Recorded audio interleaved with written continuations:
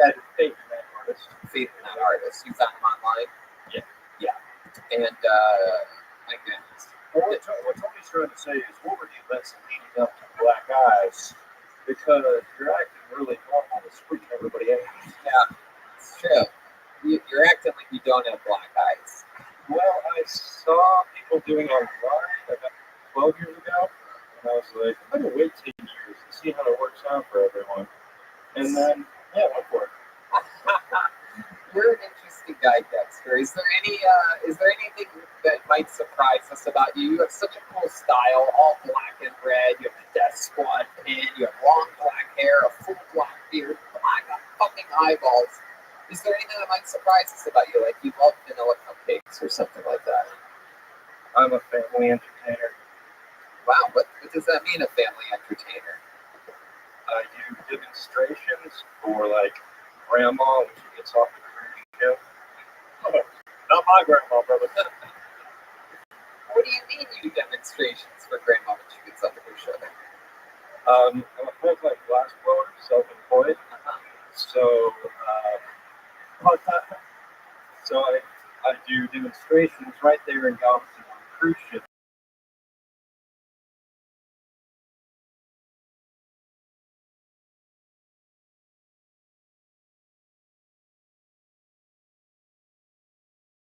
So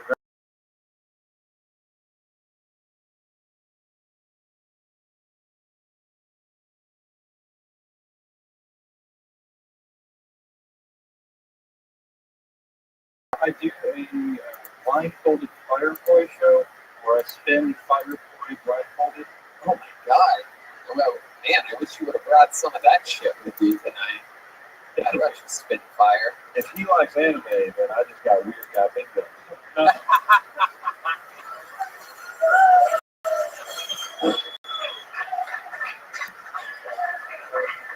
People often assume that I do, but I don't. I'm a patriot when it comes to animation. New York style, 1930s shit. Fucking love it. Oh, God. I have no idea what just happened there. I like Betty Boop. You like Betty Boop? There you go. There's a little something for you guys make go to. What we're finding out is the audience has trouble laughing with me. That's it. Anything weird? Do you have like your butt tattooed white or something like that? No, I have an arm full of Melrose Garcia characters. I have the skeleton of Betty Boop over here. Wow. Thanks, Steve. I gotta check in with Vladimir Bushkov. It seems like he has something he wants to say. It's just, look, you have to be that anything weird. It's freaking out.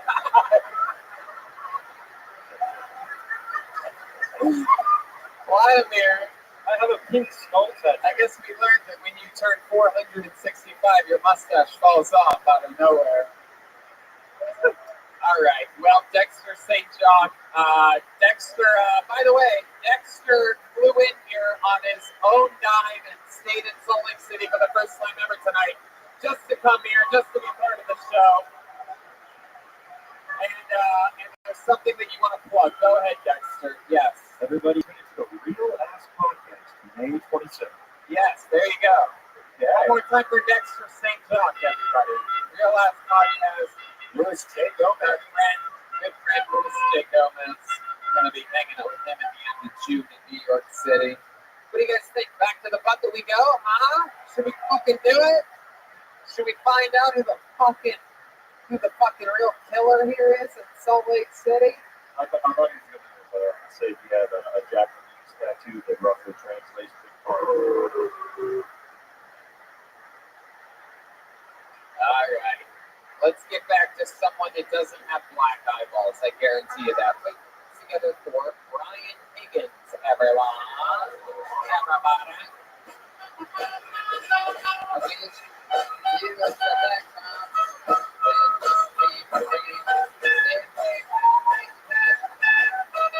he is, one more time for Brian Higgins.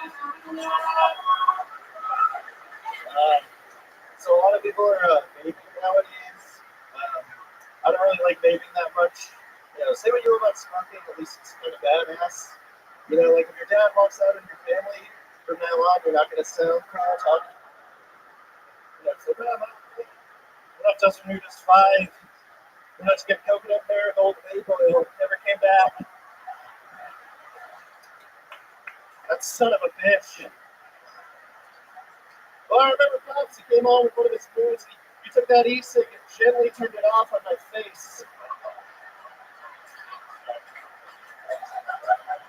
I still have the mild rash to prove it. This is my impression of an old prospector commentating a soccer match.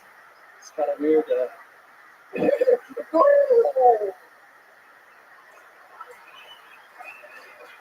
Wow, there you go. That's how it's done right there. Brian Higgins, you've been doing this a couple years, am I correct?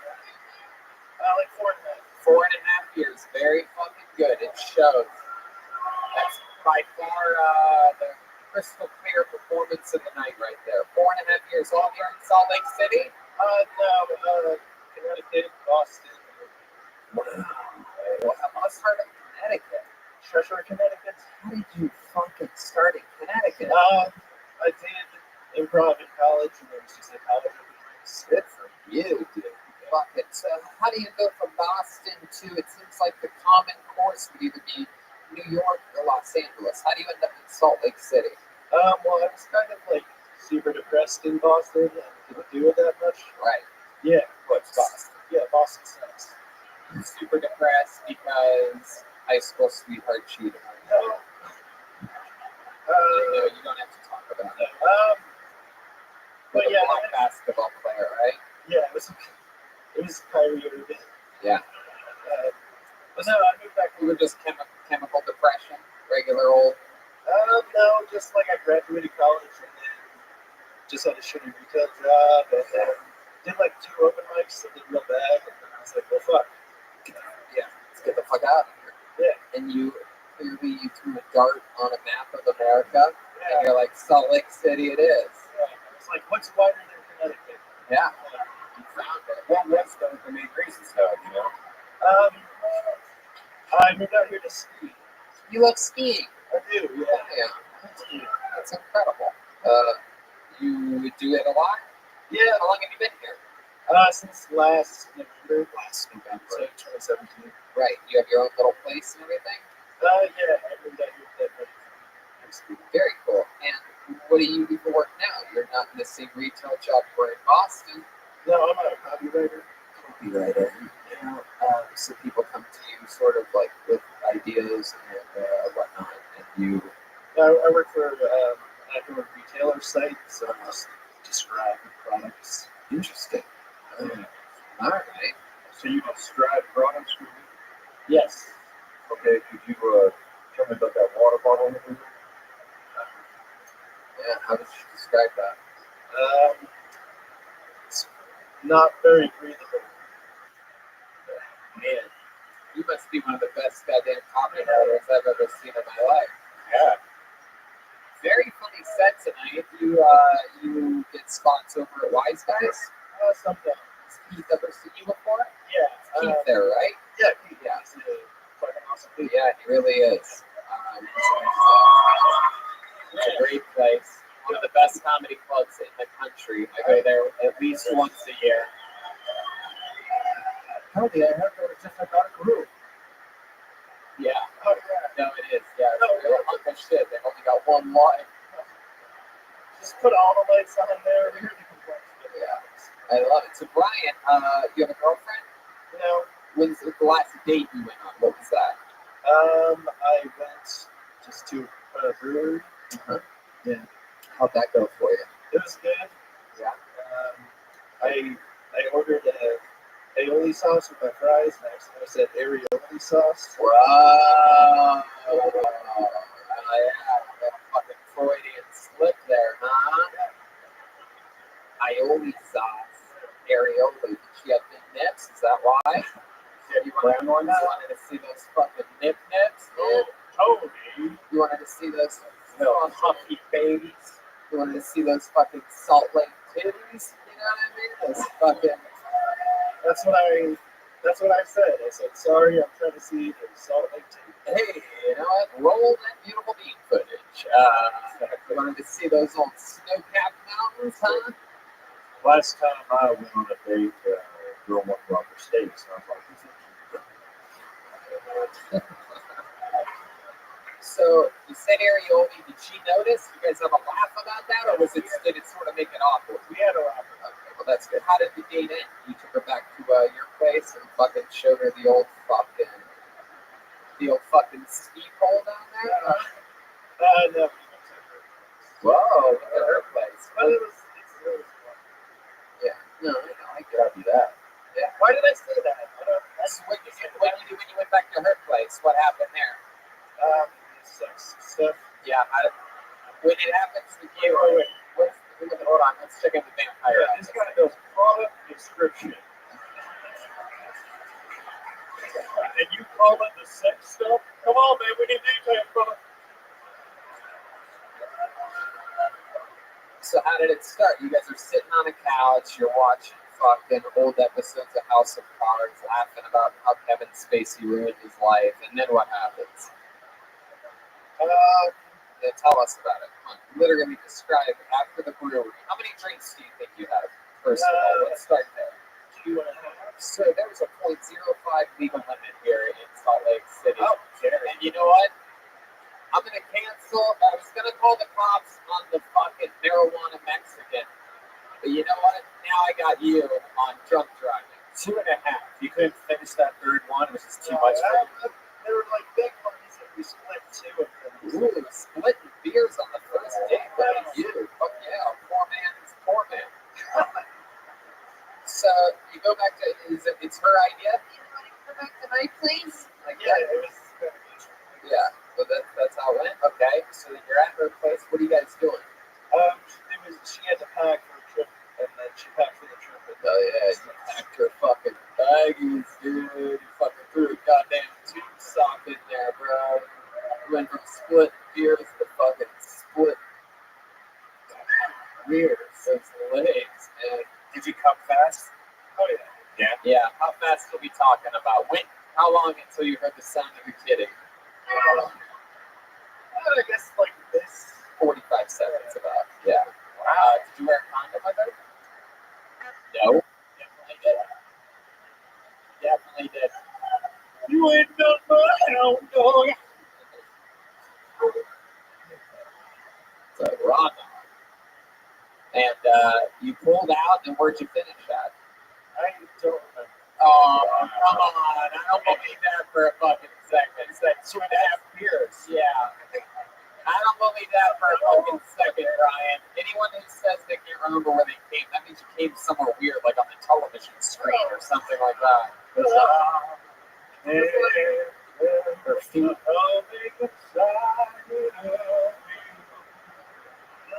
You think there's a chance you came inside of it? You're one of the newest baby makers here in Salt Lake City. I was trying to fit it. Aw. Well, Brian, I like you, man. You got a great goddamn set here tonight. Really, really fun. Great job. There he goes, Brian Higgins. Yeah.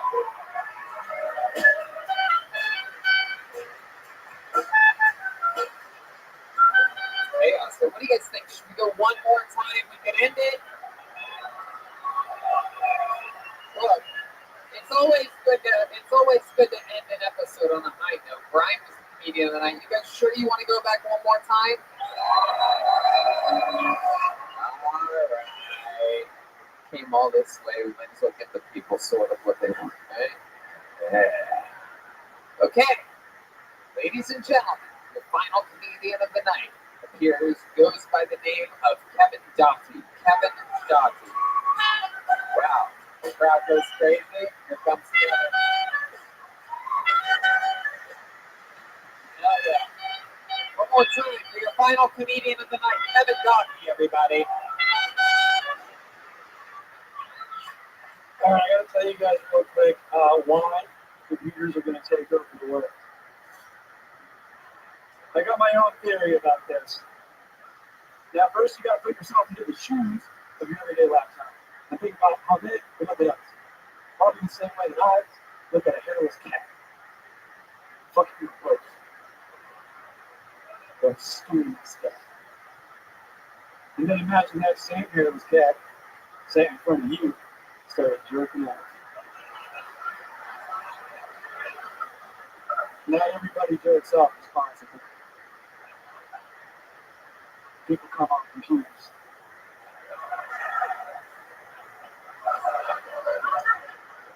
Not all those computers survive. That's biological real quick. And the computers, by the future, we're going to look back to the computers of the past, and we're going to look at those laptops of today, their great ancestors. And all I'm saying is, how would you feel if someone came up with it?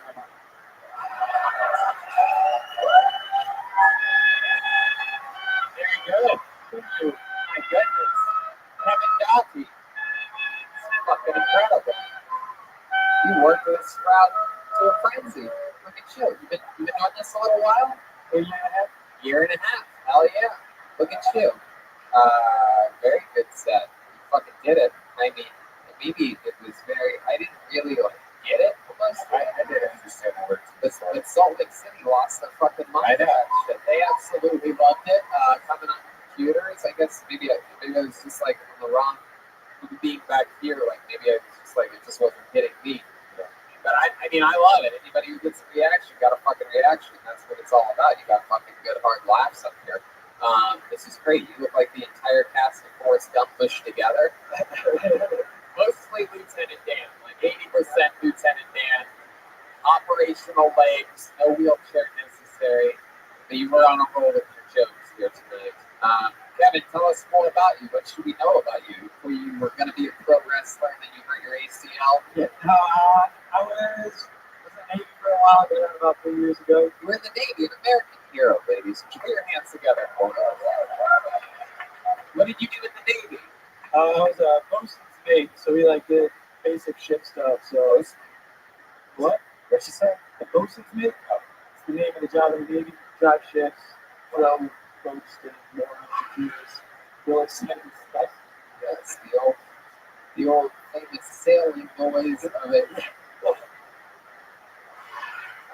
So you were in the Navy. So you're even more like Lieutenant Dan than I thought originally. That's true. Never got your legs blown off, though. No, I never did. But you did go overseas? I did, yeah. It's like like squares off the coast of places like where? Where have you been? Like off the coast of like the Middle East. Yeah. Goodness. Well, at least you're out there on the water, right? Yeah. So water better being in the middle of the desert. Yeah, no, it's nice. You get to stand outside a lot and watch planes take off, watch the aircraft carrier. Oh, yeah. Very cool. That sounds awesome. How long were you in the Navy? 8 years. Wow. That's a lot. What do you do? Oh, yeah. I had a question. Yes. How do you deal with sexual frustration when you're in the Navy? Very good question. That is a good question. There's a lot of women on aircraft carriers. Believe it or not, I wasn't under discharge. Yeah, I like that. Yeah, I like this guy. So you literally get late. Would you have to like sneak it back then? Yeah, it's kind of, you got like the racks the beds or whatever.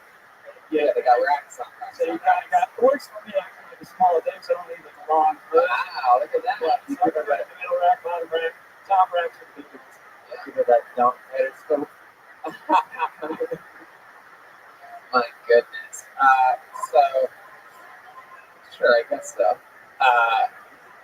So you would, was it basically the same girl, or were you sort of a player? Would you go around? No, I only got laid once. In 8 years. So, It was 5 years on the ship. right. On the ship. So what do you do now that you've been out of the Navy for a few years? Do a lot of traveling, do a lot of climbing and stuff. I work part-time. It's like a rock climbing guy in the summer, and he's milking that gyro. Wow, really? You're climbing a rock and someone on top's holding in shit?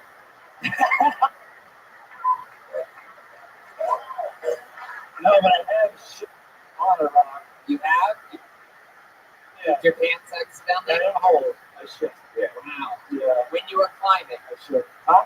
When you were climbing? Yeah, sometimes you do long climbs and you gotta be shit. Yeah, you gotta just shit, and you might as well go in your pants. You didn't pull your pants down a little bit and drop it over the mountaintop? Yeah, that's what you do. Oh, you did do Just that. wipe it on rocks. It's a space stuff.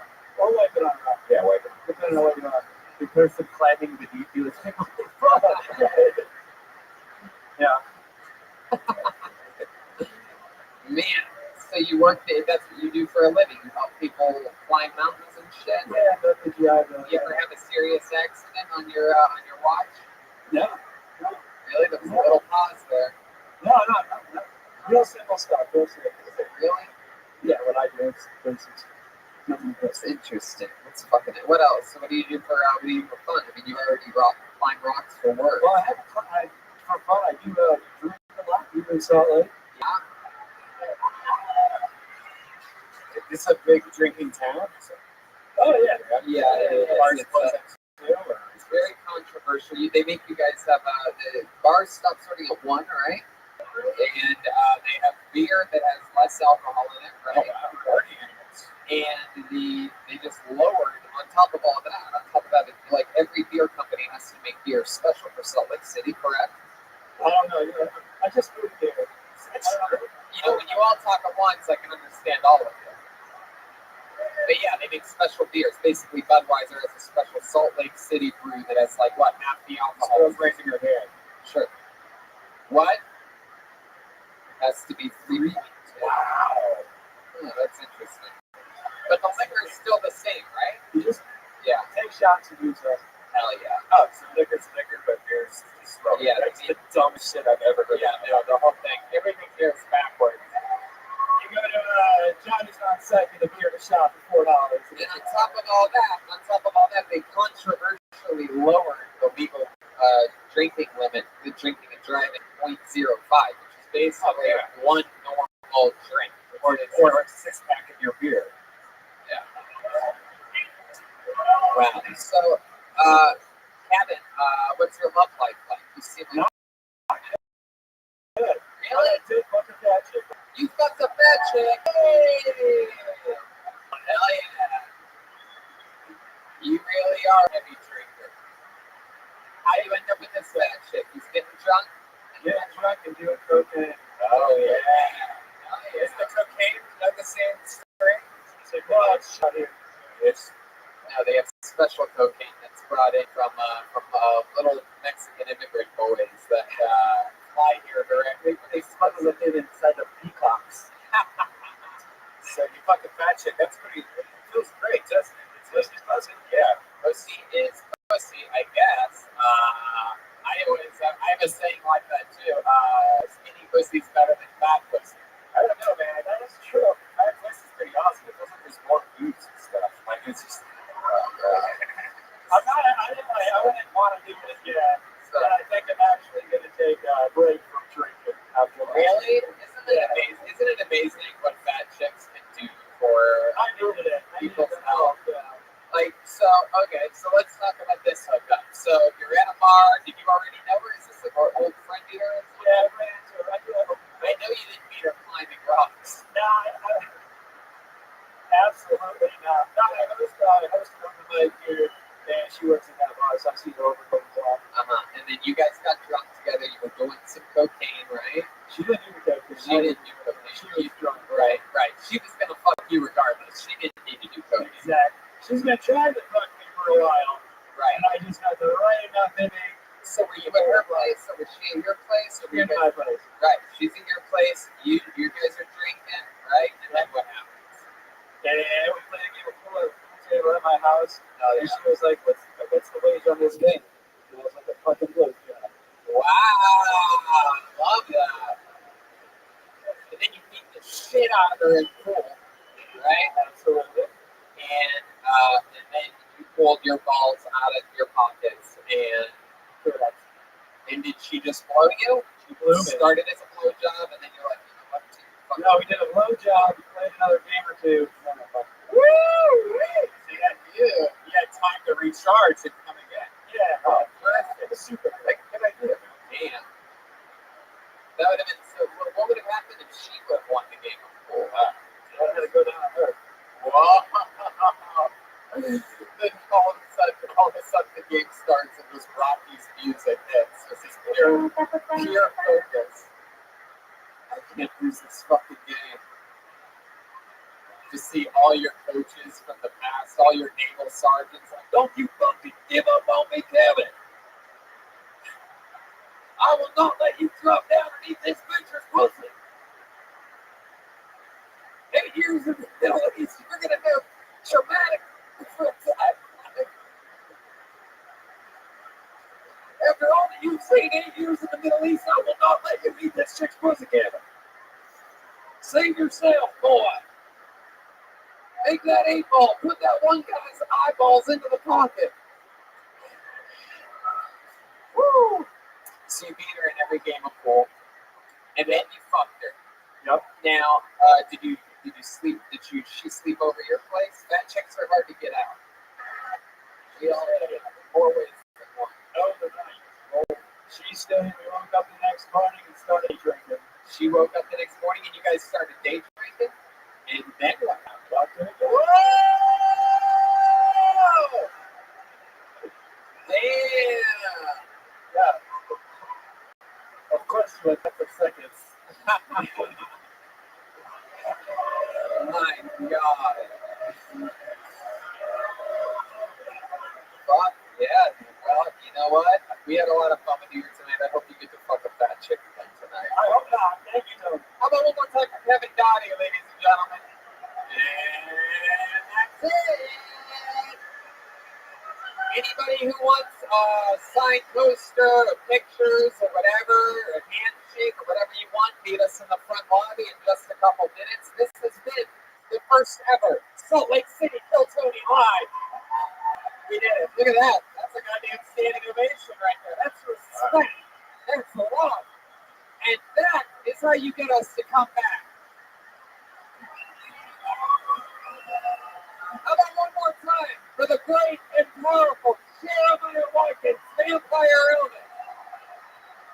He's on social media. Jeremiah Stand Up. He's got Jeremiah Wonders.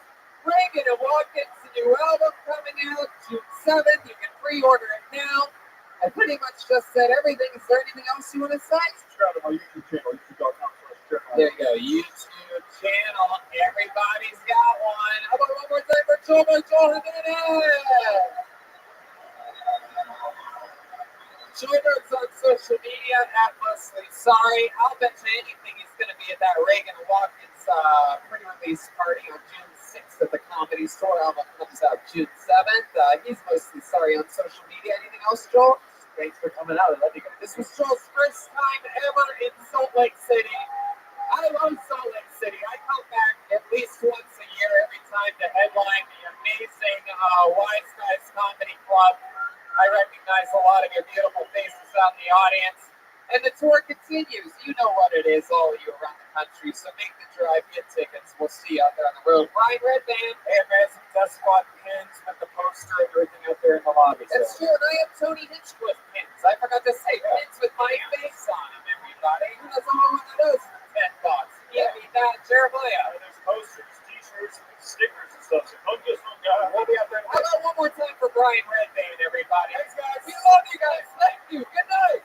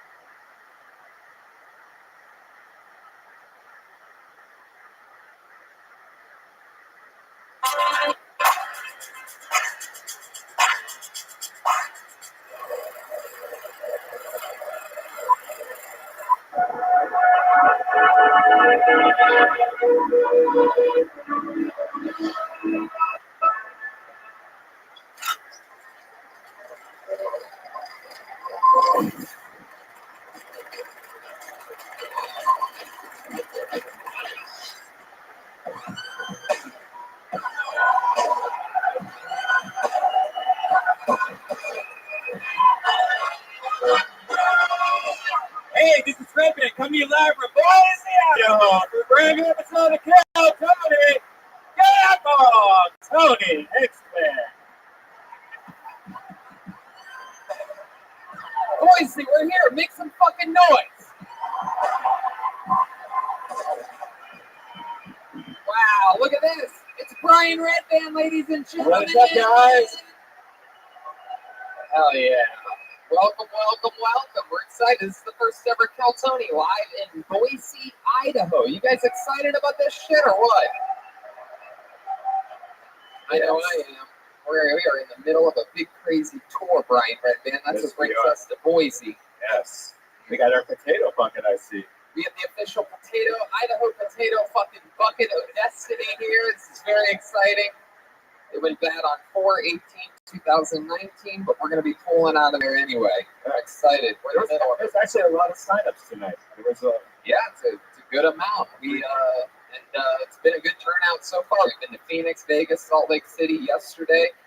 We're in Boise tonight. Tomorrow, Spokane, and Portland, Vancouver. 2 shows in Seattle are sold out, and then it starts again in June. Lawrence, Kansas at the Granada Theater, Omaha, Nebraska at the Waiting Room, Des Moines at Woolies, Appleton Skyline Comedy Cafe, Milwaukee at the Turner Hall Ballroom, Chicago at Thalia Hall, Madison, Wisconsin at the Majestic Theater, Minneapolis at the Cedar Cultural Center, Poughkeepsie, and New York has 2 shows at the Gramercy Theater. Delicious Caveman Coffee. Use the promo code KELTONY to save 15%. There's a new Reagan and Watkins album coming out on June 7th. You can currently pre-order that as of right now. So that's very exciting for you. Correct, everybody? Reagan and Watkins, a band born on KELTONY. You guys like bands, right? Well, that's very exciting. You know, normally on these road shows, we never have guests. A little fun fact for you. But when somebody told us that we were coming to Boise, Idaho, I said, Boise, Idaho, are most likely our lowest turnout of audience members on the entire tour that we're going on. I mean, Boise with 3 bars of Wi-Fi at best anywhere. Yeah. We're going there. I said we have to do something special for them. I feel like they deserve something special. So let it be known that as it looks, this is the only stop on the tour this entire week that we'll have a guest. Only you, Boise, get a guest. This guest is, if you're a fan of the show, he's one of your favorite guests that you've seen on the show. You know him from his amazing comedy specials. I mean, he's basically the granddaddy of live podcasting in front of a live audience. He has unbelievable TV shows, documentaries, and podcasts. You know him from Doug Loves Movies. You know him from Getting High with Doug. Boise, I present to you Doug Benson. You sons of bitches. Wow! Hey! Oh yeah! Because we got Doug. Because we got Doug. Because we got Doug.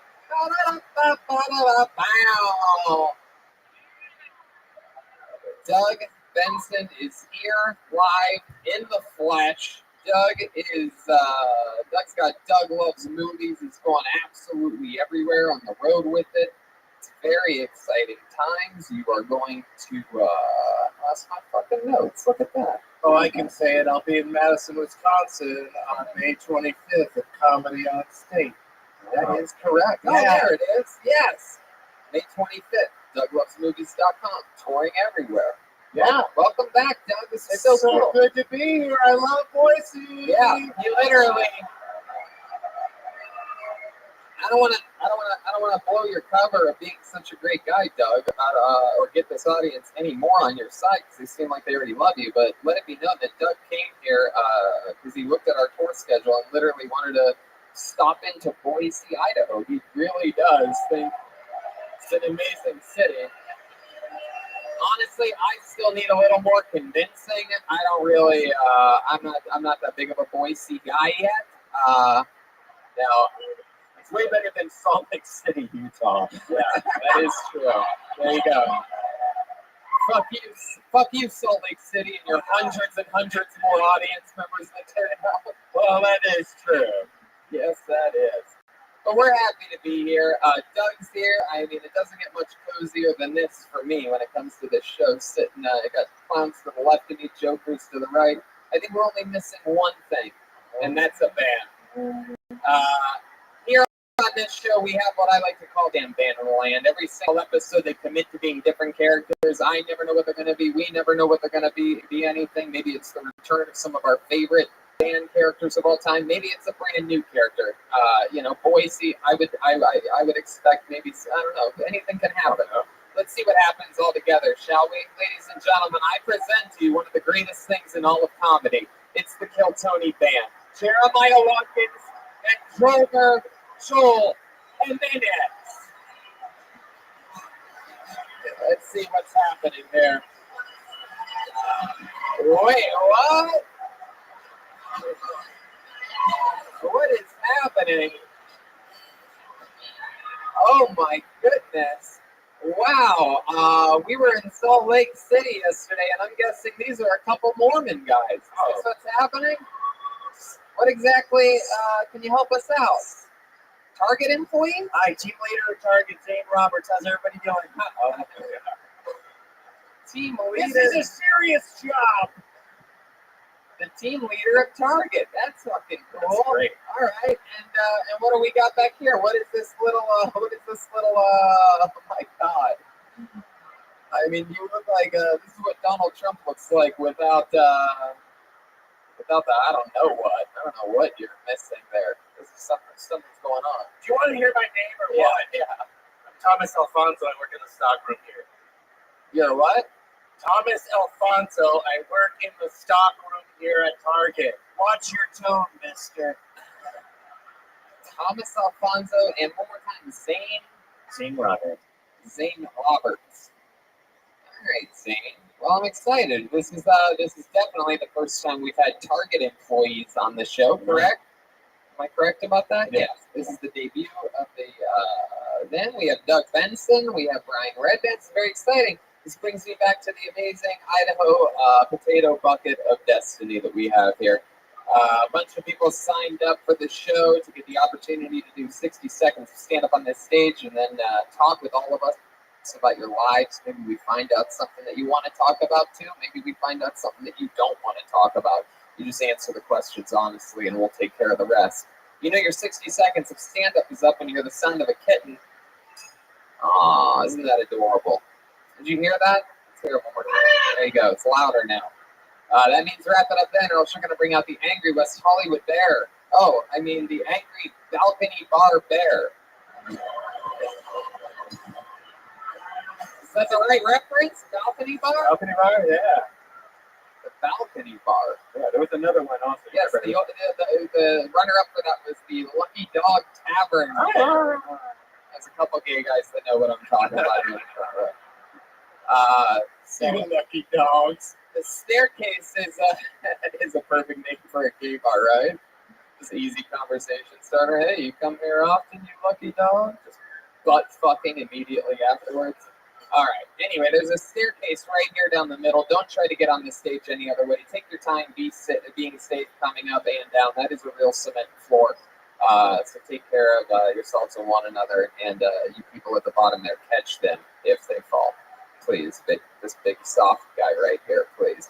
Just fall towards him. Yeah. All right, you guys ready to start this fucking thing? This is how it happens. We're live. For the first time ever in Boise. We got a balcony up there. Balcony, how are you guys doing? Wow, there's got to be at least 17 people up there. This is very exciting. It's the type of warm welcome we were hoping when I found out we got fucking Boise, baby. This is how it works. Okay, let's see what happens here. Put your hands together for Joshua Dickey. Exclusive? Yeah, Joshua Dickey. Here it comes.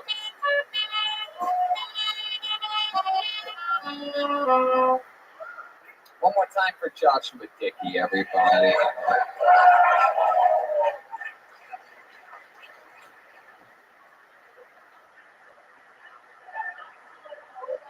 One more time for Joshua Dickey. Before we start this, let me remind you right now, There is no heckling from the audience from the comedian in 60 seconds. And one more time for Joshua Dicker. Where my anti-vaxxers at? There you go. Forgot my joke.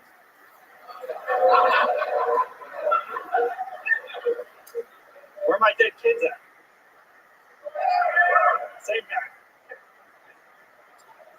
But I don't want to live in a world where black people are allowed to call each other N-words, but mentally handicapped can't call each other R-words.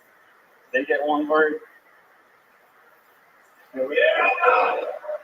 So I work in construction, and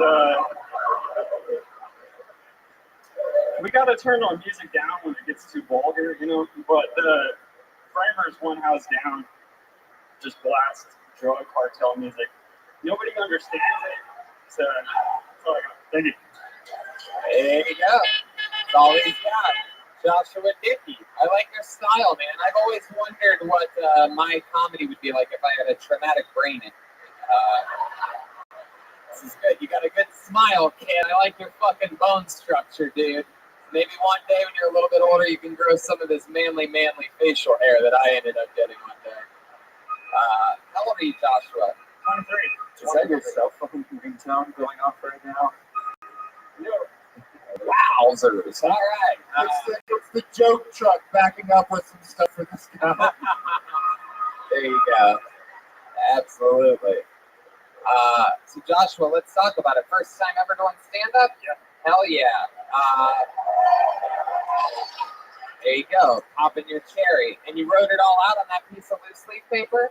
Yep. Can I read it? Can I take a glimpse of I always feel that when somebody comes up with notes that I should get to examine the evidence, sort of like a judge in court.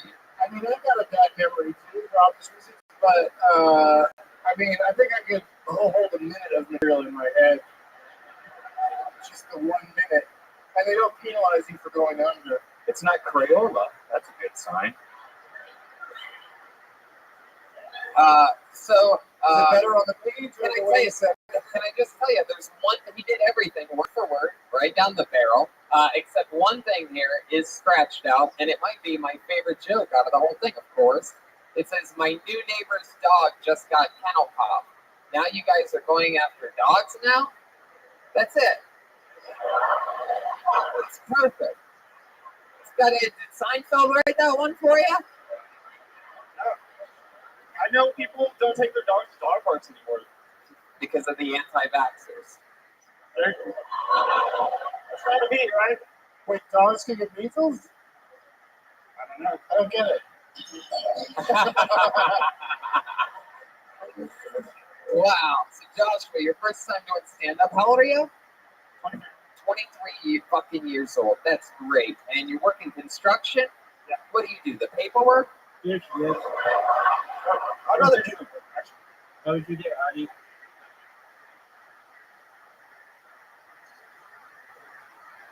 Are you ready to play some Scrabble?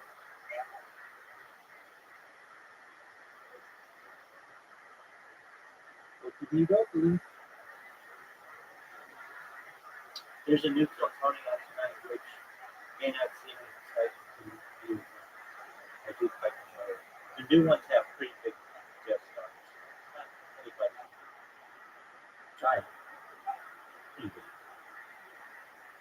Alright. Here. Yeah, it starts with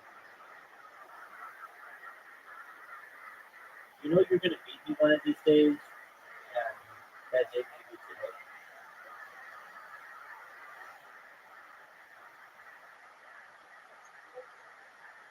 I can tell you that no person who I've actually interacted here and have beaten. I don't have any problems, so I don't really know what to do. Except use the cloud. That's a terrible start. I never had that.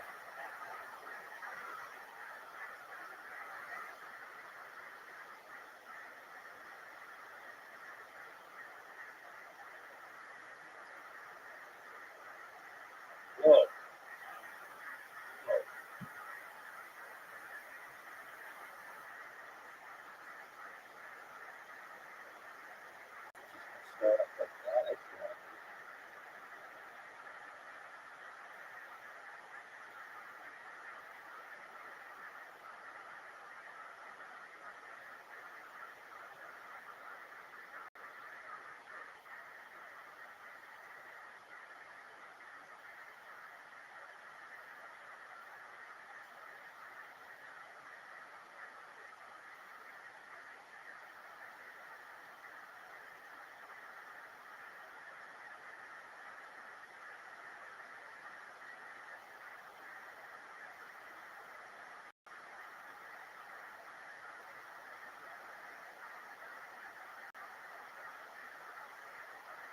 Actually work. Yeah, like what? Back-breaking work? What is that for you? Getting out of the car? Getting off the phone books that you sit on? How many women do you yell at during a day while you're working as they walk by innocently? I might yell at the guys at work. Oh, yeah? You're not cat calling? You're dog calling? No. Lucky dog? Did you say you're hollering? I'm confused. You said you're hollering at guys while you're at work? What does that mean? Get them to work. Getting them to work? You're like a supervisor there? Getting there. Really? How are you moving up the chain so fast at 23 years old? Well, Whoa. for plumbing, you gotta take 4 years of school. You gotta get so many thousands of on-the-job hours. You gotta get your journeyman exam, which is 2 exams. I'm on my way there, so Hell yeah. just got done with the 4th. You wear a hard hat while you're at work? No, I can tell. A few beams have definitely fallen. Okay. Good luck with your journey, man.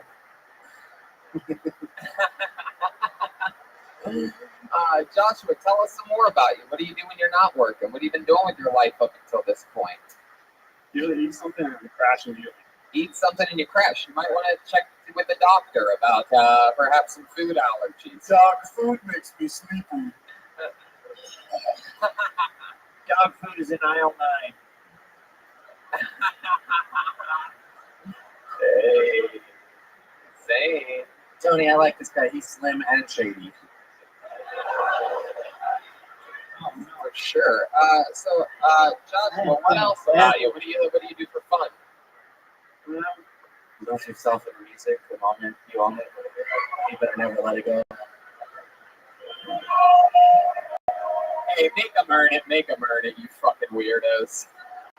People were just picturing chanting all day long. Although we're gonna fucking do it when it happens. You gotta let them warm up sometimes. You'll fucking know. Do you know a lot of opportunities for Adam Sandler cosplay? Adam Sandler with leukemia cosplay? Joshua, I'm trying to find out what you do for fun. Not much really. Come on, you gotta think hard on this one. There's gotta be something. You seem like the kind of guy that shoots yourself in the head with a paintball gun or something like that. There must be some hobby. There must be some trophy that you have on your wall, or like a sport of some kind, or maybe camping or something like that. Do you play a lot of pinball in a cigar store? Or do you perhaps you smoke a lot of cigars in a pinball store? Anything. That's the answer. That's the question I was hoping not to get. I really don't have much hobbies. So, okay, you want to play this game? Let's fucking play it, Joshua. So when you go home, right, after work, what time do you get off? About 5, 6? Maybe 6:30. 6:30? Okay, that's pretty specific. What's the first hobby you do? No, what do you do exactly when you get home? What's your living situation? You live with your parents? Prepare dinner. Wait, what? Prepare dinner. What? Dinner. What kind of dinner? Yeah, sure. Come on. Yeah, like what? Hungry boy. Chicken. Chicken? You cook chicken every day? Stick with me, Joshua. Don't you fucking turn your hand upside down at me. Like I don't know what the fuck I'm doing, dude. Chicken, rice, hamburger.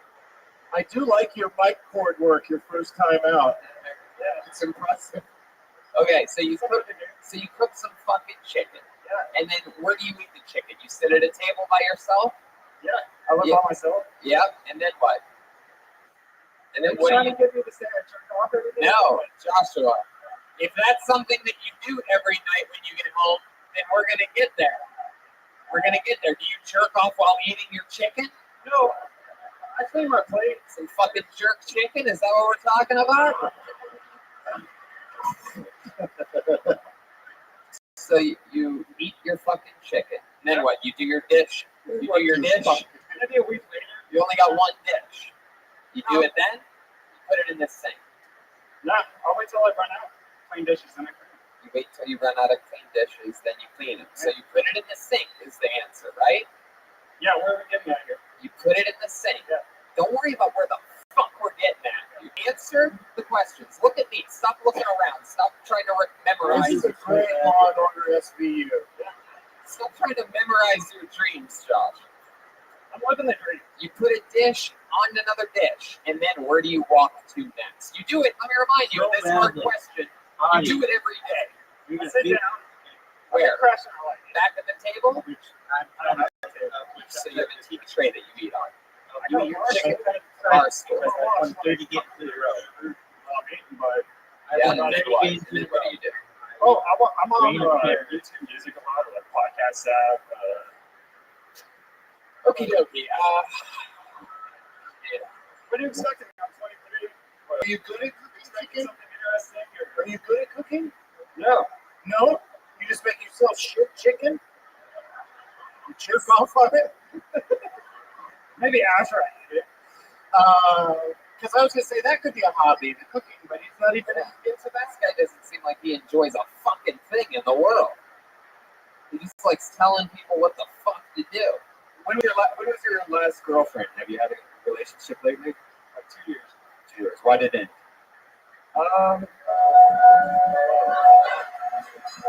Go ahead, Joshua. This is where you answer the question. I'm just not good at it. Not good at what? At keeping a relationship. Yeah, I don't really get out much. She got sick of chicken. Yeah. She got sick of eating chicken and then sitting around until they fell asleep together. I'm going to listen to some podcasts about comedy. You just sit over there and maybe do the dishes that I've never done before. Joshua, how long were you with her for? Couple months. Couple months. Is that your longest relationship? Yeah. Yeah. All right. Well, And what was her reason for leaving? what did she tell you? Let's get personal up here. Yeah. It's on every application. Your reason for leaving your previous job. Just the question. We moved back to a home city. What? Moved back to a home city. Oklahoma City. She moved back to A Oklahoma. home city. Her home city. Yeah. Where's that? California.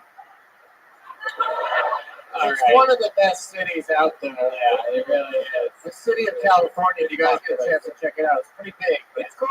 So we lived there in that city. I do live there somewhere. Joshua, if I could give you one piece of advice, it would be to start wearing a hard hat while you're at work. I demand it. What? If we have to wear a hard hat, we just hang it up outside. You don't have to wear it inside. One more time for Joshua and Nikki, ladies and gentlemen. JD. You did it.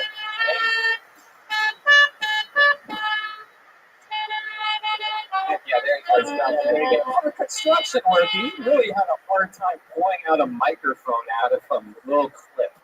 Yeah. Well, you know, he's used to fucking, I guess, real man shit. I guess this is yeah. How about another hand for Zane Roberts Yeah. here? Got Thomas Alfonso. Who's running the target while you guys are here? Well, there's a young boy with a bright future who's taking my place at the moment. His name is Dylan. He's 16. Wow. He's my apprentice. If he follows everything that I say, he could be me someday. You see this wedding ring on my finger? I'm not married. All right, I'm glad I asked. I'm married to Target 24/7. You got a problem with that? Meet me in the parking lot. Then what? Will I blow you? I don't know. I pulled a name out of the bucket. You guys having fun out there yet, huh? All right. Let's keep it moving along. Bring your hands together for Pedro de Paz. Pedro de Paz. Here he comes. Okay, my name's not really Pedro, but I thought I would just put something original for the first time. So can I go? Okay, guys, one of the things I want to say is it's hard to acclimate to this country because I heard about this dating app. It's called Blind Her. Dude, the pictures I've been getting are fucked up. That's how I met Josh.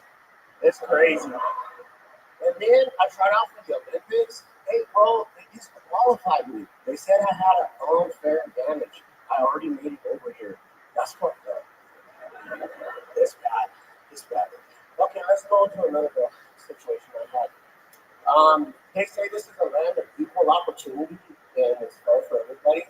But has anybody been to that bathroom? The fucking urinal's like this high, bro. My balls are frozen right now.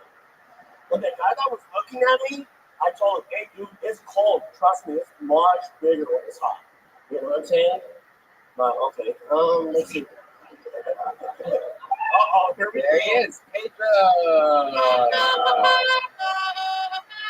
You did it, buddy. First time? For what? Exactly, that's exactly right. I told the priest I've been here many times. Be gentle. Wow, that's how that joke would have gone had you done it. But I guess you did do it. I'm glad you're up here. It's the first time we've had Mexican Joe Pesci on the show. I'm pretty pumped. Hey, bro, you know what's fucked up? When I was outside, they were asking me for my autograph, and I thought they saw me from Training Day, but it's actually the Willy Wonka chocolate factory. Wow, that's how that joke would have gone. I don't get it. Thank goodness you took these things out of your set. All right.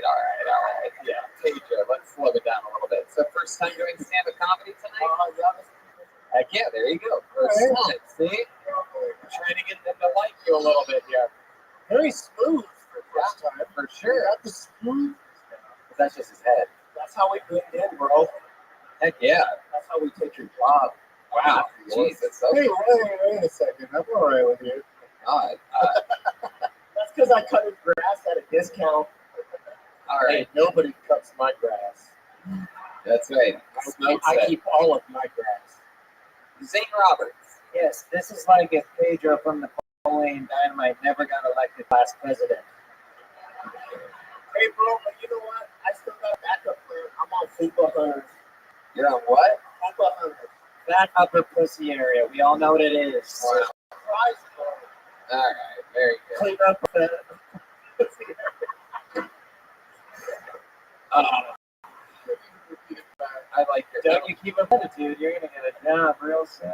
In the parking lot. But I still want to meet you outside. Wow. All right. Easy, Angry Annie Bravo. I was hoping the push-ups at Target were really good. 0 for 7. This is incredible. You're you're like reverse. You're Scott Ryan, see, he lays them up there with confidence. He tries. Yeah. Well, how did I make it across the border if I wasn't confident, bro? Because you're a Mexican cheating. Oh, shit. I can't give you wishes, but I can give you something else. I don't know. No one knows what you're talking He's got a about. response to everything, but it never adds up. It's so weird. It's like the worst. How did I get across the Mexican border to get to the other side? No, that would be fun. I know. I accidentally. You fucking pushed it up. I was accidentally funnier than anything you said. Trying to be unfunny, and I can't even pull it off with you. Hey, let me tell you this, bro. When they told us they were building a wall, you know what I thought? Hey, I'm gonna finally get to work out those blues. Like, why? Why did you do that? Why would you? What's the connection? What are you doing? Reverse? What are you think you're gonna jump over the wall? What's happening? Dude, I'm like, joke's on you, Trump. I'm gonna fucking work out my glutes, dude. I'm gonna be so fit when I get into your country. but only my glutes. I could be working on everything, but I'm gonna focus on the glutes. Hey, bro, I can't tell you why, because then they'll know, and then I won't make it. It's like a Mexican fortune cookie. At this point, I'm pretty sure you can say the funniest thing in the world, and we're all gonna hold strong. Pretty much. I've never seen anything like this before. Tony, can I try to do one you asked me like I'm your owner? Okay. Oh, that's fun. Okay, Pedro number 2. Pedro, so tell me, what have you been doing with your life up until shit, we got a new boss for people. Wow, Pedro 1, worst thing you could have done is interrupt this part of the segment. You're digging yourself a deeper hole, but of course Mexican guys love doing that. So, whoops, oops, I did it again. All right, we're gonna just talk with Joel for a second here, Pedro. You just relax with that microphone. All right, Pedro number 2. What have you been doing with your life up until this point? Well, just doing it, and that's it, All right. How about you, Pedro number 1? What do you do for work? My work's kind of shitty. I'm a plumber. Wow, social comedy. No, dog. I know. No, I'm glad you're Are here. you really a plumber, or do you just want to do that shit trick? No, I'm really a plumber. As a matter of fact, I'm a Josh Dickey's boss. Whoa, is that true? I saw that you were sitting next to Joshua Dickey, the previous comedian. The only Oh, my NPC God. next to him was yours. And I also noticed you were filming his whole set, so this is really true. You guys work together. I was just using it for blackmail, whatever. I think in your case it would be brown mail. But Were you the guy who heckled him? Did you heckle him? I wasn't, Did you say you look like my parole officer when you went on? Because that also doesn't make sense. You never make sense. it's true. This guy's I'll like, tell you what, he does look like my parole officer, but only when his pants are down. Why? Why would he? You just do it immediately after I pointed it out. what the fuck? But the real question there would be, why would you even know what Joshua Dickey's dick would look like? Why did you suck your own employee's dick? The parole officer I would get, but why would you know what Joshua's dick looks like? Unless you know one of Joshua's hobbies is him sucking his dick. Yeah, you definitely shouldn't. Finally got one. You definitely shouldn't be inspecting his plumbing. What can I say? I lay pipe for a living. He's always got one. Oh my god. Yes, He's he does. always ready and then fails. He responds in the beats of someone that has something. Hey, Yeah, do it Let me again. tell you guys something right now. Yeah. That wall is not done because if it was done, I would have came up here. I would have capped the fuck out of that right there. You know what I'm saying? No, we do not understand your jokes. They never make sense. But don't worry, they're working on it, and I will be back, and we'll make part 2. Nope, yet again. No, it still doesn't happen. Let's check in with St. Roberts over there. Yeah, how does it feel that your boss is way worse at this than you? That's true. Pedro, so you're the boss over there. It's your first time doing stand-up. What do you like to do? You saw how your employee Joshua basically does. He eats chicken and falls asleep. Is there anything that you do off stage when you're not working that's fun, that gives you some relaxation, or that you find some joy in? Yeah, actually, I mow yards. I start at $20 an hour. If anybody's interested, hit me up in the back when this is all done. I'll get you a discount. You really did a thing with the cord like you just said a joke. That was more like you really want to mow their lawns. I do. But you really do, right? Like, I believe you. That didn't seem like a joke to me. Do you not mow lawns? You know what it is, bro? I haven't had hair in so long that it almost feels like I got just want to like dance around a little bit. Hey, one guy's clapping at that. He might be on mushrooms. You don't know. You can never really count on one guy losing the mind. He may have actually seen hair appear in that joke of the act out that you I did. think I got some of those legal Colorado mushrooms. Yeah. Sneaking them over the Rockies. You're just like all the other white guys at the construction sites. They were asking for drugs, and I did put them on. Okay, that felt real at least. That felt real. It wasn't funny, but it was. Seems like a true story. So I'm ordering a MAGA hat right now. All right, Pedro. Well, you had your first time up there. You gave it a shot. I love your confidence. We all agree that you had the delivery of a comedian. It's all about voice. There you go. Yes, there he goes. He's going out on a good note. There goes He Pedro. couldn't even win them over with the name of the city. At the end. Is there any people in the audience that signed up that actually do stand-up comedy. Okay, we got But it. yeah, we've only pulled a few names out, Brian. But also that's you can't sit out there and heckle anymore. Don't yell shit out. Yeah, You had your turn. Nobody heckled you. yeah. Don't yell anything for the rest of the show, okay? And there you go. Well, you just All right, put your hands together for your next comedian. Goes by the name of Timmy Kors. Timmy Kors. Here he comes, right down the middle. There he is. One more time for Timmy, everybody. How's it going, everyone? So I came up here to tell you a couple of things. The first thing is I want to give you a warning. So here at Boise, we like to do a lot of outdoor activities. One thing you should be wary of if you go hiking is what you eat the night before. So I went to go take a hike, real nice casual hike. What I didn't expect is that I went 5-10 minutes into the hike. I went to let out, a little something. It was not that.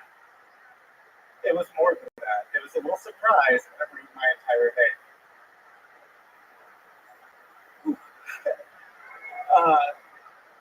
The other thing I wanted to tell you about was, I don't know if you've ever been to Walmart and got the fried chicken there, but I have a story that someone there just was miraculously healed by the fried chicken.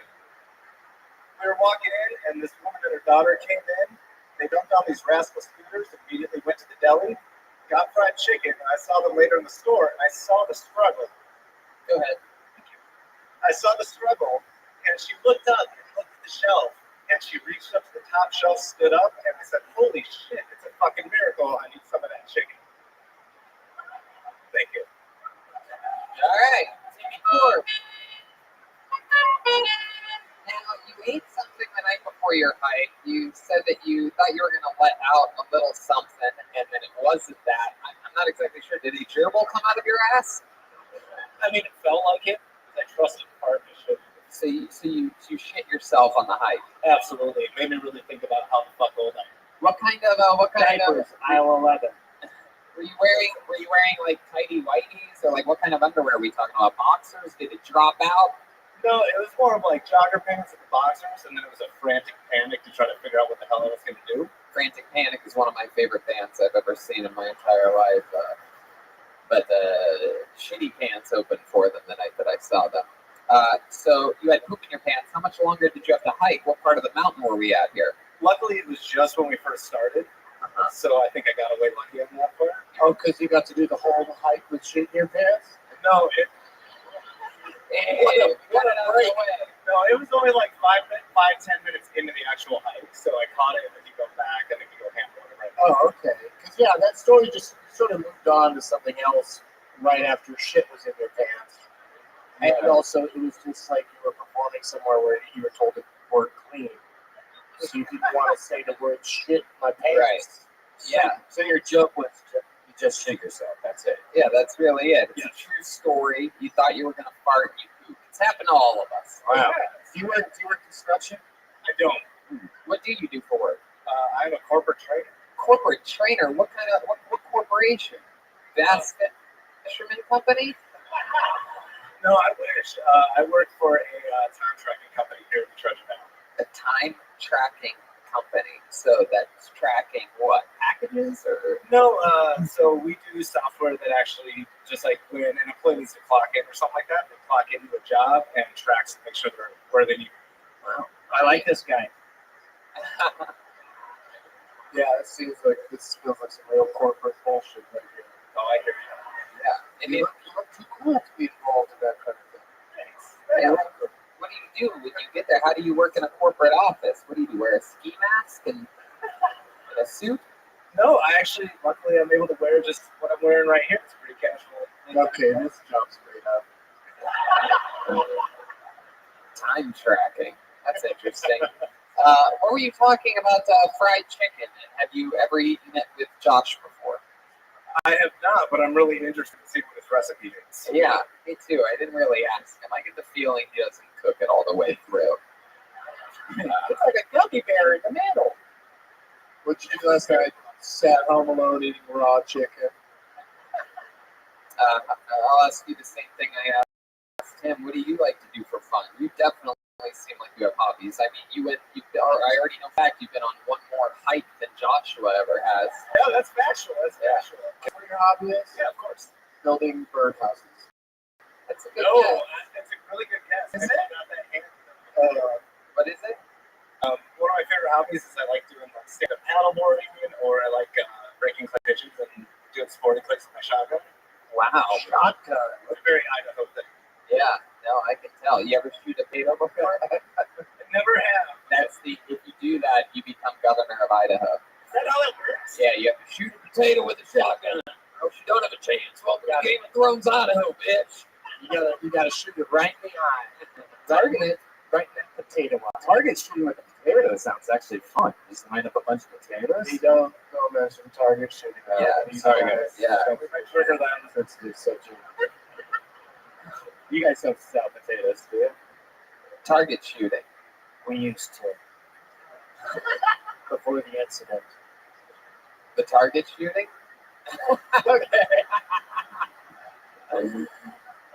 So what were you saying about the fried chicken? I didn't really get it. I was trying to pay attention. Maybe I missed I it. knew I was running out of time there at the end. But that joke went over my head like a clay pigeon. You know what I'm talking about?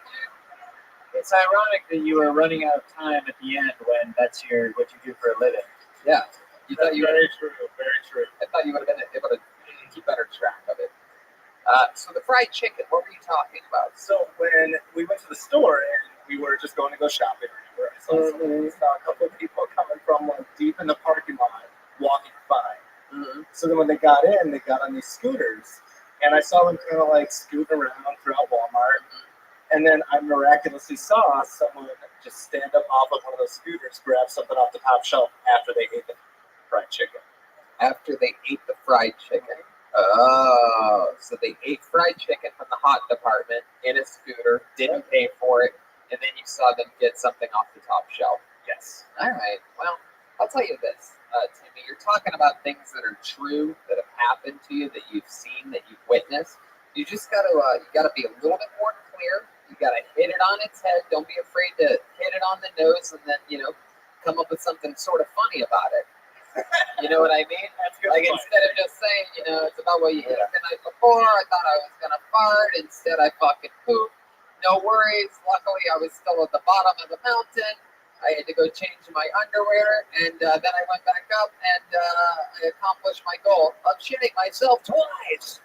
See, that's not it, but you have to put something at the end. I think we should go to the poop master himself, Brian Redband. Yes, let's go to the poop meister. Yeah, could you punch this up? Yeah. Absolutely. You know, chickens, a lot of times when you eat chicken, there's actually poop in the chicken I did not. at Walmart. It's like, It's a Walmart thing. it's a Walmart thing. Everybody The does people it. that make it there never wipe their ass. They'll have the food there. They did a study on Dateline, like 80% of the food from Walmart had shit in it. Hold on, let me just find my bucket list here. Walmart sponsorship gone forever. There it goes. You really wanted that. I know, you're so proud that we lost it. Who needs Walmart when you have Target? Oh, that's right. Hey, look at that. It's teamwork up here. All right, Timmy. Well, was this your first time doing stand-up? It was. Look at that. First time. All three first-timers. There we go. Timmy, I like your style, dude. You think this is something you're going to do again? I would love to keep pursuing it. Well, there you go. Start going to fucking open mics. Get your shit together, all right? Sounds good. There he goes. Thank you so Timmy much. Chorus, everybody.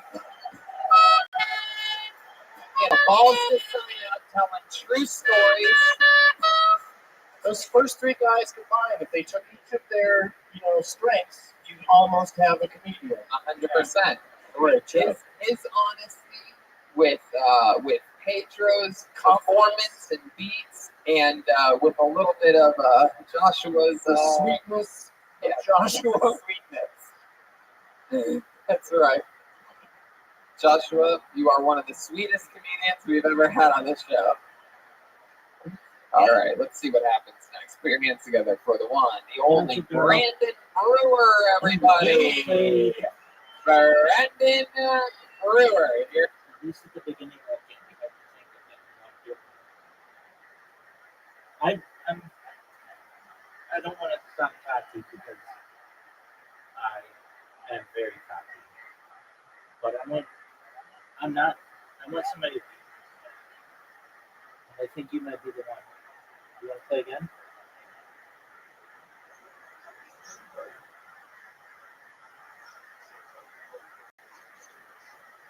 That's okay. And I know that you want to make sure that the confidence remains high. So you just don't want to be.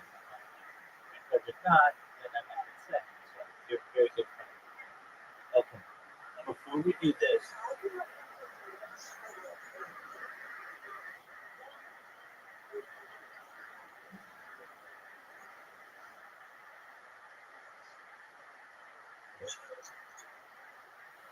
no, I haven't tried it. I'm going to turn on the Nintendo token and we'll play again. But before so, how would you do?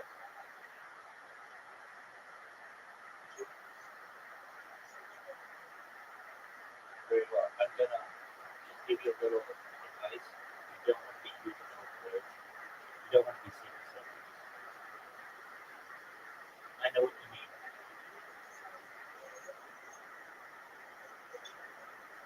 Yeah, you just don't. You don't. You yeah, just don't. You just don't want to be obsessed with everything. Your day was lame. You know, that's what it is.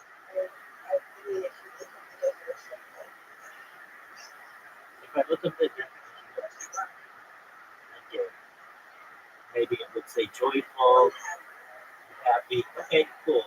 And then retarded, you help yourself back. Maybe like that. Well, I don't mean to be a stickler, but someone had to have a conversation with me at one point about these words, and you just, especially if you're being recorded, like me, because this is going to go better. You want okay, with that, you are using them in happy and holding you back steps. That's absolutely fine. I am now going to put on the new Kill Tony, which I love. I didn't originally love this show. I don't know if I love it, but I do enjoy it. There isn't any doubt about that. I love the new ones because there's a lot of content, at least on Reddit, people talk about it and they make fun of people and do all kinds of other funny stuff. All right, Kill Tony.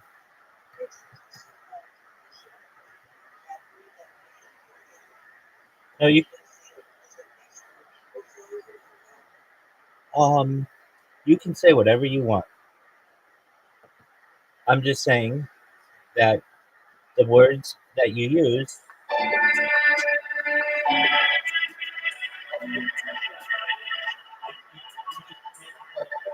describe it.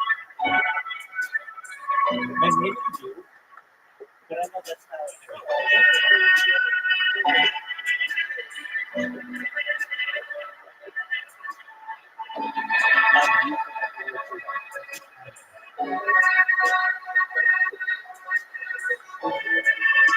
that doesn't make me offensive.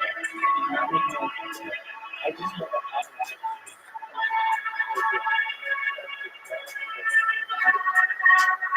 but let me just tell you, I did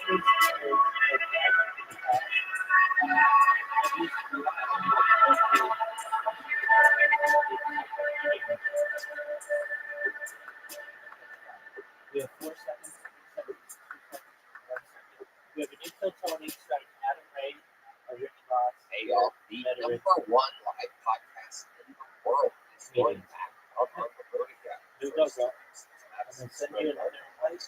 Truly travel. As you probably know, Nashville sold out. You can still get tickets for May 1, April 4th.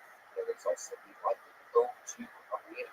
That's our only show. That is June 7th.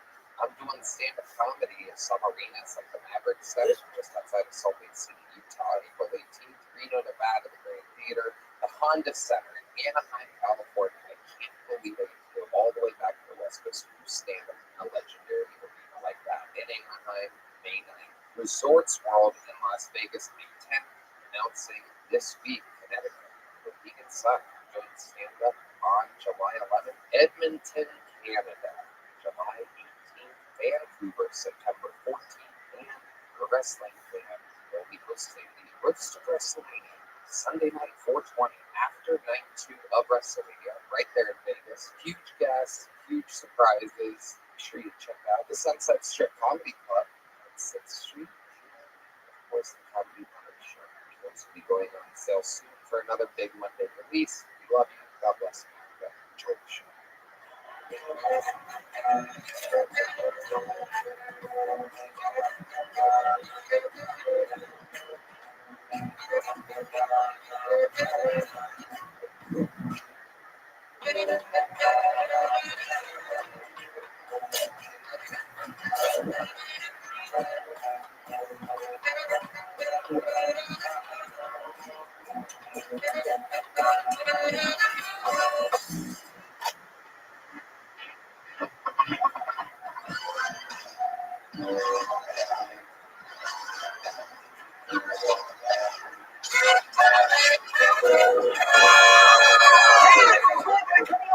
Comedy Mothership here in Austin, Texas. We're bringing up the I can't Tony. Give it up for Tony.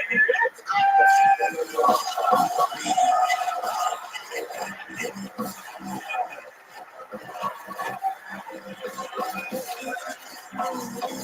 It's ready for the best fucking night of their lives tonight.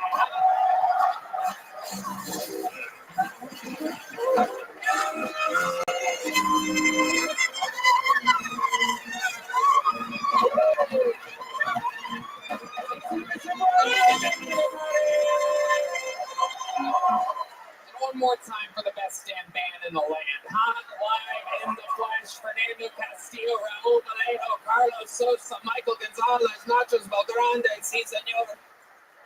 That's Big Mike on the drums. Huge. It's a little bit bigger every single week. He's growing like a chia pet.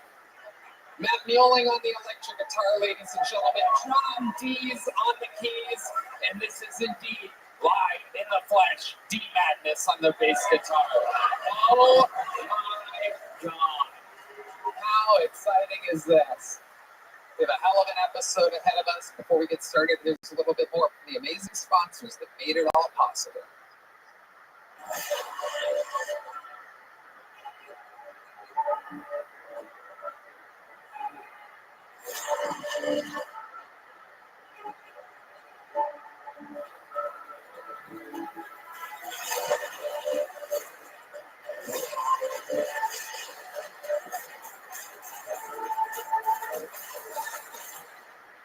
You guys ready to start the fucking show or what? This is Kill Tony, brought to you by ZipRecruiter and Shopify. I'm so excited about tonight's guest. This is actually a repeat of two guests that have been on together before. One of them has the newest special on Amazon called Anonymous. We love him, one of our New York brethren. The other is literally perhaps easily known as the greatest guest in Kill Tony history. Former guest of the year, reigning Hall of Famer. Ladies and gentlemen, it is indeed Adam Ray and Rich Fox. Oh my God. Adam Ray on the fucking thing. They're on the thing. The best teams in the world. Oh my God. Sit your fucking asses down.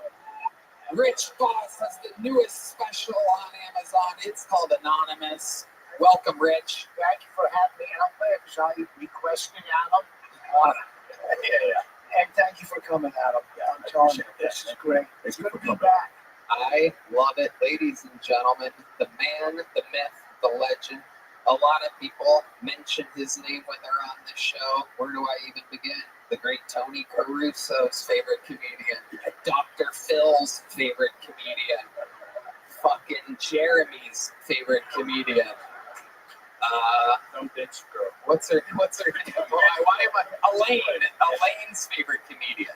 A lot of people Remember her? You tried to fuck me in costume that night. Yeah. Remember that. Redman gets in a vodka Red Bulls in him. He just goes for what he sees. Happy to be back. I love this fucking show. Dude, for the sake We love and my wife, who loves this show, is seeing it live for the first time. And I give it up for her. She's fucking here. a very bad. We love her. Not gay. And my wife is home fucking somebody else. Even going for Rich Ross, that's a big deal. You let somebody step in. And I will not wait another moment before saying that Adam Ray just launched a 40-city plus comedy tour. AdamRayComedy.com. The man is fucking thriving. Me, got one of his film going. Dr. Phil is on tour. You can get those tickets at AdamRayComedy.com. All of these shows are unbelievable. Adam and I were door guys together at the Comedy Store 17 and a half fucking years ago. Just me, what were you saying? I was going over auditions that I wasn't going to book. I'm like, Tony, I got 2 lines as the waiter. Does this sound good? Yeah, food. Tony's like, you're not going to get it. You should quit and move to Austin. We sucked. But god damn it, we kept fucking working and nonstop every single night, having fun, cracking each other up, and fucking we believed in Joe Rogan. That's right. Thank God for him. That is correct. That's all it takes. A work ethic, a hope, a dream, and Joe Rogan. And I'm still a doorman. Yeah. 282 comedians signed up for the opportunity to be in this bucket. Absolutely anything can happen. We're going to let this young librarian pull the first name front row. Congratulations. And here it is. We're going to go wrangle that first comedian that is out of the bucket. But while that happens, just a reminder, if you don't know, they get 60 seconds. You know their time is up on the other side of the kitten. And they have to wrap it up, and also bring out the angry Miss Hollywood Bear. And then I interview them, and we find out more about them. These people out of the bucket have no idea that they're going on stage until just minutes before. But I do have a few regulars and special treats on tonight's lineup, and we will start this one with a bang. It is as big of a bang as it gets. Ladies and gentlemen, starting tonight's show, your first minute is indeed another Kill Tony Hall of Famer. He is indeed the record holder for all-time appearances on this show. Some people call him the Vanilla Gorilla, some the Memphis Strangler, some people call him the Big Red Machine. This is William Montgomery.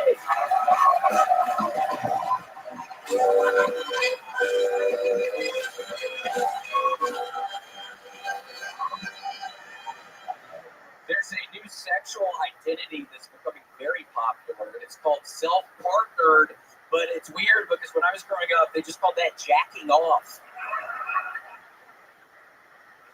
I'm over here twerking my ass off, and y'all can't even make it rain?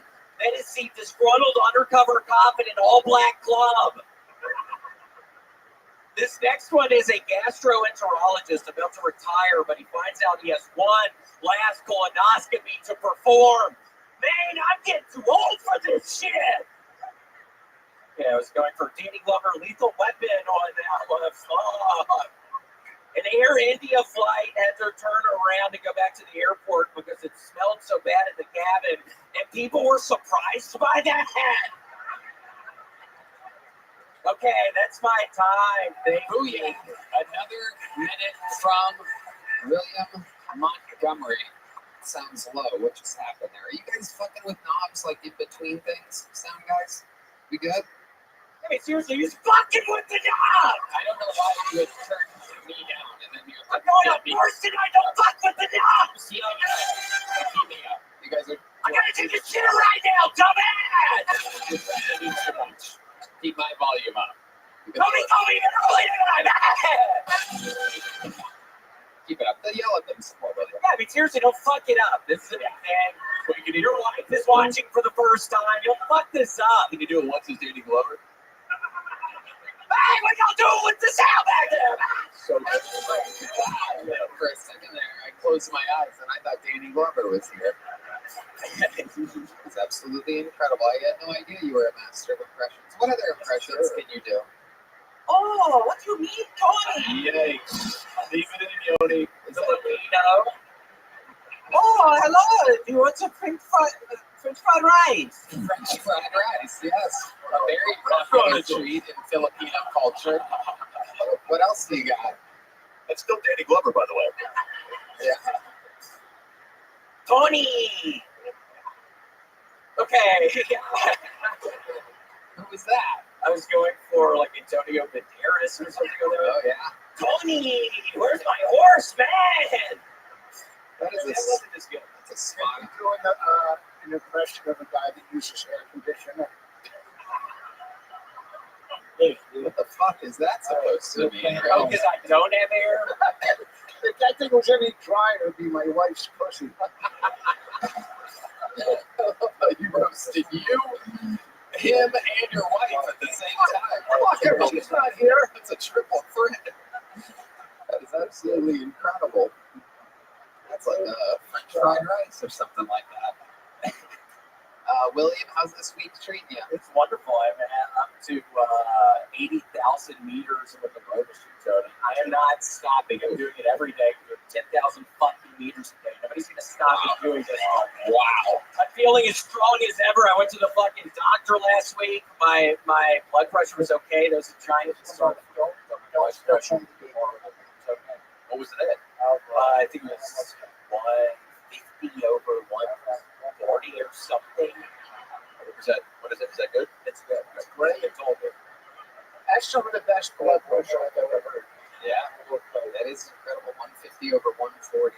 Absolutely amazing. Wait, hold on. So your wife's pussy is really that dry? I don't know. I haven't seen it in 2 years.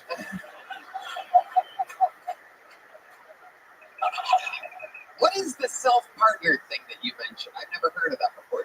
Self-partnered. Yeah. Again, it was a lot of what I was doing. I think in high school, it's when you basically choose to just love on yourself. You don't need any. You don't need men in your life. You don't need any man in your life. You just work on yourself. Wow. Absolutely incredible. All right. Do you have a girlfriend? I do have a girlfriend. No. Self-partner.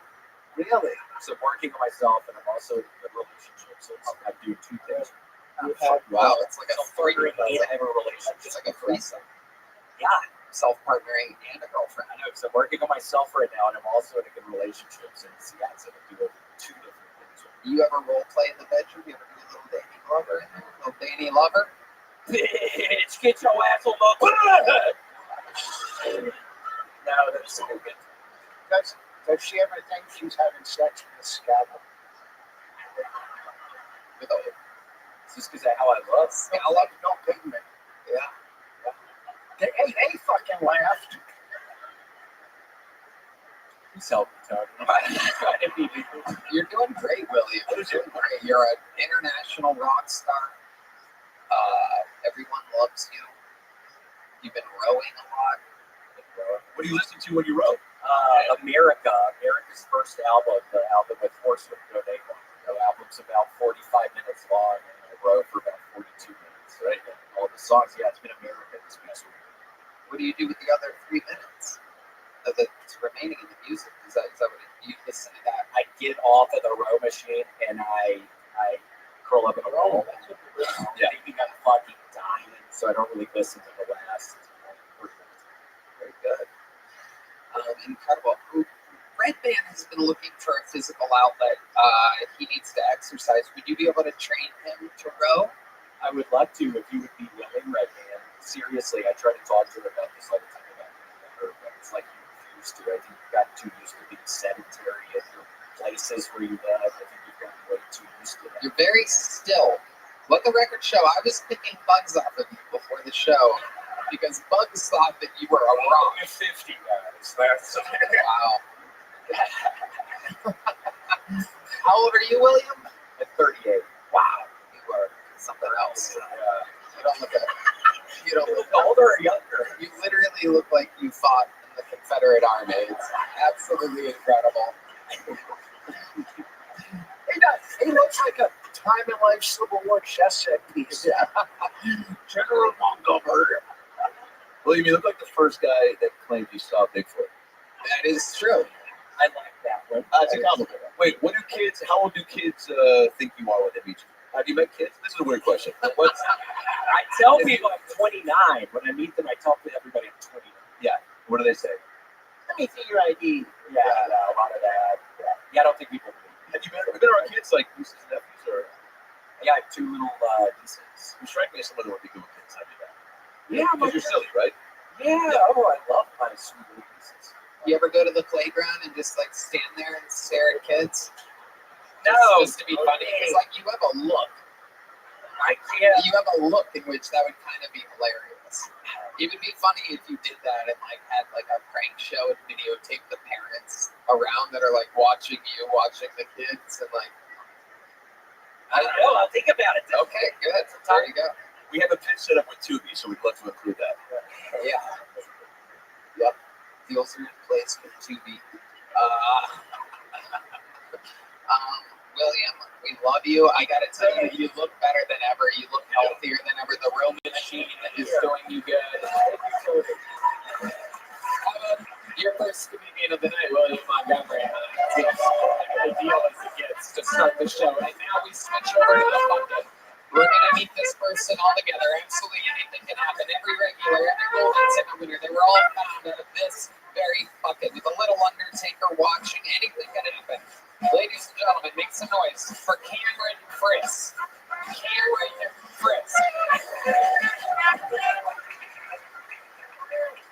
Thank you, sir. Yeah. I don't know about you guys, but I'm kind of tired of divorced people getting remarried, acting like I should give a fuck again. You need to come to the rehearsal. You gotta come to the rehearsal. Bitch, it's your third wedding. The fuck are we rehearsing?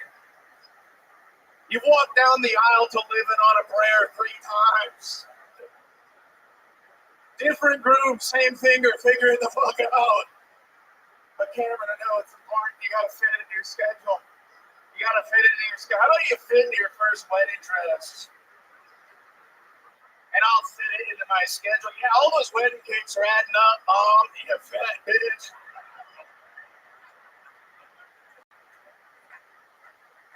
Yeah, my mom loves that joke. Yeah, my mom's always wanted one thing too, just for one of her children to be successful, which is always her because I'm an only child. I was like, all right, let me spitball you this idea. How about you have another kid and give this one to a mom that won't fuck it up? How about that?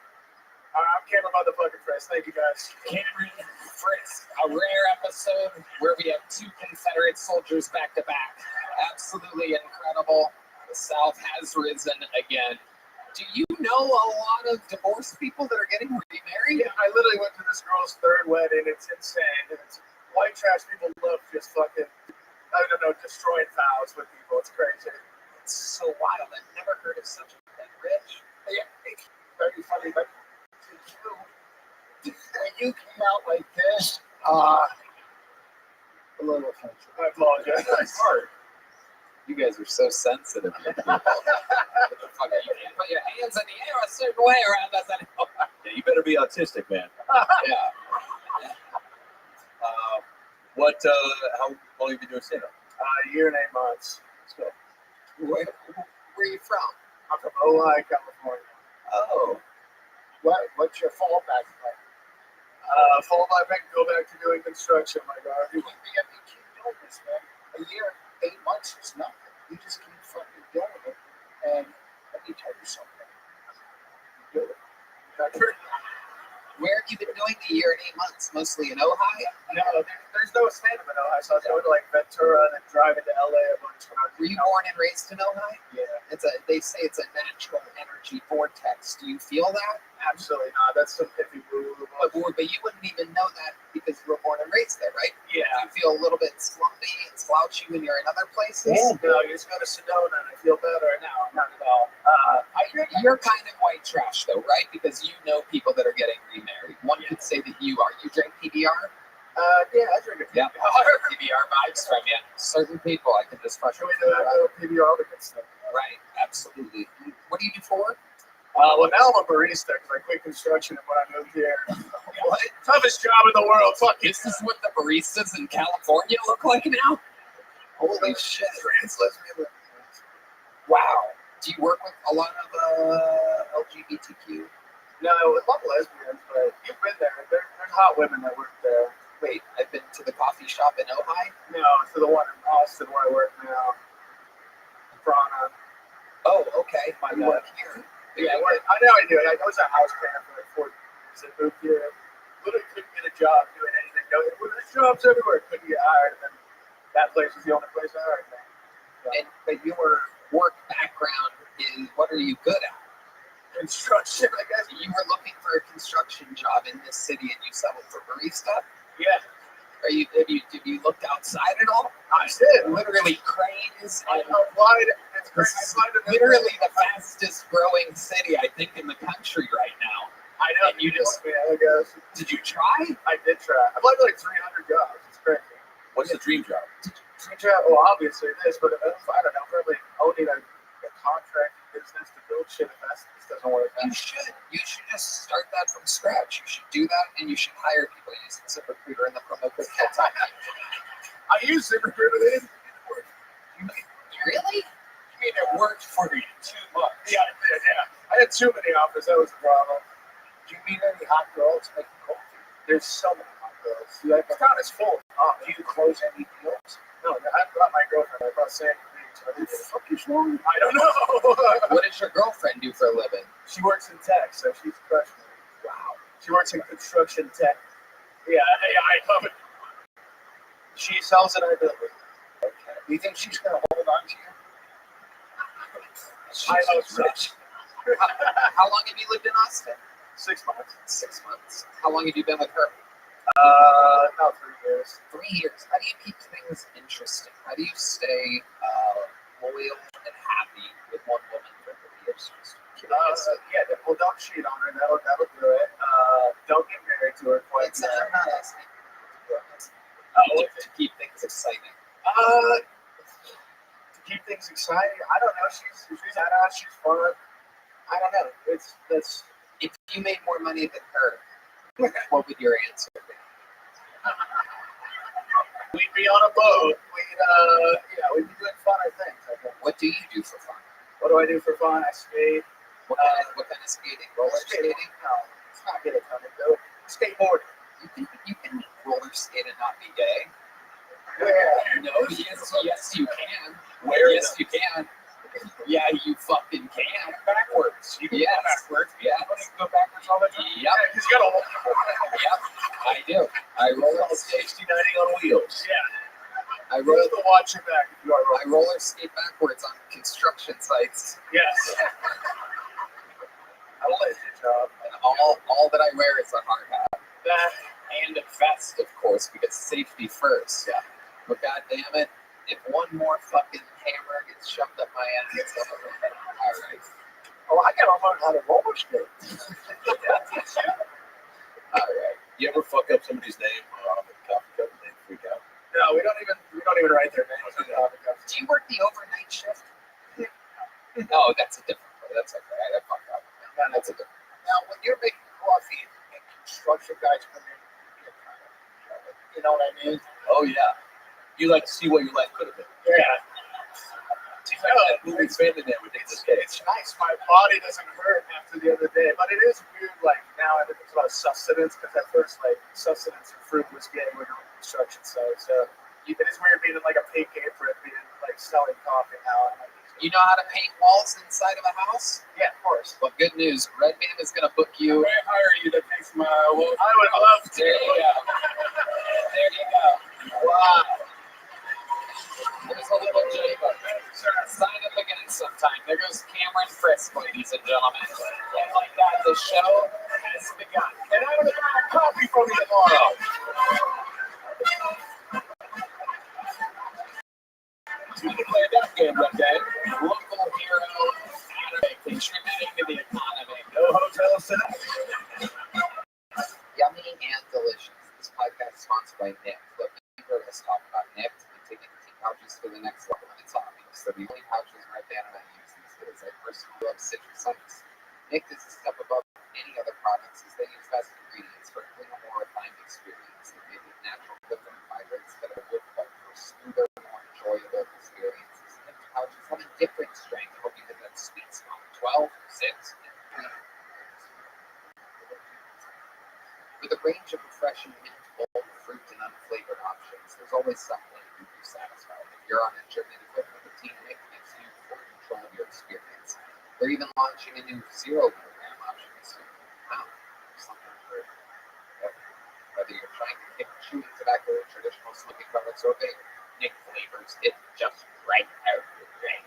Tony, I love this. I'm obsessed with the berry lemon ice and spearmint flavors. I love that the Nick cans come with a built-in disposable lid for your used pouches. That means no litter and no mess. You hate littering, and it's time to upgrade to nicotine pouches, just like we did. Right now, our listeners get 35% off the order of our exclusive URLNYKDpouches.com/Tony. You can use this code. Wait, get 35% off now at NYKDpouches.com/Tony. That's NYKDpouches.com/Tony. NYKD products are only for adults of legal age, and every order is age verified. Warning: this product contains nicotine, and nicotine, as we know, is an addictive chemical. I'm gonna bang this girlfriend. Your next bucket full, ladies and gentlemen, goes by the name of Charlie G. Here we go, Charlie G. Out of the bucket. What's up, y'all? If I kill myself and find out reincarnation's real, I'm gonna fucking kill myself. I don't know if you guys can tell, but I live in a van, right? And ever since I started living in a van, I came out as a hobosexual, right? Meaning that I sleep with women for their bed, right? I'm always on Tinder trying to find a place to stay. And they always say the same thing, right? They're always like, you just want to fuck me and leave, right? And I always have to go, oh, I'm for sure staying. You know? My kink is shower sex.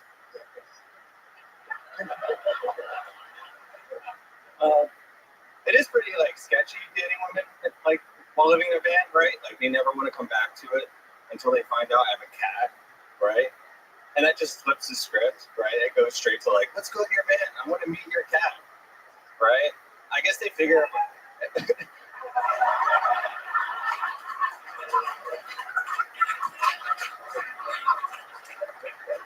Is there more to that? Yeah, You want to finish it? I guess they figure if I haven't killed cat yet, you know, Okay.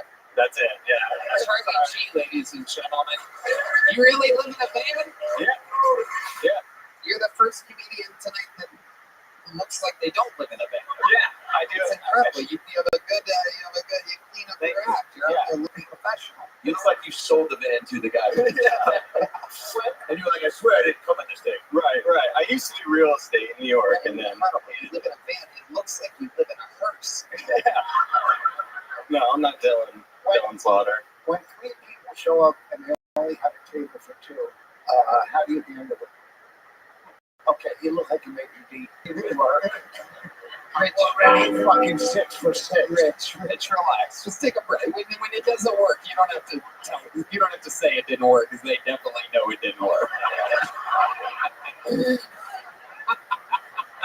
You're like a guy that's out at third base. The umpire's like, "You're out." You go to the ground. I'm out, everybody. I did not make it to third base. I was out. Okay, let's get back to Charlie here. So, Charlie boy, how old are you? How old am I? I'm 32. 32 years old. How long have you lived in the van? I started full time about November. A part-time van liver? I lived in an apartment and like the van for a minute, for like a year, and then Explain Matt Bueling, who never talks. It was right with me.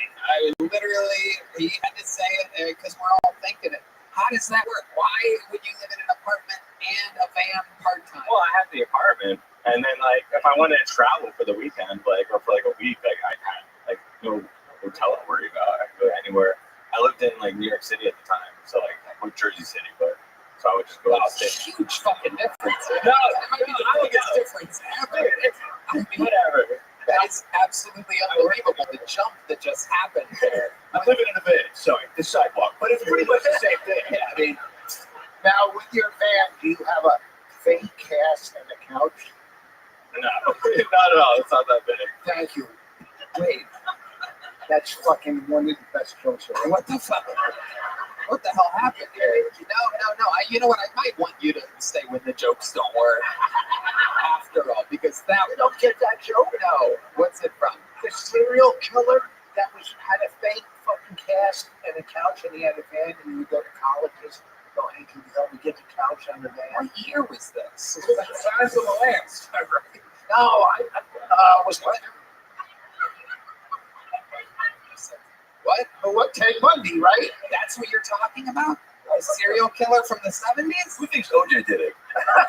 All right. Let's get back to Charlie G. So this guy is my favorite. Rich Voss is out here just fucking. Gotta throw guard. Fucking Ted Bundy. I mean, how far back are you going to go with your references? But the When I was 30. A lot of people don't know Julius Caesar lived in a van at one point. Okay, here it is. Charlie G, tell us more about your life. Yeah, I did like real estate for like everything out of college, and then I hated it. And I lived in van for all of last year. Started comedy last year. You love it. Yeah, it's great. You know, yeah, it's a 2006 Sprinter, so it's not a nice Sprinter. You know. Good question. The exact name is an important thing. Lord knows the difference between a Sprinter and an Econo van. The difference. We want to know exactly whether it's a sliding door or through the back door. No, sliding door, but there's solar panels, like a stove. Wow, solar panel. It's comfortable. I got a bed. Okay. Yeah.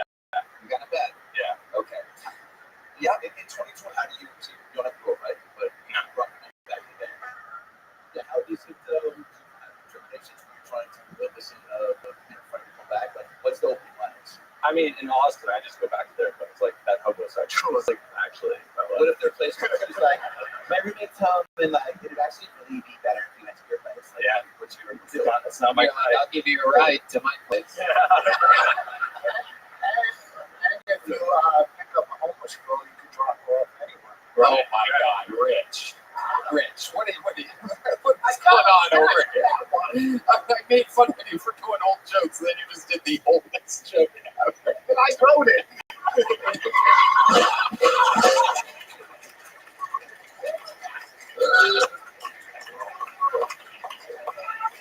That was amazing. Yeah. Charlie, tell us the most embarrassing thing that's ever happened to you in your life. Oh man, like kindergarten, I shit myself. Kindergarten? Yeah. Okay. How about like as an adult? As Let's an talk adult, about that. I mean, I know there's some. I mean, It was more like the time I was using for my mom. Yeah. Yeah, like, don't embarrassing story. yeah. Okay. We all shit ourselves in kindergarten. No, you're right. You're right. One time, Rich. say it. Tony. Rich shit himself in kindergarten, and diapers weren't invented yet. So. And I was 12.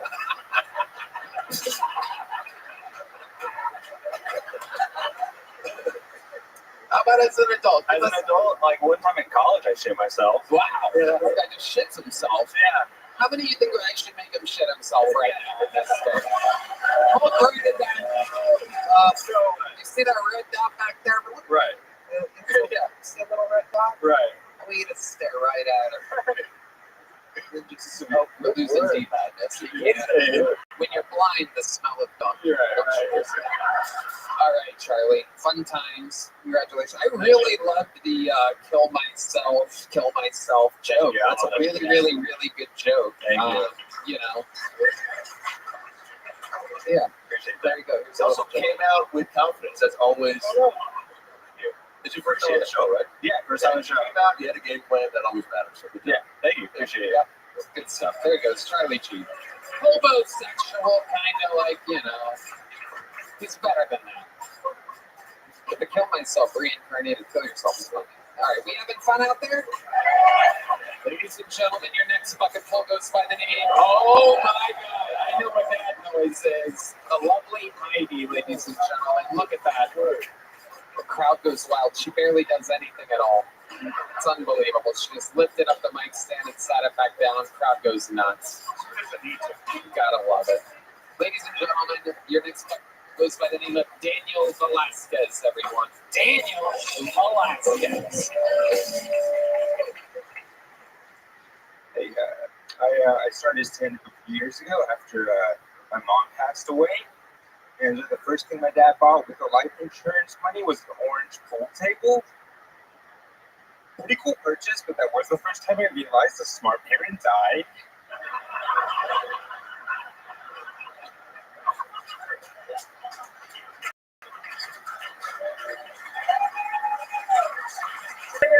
I guess the worst signs, I mean, I was like a dumb guy. I didn't realize kind of how out of touch he was until he started dating again. Like, I got him his first iPhone, and here on one of the whole person dating apps. It was called like Our Time or Time's Up or something. And he immediately started getting spammed by bots. And I'd tell him like, hey dad, those are like bots, those are fake accounts. Don't engage with those. But he was like so foreign to the concept of bots, he was like, yeah, I don't care, they're a caught. I'm gonna fuck the bots. Thank you, that's my time. Exactly 59 and a half seconds from Daniel Velasquez. A very funny set. Welcome back, Daniel. You've been on this show before. Yes, sir, how are you? Good to see you. Yes, I'm good. Everyone's good. You've been on this show before. You were funny last time. You're funny this time. Remind us what we did in the interview portion last time. You made fun of me. You made fun of me for being crippled, so. Oh, well, there we go. Perfect. Welcome back. These people, they sign up, they come back for more. They can't get I will enough. say, that is the reason why I didn't do any disabled jokes this time. You know what? Now that I am looking at you and hear you, I see you are indeed very disabled. But your jokes are amazing. Thank you. You have the ability to make people laugh. Thank you. I really appreciate You it. always have. I didn't know you were crippled. I thought you were shooting. Well, you're old, so I wouldn't, Yeah, exactly. I know your eyes are going there, Rich. They are. I'm just kidding. I know that. You were funny as fuck. Appreciate you, boss. You were funny. You literally, I know you haven't been here very long, but you literally, in 59 seconds, said 8 more funny things than Rich Voss has said. It's incredible. I was killing us to the last guy. Jesus. Fuck, I'll sit here like this. Fuck. It's incredible. Daniel, you're so awesome. You are built for this. What exactly is your disability? Cerebral palsy. I love it. Okay, indeed. I love it. I am a big supporter of the cerebral palsy people. Perfect. You're going to swallow the secret show, no doubt. You didn't give it to me last time, so I wouldn't expect it this time. Redman didn't let you up at the fucking secret show? Is that true, Redman? You see, a lot of people don't know this. A little fun fact. Behind the scenes, I'm the good guy, and Redman's the bad guy. No, I'm kidding. Why did you give him a spot last I time? don't remember last time. I think you were probably funnier this time because you didn't rely on your cripple jokes. Oh, Yeah. Jesus Christ. Yeah, why would you? Okay, thanks for coming out, everybody. And that was Redman on Friends. Wow. I remember you being very funny last time. How long you been on stand-up? It'll be 4 years in October. 4 years in October. And do you have you have a job? Make the right turns. I work at Chick-fil-A. You work at Chick-fil-A. Holy shit. I fucking love it. The one here on 6th Street? No, in Kyle, Texas, just south of here, yeah. Okay. Too old to work there, man. I gotta quit, dude. I'm too old to work there. You're too You can't old say my pleasure is 29, dude. You can't do that, dude. It's fucking bullshit. You know, Gucci.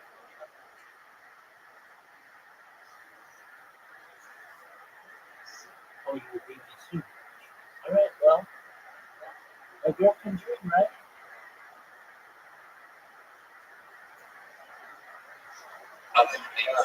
What's the achievement? Well, I'm glad you had something. Not everybody has something to keep them going. I'm glad that your undying passion to beat me a better audience keeps you going. You want to play again?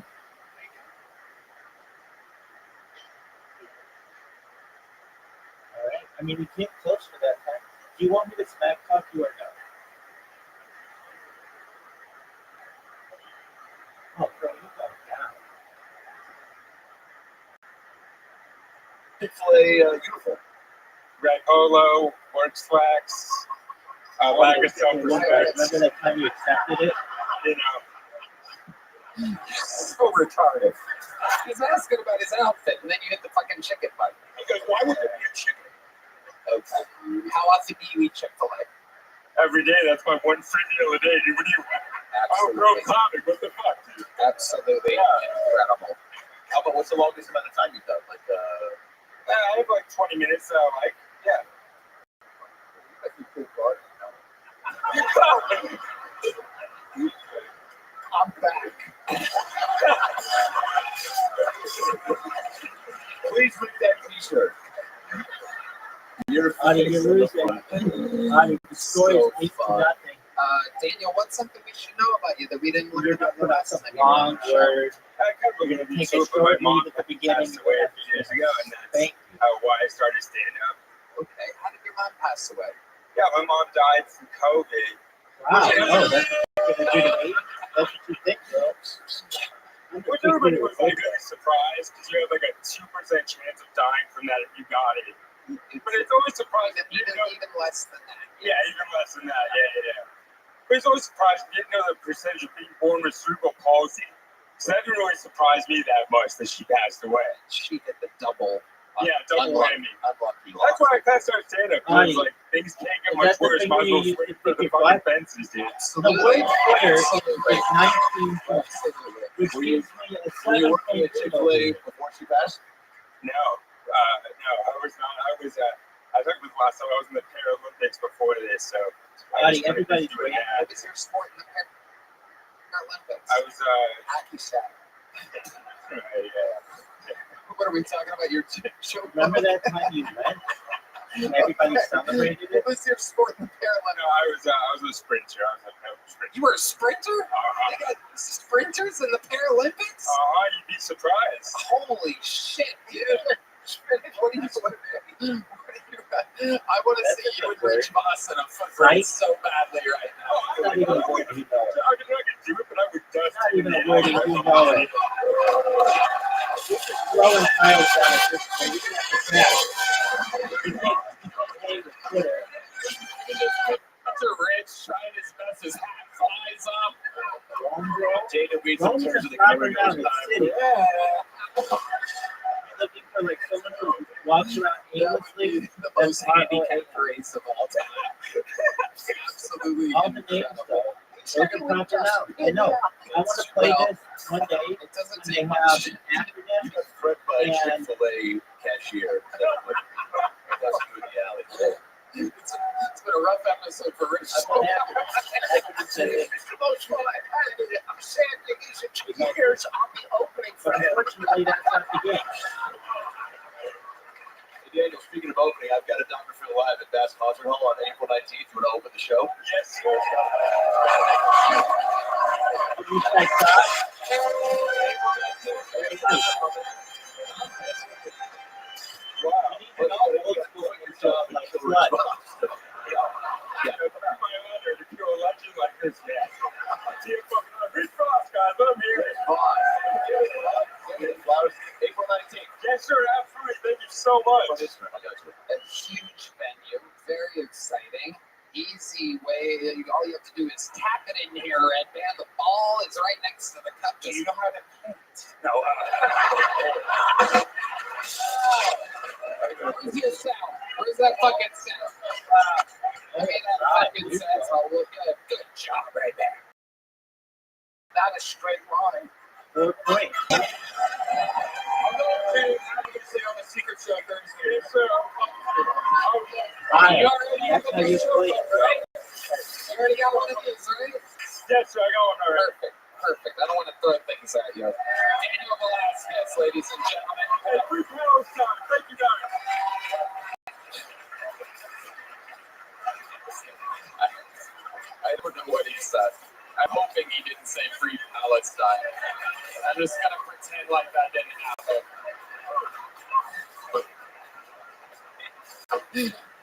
The boy's got some weird politics, everyone.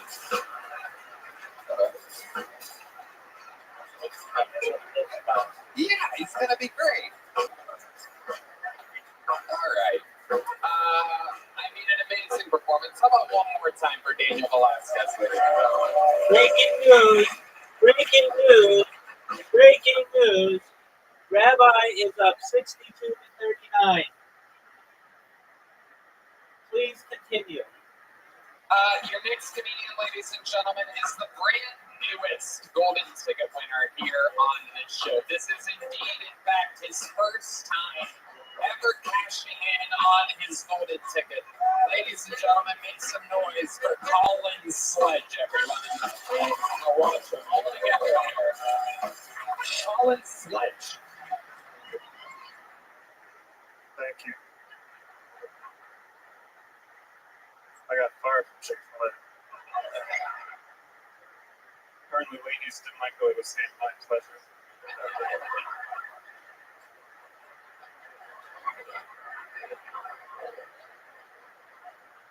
Breaking news, Rabbi's at 69.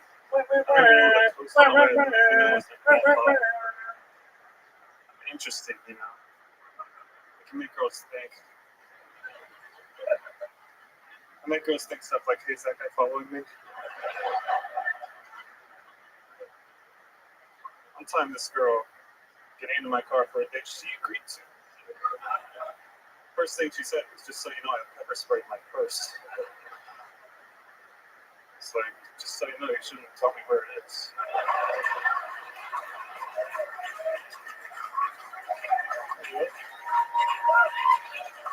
That is exactly a minute. Colin Sledge has arrived. Everyone, his first cash in of his golden ticket, so technically his second minute ever on the show. That was absolutely fantastic. I love your delivery. It's very, very dry. It's unlike anything that we've had as far as regulars. Remember earlier you were like, Rome, you gotta be wet. Why doesn't it work? Just on that ass, but you make fun of yourself and you do more than one punchline every 3.5 minutes. So it's a totally different vibe. It's absolutely incredible. Thank you. You acknowledge that you're human and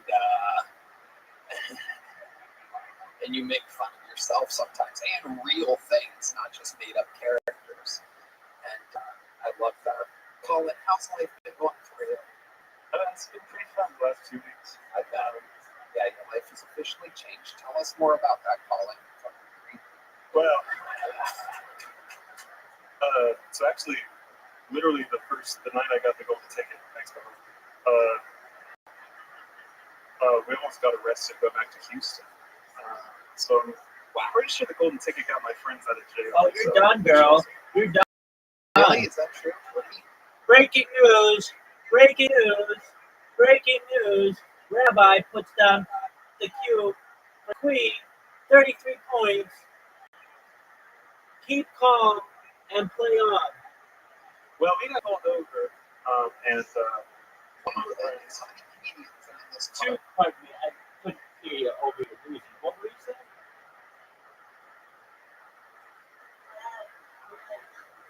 Oh, just like a baby. Poor baby. It's all right. I don't look. Whatever person invented the fact that Q and you have to go together, that person sucks. But I use Q and I to my advantage. You're up, girl. And for anyone who's keeping track out there at home, it is 109 to 65. Just so everybody knows where we're at. Ought to do putting up numbers. They just got rent down. All right, here we go.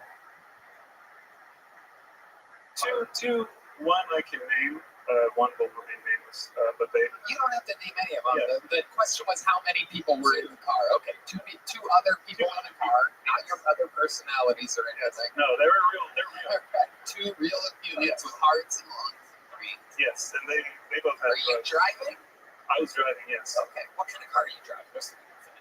A Mazda CX-5. Oh, that's exactly what I thought. Okay, so you're driving to Houston, and what happens? You pulled over in Elgin, and that's like a real Texas cop, right? Yeah. Texas Highway Patrol right there? Oh my God. He was a big fan of you, actually, so that might have helped. Are you serious? You dropped the name of the show that you were on? It wasn't me, it was one of the other comments, but yes, she did drop. Smart. We did that once with Rogan in Columbus, Ohio, many years ago, 6 or 7 years ago. And by the way, Ohio State Highway Patrol famously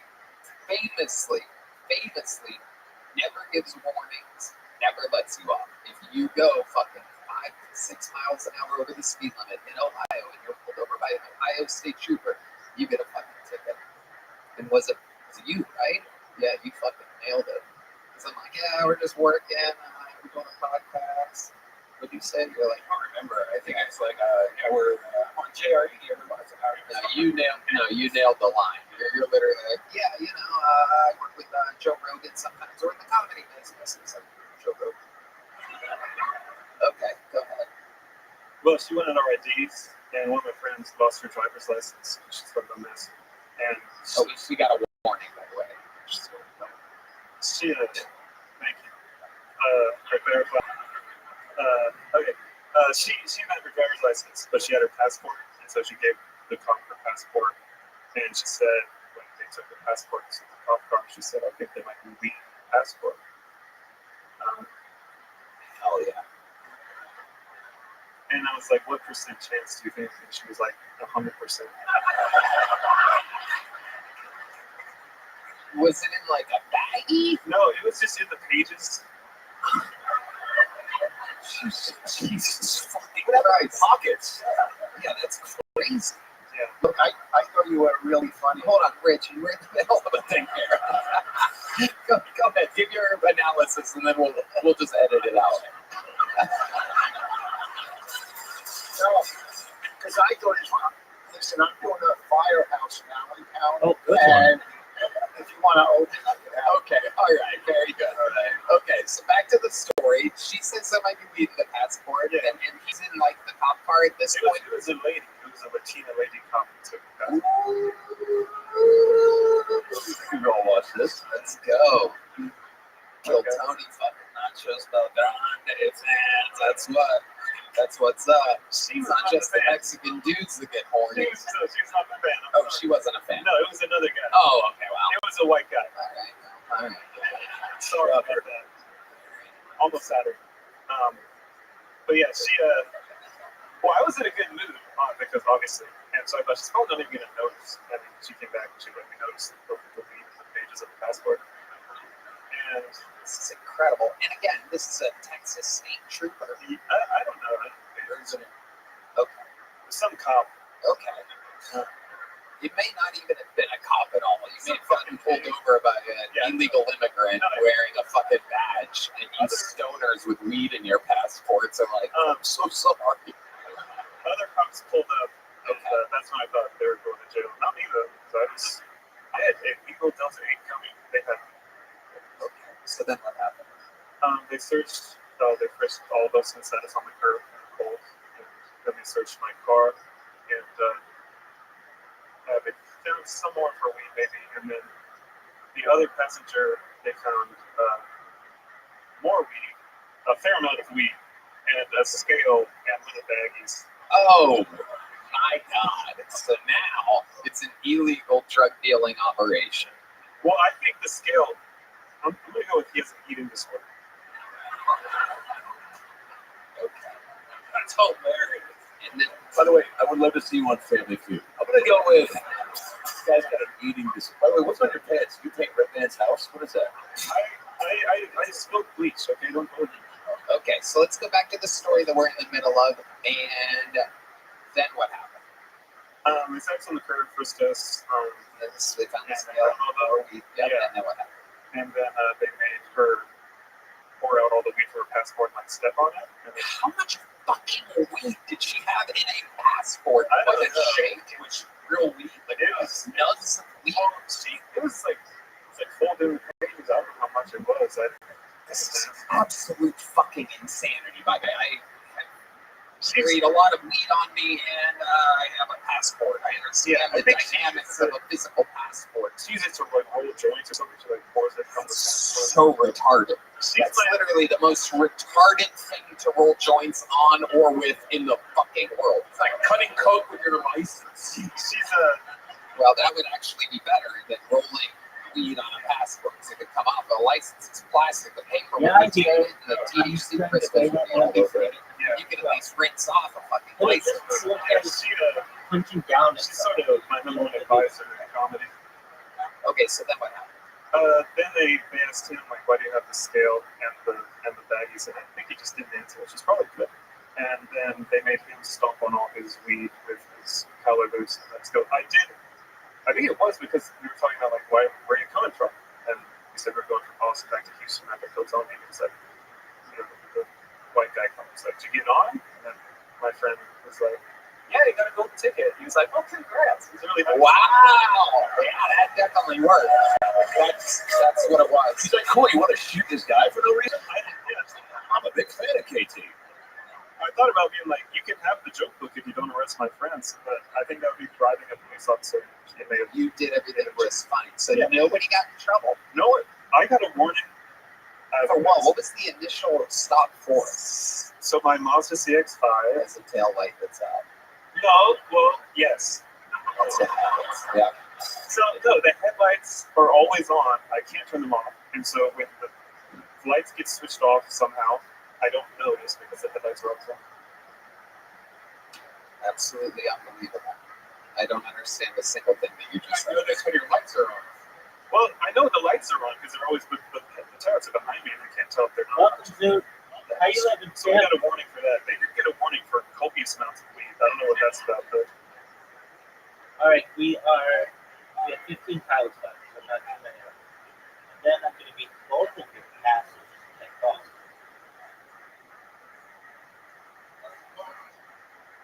Oh, it's going to be on my dump.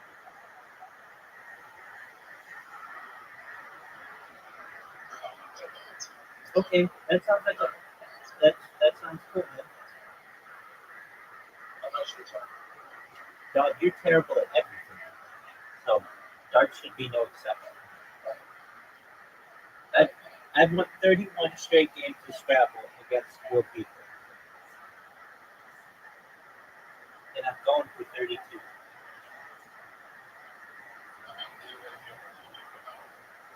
Yeah, he's outside today.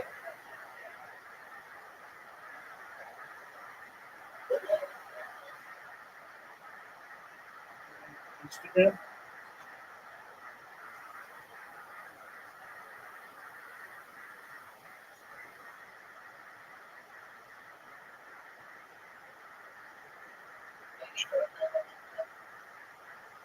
Probably Shaq.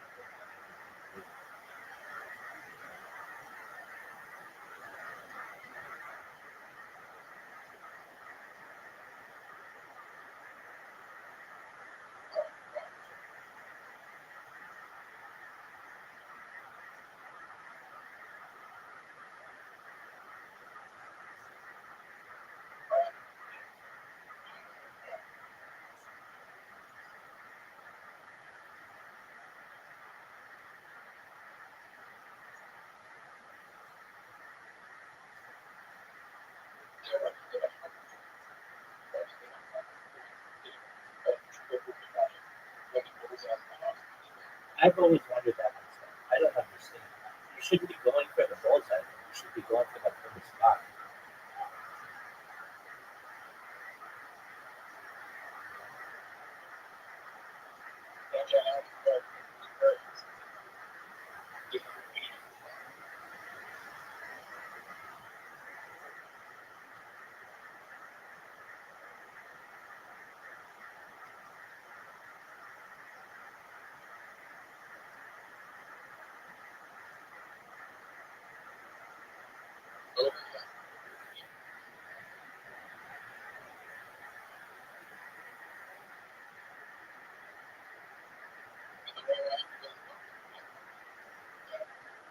All right. Well, hopefully everything will be fine.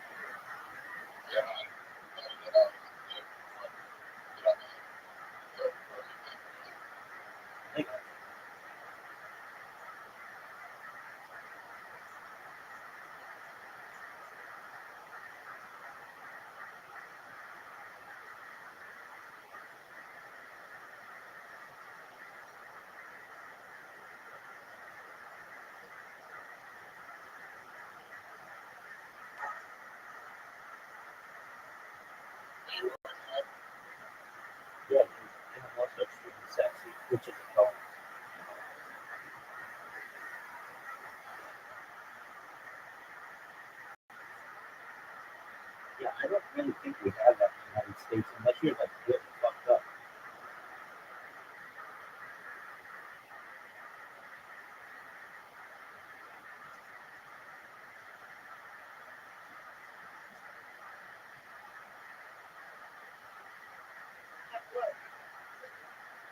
Working able, like having to take a test to show that you're able to work. Like, in the United States, basically, if you're a citizen, you can apply to any job and you get it. You don't have to take like a physical or anything, unless it's required for the position. But like the government can force you to do it.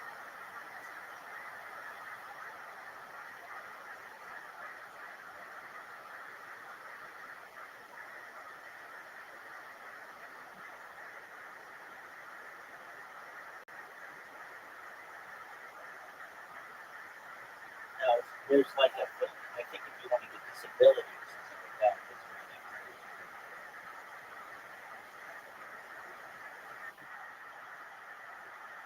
But people are generally incapacitated.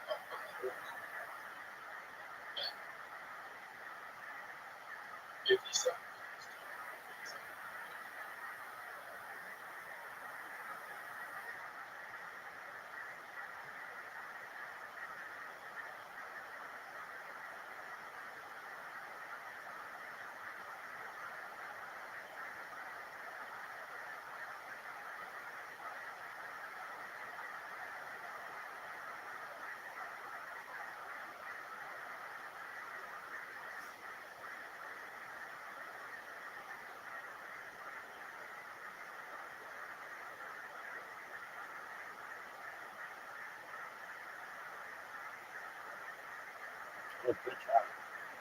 That was great.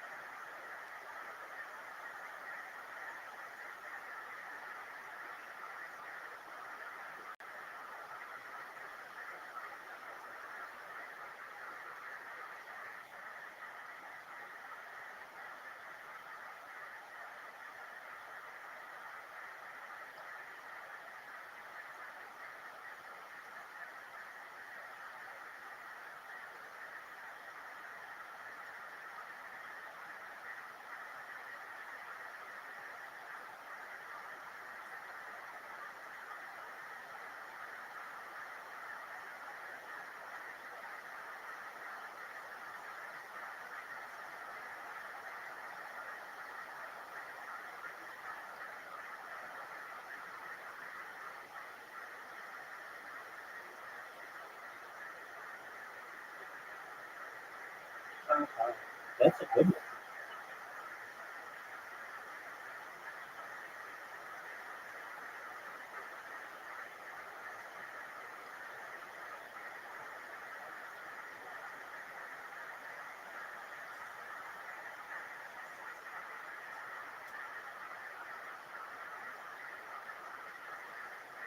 Dude, are you ready to lose?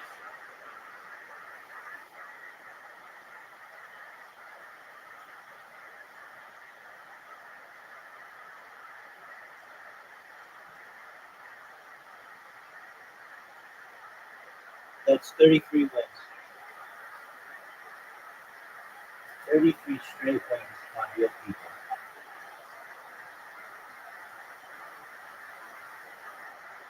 All right. Are you ready to play?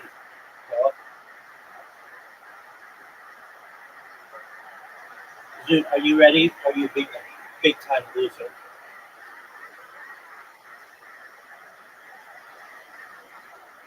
Hey, dude, remember that time I talked to you and you responded? Pepperidge Farm remembers.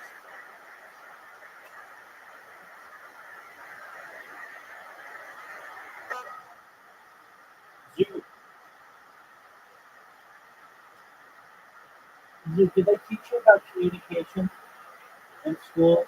When one person speaks to you, generally the accepted action is a response. Are you aware of this? Oh, okay. All right. Yo, Pimp, how you doing, baby? Oh, yeah, I can send the invitation now that I know that you're ready to play.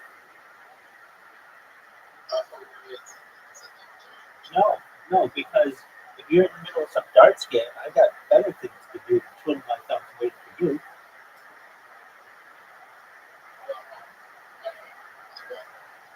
You have the invitation. The onus is on you.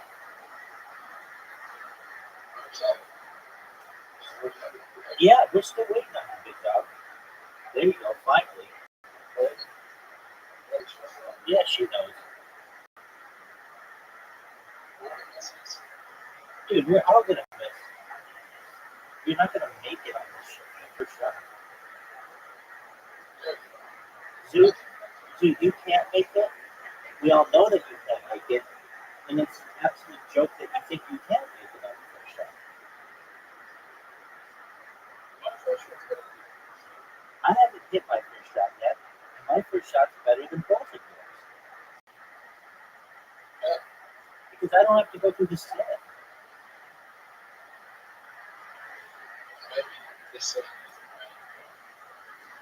Okay.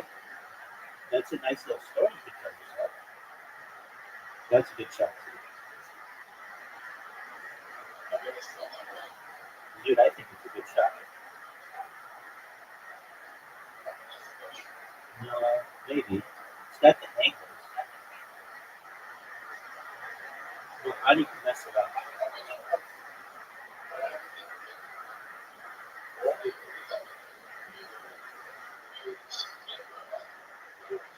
Don't touch my ball. Don't touch my ball. How do you know what you can do? Okay, that's a nice story. And we all enjoyed it. Now let's get into the real world.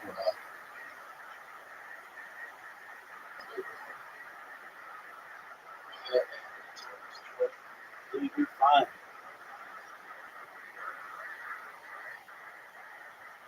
Oh, what a great shot, dude.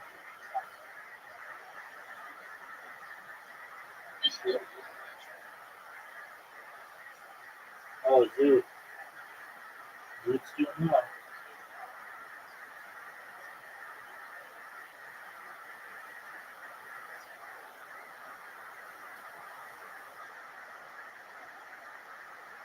Dude, for the win.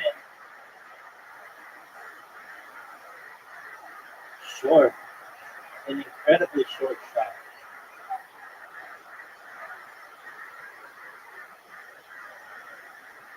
Hardy needs an amazing shot. It's impossible. Too much pain. Too much pain.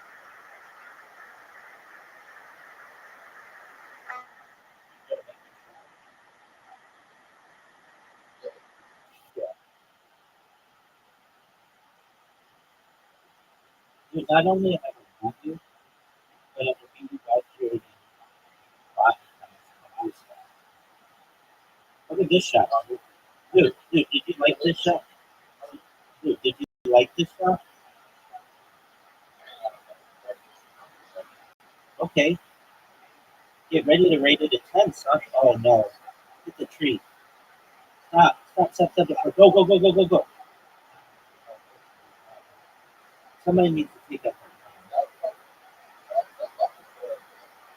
Dude, that shot is a difficult shot to do.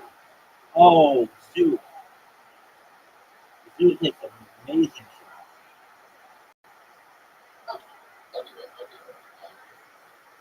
I give that one a 9. Oh, you hit it off the corner. No. Oh, dude, that's it. That's a 0. That's a 2.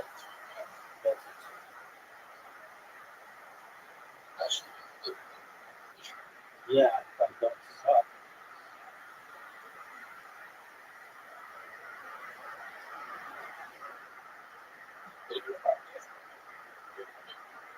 Okay, that's fine. You know when we play mano to mano, I destroy you.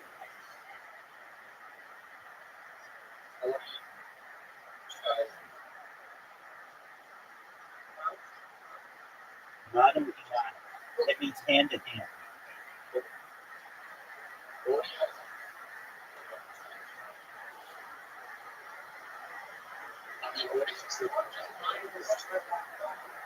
Okay, that is an abbreviation for mono. That is an abbreviation for mononucleosis. That's not. Oh, it is. Oh my word! Audie just left me.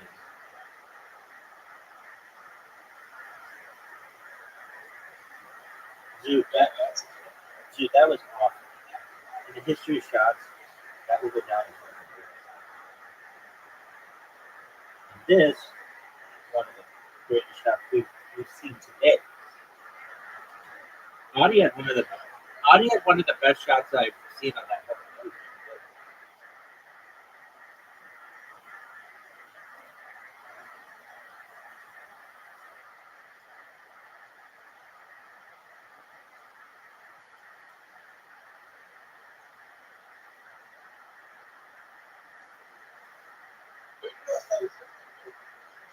Rothschild.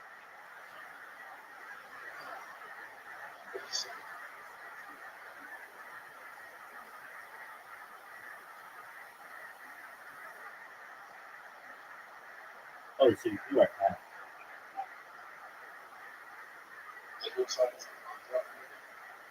Not at all. Like, literally, I could not be less excited for my. You know why? Because I'm an adult.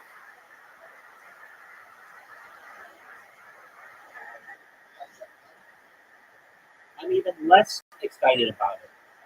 Jack Black was cool 15 years ago.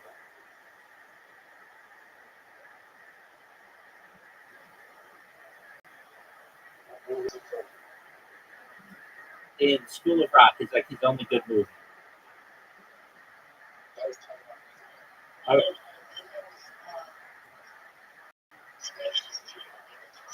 Hold on.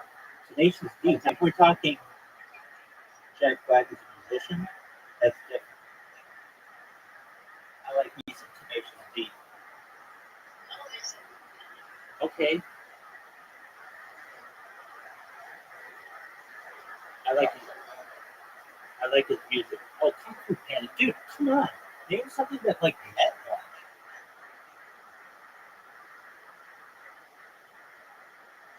Jack Black hasn't put out like a serious movie ever, has he?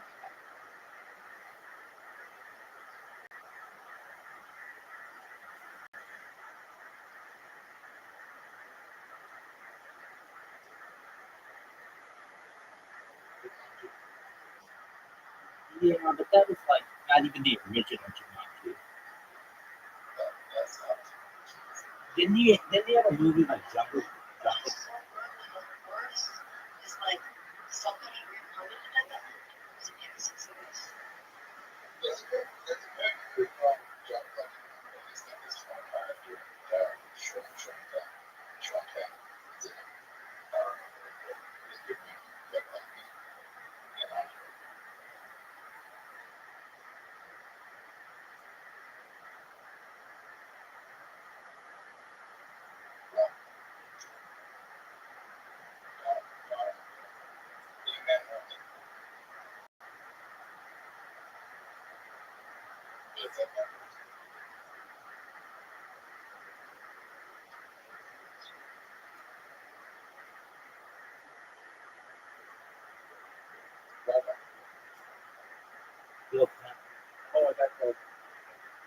Hit it.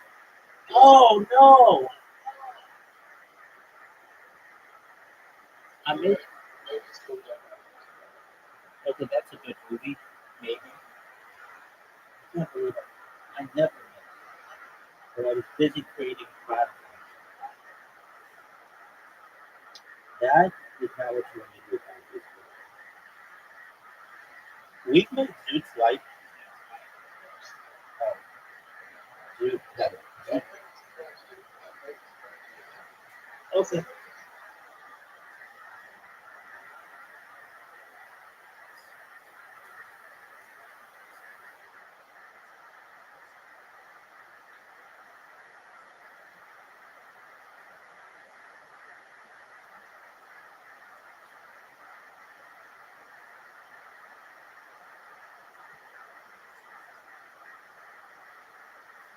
Oh, what a shot. Very good. I needed to move the shot. Get the Zoot work. Good job. Good job.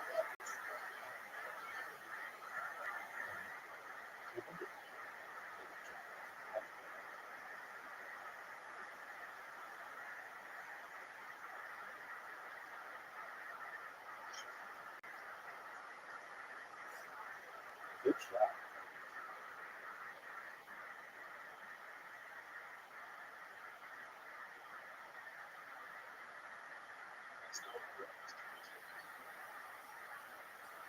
All right, yeah.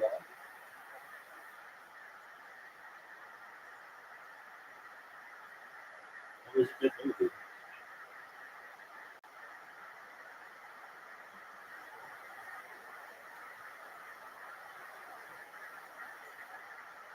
It's fun to change music schools.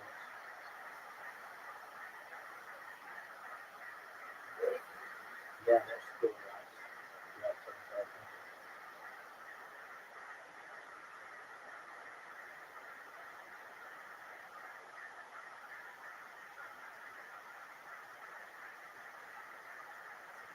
I think two of the characters in it, I could be wrong, but I think two of the characters in it ended up getting married.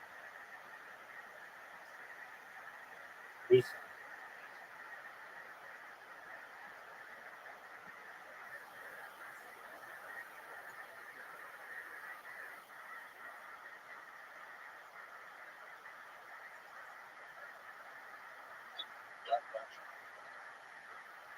No, that would be cool.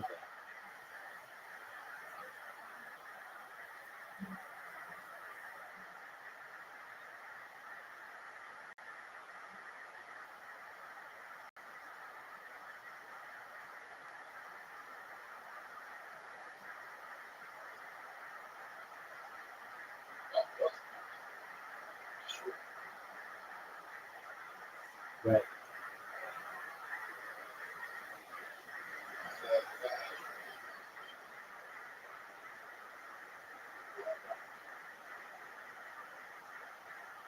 Right. He kind of outkicked his brother.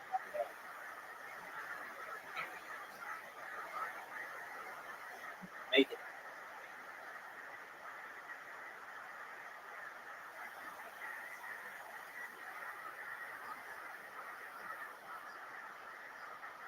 Uh-oh, Zoom might win because I wasn't paying attention. Oh. Boo! I don't know if the last one is.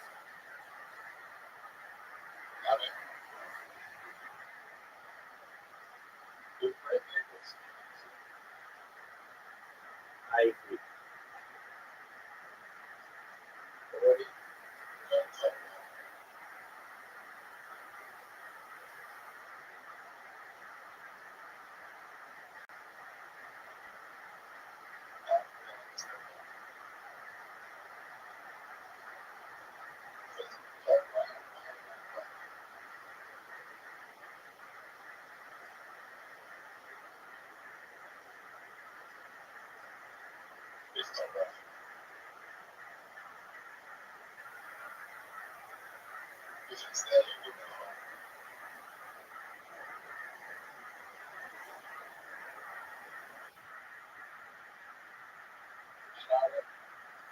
Yeah, so because I wasn't paying attention. Right.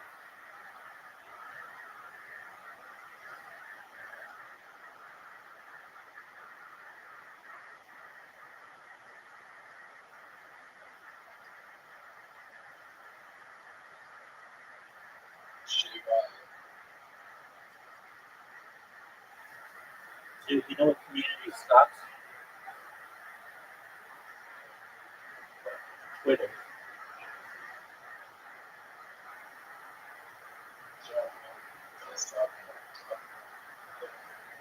Yeah, I remember.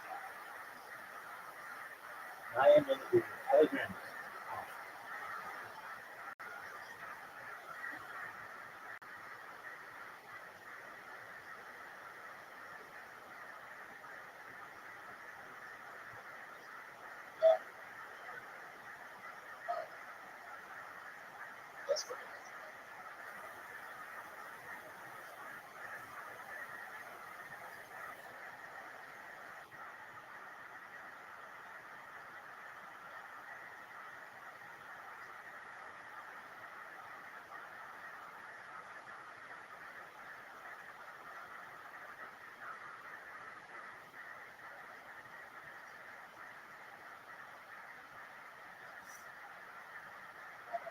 Yo, Ken.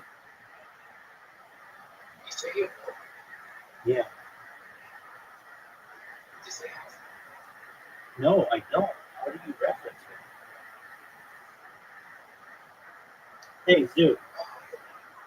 Zoo. Do you see your ball? Do you see how it's not in the hole?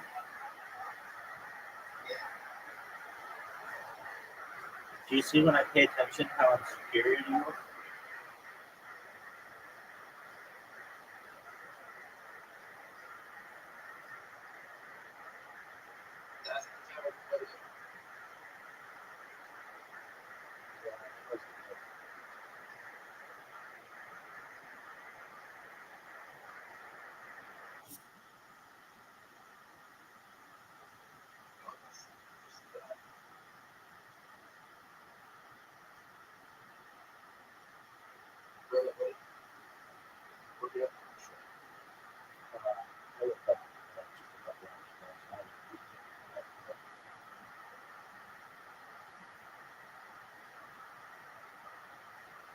Oh, I'm doing so bad.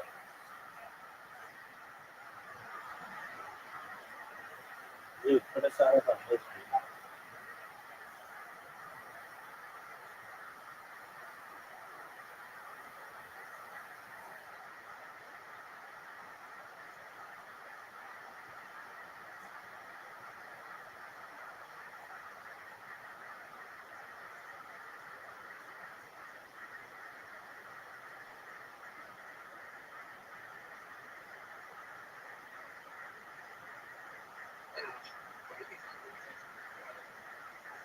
Kangaroos, koalas, eucalyptus, crocodiles, giant spiders, the crocodile hunter, uh, Crocodile Dundee, that weird movie Priscilla Queen of the Desert or whatever, Mad Max, that prime minister who died who went swimming. I think of Perth being, the farthest city aside from Honolulu from any other city, major city. I think of the Outback. I think of Outback Steakhouse in Foster's and how they're not really Australian, but they're credited with being. Yeah, I know, but we all think we do. I think of Hobart being the capital of Tasmania. I think of the Tasmanian Devil. I think of. Hold on. It's probably like the most popular. It was the most popular beer until they did that whole thing with that guy or woman or whatever just like that. And now it's and now it's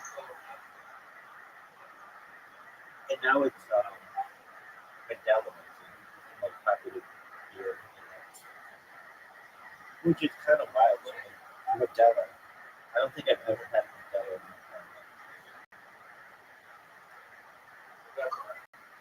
That's popular.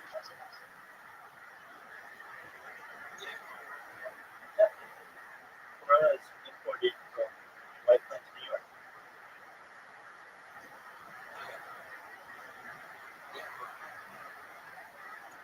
You put a lime in it.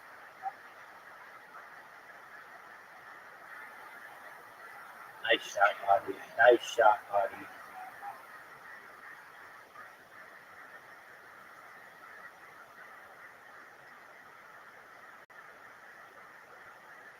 Jude's done.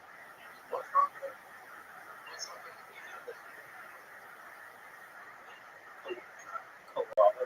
Oh no, I haven't tried. I never tried. You have? No. I mean,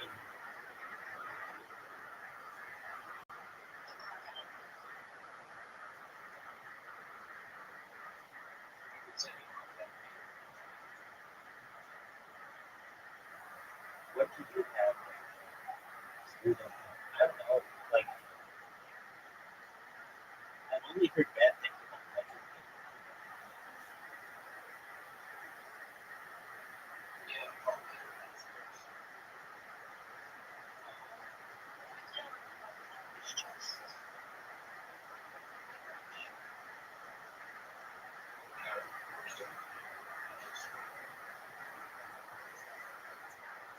Dude, what are your thoughts on this shot?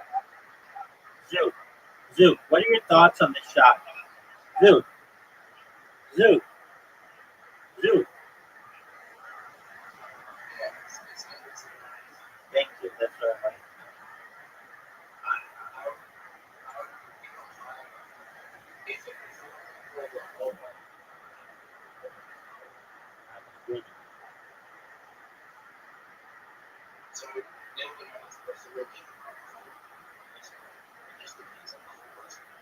I'm in agreement.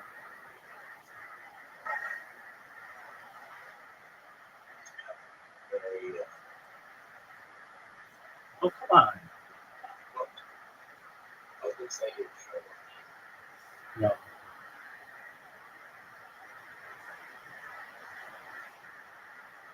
Oh, that's good. Shoot, scoreboard.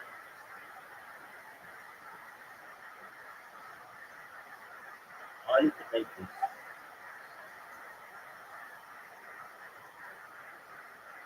Way too hard.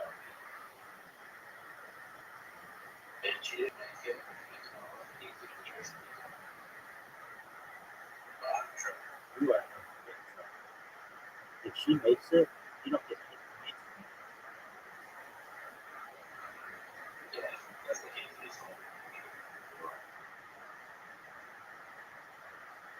Zoo. When he beats you, you know it. I know it. Everybody knows. Look how perfect the shot is, Zoo. It's gonna hit the thing. Ooh.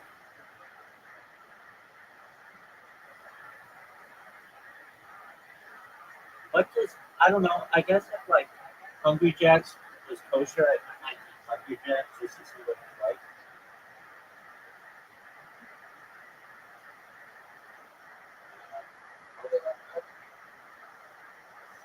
Right. But then I would want to eat a real Burger King, whatever company has Burger King trademarked in Australia, like it's called Burger King. Have you ever had Burger King in Australia? Why not?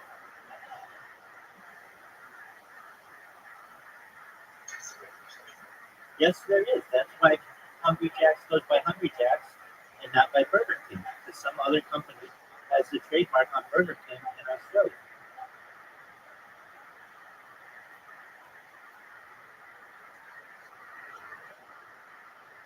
I probably want to try. I don't know. Is McDonald's the same, even though it's known as Mamakas? Okay.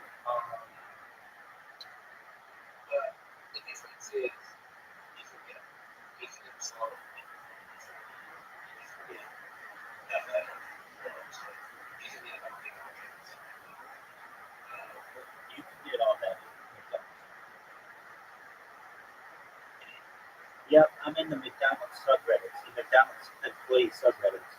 I like to read about. I like to read about.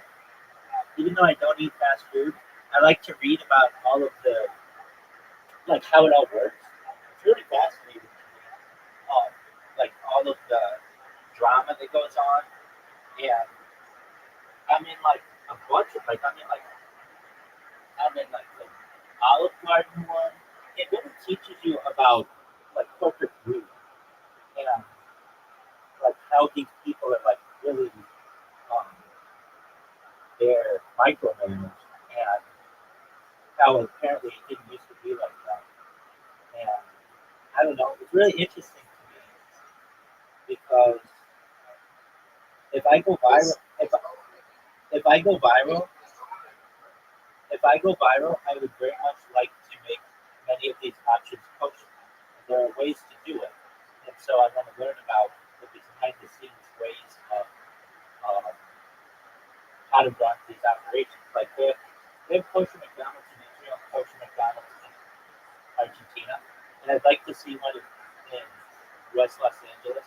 I think that it could be very successful there. And if they did it, I would like camp out for it and live stream it.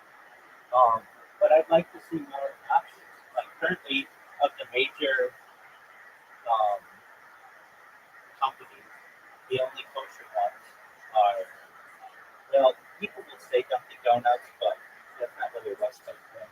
Um, I don't agree with that. There's Krispy Kreme that is, and there's Baskin Robbins that is, and there's Baskin Robbins that is.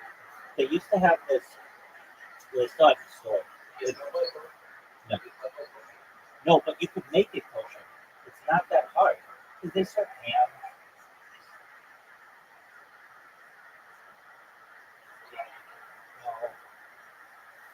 Um, but again, I think that you could make a kosher pig. It just would have to be genetically modified to a cut because it already has split hooves. So that's something that I'd like to see in the future. I know a lot of Jews want to try pig bacon. We have beef bacon, which is very good, and there's turkey bacon. But I know a lot of people. Well, that one would be more difficult because it is. Um,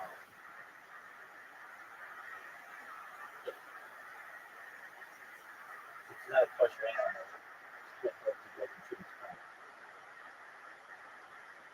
The closest thing, I mean, this isn't even like it's not even related, but the thing is, it's something that you don't normally find in the United States that I like that is kind of like it's exotic. It's a South African dish. It's called, I mean, you might have heard of it. You know what biltong is? It's like beef jerky.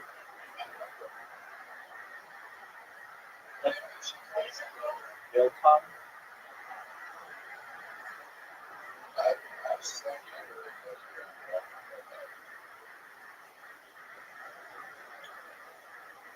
Have you accepted the invitation to the next game?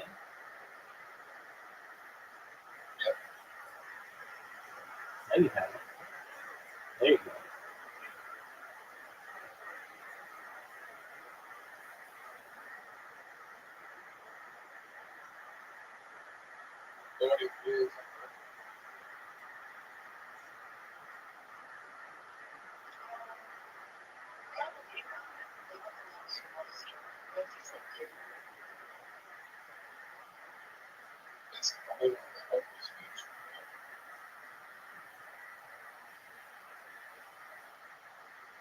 I dream of a day where no animals have to die and everything is like 3D printed meat.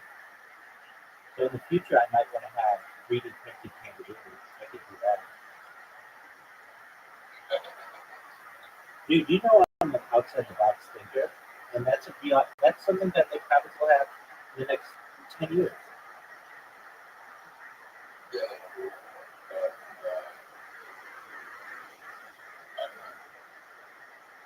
What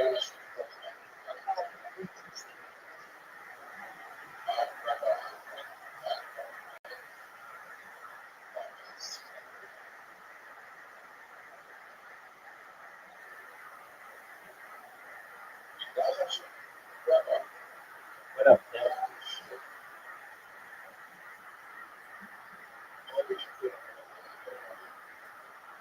What's your $1 billion idea? Okay,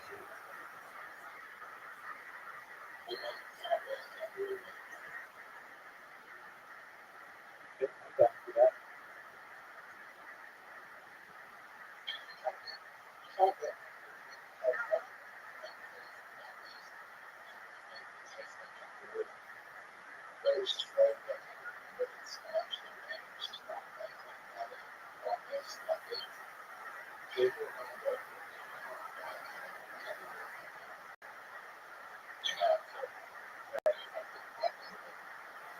Right, I'm all about that.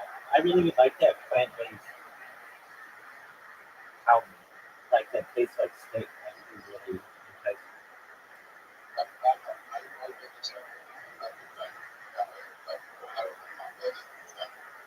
I,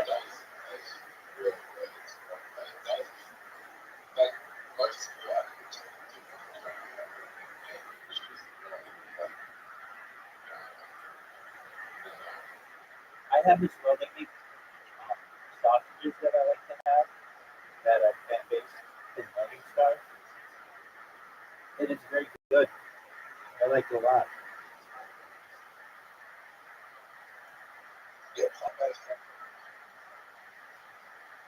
I don't understand why that stuff is so expensive. I think it's because of the market, but in my opinion, it should be cheaper than the real.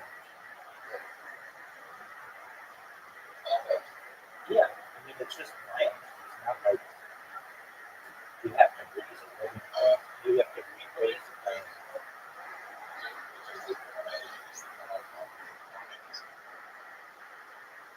But I think that's arguable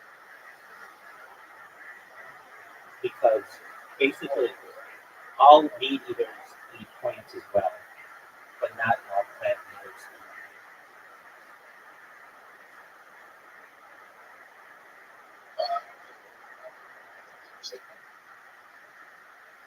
Yeah, but even still, the animals that they eat are eating plants.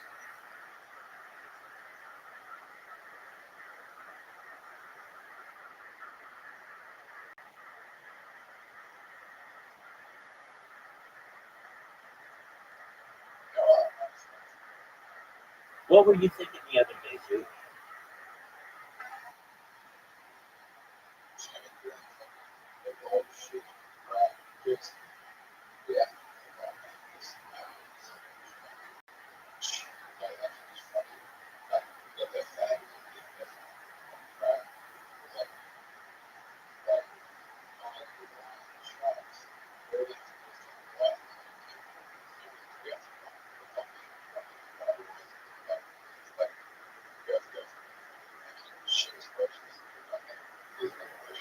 No, well, yeah, because of evolution, if people think that the appendix used to allow us to digest raw meat easier, but there are people who eat raw meat in areas of the world every day and they've never had anything different. What a great shot. Okay.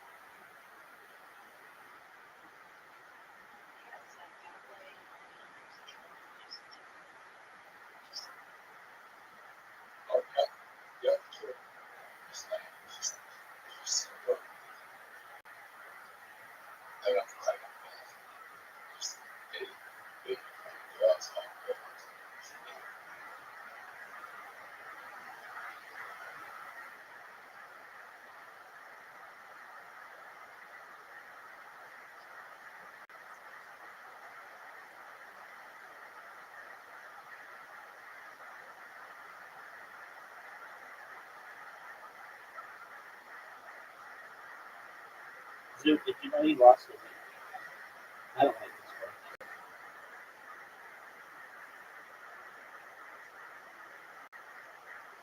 I'm not good at this one.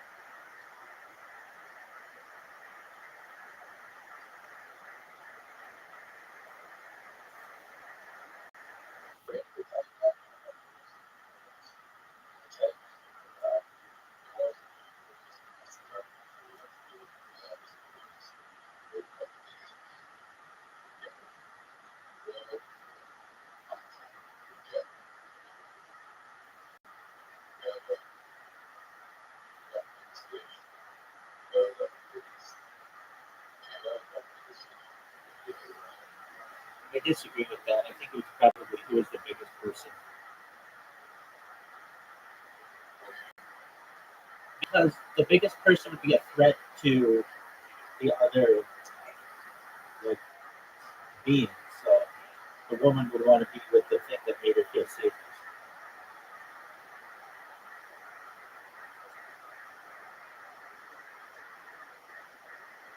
Dude, how did I miss that shot?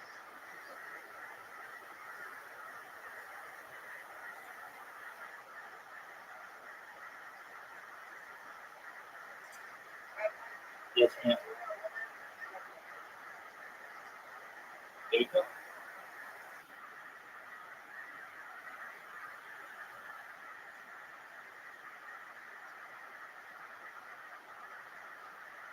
Marty, according to the state of California, I am a woman.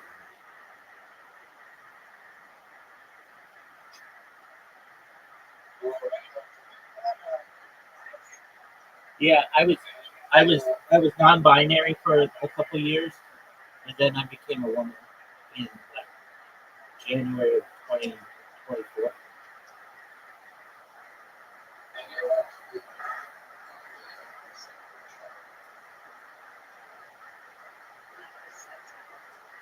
Um, it was just kind of a thing. Like if they're letting people change their genders, then why not change mine?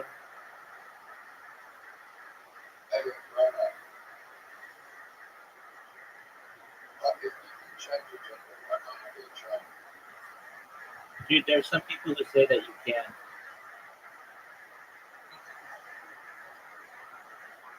Dude, did you know that I beat you?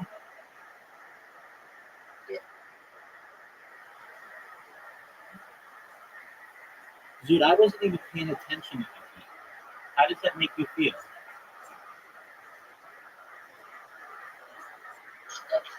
That's how you should feel. Dude, you know that you have an invitation and we're waiting on you?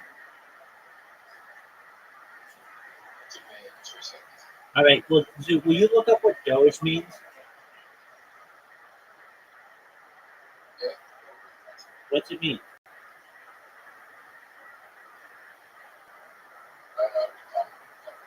No, dude, no, it doesn't. I mean, I guess it's an acronym for that. But remember you used it in Scrabble the other day and we were like, we didn't know that was a word.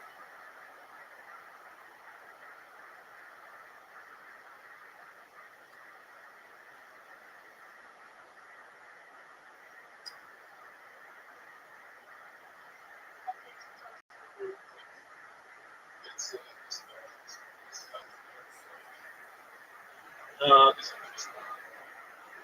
no, that wouldn't count. I have to look it up now because we've been used to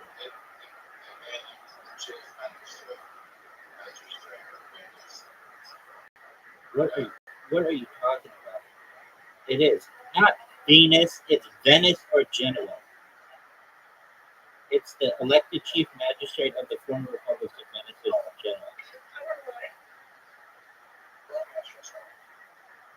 Yo, dog. You ready for this?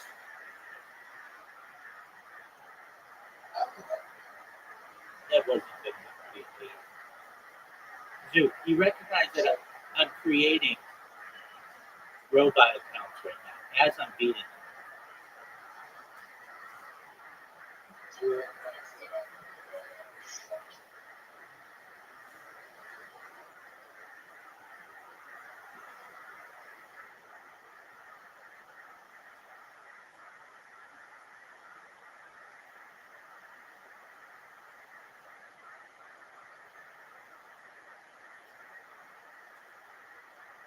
Zilch.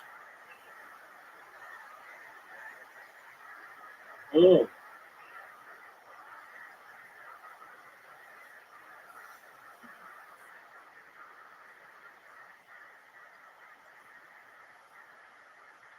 That's a good shot.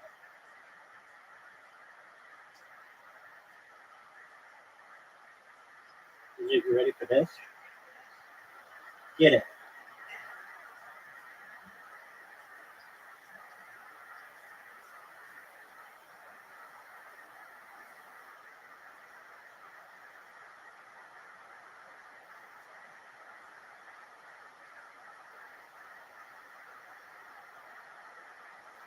Zoo.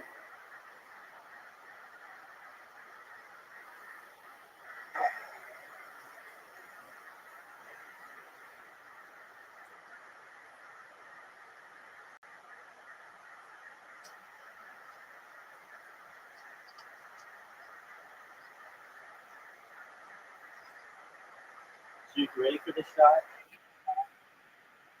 Zoo, look how good the shot is. Zoo, are you watching? Zoo, are you watching how good the shot is?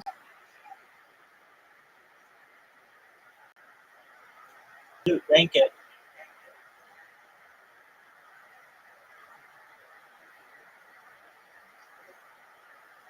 No, it's not.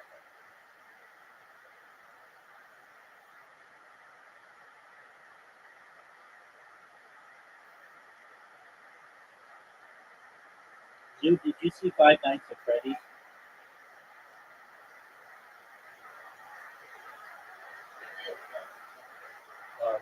Oh, have you played the game?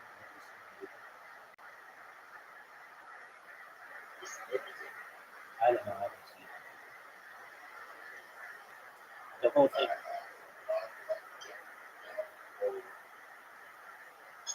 The whole thing kind of creeps me out.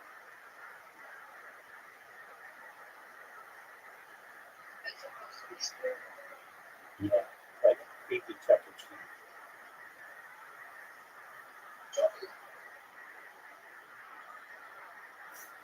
You mean Child's Play? You mean Child's Play?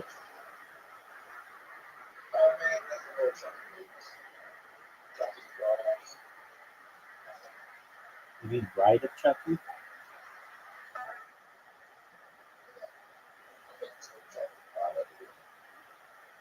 You know it's not like Chucky.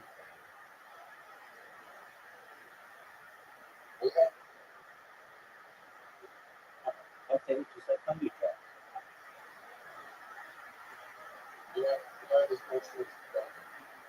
Yeah, the last first one. I think that's how it works in the United States as well.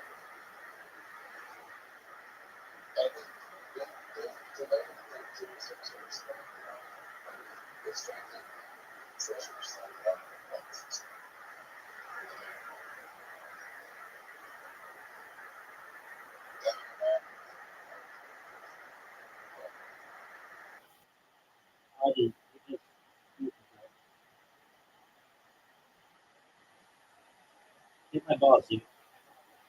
It's Zeus.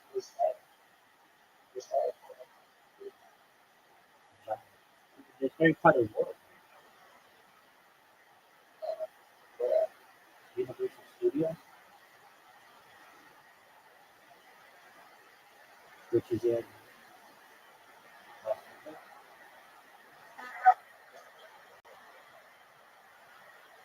what is that one?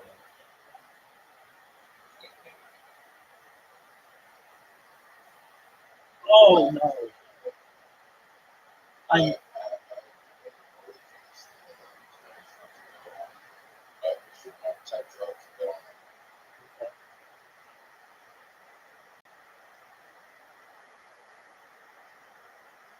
Dude, show us how it's done.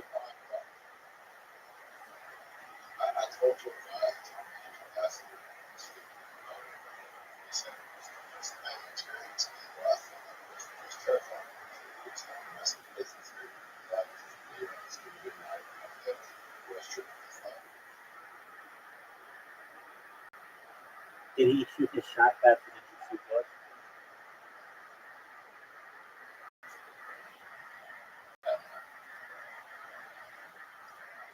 And dude, what are your thoughts on that shot? Dude, the shot that I just had that went in, what are your thoughts on it?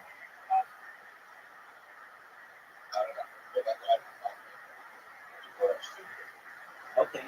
Do you know that we are all tied 666?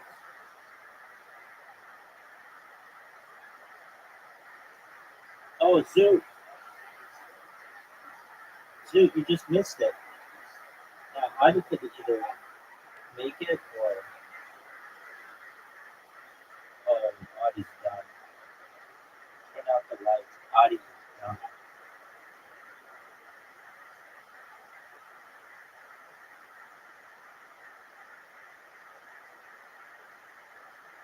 Oh, I don't think Audie's ever played before. Audie, have you ever played before?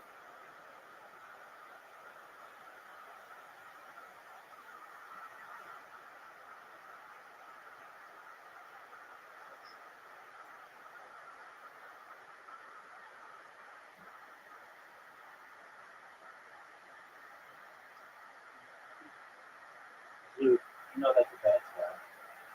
Dude, you know that's a bad shot. You know that it's going just like that.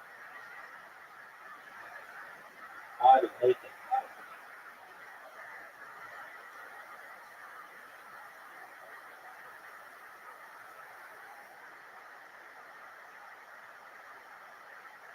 Audie, there you go. That was almost really bad. And to turn out to be pretty good. Okay. All right, come on. What a shot.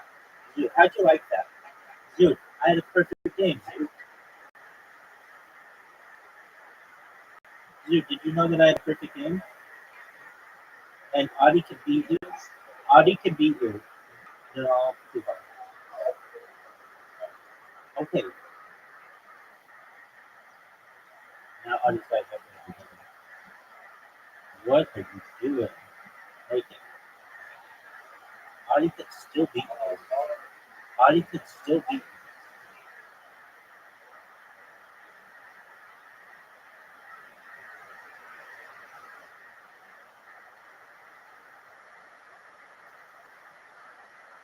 Audie can still beat you. Or tie you. She tie you. No, she's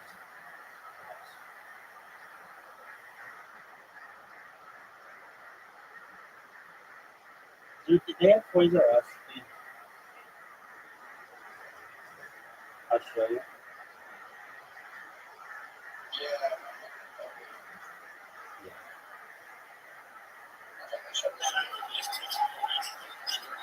Just a moment.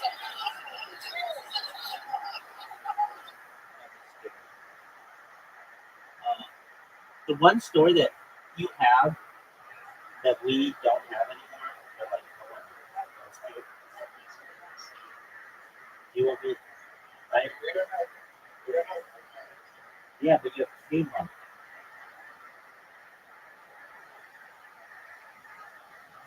Like all the Kmart shut down. Not all of them, like I know, I'm saying in the United States. There.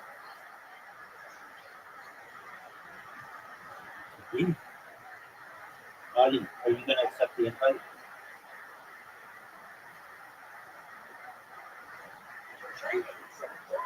Okay. You can multitask, I'm sure.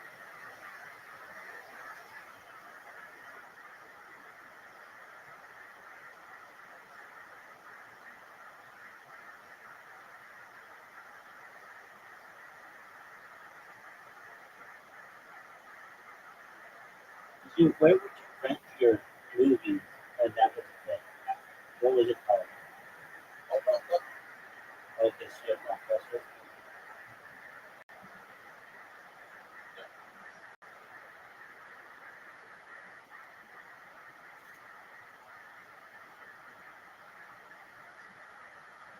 I have a joke that I said. Nothing. It's not a very funny joke, but people ask me how old I am.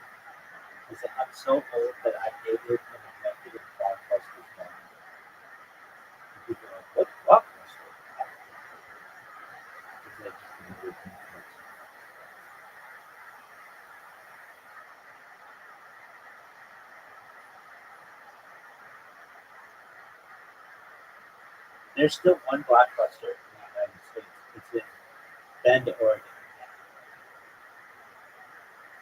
It's,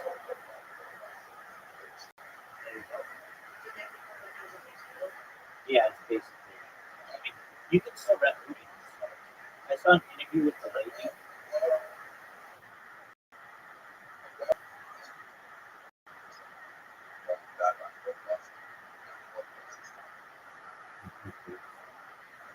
This girl who I dated, I mean, we went to a dance together.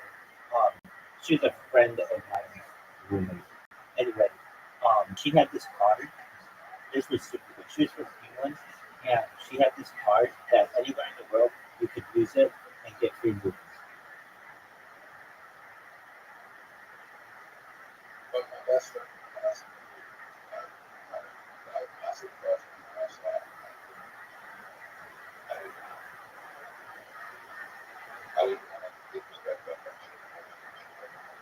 We missed out. Now you should holler at that dude. Dude, what are your thoughts on this shot? Dude, Zoo. Scale it. 0 to 10.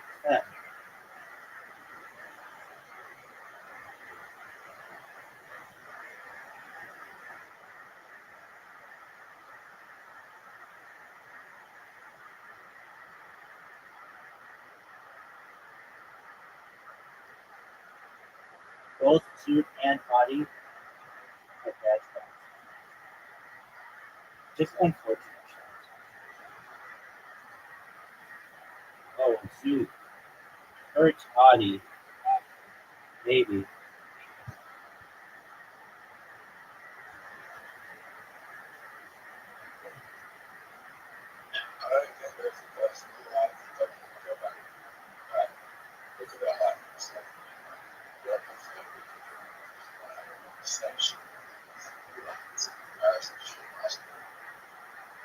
You know, I don't really think that. I don't really have to think that. I mean, like, maybe I wish I would have perhaps known things, but I didn't do anything really that I recall. I was a funny kid, but I didn't do anything that I probably would do. That's right. That's right. Right. And that's right.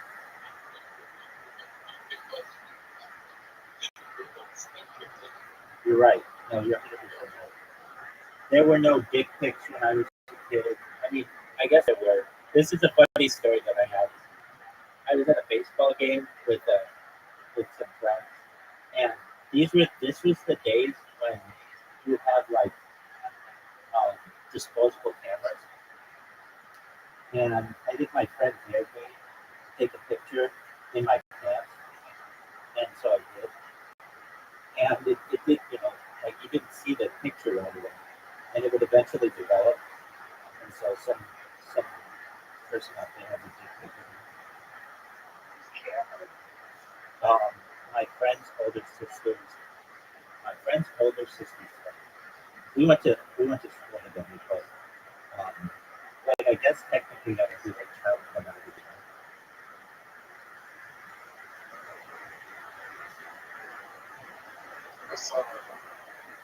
Nobody thought of it like that. It was like no big deal. Like today it would be scandalous, but then no big shit.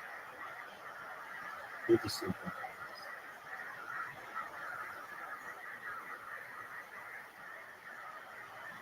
Oh, what a shot. Audie. That's a shot. Audie takes her first tee.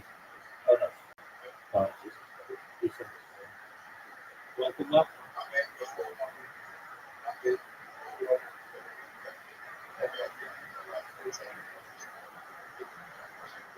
Right.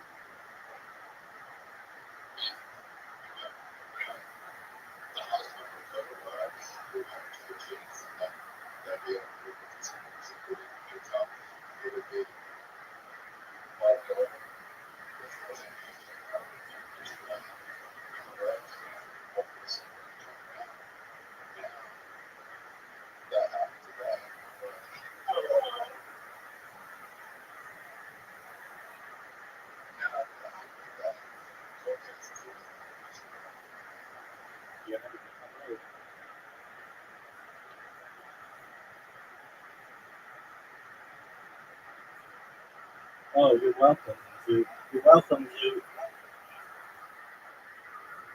I set you up perfectly.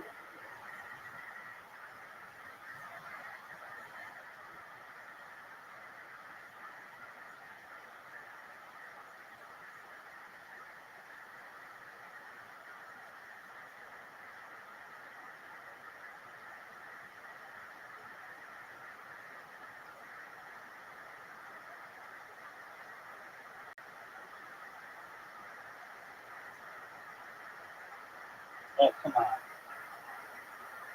If Bobby mix this, Zoo wins it.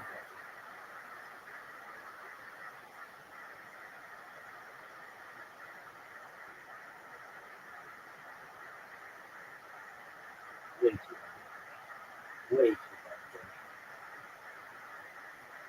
Right, Zoo. I'm gonna have to beat you on this last floor.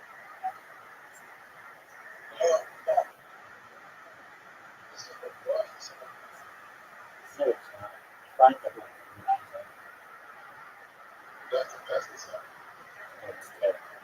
Zoo, what do you think of my shot?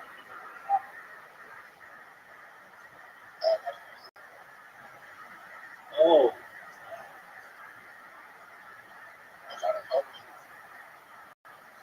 I don't think so. Body might. You know.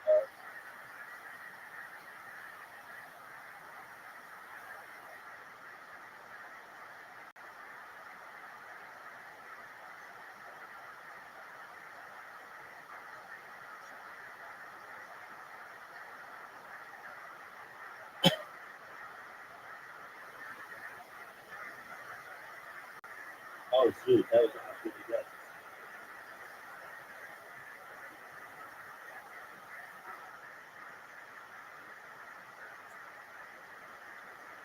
Thanks, Robbie.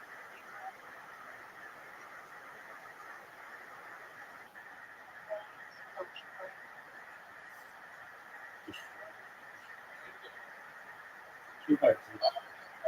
Too hard. Boom. Boom.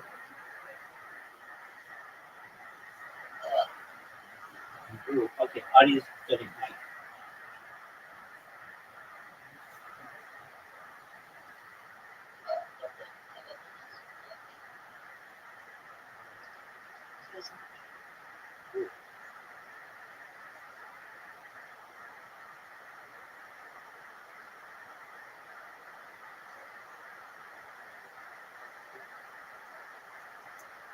Incredible, Adam. Let me ask a question.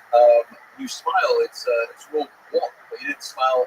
Look up to that. But when you smile organically, yeah, like that. But you didn't smile at all during your set, really, right? No. Is that what's the choice to go from? I don't really make decisions. I just feel it out. Yeah, so your material is always kind of you like to, your point of view is to keep it dry. Yeah, that's what I usually do. Yeah. It's also when I get nervous, I tend to just shut down. I'm not nervous after that. Yeah. We're not cops. No, yes, Yeah. I'm going to sit out this one. Colin, you're so different than everybody else, and that we have in our normal roster. Welcome to the family. There he goes, his first cash in of his golden ticket, Colin's Sledge. Back to the bucket we go. Ladies and gentlemen, this looks like a fun name. I'm excited about it. Make some noise for Kansei Yasuda. Kansei Yasuda. Here we go. I guess I'm a little bit of a shy person, especially when I'm talking to girls. And the reason why is that because I'm the nicest person in the world. The other day I was walking down the street with my homies, and all of a sudden we came across with this fat ass. And all my homies went crazy. They're like, oh, I want to hit that ass. I want to hit that ass. But not me. I was actually seeing a future with that ass. I was seeing every sunset and sunrise with a fat ass.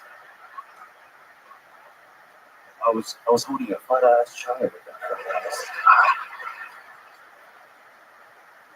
A little bit about myself. I was born in 1996. That makes me a be finished with two-pack. Two-pack say, small eyes on me.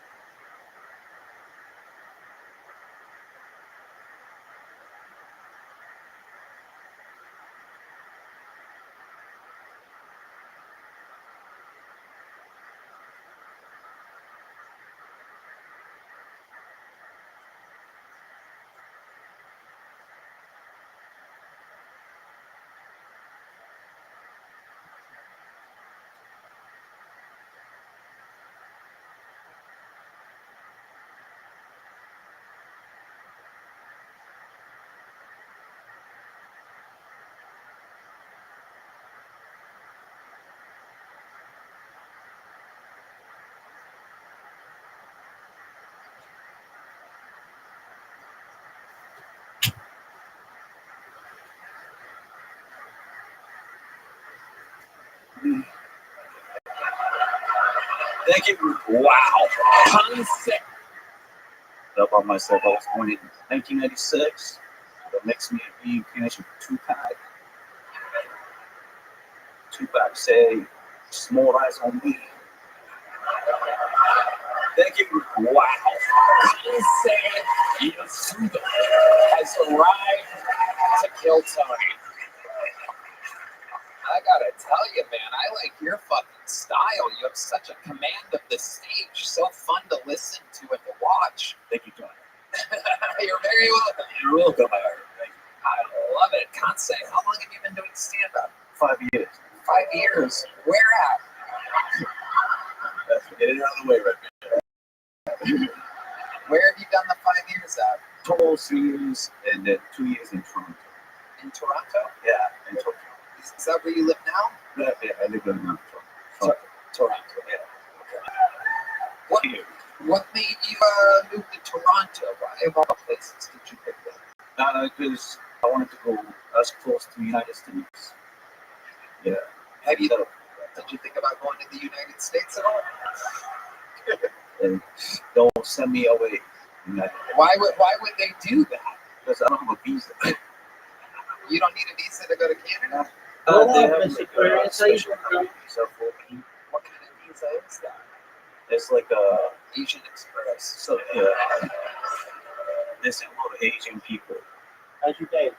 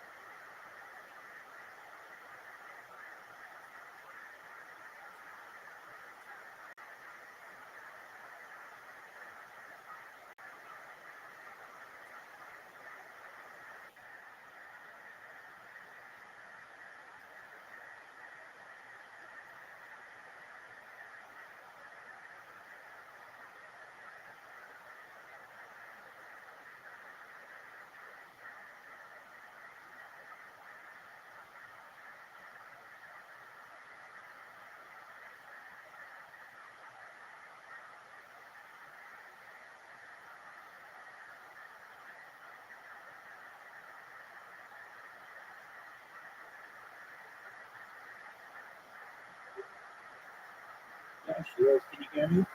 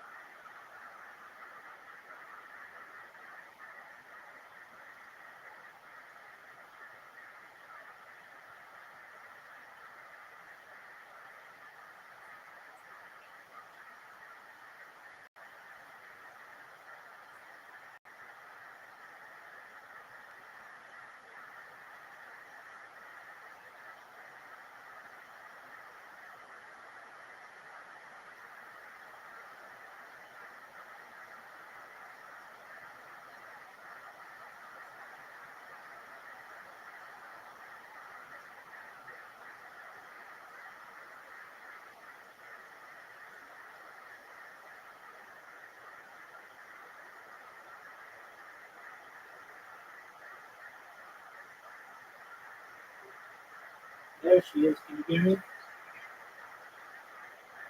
Hello?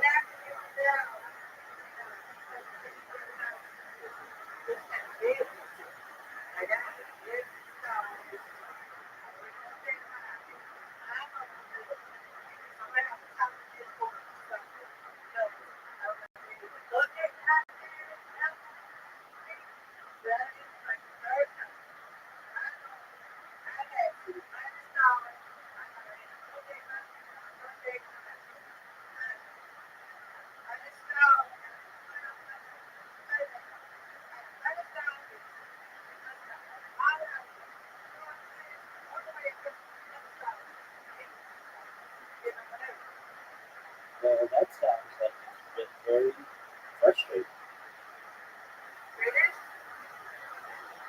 All right, well, I'm here to make your life a little bit easier.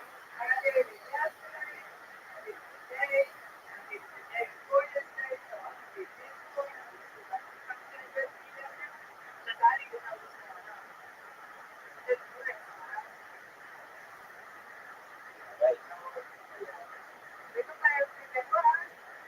She went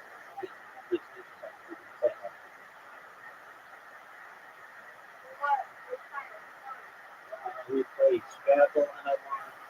We played golf and Johnny. All right. I know. Okay.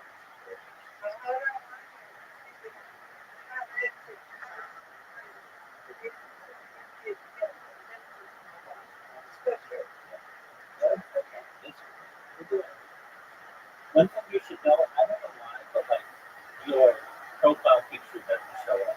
Like,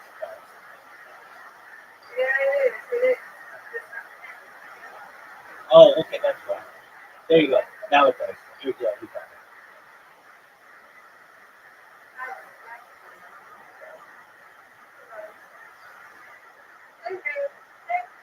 There you go. You got 6. It's your turn. It's your turn. I know I can beat you.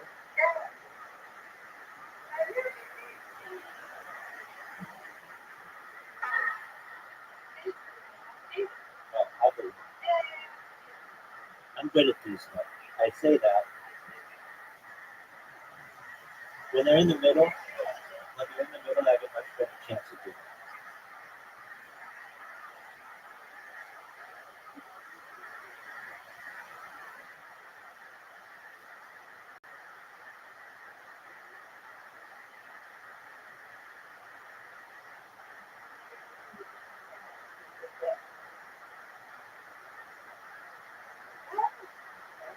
Oh, that was good.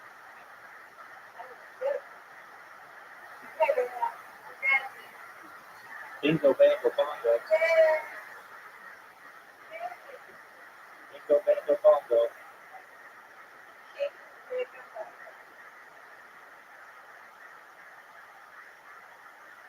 Oh, that's a good one. It was like that. Now it's hard.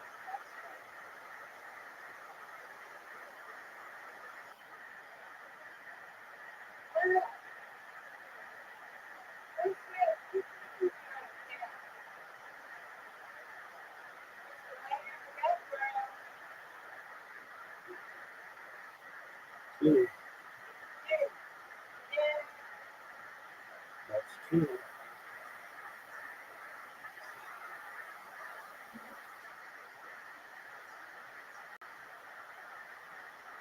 Ooh,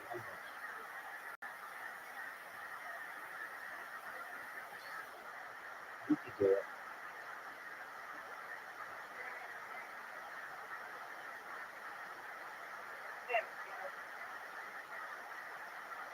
You're running out of time. You're running out of time. It was your turn. Right, but you still had one that you had to hit. You still had one that you had to hit.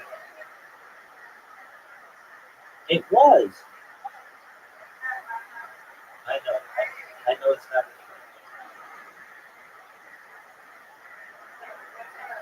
It's your turn. It's your turn. There you go.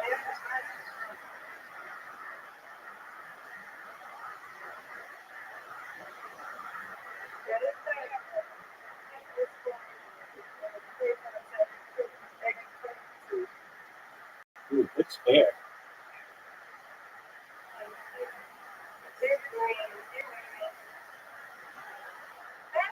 That's a good one. Oh, for the spare and then a strike. That is good.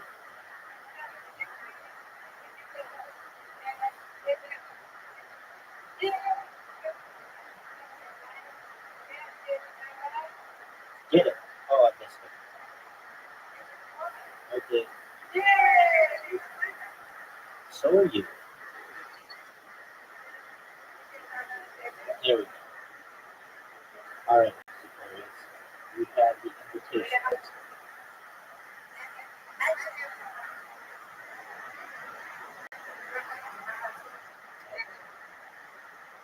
That was good. That was very good. Hey, let's do both. Yeah, you got it. Nice start.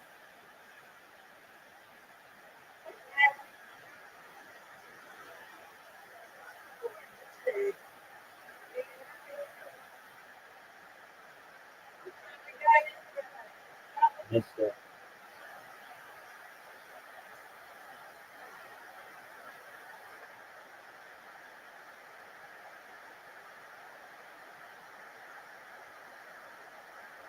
That's a tough score.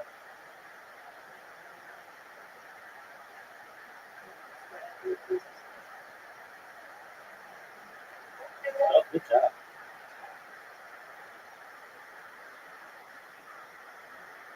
Okay. Whoa.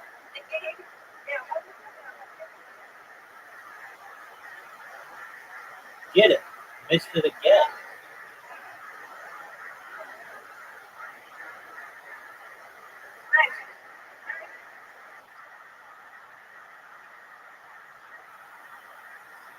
Oh, nice shot. We got a good lead on that.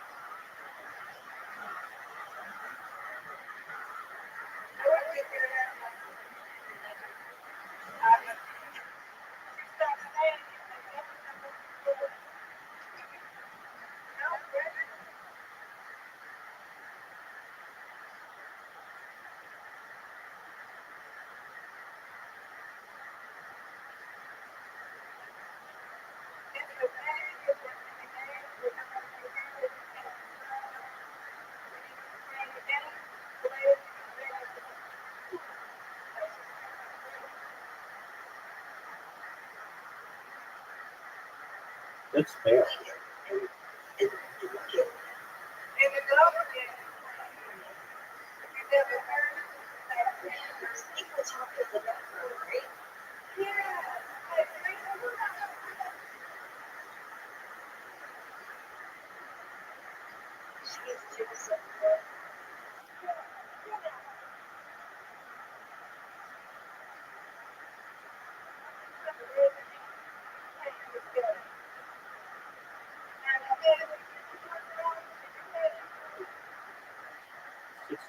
That's pretty good.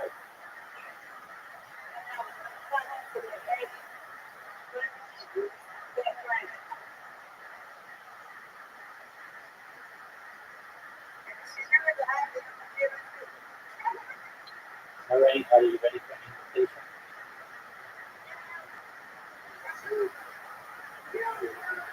Everything.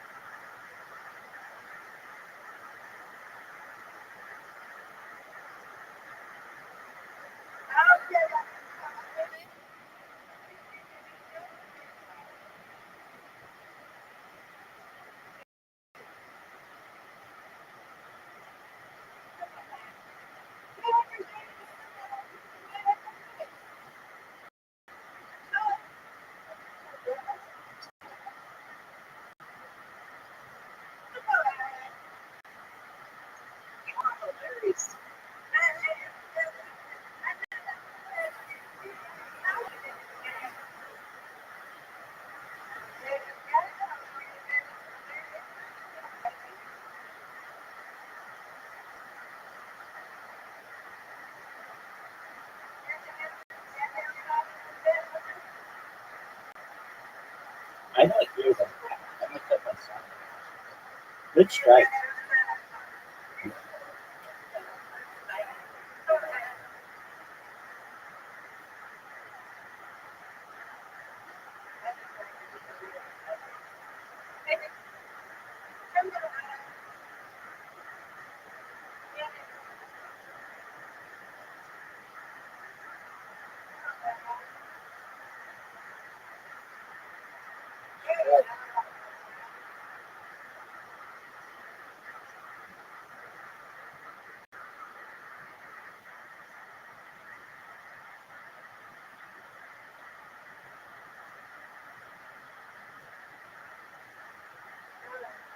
Tough shot.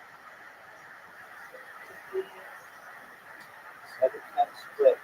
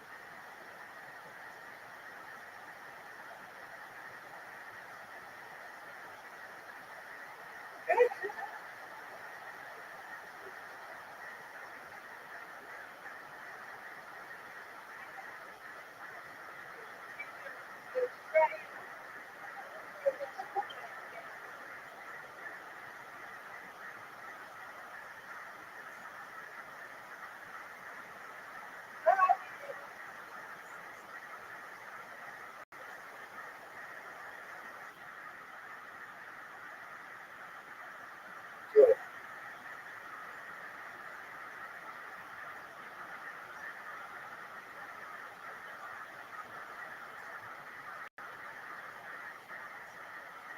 Good.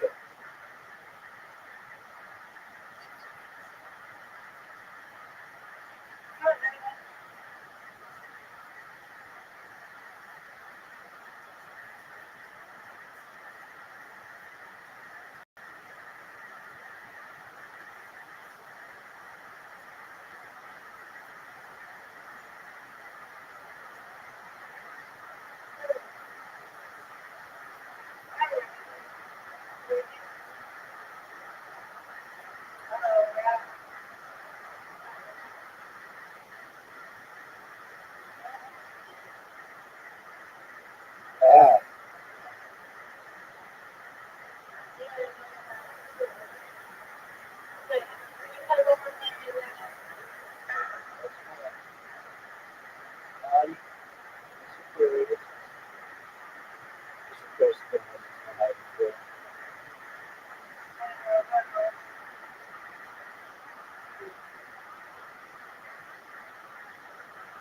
Good strike.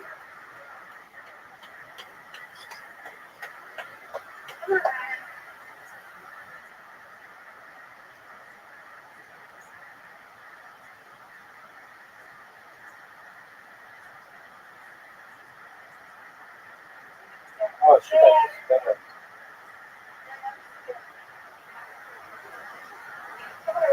No.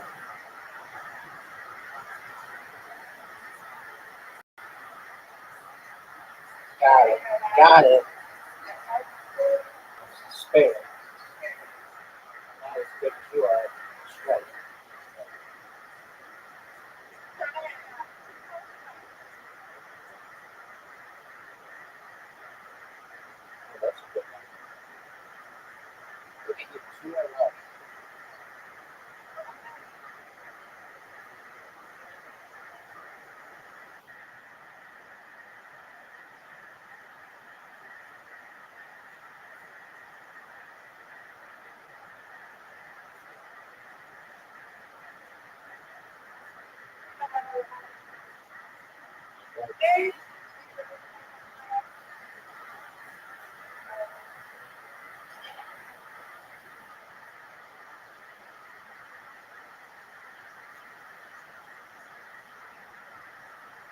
Wow, you have 54. There it is.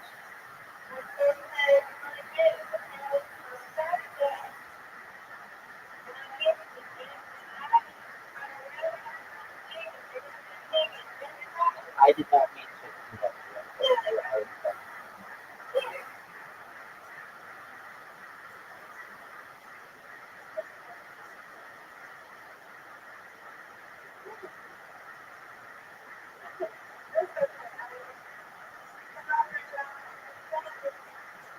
Oh, come on, get that last one.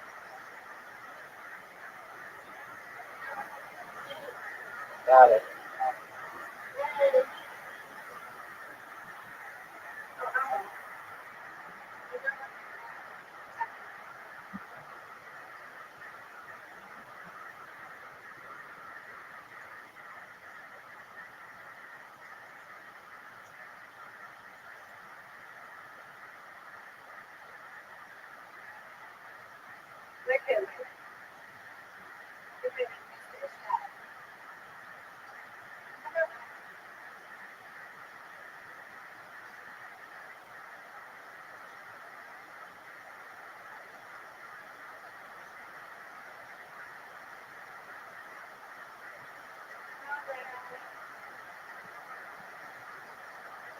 Perfect. No.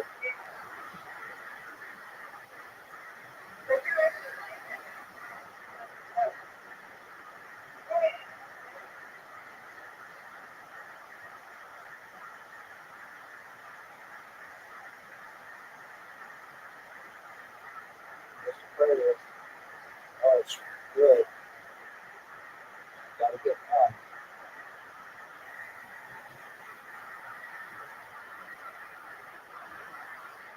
Perfect. Oh, that looks good. Oh, that looks good.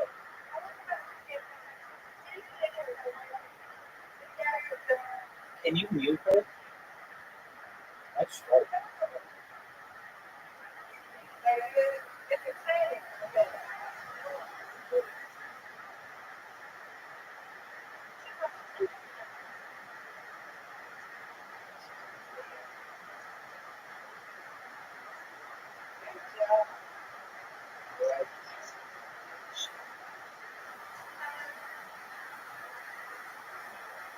Uh-oh.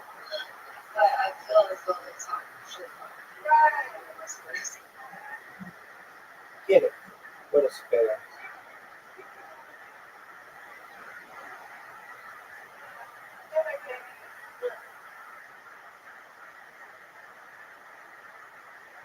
All right. We got this thing.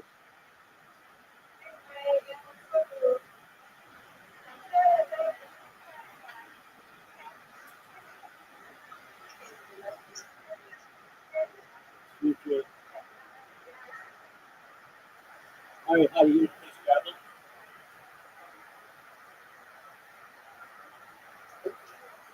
All right, give me just a second. I have to set up our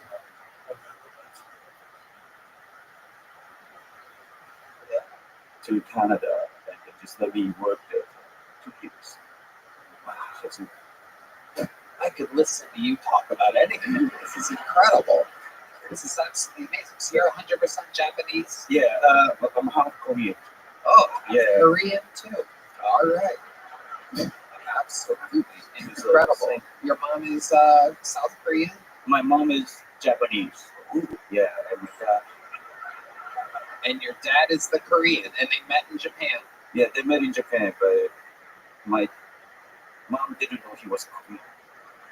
She thought he was Japanese. Yeah, And then they got married, and then surprise. oh my, absolutely unbelievable. A natural freak talent. We're witnessing it live in real time. This is what the show is all about. Absolutely incredible. There you go. I don't even need you to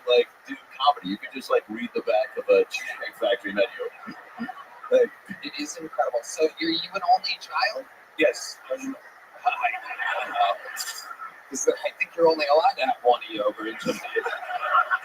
So that's incredible. Okay, relax. Okay, all right. Okay. So amazing. And so your mom had you. And what do your parents do? They're still in Japan? Yeah, they're still in Japan. They own nail salon. Nail salon? They do that even over there? I thought they just came here to own nail salons. My God, they must be high-level nail salon people. That's incredible. Unbelievable. Rich boss. Are there comedy clubs in Japan? One in Tokyo. In Tokyo? Yeah. Do American comic work there? Yeah, they come around sometimes. Military, right? Rich is looking for a gig. Looks like I'm playing the karaoke bar right now. Shibuya. He sounds like a romantic. You have a girlfriend? I do have a Filipino Japanese girlfriend. Oh, wow.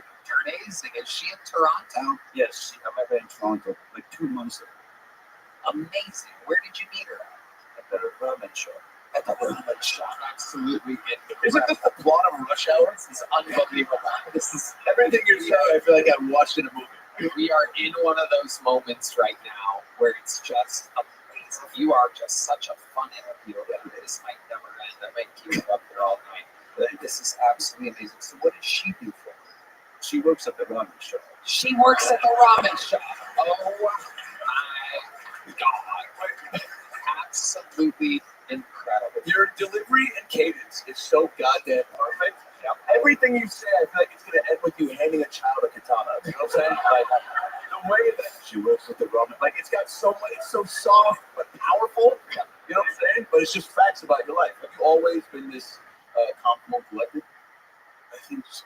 It's absolutely incredible. So how do you make money, Kansei? I work at the hotel. Oh, what do you do at the hotel? Front desk. Front desk. Wow. And what do you do for fun? What are some hobbies of yours? I eat ramen. At the place your girlfriend works? Yeah. Wow. What's your favorite ramen? Miso ramen.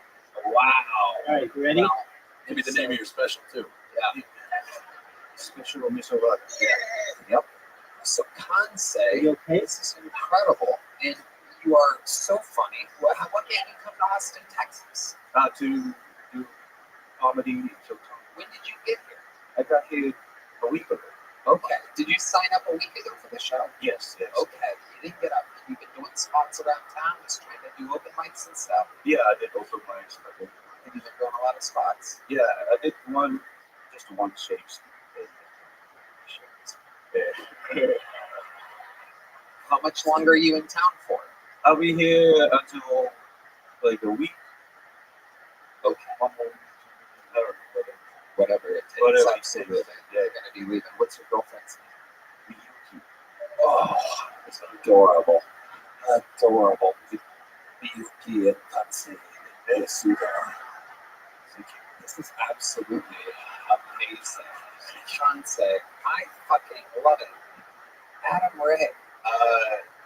First time I get it's Kansei Yasuda. Kansei Yasuda. I know I've already done this once, but I'm actually going to be in Toronto May 1st through the 3rd at the Comedy Bar. Do you want to host? We need somebody to host all weekend. Yes, right? Yeah. Wow.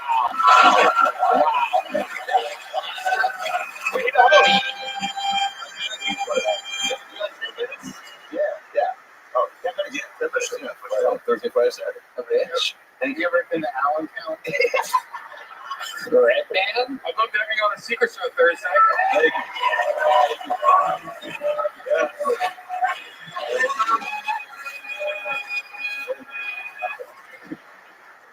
And I just can't help myself. I feel like I want to interview you forever. We already have too many of them, but goddamn it, I'm giving away another one. Kansei Yasuda, you are a golden ticket winner here on the show. Absolutely incredible. This is a good show. The golden ticket. Allentown, Pennsylvania. You did it all, buddy. God bless you. Kansai Yasuda has arrived. We're going to see him again soon. Absolutely unbelievable, my friend. That is what it's all about. And now, someone's got to follow that. Your next bucketful goes by the name of Jim Talley, everyone. Jim Talley. Jim Talley is next. All right, how y'all doing tonight? Good? Fuck yeah, get off all party and crime, man.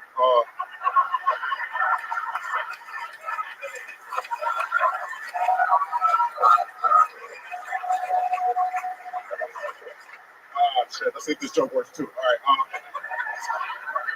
here we go. Oh, shit, my homeboy just came to my house the other day crying. He found a video of his girlfriend sucking a dick. I know, man, the fucked up part about it was the dick, mine. I know, man, hear me out. Here's where the shit got fucked up. I had to then sit there and listen to this motherfucker's critiques on my dick as if it wasn't mine. Motherfucker was spazzing too. He's like, how the fuck she gonna cheat on me with that? My dick way bigger than his. I'm just looking like, nigga's not little, right? Like maybe it's easier on our jawline or something, my nigga. Why you big shaming, nigga? Right? Like, I was defending an unknown penis, essentially, right? All right. Shit. Well, that's it, guys. Thank you, brother. Jim Talley. Wow. How fun. Very fun to go off of that rush hour energy in your opening. Very fun. Yeah. Welcome. How long have you been doing stand-up, Jim? I'm going on 3 years. 3 years. Where at? Houston?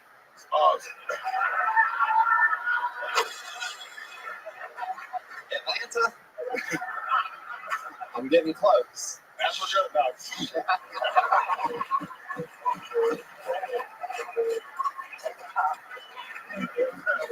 Oh my God, hilarious. That was funny. How you doing? Thank you, man. Where have you been doing stand-up at? I started in South Florida. I went to North Dakota for 1 year. Now I'm here. Wow, what made you go to North Dakota? I knew this question was coming. Yeah. Believe it or not, white dick, if I'm being honest with you. My sister married a white man. Yeah, dick was so good, I moved there.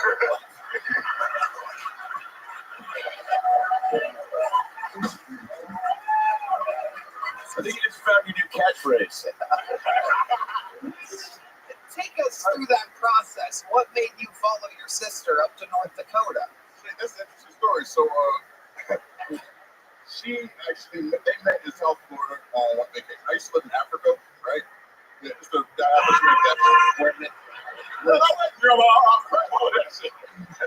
But no, so they met in Florida, and he fell in love with black pussy so much that he went to Africa.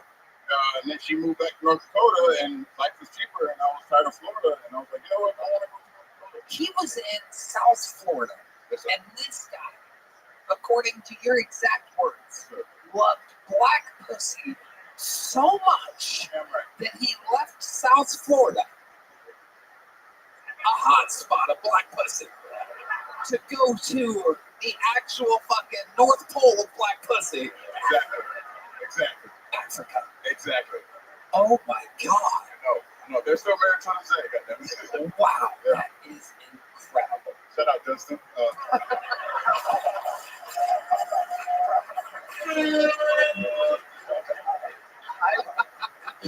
Justin is in North Dakota right now. Thank you. Goddamn right. Goddamn right.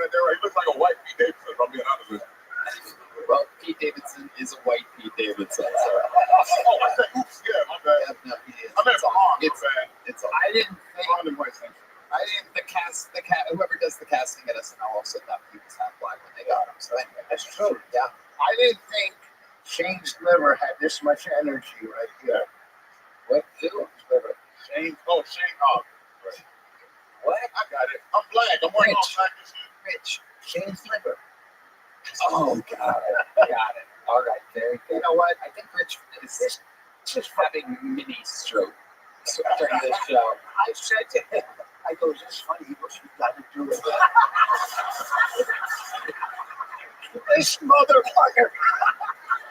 I love you blaming Adam on your fucking jokes. He said it was funny.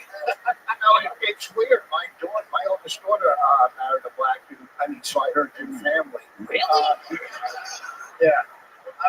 racist. People think I'm racist because I have 2 drinking fountains at my house.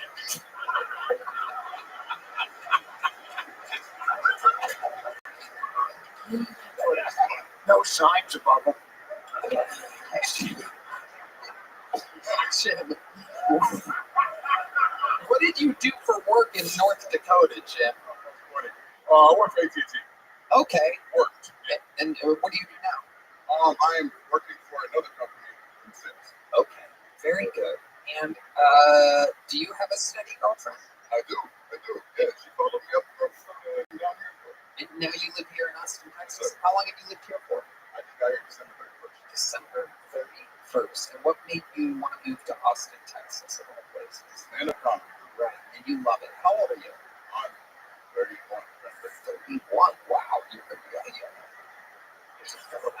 What's that mean, Tony? I don't know. You could have said anything. I would have said that yeah, it works. You could have been 25, 55. You really could have been anything. Have you ever been a volunteer firefighter? I'm getting volunteer firefighter vibes. Sunglasses down. Yeah, I'm up here. No, it's okay. Yeah, I know. I do look like a security guard right now. I can cut it or uncut. Jesus, Rich Voss asking the tough questions over here. Where do the sunglasses go on? You wear them outdoors, or is it just for show? For show? No, I was actually wearing it, but like, dark now. Yeah. Were you ever racially profiled in your time in North Dakota? Surprisingly, no. No, because before I cut my hair, I actually had blonde hair, and they just not used to seeing black guys up there, so I didn't look for anything. You had blonde hair? Yeah, Cam Patterson told me to cut it off, and he said my hair looked like it had hits. Don't laugh at that. Fuck that nigga. I just play. I look good.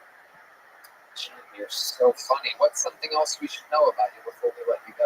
Shit, I just said I grew up overseas. You speak French? What did you just say? Wow, what other languages do you speak? An African dialect called Hola. Right now, don't you play that shit? Oh, wait a second. No. Just hold on. Let it do the fucking thing. I want to hear you. Lines and shit we're about to come out. What can you say in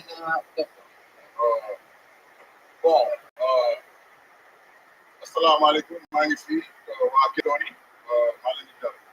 Wow. Yeah, what does that mean? So you say, hey, I'm here on Pitoni, and I'm When you lived in Africa, you would walk down to a room and there'd be a laundry. no, I took the zebra, nigga.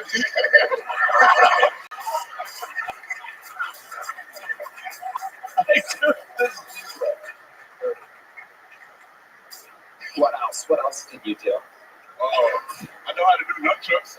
Really? I swear to God, I don't have them long, but I do nunchucks. We do have nunchucks. I had a feeling. We have a special. This place is unbelievable. We have a special Kill Tony toy box where we have all the things we might ever need, ladies and gentlemen. Oh my God! Give me a single spotlight, Keno.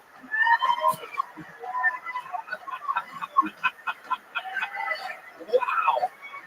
Holy shit! This is incredible. He could have played both characters in Rush Hour. Absolutely unbelievable. Wow.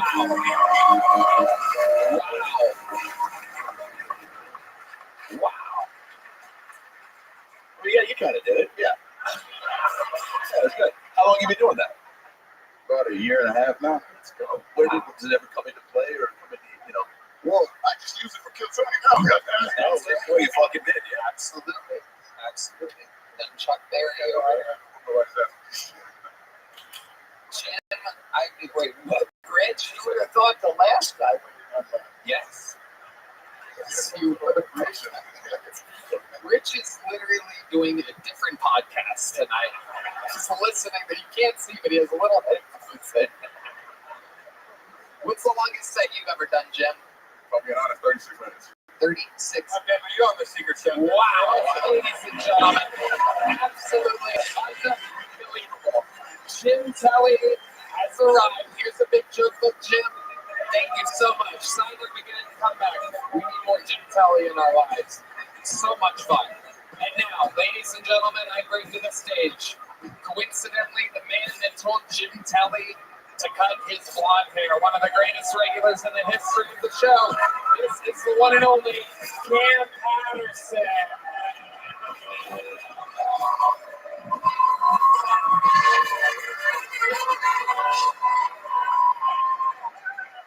I did not say his hair looked like he had AIDS. I said it looked gay. That's what I said. I said it looked gay as hell. Cut it off, you bitch nigga. That's what I said. I did y'all a favor. He did a good job. I'm proud of him. Let's talk about Trump. He's funny. He's funny to me. I'm not political. I'm not bad political, but it's very funny that he hired a 13-year-old kid with cancer to be the head of the Secret Service. That's funny as fuck to me. He likes it a lot. It's funny because my grandma weird because she weird about it because the kid's black. She don't know how to feel. I'm like, Grandma, how do you feel about Trump? How the black kid has cancer? My grandma said, I don't know about that retard. And I said, Grandma, he has cancer. She went, same thing. No, it's not. Which is crazy, right? And what's funny to me, this is what I think about a lot. This baby really has. He don't know it's fake. He has no idea that he's not the head of the Secret Service. He think he runs the Secret Service. What's funny is like Trump has got on to something that African niggas knew a long time ago. Child soldiers are amazing. You understand? Like, you fuck with Trump, I'm gonna kill your family, nigga. And I love it. It's pretty dope to me. And the last thing I would say is I'm thinking about this a lot. It's funny because last year Trump got shot in the year and they might have been funny because he had 2 women like Secret Service. And it's funny to think that he's dead today. He's like, fuck all that bullshit. I'm gonna hire a retarded 13-year-old nigga with cancer because that's better with 2 women than a gun. You know what I'm saying? I said it backwards, but you get it without the gun.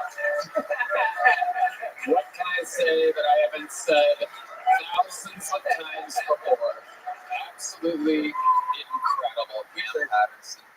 We fucking love you. That is hilarious. What a great fucking premise. Y'all gonna see this nigga over here in jail? Y'all gonna see him? He's been in jail clothes the whole show. Oh, yeah. You see this white man in prison? No, I didn't. Oh, he's wearing the official Cam Patterson white t-shirt. That's terrifying that he has that. Yep. Okay, sitting back down. Sorry, it's not great to wake these kind of people up. Oh, yeah. Thank God for calling on me. He's all right. That is fucking all right. He's back to chill. I like your style, Jill. It's definitely done meth a bunch. Real drugs, real hardcore too. No, I thought that was me in makeup for a minute. Just have good energy. Good energy. Yeah. What made you dress like a jail guy?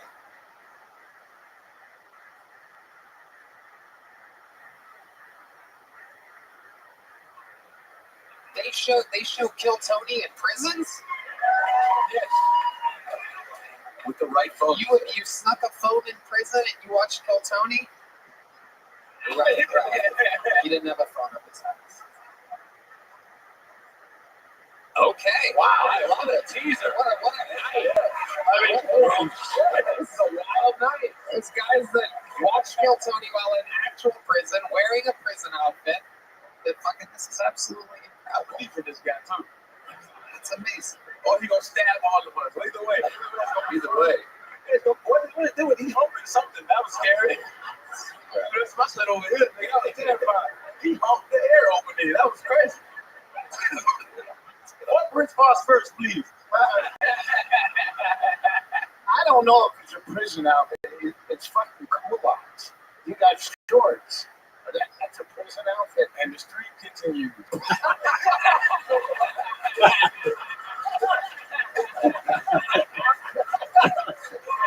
Welcome to the Roast of Rich box. The problem is I came out too hot. Did you walk here? Because your knuckles are scratchy. Oh my God, Rich! Put the mic down. This place is in chaos now. That took my brain out. I was like, what? Oh, wow!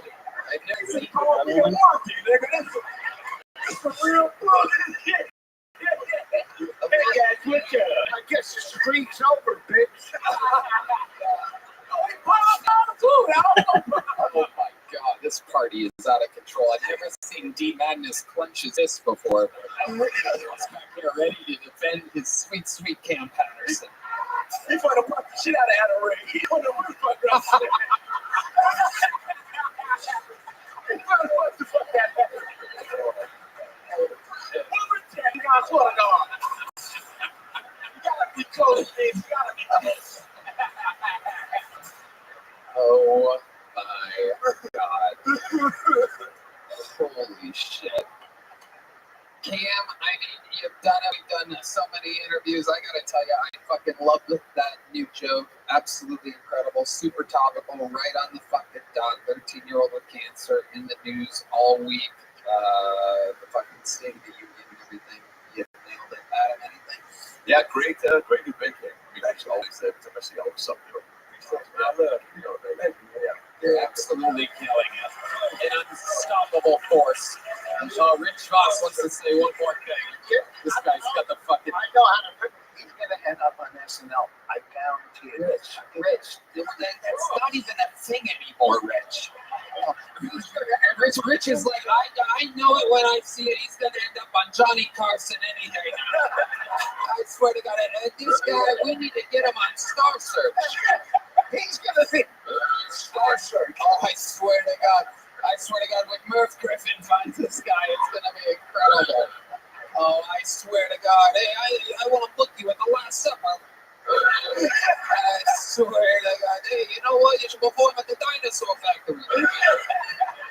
Rich in the Allentown. There he goes, Cam Patterson, ladies and gentlemen. Oh my God, what an episode! We're having fucking fun tonight, ladies and gentlemen. Your next fucking roll. Whoa! Wow, really tiny getting big pops tonight. The ladies lover, the dudes lover. Absolutely incredible. This guy's going to jerk off right now in the bathroom. It's absolutely unbelievable. Your next fucking poll has been on the show a couple of times. You know, it's just so fun every time this young lady is on. Ladies and gentlemen, make some noise for the return of Juanita. Everybody, here we go.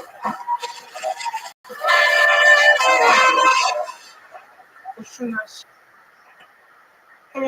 I started working at a restaurant. I'm annoyed with my manager because she doesn't say anything to the little kids running around.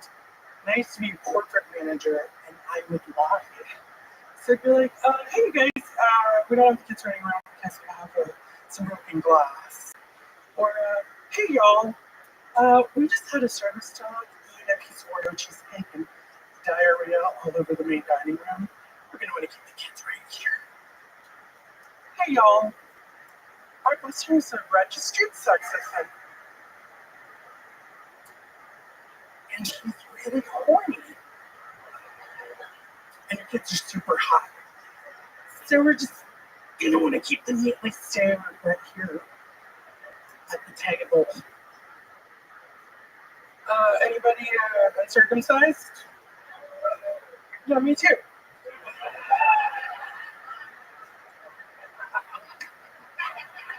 Juanita. Always a decent minute, but your interviews are absolutely priceless. Let's start here. One thing that I noticed right from the very, very top of your set is what you did. I said I should not shake. No, I didn't. Is that a thing that you think a lot of trans comedians have to do? Probably, I have some voice issues. For those of you that don't know or haven't put it together yet, if you're easily tricked, it would have ended up sucking a fat cock tonight. Oh! Juanita is actually a wand. There you go. All right. Juanita, welcome. Thank you. So let's talk about it. You said that are you really uncircumcised? Is that an actual thing? Yeah, I was born in Mexico. They don't do that there, huh? No. They keep the fucking tortilla right there, huh? Yeah, it was pretty common. Rich boss clearly hates trans people. He's completely shut down. He doesn't know what to do. He's just looking back and forth, super confused. Shell shock from the whole night. What the fuck? I didn't know that was it, dude. I got fucking hard for nothing. No, for nothing. Oh, whoa, hey, whoa. We'll be right back.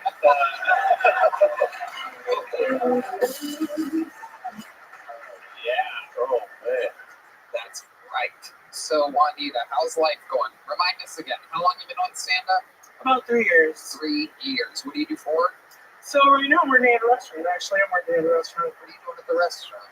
Just serving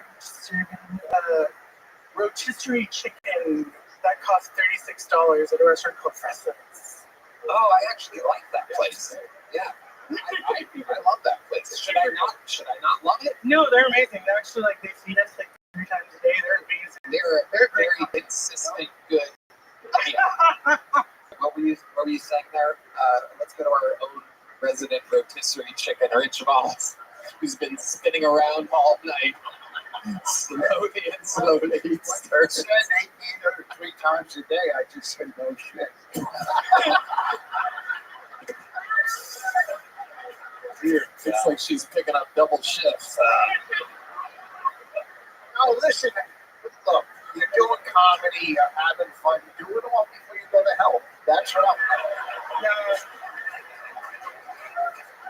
I'm trans, so that's what's gonna happen.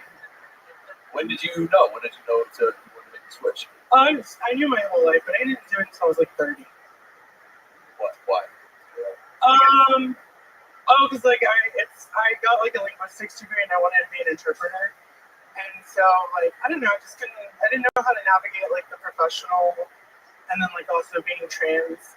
So I was trans around my friends. Were your friends trans? No, Right. actually didn't really having trans friends until I moved to Austin. Okay. All right. Those are your friends. Okay. So, Juanita, when you say you knew your whole life that you were a man or a woman in a man's body, what do you mean? How did you first know? How does that kind of happen? Were you excited to do the dishes or something? No, I get in trouble a lot for doing faggy shit, playing with Barbies. And no, but I knew in my mind I had this whole fantasy where when they were gonna go to the doctor and they were gonna do some testing, and be like, oh no, we made a mistake. And I'm like, oh. But no, that didn't happen. But yeah, I would as a child I would fantasize about that. Yeah, Sometimes in a hotel, I'll put my dick between my legs and I'll run around the room going, who's a pretty girl? Yeah. So Rich is asking, did you do that? Yeah, so similar experience. You nailed it. Yeah. Spot on. Still do it sometimes. So, Juanita, do you have what are you into? You into boys, girls? How does this work exactly? I like men. You like men. Big old white men. You like big white men that treat you like a lady. Mm-hmm. And then, so have you ever been on a date with maybe someone that maybe didn't know? Do you have to? At what point? What's it like doing that? It used to happen, and then now I just get it out of the way. I'm because it can be a little dangerous. Of course. And so, especially here in Texas. Yeah, no. So I'm not the only one carrying a concealed weapon. You know what I mean?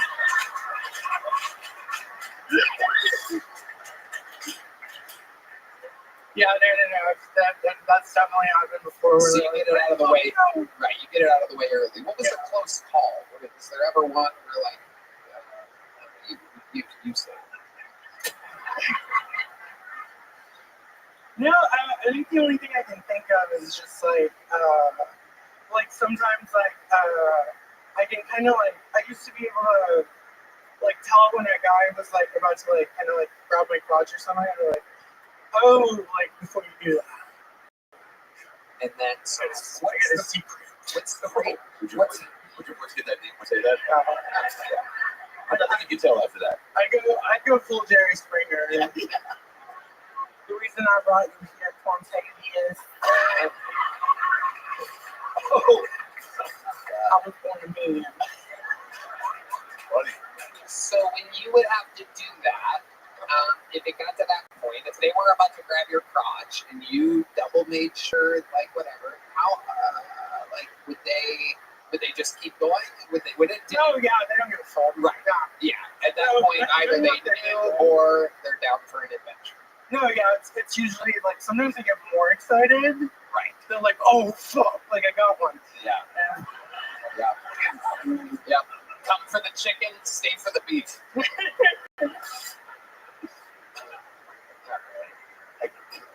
Wanda, what do you do for fun? What's a hobby of yours?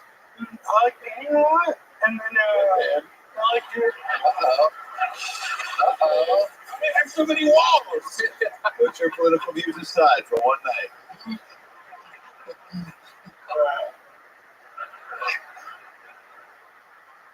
You like painting? What else? Painting, I like doing karaoke. I like doing. What's your karaoke song of choice? Do you go boy or girl on that one?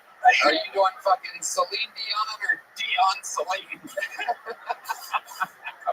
Both the violence in the street. I don't know about Dion.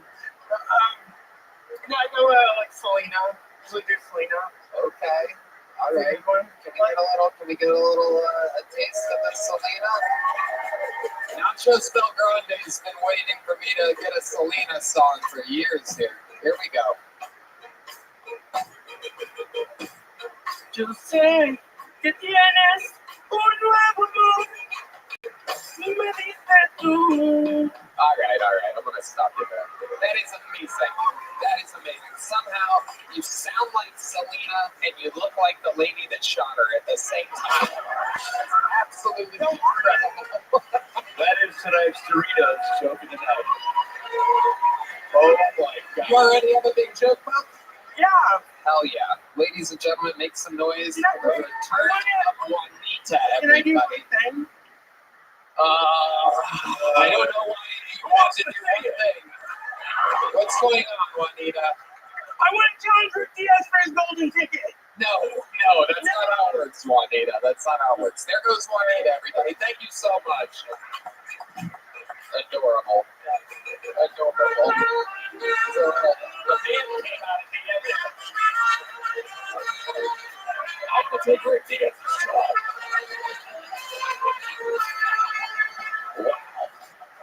All right, your next fucking poll. Looks like a new name. Looks like the name of Lisa Smith, everybody. Lisa Smith. Here we go.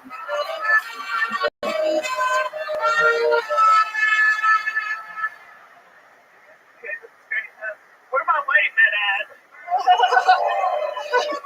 Okay, great. I think the funniest thing about World War II, you guys love it. I think the funniest thing is how adorable Japanese people became after.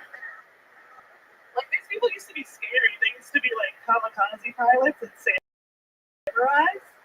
And then afterward, they were like, Konnichiwa! I could say that though. I could say that because I'm a weird black person. And everyone knows all weird black people are Japanese for some reason. I don't know why. But I am going to name my baby Super Kawaii. Super Leonard. Okay, great. You guys watch basketball. I think the second funniest thing about World War II is Oppenheimer's girlfriend killed herself. It's just like white women, gotta make everything about them. Lisa Smith, welcome. Hey, Hello, how are you? This is your first time on the show, right? Yeah, another trip, yeah. Okay, where was the other time?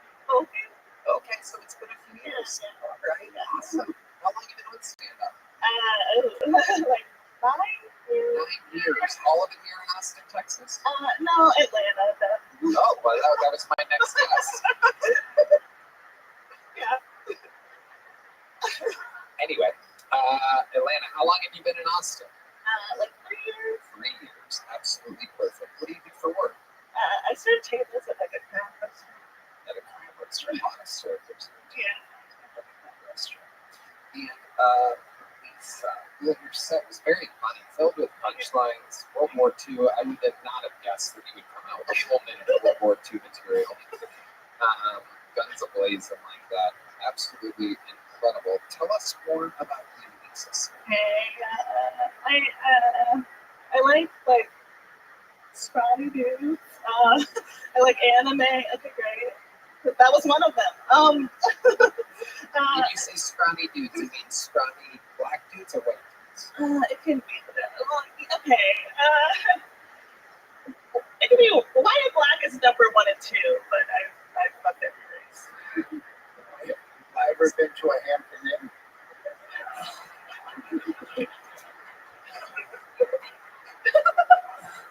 Lisa, you're into anime. What else? Let me ask you this: when you say scrawny dudes, how scrawny are you talking? What's like the smallest guy you've ever hooked up with? If you had to guess his weight. 130-ish. That's pretty light. Do you know who Heath Cordes is? Yeah. I know. That's a tiny, tiny little boy. Where is he? I don't know. Is he here? I have eyes on Heath. He might be under one of your tables running around. Let's pick up little things that people drop. Do you have a job? What do you do for work? She works at a crab restaurant. Server at a crab restaurant. Oh, she's What? What's your position? Server. A server at a crab. This moment is brought to you by the Rich Voss School of Comedy, where anyone can listen and then just say whatever they want, and then follow it up with I'm back. Classes are going on right now, Monday through Wednesday, 3 to 3:15. How much?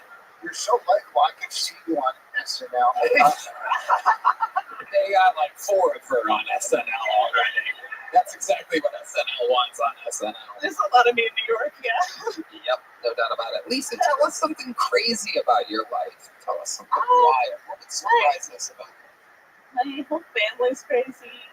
3 bitches trying to fight me before I left Atlanta. How did people try to fight you for? Okay. Oh yeah, this is gonna be great. Well, one thought I was trying to fuck her girlfriend.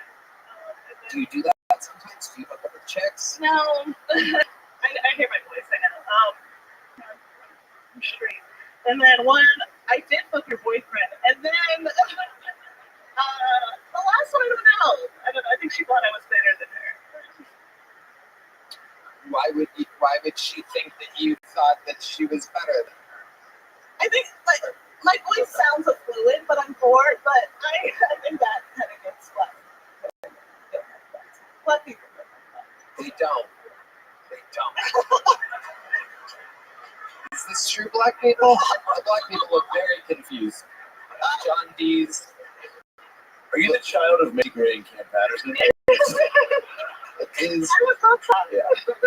How long has your hair been like that? It's really like great quality. It is incredible. Is there a barber shop at the Underground Railroad that you Wow, even John, you're not gonna laugh at that. Wow. Jesus, John. John's gotten too used to the show. 4 years he's gotten to his fucking head. Used to laugh at jokes like that.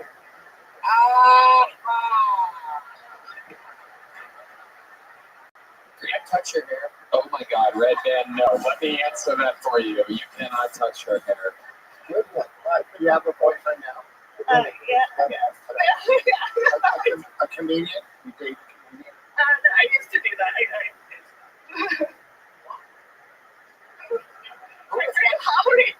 What's that?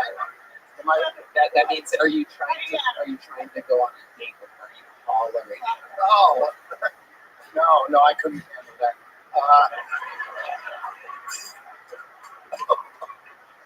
Where do you work? Do you have a job? Server at a crab restaurant, do you? I serve tables at a crab restaurant. Who are like your influences when you first got this name? Wow, these are like real questions. That is a very, very serious question. What is this, inside the actor's studio? What's your favorite restaurant? Fun. What turns you on? Rich Fox. What turns you off? For doors. How about this? What would you do if you weren't doing stand-up comedy? Should probably be a server at a fucking crab restaurant. Here's a big joke, but we're gonna. There she goes. Next one is Release Smith. We're having fun here tonight. All right, make some noise for your next bucket full, ladies and gentlemen. It is Will Owens, everybody. Will Owens.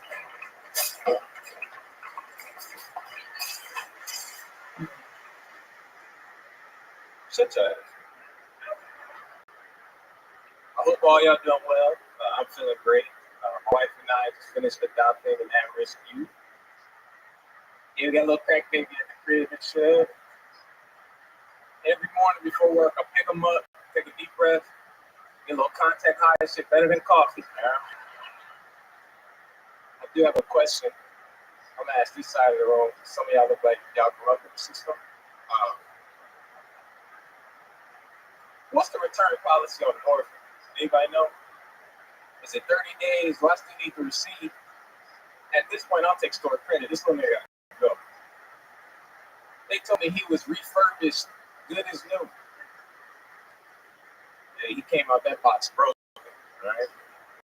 Oh, before I get out of here, someone please take a picture of me so my wife doesn't come cheating.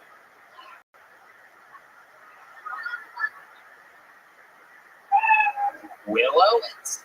You have one more? I was gonna say, just send her to pick 3 hours.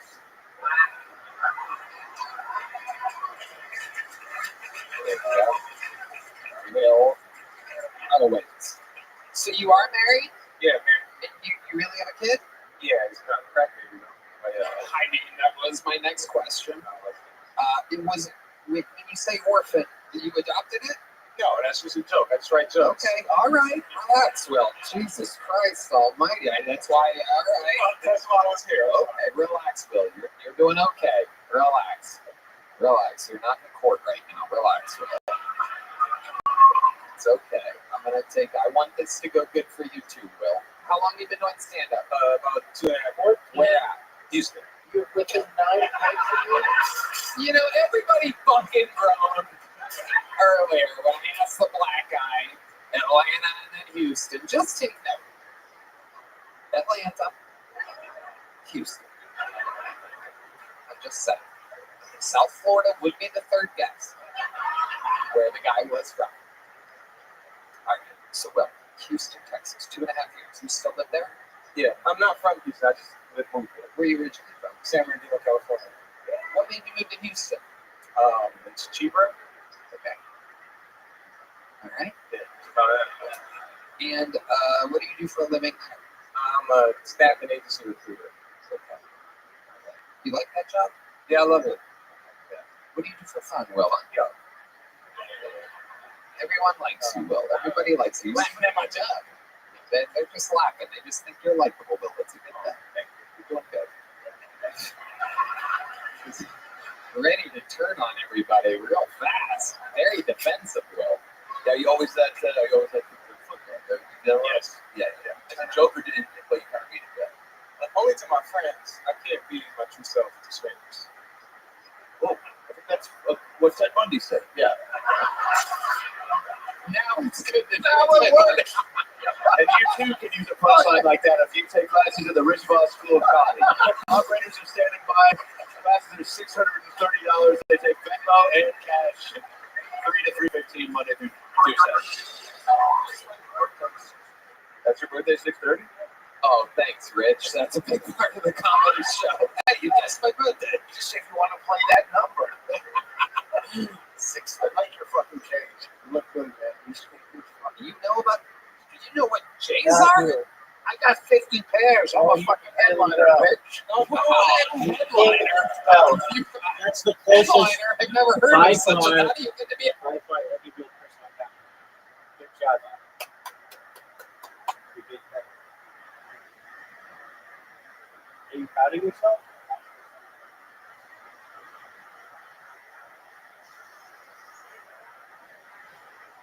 We're good on you. Just give me a moment to adjust my robots. And I might give you another shot at the work. to be a headliner? How do you get to go up last at the comedy club? Hey, why you? All right, call him on it. Oh my God. They're not Jordans. All right. Will, tell us something crazy about your life. Tell us a fun fact about you, or something about your life that can surprise us. That wouldn't. Anything. I met one of my brothers when I was in like high school. Yeah, I didn't even know he existed. This is from obviously your father's side. Yes. Yeah. Oh, hanging fruit now. Was it emotional? Fuck no. Yeah.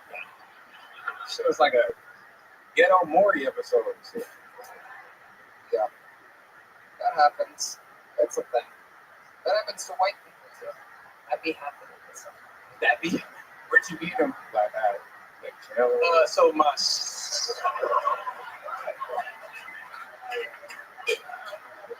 The Red Band School of Comedy is taking submissions now at the Sunset Strip. It's a 20-minute course. You get a certificate at the end. What made you meet your brother then? Was that your dad's idea? No, I don't think either one of us knew he existed for real. My sister's good friend, she was hanging out, and my sister's good friend's mom walked in, asked her name. She told her full name. She was like, "Oh, are you related to Willie Owens Jr.?" And she was like, "That's my dad." And she was like, "Oh, you want to meet your brother?" And then she was like, "Little nigga, come in here and meet your sister." And my sister called me like, "Little nigga, come in here, meet your brother." Yeah, but we're cool. Wow. What I said about that happening to white people, it doesn't matter. It's not exactly like that. You guys kicked it since you reunited? Yeah. Talk to him one time. You guys find that you have a lot of things in common? No. Okay. Well, what else? Anything else? Other than staff and recruiting, do you have any hobbies or anything? Just for being a father comedy right every day. How old's your kid? Two. Is that Will Owens the third? No, it's a All right, are you ready to go? Were you happy when you found out you were having a girl?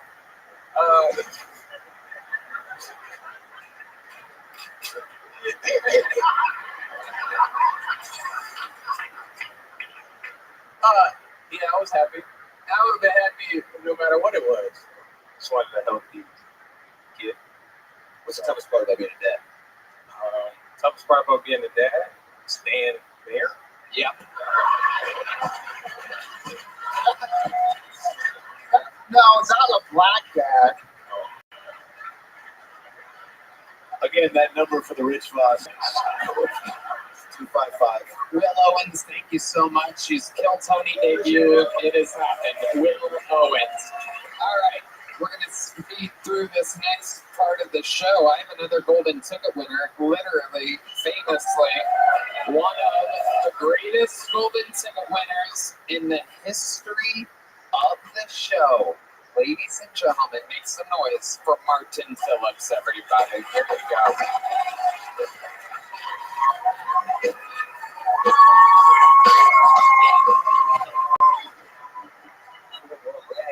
What's up? Yeah, very cool. It was Ash Wednesday recently. I couldn't make it to church, so I just put my grandma's remains on my forehead. It was just great thing that it's the only ash I had. Anyway, I had a lover, not a fighter, so when someone tries to fight me, I try to have sex with them. And then, like, let's use that fist another way. Let's meet in the middle and not just fisting. Anyway, no, I don't think I can fight many people. I think I got old people and children, so if you're under an 8 or over 80, stay the fuck out of my way.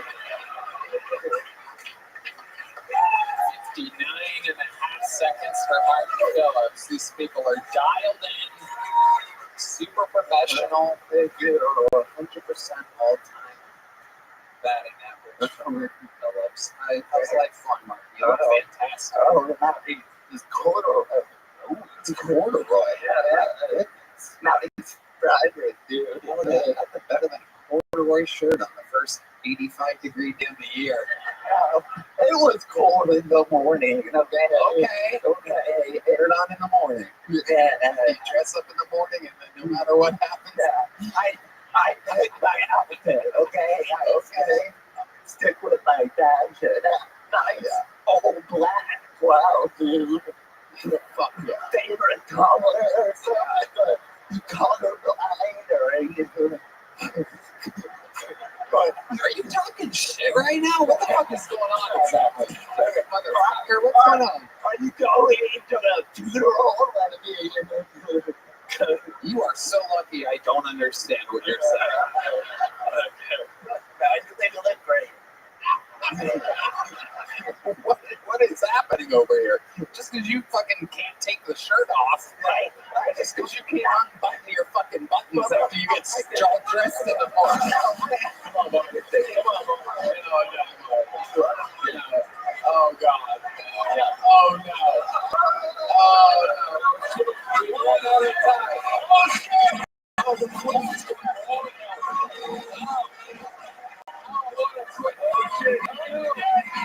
No, this is how you kill me.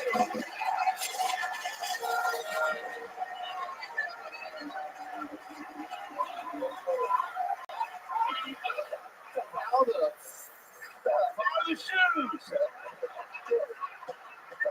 the hell is this the biggest show in comedy right now? This doesn't make any sense.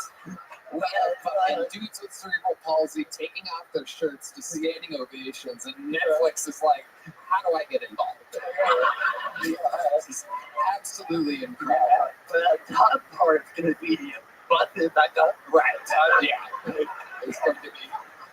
How do you think about that part? You're going to see Juanita with a new green corduroy do-rag later.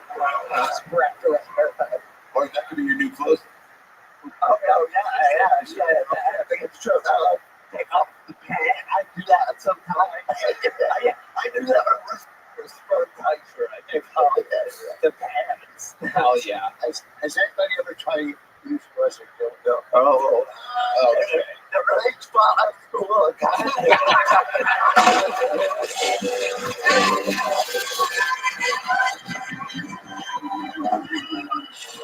He's back. Martin Phillips, a cold-blooded assassin. You are truly the fucking man. Is there anything else crazy we should know about you before moving on? You know, all you guys. They love you. Yeah, dude. You know, I've been doing so well lately. I don't think I have to substitute anymore. I think. Yeah, I love that. No more substitute teaching. You're on tour. You're doing the road a lot. You're selling tickets.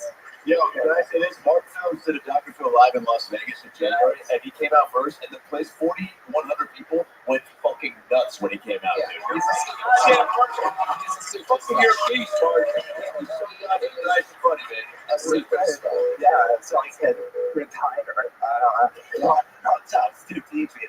Yeah, but crazy thing. One of the last days I substituted. I did something I've never done before at work. I shit my pants at the job, and you were teaching. Luckily, it was at the end of the day because I don't think I'm gonna hit that from the kids. I think they wouldn't know. Yeah, I shit my pants. Wow. And what was it exactly that you were doing when you shit your pants? You're a substitute teacher, so you play a lot of videos and stuff. Yeah, I just have the feeling of shitting, but then I have a classroom of students, so I was like, I can wait till the end of the period, and not what's going to happen after the Were you wearing jeans? Oh, I was wearing khaki. Oh my god. Wow. And was it a lot? Was it like a little shark or was it? Let me tell you, it was a vast amount of PCs. Not to quote my own joke, but I was like, what am I going to do with all that shit? Wow. What did you do? Take us through the moment. It looked like I peed out my butt. So, Anytime someone describes shitting as a vast amount of feces. Yeah. Wait, were you wearing it? So you gotta wear like NBA tearaways next time. that'd be nasty. Hold on. Actually, through it now. You shit your pants and there's a ton of shit. It is an unbelievable amount of shit. And you always have, let me slow it down here. Let the record show that he is not like a fucking, retard. Well, right. But he's also not like a comic that just would say that he shit his fucking pants and that he shit a lot to tell a funny story. Like, Even at my school of comedy. exactly. Right. So this, being one of the more intellectual, true joke writers on the show's fucking roster, this is actually incredible. And honestly, to be honest, maybe not surprising, I do have to prove myself more often than you would imagine. It's Well, I mean, you always walk like you just shit your pants.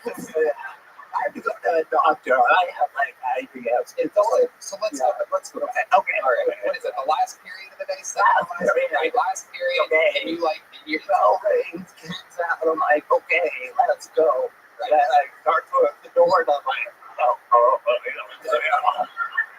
shit.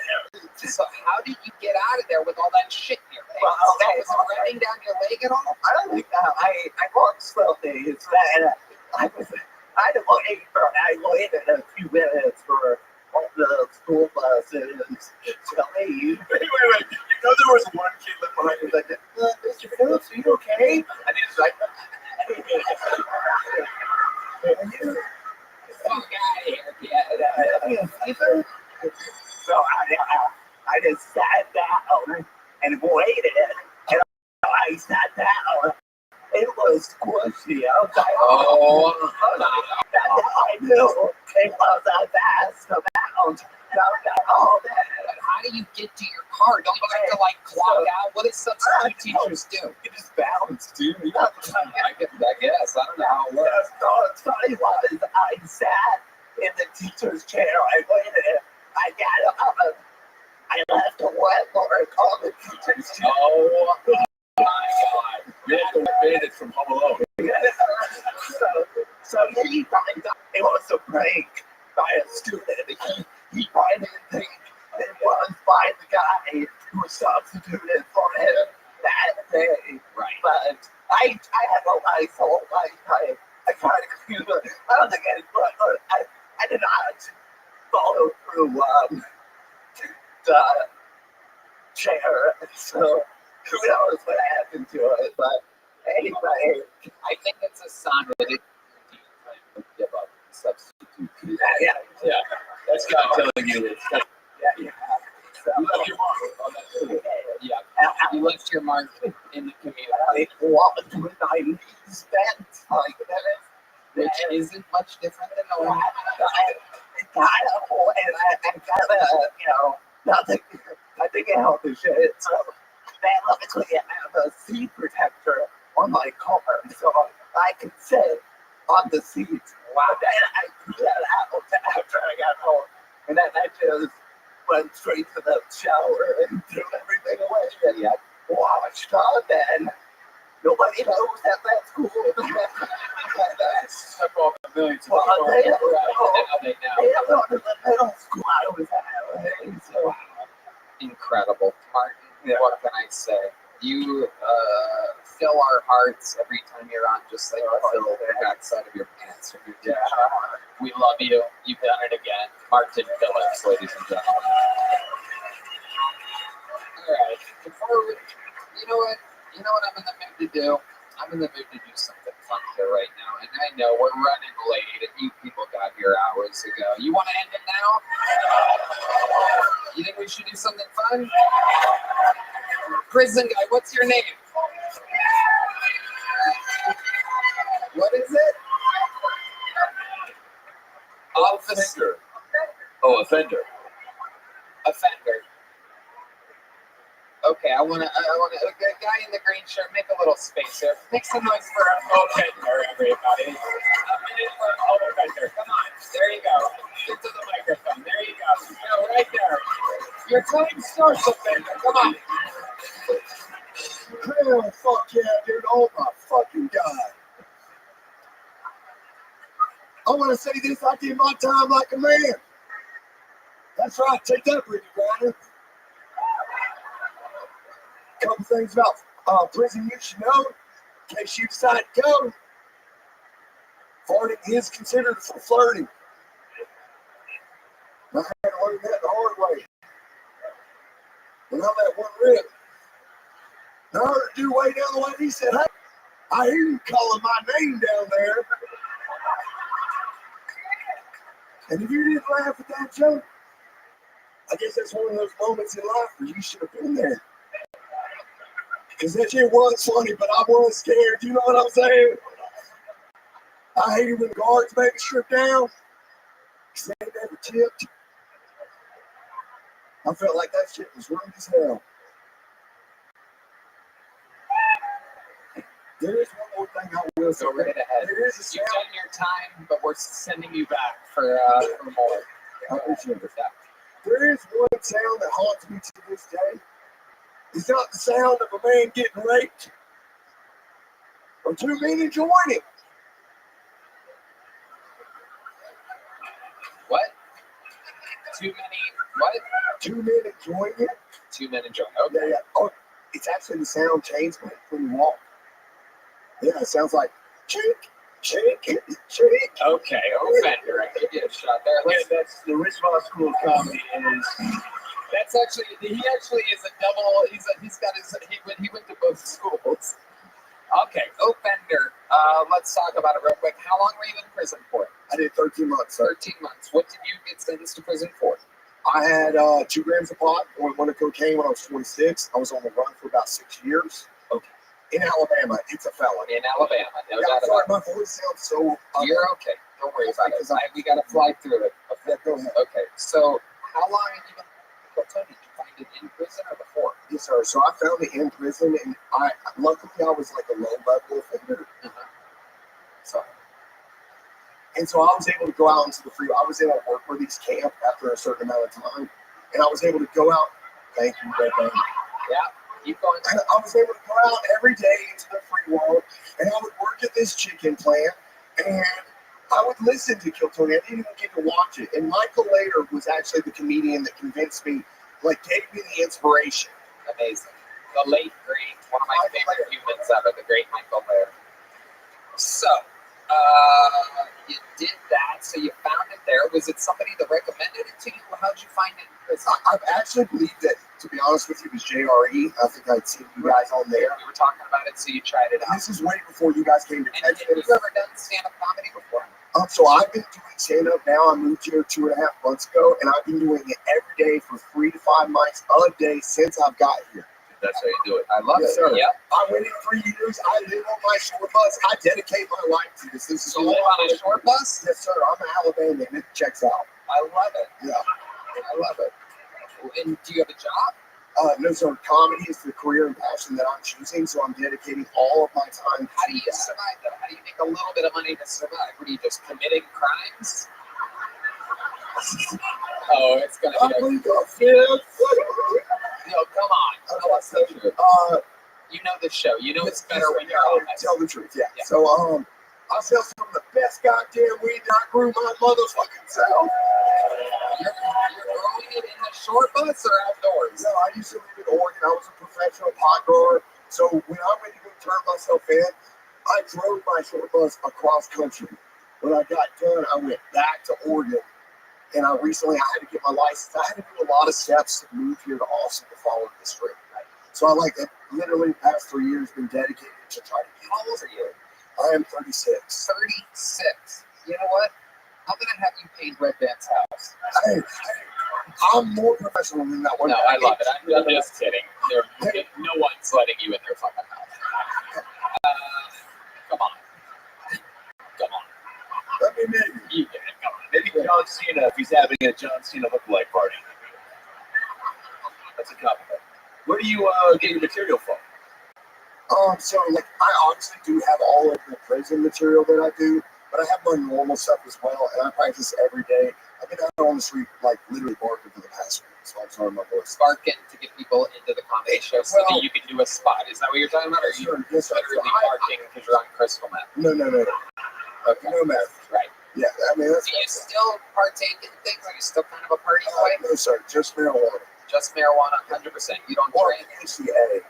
Sure, but you don't drink. You don't do coke anymore. No, sir. So I do drink a little bit, officer. Okay. Sorry. Since you're a Kill Tony fan, I'm gonna let you off the hook. Yeah, I appreciate it. Okay. Can I tell you one thing that I really have? Like, it's special. It's really good. Okay. Do you have like a Kill Tony bingo board? Yeah. I have a tattoo of it on my thigh that I got while I was in prison. You have a Kill Tony tattoo? I have to see Kill it. Tony bingo board. Y'all want to see it? Yeah, just Let's fucking go! show it. What the fuck's going on? Let's do it. We're running out of time. Ladies and gentlemen. Wow, that is fucking incredible. That is the actual Kill Tony entire fucking bingo card. That is unbelievable. That is incredible. I got your life together. Well, I guess so. I love it. I love it. Offender, congratulations. It was a big joke, but there you go. Oh, Jesus. Right off his fucking face. Sorry. You're okay. Case is up. You're okay. We gotta finish the show. Go ahead. Fine. Get out of here. Wow. One more time for Offender, everybody. Making dreams come true. And now, ladies and gentlemen, this is it. The moment you've been waiting for. A show that featured 2 golden ticket winners. The closer went first, so I guess there's truly only one way to end an episode like this.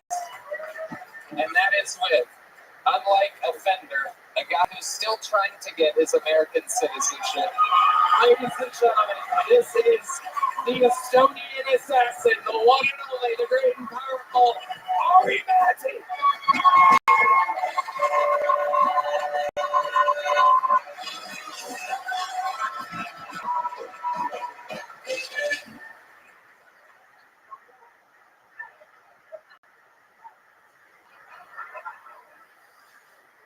A friend of mine got cheated on by his girl.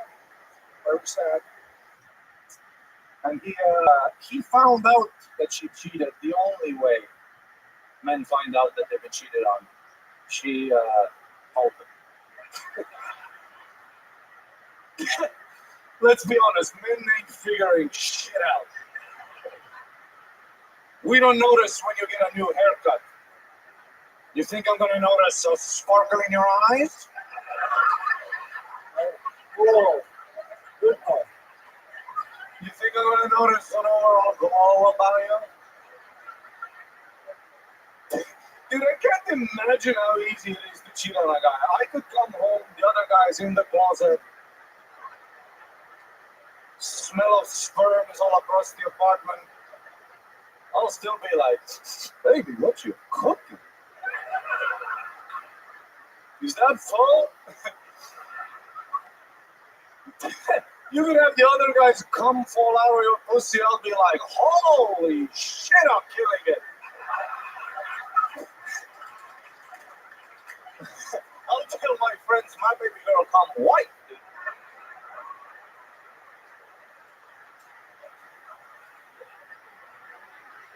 Cheating on a woman, though, different story.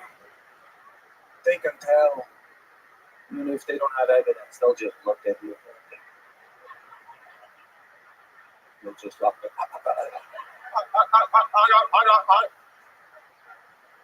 Dude, if you want to cheat on a woman, you gotta meet that other bitch in like Guadalajara with a fake passport, You gotta destroy the evidence after. You might have to drown that bitch. You might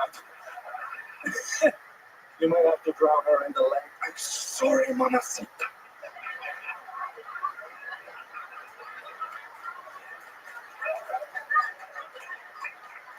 Put the bitch right now.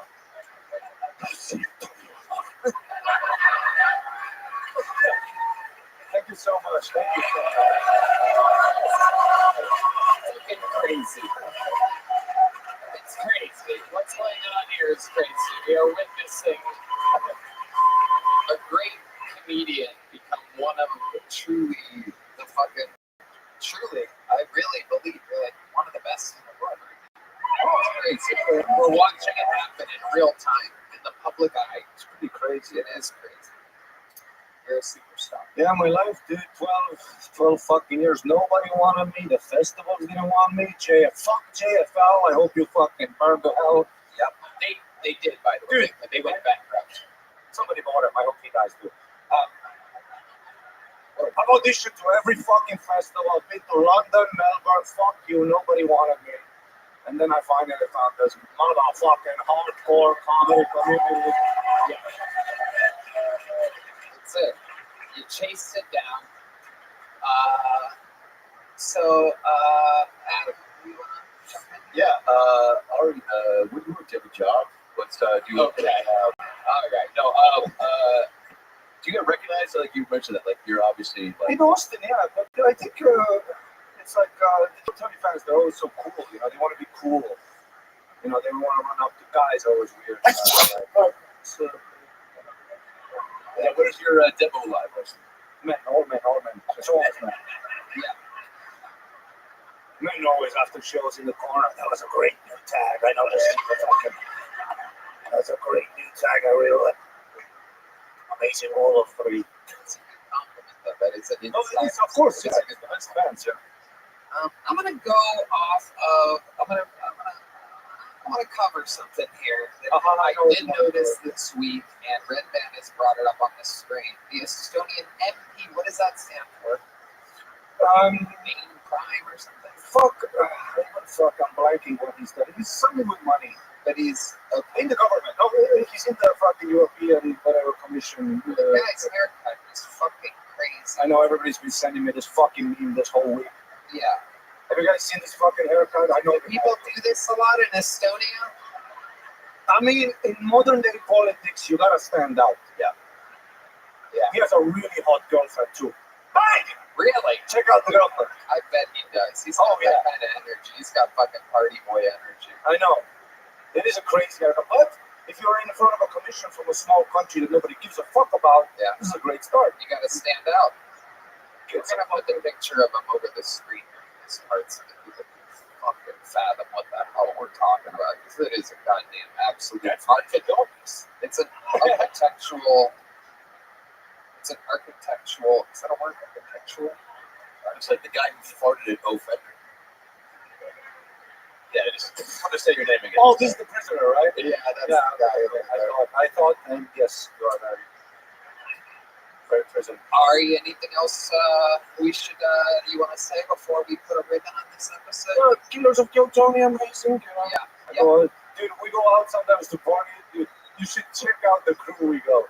It's David Jolly, me, and Martin Phillips. These bouncers don't know what the fuck kind of Avengers are walking in. It's just the blackest guy you've ever seen.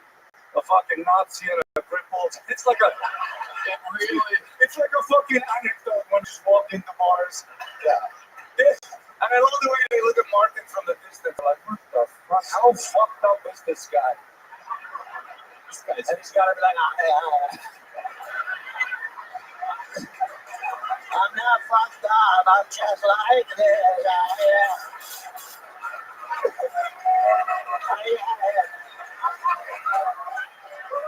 And you too can learn a Mark Phillips impression at the Rich Voss School of Comedy.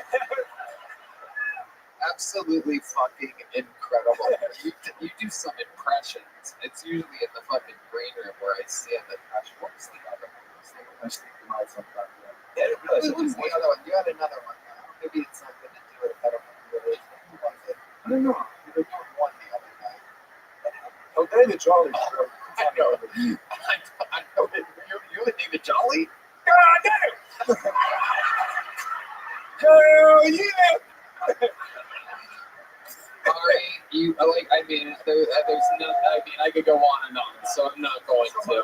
Thank you to all the fans. Thank you for supporting me. You're watching it in real life. A rock star, an international superstar.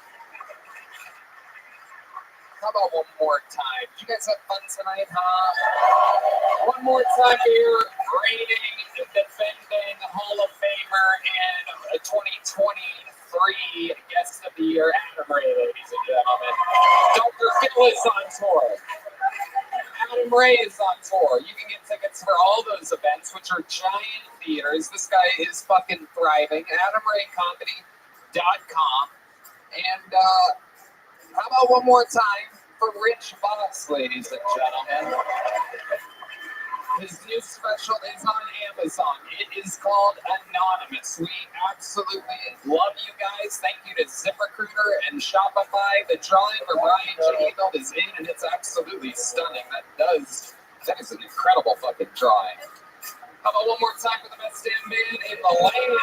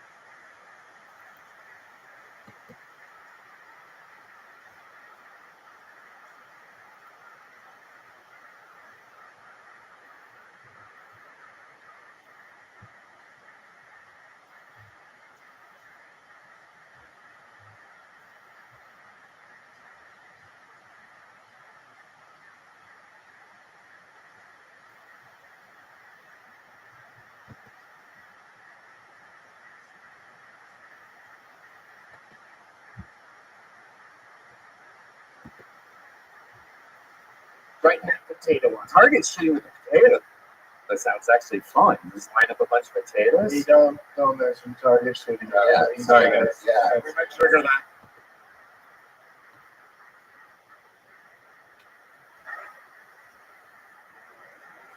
Sensitive subject. You guys don't sell potatoes, do you? Target shooting. We used to. Before the incident. The target shooting? Okay. So what were you saying about the fried chicken? I didn't really get it. I was trying to pay attention. Maybe I missed I it. knew I was running out of time there at the end. But that joke went over my head like a clay pigeon. You know what I'm talking about? It's ironic that you were running out of time at the end when that's what you do for a living. Yeah. A talkative lexicon of that.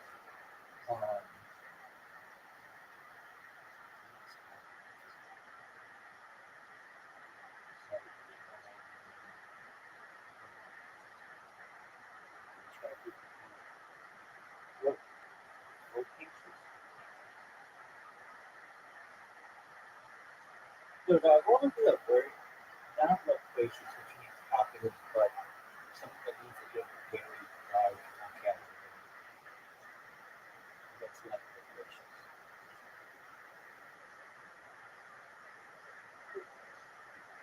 That'd be good. It's a script of deal. It just got someone who uses all the time.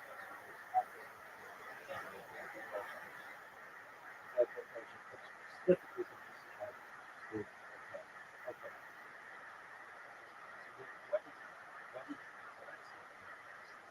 What is loquacious consequences?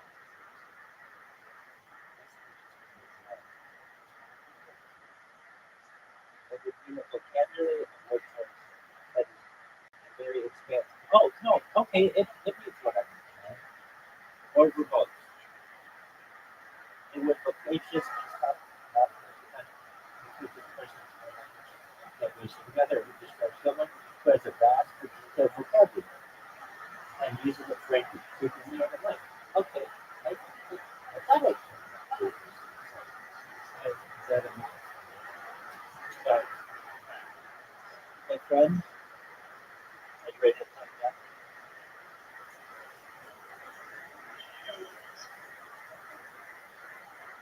I like the message. You thought you would Very true. Very true. I thought you would have been able to keep better track of it. So the fried chicken, what were you talking about? So when we went to the store and we were just going to go shopping, remember, I saw a couple people coming from like deep in the parking lot, walking fine. So then when they got in, they got on these scooters. Saw them kind of like scooting around throughout Walmart. And then I miraculously saw someone just stand up off of one of those scooters, grab something off the top shelf after they ate the fried chicken.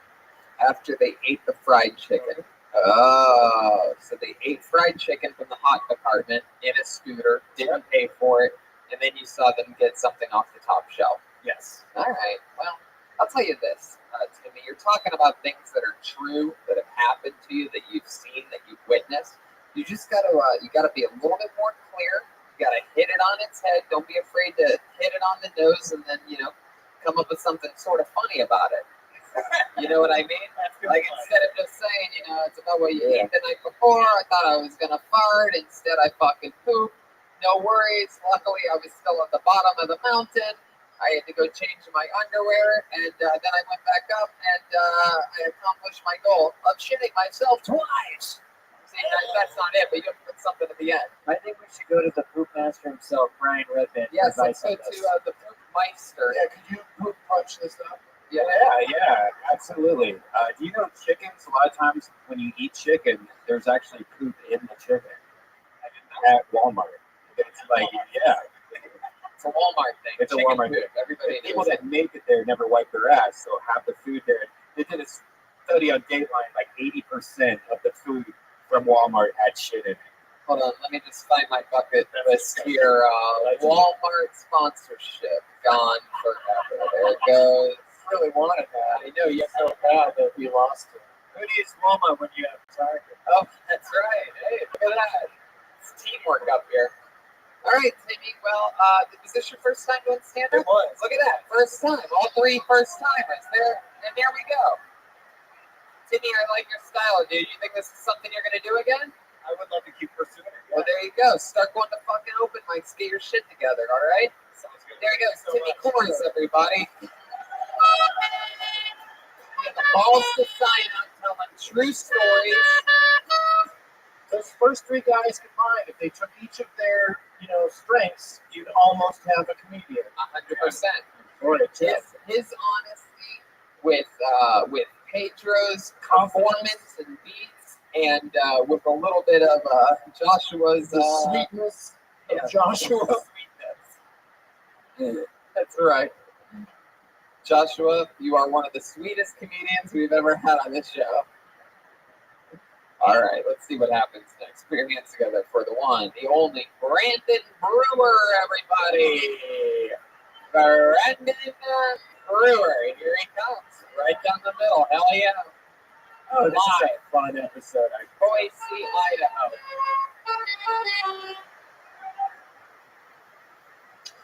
You called me a comedian. I am not a comedian. I just like to make fun of my wife. So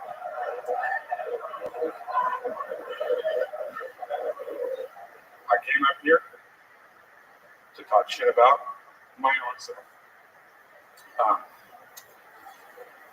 Oh man, is my beard weird? We'll talk about the content first. It farts like a bushy vagina.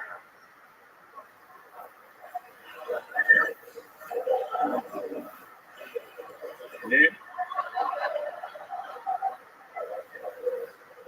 I'd like to talk about the anti-Hitler I have here. Very fun to own. This is my life. So,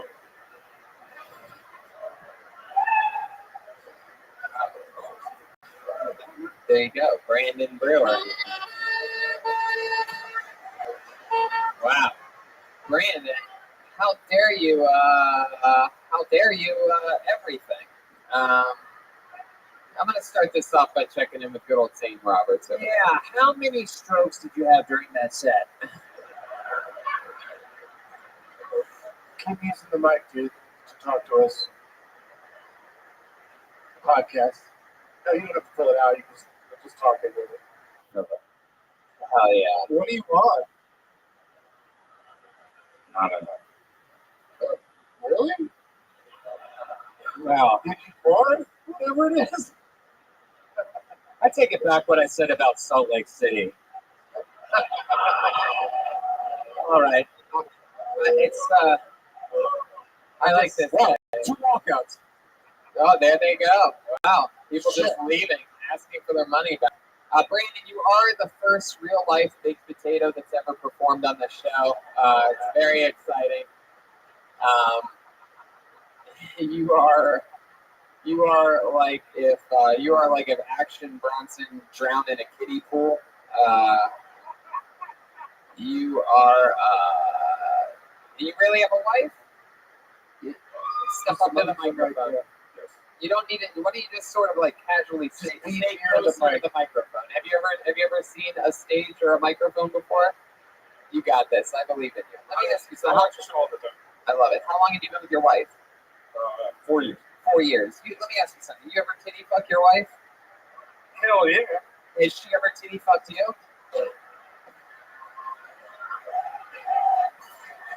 That was one of my jokes. I bet you should have done that one. You should have done that joke Tony just wrote for you. Yeah, that joke wasn't the only thing you left hanging. You're talking about your giant tits again. Those hangers. You were great in Fight Club, by the way. As the guy with Meatloaf. You're also great as Meatloaf the food.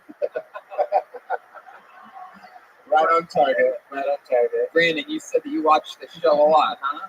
Yes, sir. So you excited about this? You excited to be up here? Oh, super. What do you do for work? I work in a warehouse.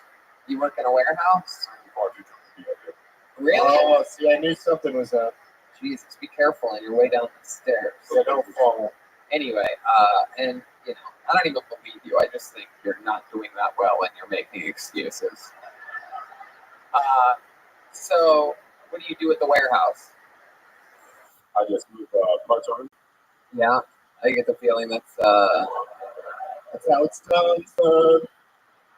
Move parts around. You ever drive a forklift? Yes, sir. You also drunk? You like lifting forks, don't you? What is that noise? The groans from the audience. That's the line. You're noisy lifting forks. Watch it. We all have a rookies aunts and uncles here. So tell us, married life. What does your wife do? She works title loans. She works what? Title loan. Title loan. Title loans. Title loans. Title loans. Okay. It's a fancy way of saying an escort, right? Title loans. Not really. All right. You said you were going to make fun of her, and then you didn't say any jokes about her. Yeah. Why do you don't like? Not that I want to hear that, but why lead us down that road and then Yeah, you make took a sharp turn? a big left turn. You go, I'm not a comedian. I'm just here to talk about my wife. And you're like, but a little bit more about me. You remember that? Remember what happened? No. 5 minutes ago? Let's go with Zane Roberts over here. First question: is your wife in attendance tonight? Is she here?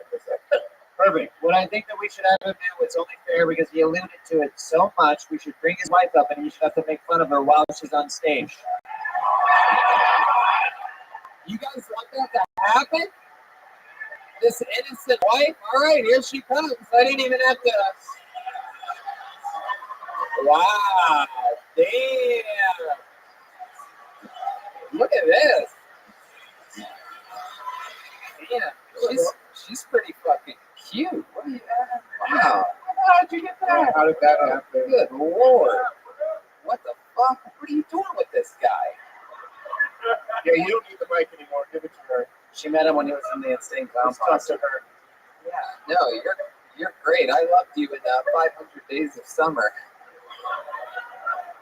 The end of 500 Days of Summer. What is that movie? Hey, so you'll love it. If you follow the trajectory of the movies that Tony's been watching on this podcast, Pitch Perfect 2, 500 Days of Summer. Yeah, what the Perfect 2 was 3 months ago already. 2 months. I'm just saying, let's keep a mental track of this. It's whatever HBO 2 plays in hotel rooms. That's my movie selection. So, what's your name, sweetheart? Tessa. Oh, Are you worried he's going to actually make fun of you? Oh, so that's why I didn't do it. Let me ask you a question, Tessa. If he was going to make fun of you, what do you think he would make fun of you about? What do you think his primary focus would be? Is there ever anything he busts your balls about around the house? Like what? I'm controlling. A little bit closer to the mic. You're a nerd who reads. I don't read. But You don't? Oh, keep telling us. Glasses. Keep telling he likes them. Keep telling us things that he makes fun of you about. You're controlling. That's all we got out of you. You said everything, and then. Wow. Well, what are some complaints you have about this fucking loaf of bread that you married?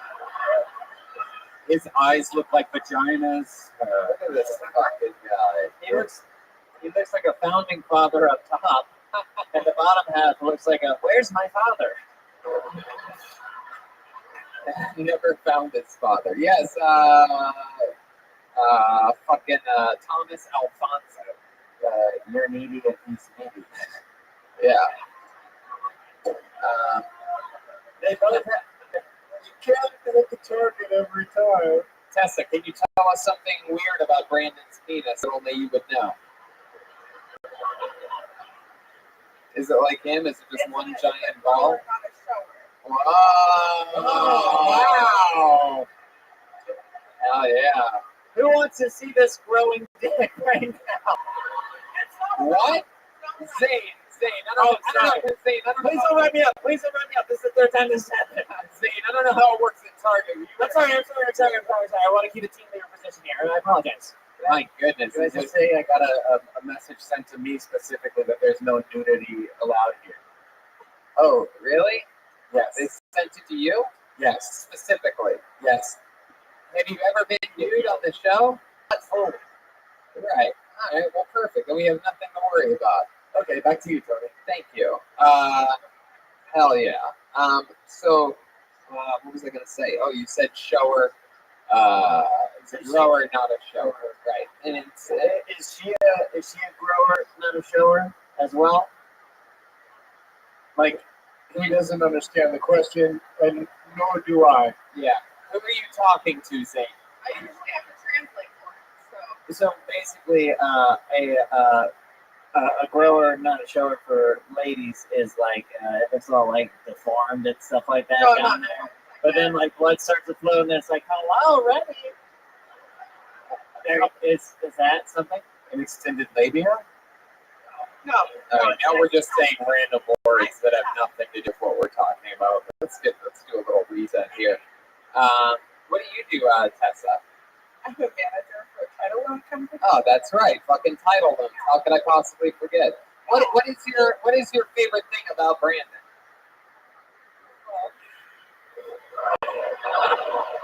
Wow. Wow, that was a heavy sigh. This is the most romantic date I've ever seen. I get to take care of him. He's, Well, that's what you get as a mentally retarded. I'm sorry. Please don't write me up. Please don't write me up. I apologize.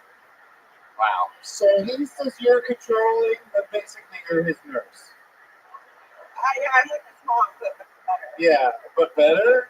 Better. Yeah, because his mom isn't gonna. His mom doesn't know how to drop it like me. My God.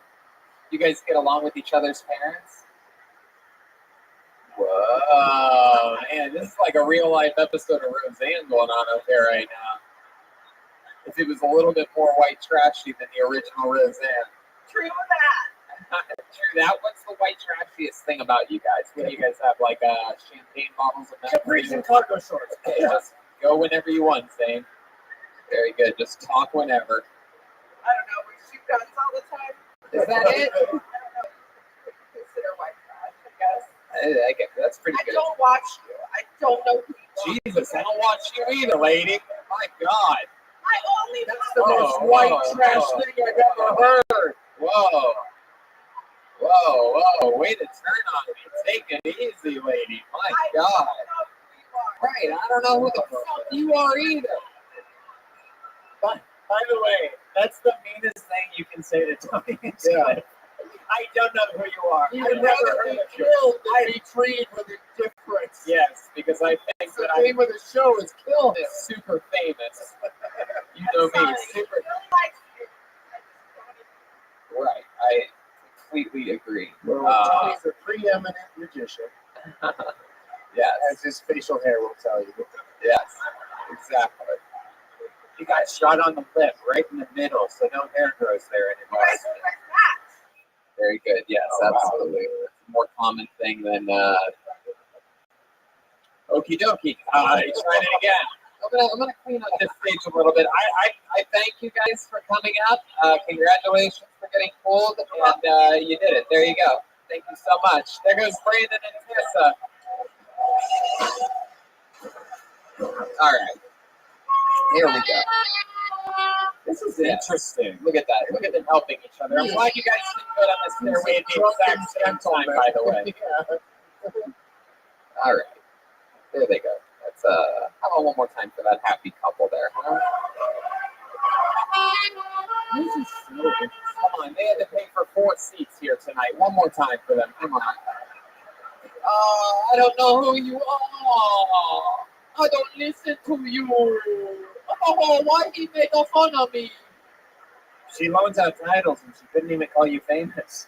There you go. There you go. I wonder if this is her name in the fucking. I'm excited about this one. There's something in my gut telling me this is going to be good. Put your hands together for Stephanie and Mason, everybody. Here we go.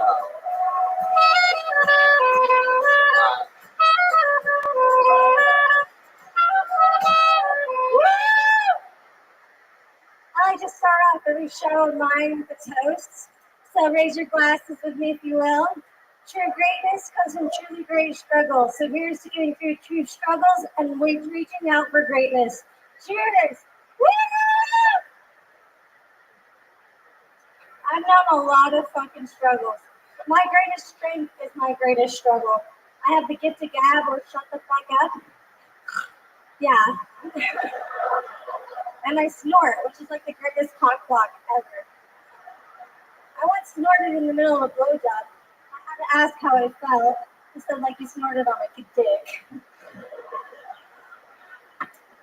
There's actually a term for excessive talkativeness. It's called logorrhea. And you can remember like gonorrhea because it doesn't come from my mouth.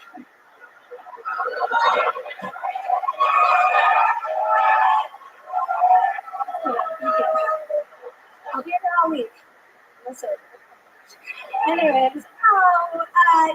So I used to be a prostitute shooting up meth. What?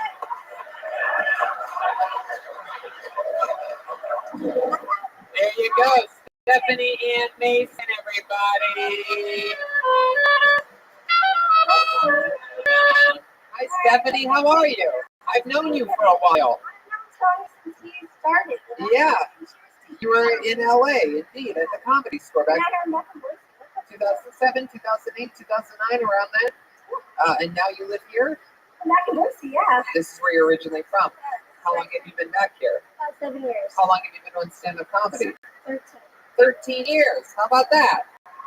Stephanie and Mason, you hit what could be considered the first joke tonight by a comedian. It only you're the fifth pull out of the bucket, first joke of the night. 50 minutes in. Not bad. Yeah. Great joke with she also did the drink take where she took the sip right after the punchline. It's very professional. It's incredible. I'm very happy to be here. I know Thank you, indeed. So, Stephanie, what you been doing in Boise? You how long were you in LA for? I was in LA for long enough to do cocaine and get back home. Yeah, what? Yeah, did you just do a little right then? Pretty much, I got sloppy with cocaine and I had to come back home for a little while. But yeah, I mean, I was doing the belly room. If you remember, I was doing pretty all right there in LA. And he got the house sitting gig and I got sent back home. Who got the house sitting gig? The 46-year-old helicopter pilot. Oh. Is this voluntary? Because I am so turned out right now. I apologize. But no, yeah. So and then I started doing the funny bonus here like a long time ago. And then, yeah, I did. You know, I worked with Doug Stanhope. Anyways, yeah. All right. But yeah. So what do you do for work here in Boise? I'm a server. Yeah. Where are you serving at? I work at Terry's Cafe. Whoa, a lot of Terry's Cafe fans here. Very good, dedicated clap from the audience. What's one of the specialties over at Terry's Cafe? By the way you breathe, I'm guessing it's the bacon. Snort? I should have said snort, not breathe. No, I was like, dude, I need to do more cardio. No, if I was going to make fun of a woman for being fat, it would have been the guy's wife who was up there. What? You don't even see me. You don't even hear me. You don't know what the fuck I am. You didn't even fucking hear that. What you don't know can hurt you. You know, I told me I hate to hop on the roast bandwagon, but she reminded me. Oh, shit. Oh, we're just kidding, Tessa. We make fun of everybody. How about the name for Tessa? She's beautiful. You're beautiful, Tessa. You're fucking beautiful. 500 Days of Summer has Ellen Page in it. That's a beautiful, beautiful woman. There you go. I bet you do. You look like you stayed out in the sun for all 500 days.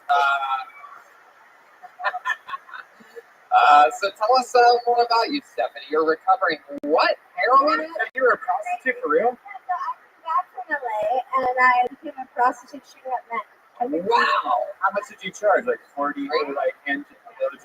Yeah, let's You don't charge for meth. Let's go over the menu here. So $40 hand jobs. Let's get an answer out of you. So, what are the prices on your menu here? So when I from when it started to when it ended, and let's let her answer, guys. I see the wheels turning over there. Well, I started because it felt like cab money was getting paid for it already. I was like, you're giving me $40, like I could just pocket that and walk the fuck home. So I started doing that. Wait, what would you get the $40 for? Cab money, huh? Cab money. So, right. So you were gonna leave with the $40, but then you're like, I should probably charge for sex. So how much was that? So, like when I started, it was like $500 something. $500? When I left, it was And then when you left, it was like coupons for milk or something like that. hopefully some meth. That was pretty much it. Yeah. Right, that was it. Worst thing you ever did for drug money? What was your like requiem for a dream moment here? Well, okay, if you want to hear it, so 5 years ago, this July 4th, Independence Day, Yeah. 5 years from when I shot up the last time, and it was with my mom in my dead grandfather's trailer. Wow, you shot up heroin. You shot up meth with a needle with your mother in your dead grandfather's trailer. With him sitting right there. Happy July 4th. Zane Robert. Can I just say this is the most beautiful white trash fairy tale I've ever heard. So, did you and your mom use the same needle that day? Nah. She was like, oh, I only started until I go in the other room. So I don't know. Like that. Yes, Zane. Yeah, curious about your menu. Do you have any weekly specials or daily life specials or anything like that? Take me back to LA. It's free. Are you talking about the cat? Wow. Wow. Looks like we have a new member on the team at Target.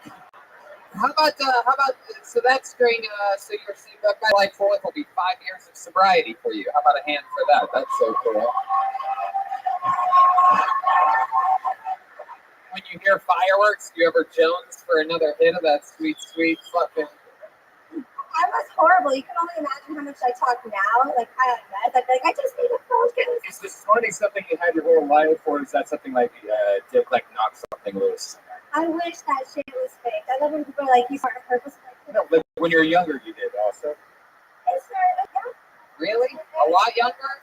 like, I feel like that's from years and years of cocaine abuse. in LA. It's true. I don't think it really happened as much as it's Twitch. Yeah, It's right. like I'm nervous. Yeah, you worry you might snort some of the glitter off your face into your nose. I went big. I was like, I'm coming to kill fucking Tony. I'm so happy to be up here, guys. So seriously. I love that. Of course. Yeah, it's super I watch exciting. my show all the time. I'm watching So we talked about your lowest low when you were doing drugs. What was the worst thing that ever happened to you when you were prostituting? I find it so compelling. We've never, in our almost 6 years of doing this show, we've never really gotten to talk to anyone that has been in the business, and it's so cool. I think you should be so proud of yourself for being out of it for this long. And but is there something that is there like a low in that you remember, something like that? Anybody ever want? Actually, I had to quit because I kept getting left in like really bad places. Like towards the end, I was just done for everything. I was just like, I don't care. I'm gonna do drugs, and I was like, why don't you respect me? And you can't do that. So I was just like, leave me. Getting left places? Well, yeah. So I was left in Nampa at a dog park, which is like one of the worst places. I mean, half of that sounds lovely. I don't know from Nampa, but a dog park. I mean, hey, after we're done, can you drop me in a dog park? Sounds like a nice, He was like, nice thing. Yeah, man, I dropped her off at the dog park. Would have dropped her off at the pig park. She wouldn't stop snorting the crazy bitch. Get out there where you belong with those dogs. All right. A dog park, man, that is frightening. I never would have guessed that.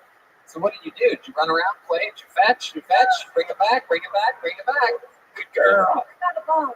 I bet you did. Hello. But yeah, luckily I wasn't arrested, and I learned to stop getting left in Nampa. But yeah, and that was like the breaking point. I was like, bitch, you're smarter than this. Hopefully. Wow. Yeah. Anyways, yeah, so, and yeah, life's good. Been sober since, and like moving towards, and I work in comedy. And now I feel like I now have something to say. Versus before, when I think you would know before, I feel like, I'm from Idaho, different huge.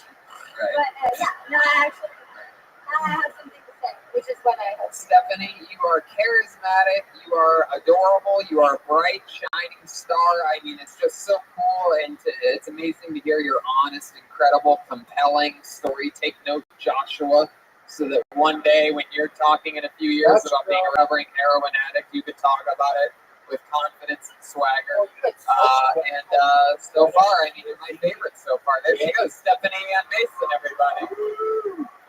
How about that? Good to see you again. Congratulations. Stephanie Mason.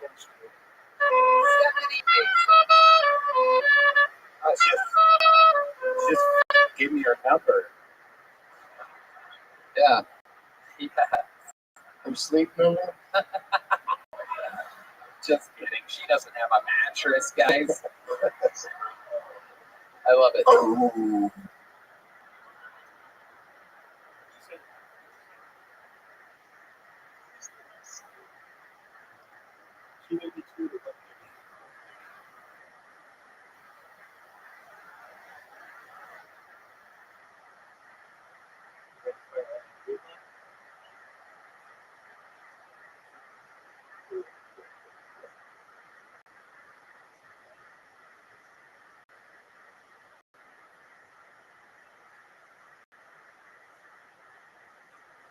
Dog park.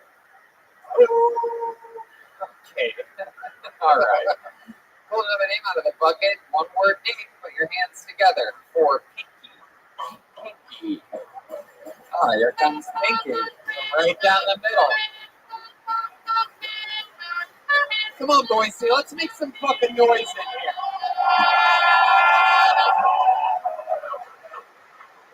So I don't like have jokes. It's more like unfortunate life stories.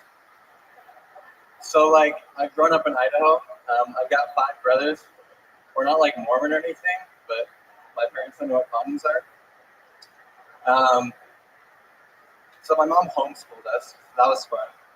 And being homeschooled is like really cool because you can like sleep in later. The only problem was you didn't really get like an education. Another downside is I wasn't like really good with girls. I did get a girlfriend when I was about 15 though. Her name was Hannah. Hannah was cool. I don't think she liked me very much. She would like run out of the room whenever I came into the room. So that was cool.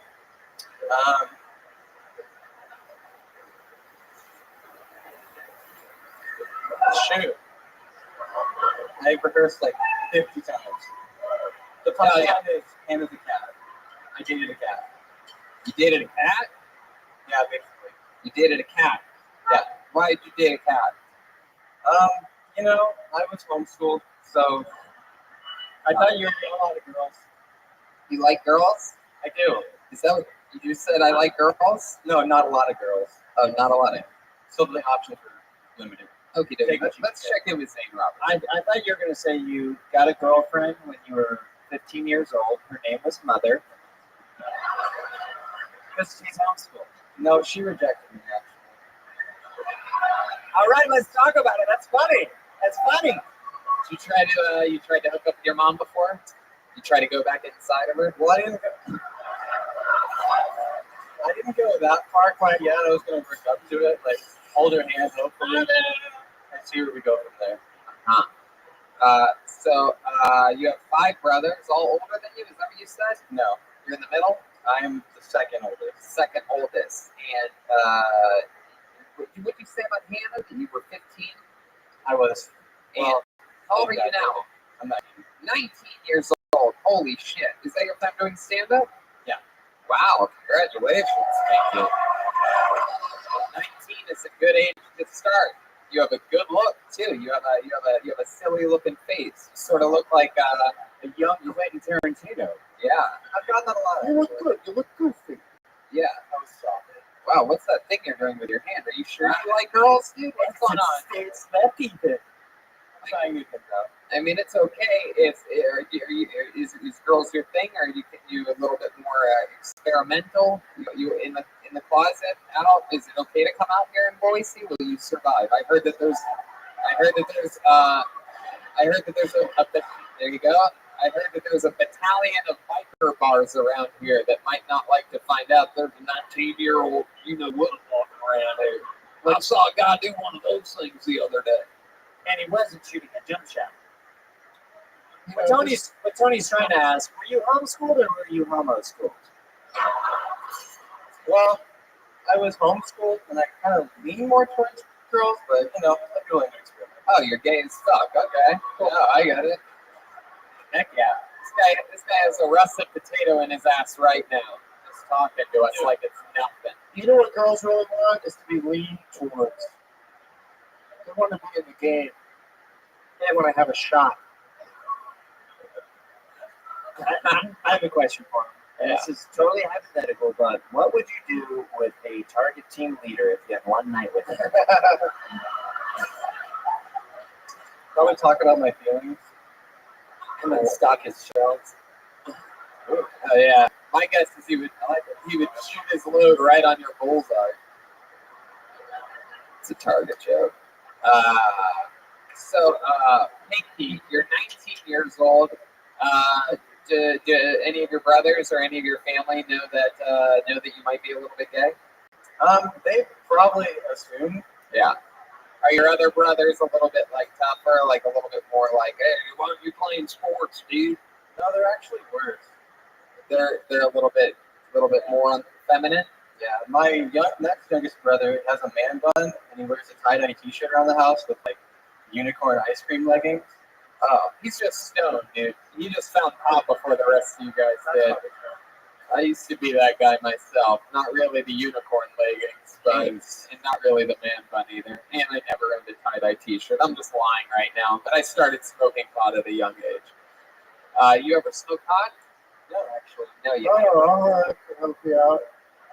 He's 19 still. Yeah. You ever smoke pole? I'll try. Wow. My goodness. May I ask, what's with Pinky? Why are you called Pinky? Yeah. Is that what you like to stick in your butt? I like to go middle finger for that, actually. Whoa. Yeah, fuck your butt. Yeah, fuck you, butthole. Fuck you.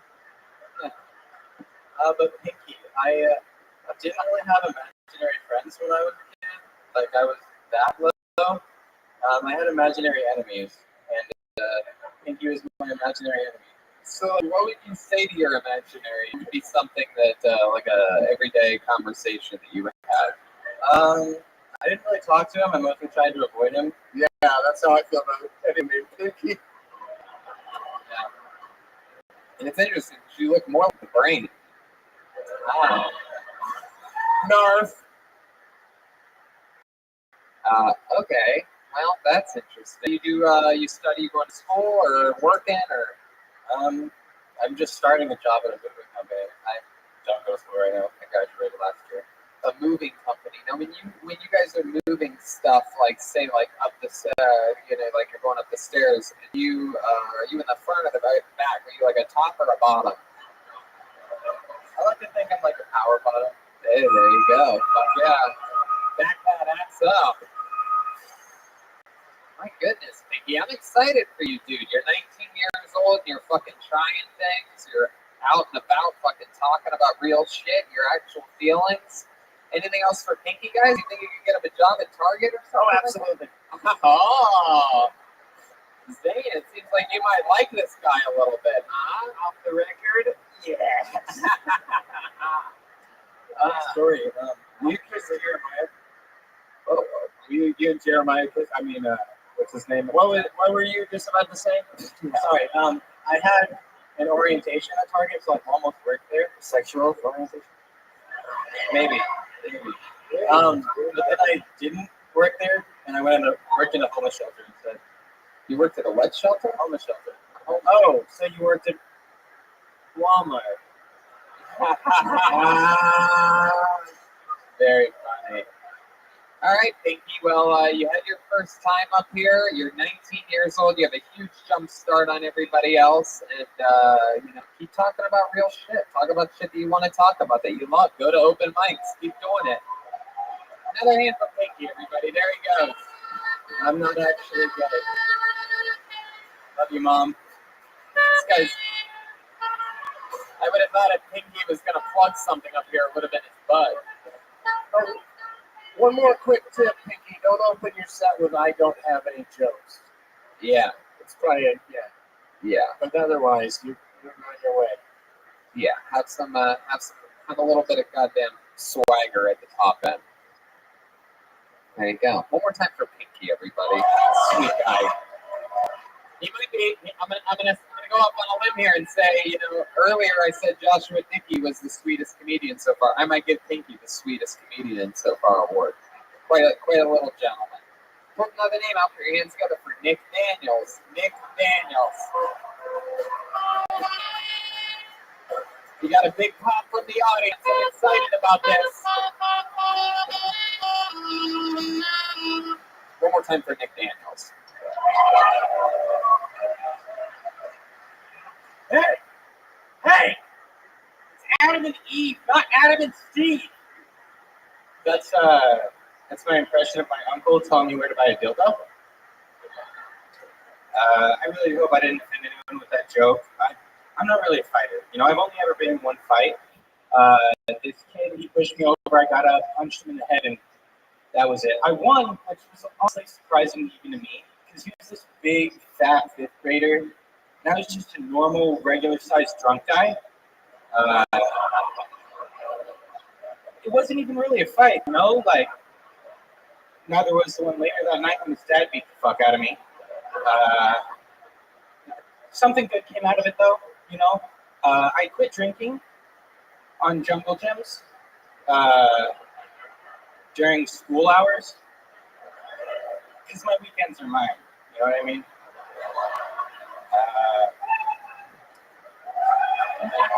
Hell yeah.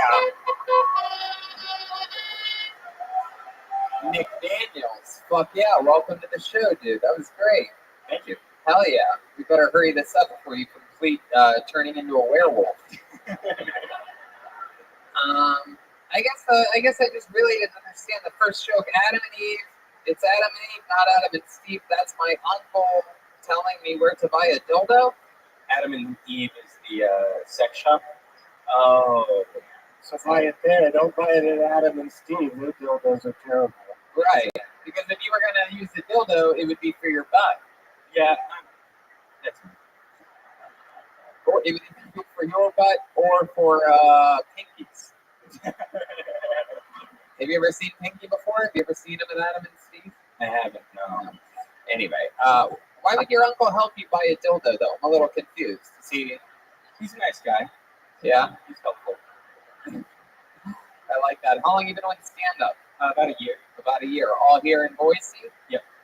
Right. And what do you do for work? I'm a locksmith.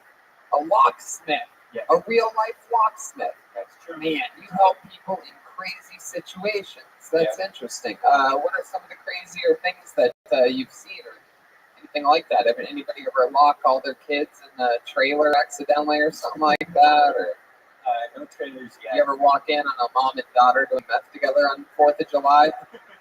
No, unfortunately not. Yeah. How long have you been a locksmith for? About 6 months. Oh, okay. Have you seen anything crazy yet?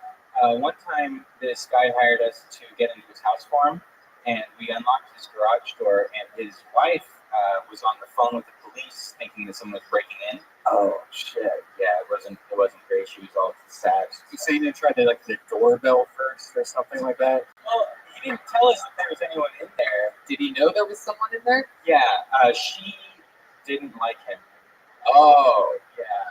Did she have a restraining order or something like that? No, he lived there. She just, I guess they had a fight and she locked him out. Police ended up showing up and they dealt with it. I just, had him pay me. Hell yeah, you're damn right. How much does it cost to let someone into a house that, $50. $50. Fuck yeah, that's all it takes to fucking sort of win that argument. How much would it be if maybe you got, really wasted one night, did some poppers with a guy named Pinky, and locked yourself out of a Target? How much would it be to get inside of a Target? A Target? That depends on the kind of lock it is. Are locks getting harder to pick nowadays? Honestly, no. They're getting easier? Yeah, a lot of them are really easy. The only ones that I have trouble with are the electronic ones, and that's just because if they fail, you gotta kind of just break them. Yeah. Wow. You ever use your locksmith abilities for anything a little bit shady? You ever break into an ex-girlfriend's chastity belt? Hey now, look at that. No, honestly, I learned how to pick locks because I wanted to be a magician when I was a kid. You did? Do you know any tricks? Yeah, I know some tricks. Can you do a trick right now for us? You guys want to see a fucking magic trick? I know I do. Here's a little bit of magic from the amazing Nick Daniels. I'm really excited to see this. Oh, it's a cigarette magic trick. Uh-oh, cigarette. What's going to happen to it? Whoa! What's that? It doesn't work. It doesn't work when I'm behind you. Yeah, I know. You guys are totally in on it. That was just for the three of us. Everyone else saw what happened. Really have that trick on lock. My goodness gracious. You have a girlfriend, Nick? I do, yeah. You're a good-looking guy. How long have you been with this girl? A month. Wow. Where'd you meet her at? Comedy club. Oh, is she a comedian too? She is, yeah. Oh, interesting. How long has she been doing it? About a month. About a month. Oh yeah. I was hosting the show that she first did her first set on. Oh, cool. And then that night, you're like, you were pretty funny. What do you say? Pretty much, yeah. I have the keys to your heart. Let's do this. Yeah. What'd you guys do the first night you hung out? Do you remember? The first night we hung out, we went and got some drinks. Yeah. And then went and watched David Tell at her house. Wow. Hell yeah. Little insomniacs over there, huh? Staying up all night. Yeah. And then you went to work on their chest. Did you guys hook up that first night? We did, yeah. You probably only made it, what, 20 minutes through David Tell until you started throwing fingers up in that? Yeah. Yeah, that's how long it takes. You're recording this in your set, and then you're gonna just drop the camera. I love it. It's great. Is she in the book? Oh yeah, she is. She's in the book. That's so cool. Is there any secrets of like locksmith, like a vending machine? You can push it twice and open it up. Yeah. Is there any special tricks that we would be shocked to know about that allows easy access for anything? There's a type of lock that pretty much every new house has on it. Uh-huh. Smart lock, and you can just open it up with a pair of pliers and a flathead screwdriver. Oh my God! I shouldn't have said that. Wow. I'm robbing all of you tonight. Crime skyrockets in Boise, Idaho after Kill Tony. That's right. Crime has skyrocketed 1,000% because there was one crime in Boise here today. Police are searching for a male between 5'6" and 6'3", white. Good luck. Hey. There's only white people here. Yeah, it's true. Wow, people are going crazy about that. We have some proud racists in the audience wooing at the fact that it's all white people. Jesus, all right. I love it. So, anything else crazy about you, Nick, that we'd be surprised to know? Any fun facts about you? Fun facts. I don't know. I play Magic the Gathering. I beatbox. You beatbox? Can you please, for the love of God, give us an example of the beatboxing that you're able to do?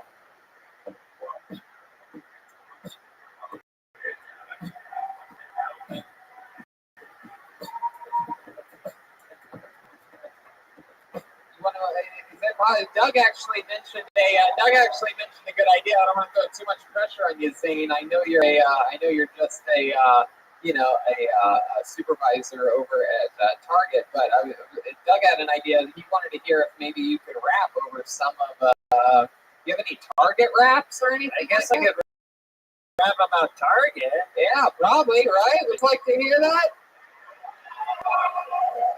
All right. Why don't you give them Nick, why don't you give them a little beat? Let's hear some Target raps. I'm pretty excited about this. All right, let's fucking do it. How about a hand for Zane Roberts and Nick Daniels, everybody? This is a whole new thing here.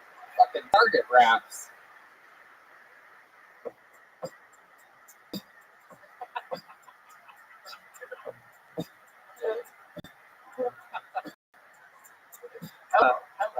Hello.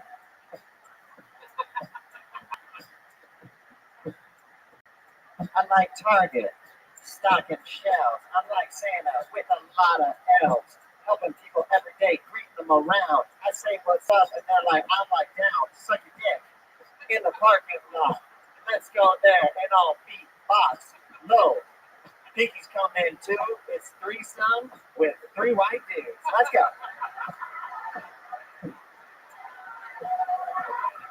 You motherfucker!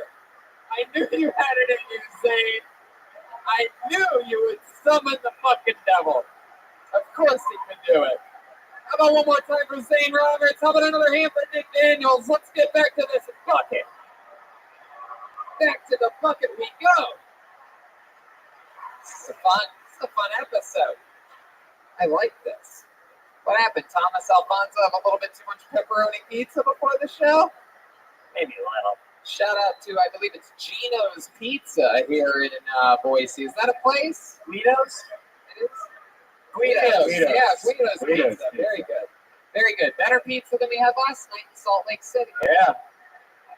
We're doing a 6-day pepperoni pizza binge. We're testing out each city, and so far, Boise is in the lead. All right. There's a little something to be. Since you can't be proud of your Canadians, you can be proud of your pizza. Clear your hands together for your next Canadian, Trevor Secreto. Trevor Secreto. Here we go.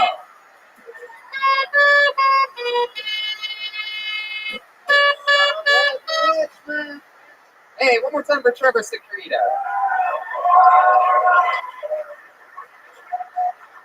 I was traumatized as a child. When I was about 2 years old, I saw this TV show called Tales from the Crypt. Yeah, a few people know it. There's this creepy puppet on that show. It's got rotting skin, and when I saw it, a lightning bolt shot up my spine, and my goose pimples turned into real huge pimples, and I was so scared. And my mom, being the good person that she is, tried to help this little kid out. Like, don't be scared, little guy. It's just a fake puppet. You don't have to be scared of it. And that's like, Mom, the grenade already went off, and this soldier is a good.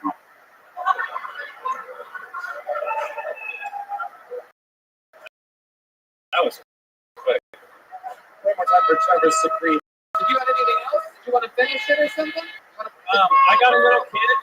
I got a little boy, and I just, from that, learned that how to raise my son, this little kid, with the horror of the internet today. Through going through that fear. Thank you. Okay. How about now? Is there something else you want to do it again? Or no, I'm kidding. I'm just kidding. I'm kidding. That was as good as it's going to get. I guess it is. I believe you. It's just about time somebody's doing some Crypt Keeper comedy. Heck yeah. Take that fucking guy down. What's goose pimples turn into real pimples mean? I had a different line, but that was just what I improvised in the fear of the moment. You know, I've been trying to conquer that fear since I saw that weird puppet, and that's what I came up with in front of all these. Trevor, a lot of people would tell you that they hated your set tonight.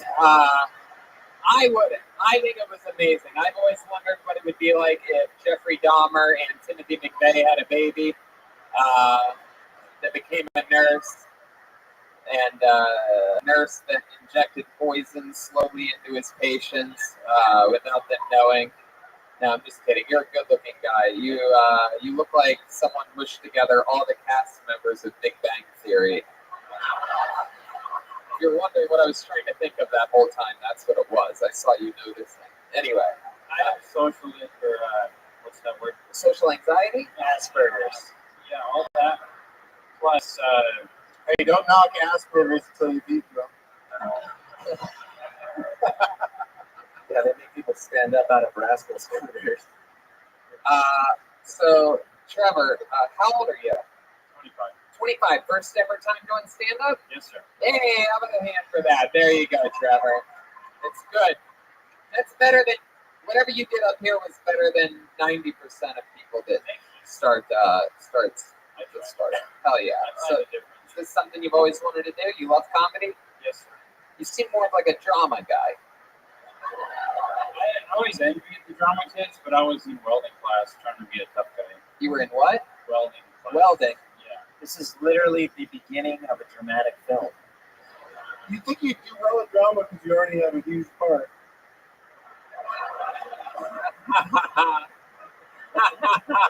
That's so good. What do you think as a welder you would have held it together better tonight?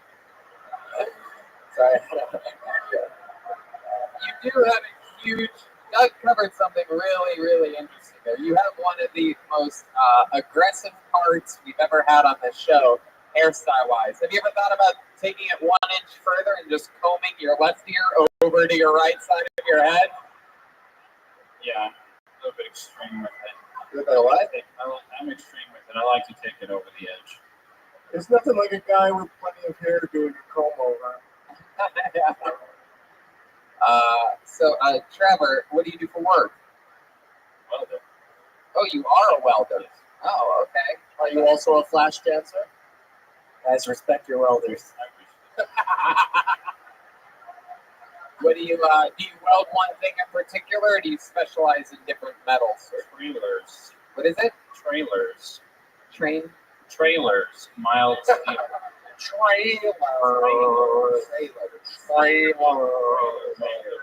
Wow. Oh my goodness. I look for part. Funny enough, it's Trevor Ratliff, so it's got a lot of R's in it. Oh, okie dokie. I was just about to ask you how many R's are in your name. He looks like a guy that likes to say a lot of R's. Yeah, a lot of hard R's. Wow. Trevor, you ever do any World War II reenactments or anything like that? No, but if that was today, I would enlist. Heck yeah. Well, there you go. Trevor, what do you like to do for fun? You seem like a guy that definitely has some hobbies. Yeah, I'm totally obsessed with psychedelic drugs.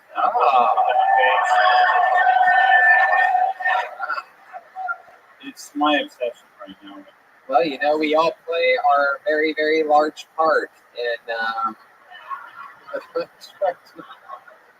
what are your favorite psychedelic? I mean, what's truly your go-to? Acid? Yeah, acid. The last time I did acid, I communicated with another human telepathically. Wow. Did you see all his articles? Yeah, it was weird. Were you really communicating telepathically, or were you on face or something like that? Like, how hard were you tripping? Honestly, yeah, it was a good first time hard tripping, and was it just you going hey and him going hey back like in your head? It's like, whoa, you heard that? Yeah. But honestly, we hiked down to the river and we found this bridge, and we sit down on this bridge, and he suggests, hey, let's just sit here and meditate for a second. So we sit there, focus on your breath for a moment. Within 10 seconds, we feel each other above each other.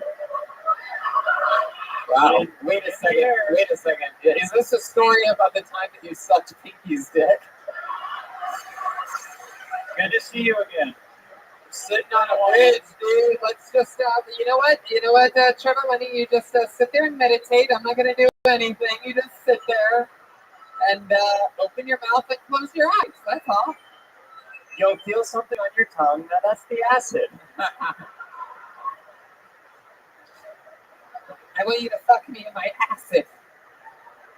Did you do that? So you did the acid alone? You had a partner? We had a partner. Going for the partner. And I won't stop either. I love it. We're going to keep going until we get a good one for you, Joe.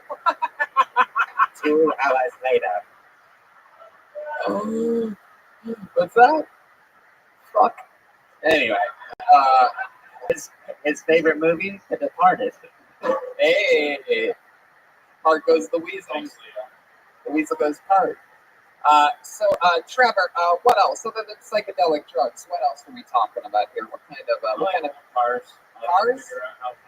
What kind of car do you have? You should wear a shirt that says "Who farted?" I'll buy it from DougBenson.com. What kind of car do you have? It's a Ford Bronco. Yeah. Yeah. I heard that it's really hard to get parts for that car like that. Now, is it a full-time hobby or a part-time hobby? I love it. Everything's part-time with him. Nobody knows how to get the party started harder than Trevor's. I don't know how to finish. Did you write that red part of the deal?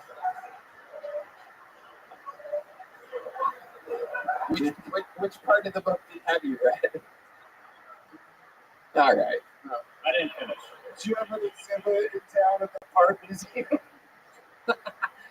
Okay. Well, you know. I think we get it.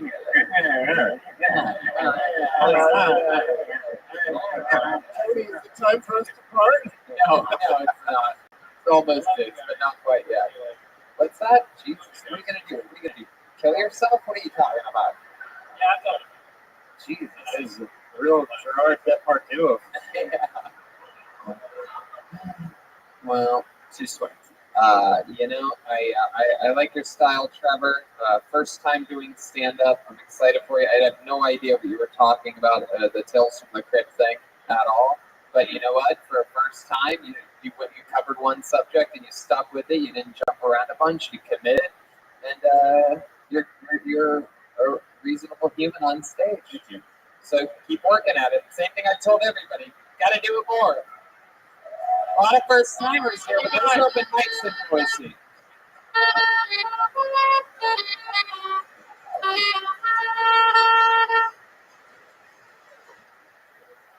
You guys want to go back to the bucket one more time? Let's go.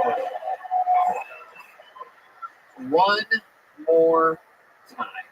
Let's do this shit. Put your hands together for your final comedian of the night. I wish Danny Brown was here. Okie dokie. Anyway, back to this part. Your final comedian of the night. Put your hands together for Muffin Top, everyone. Muffin Top. Interesting name. I'm excited to see what happens here. Not seeing movement. Muffin Top, you coming from up there? What's going on here? I think Muffin Top is scared up, huh? Pedro wants to go up again. Blacklisted. Pedro, 0 for 24 tonight, is convinced that if he has one more chance, he'll fucking nail it. Holy shit. You two guys brothers? Okay, perfect. Good. That would be frightening if you weren't. All right. Your final comedian of the night. Put your hands together for Nate Ford, everyone. Nate Ford.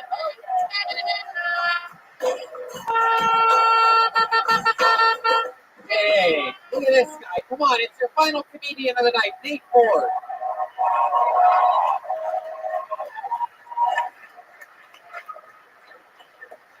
I love plot. The reason I say that is because I am out.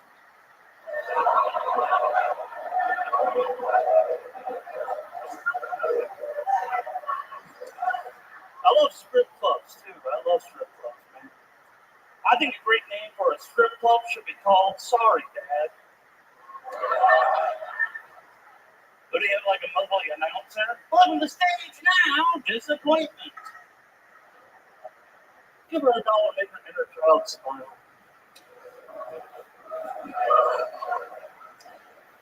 You think abortion doctors have kids of their own?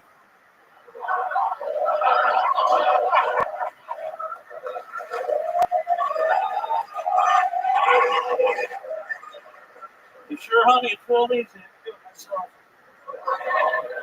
It's free. You're right, they're human. They have kids of their own. Do they bring your kids to work day? This could have been you. Good night. Fuck yeah, Nate motherfucking Ford. Showing them how it's goddamn done. Look at you.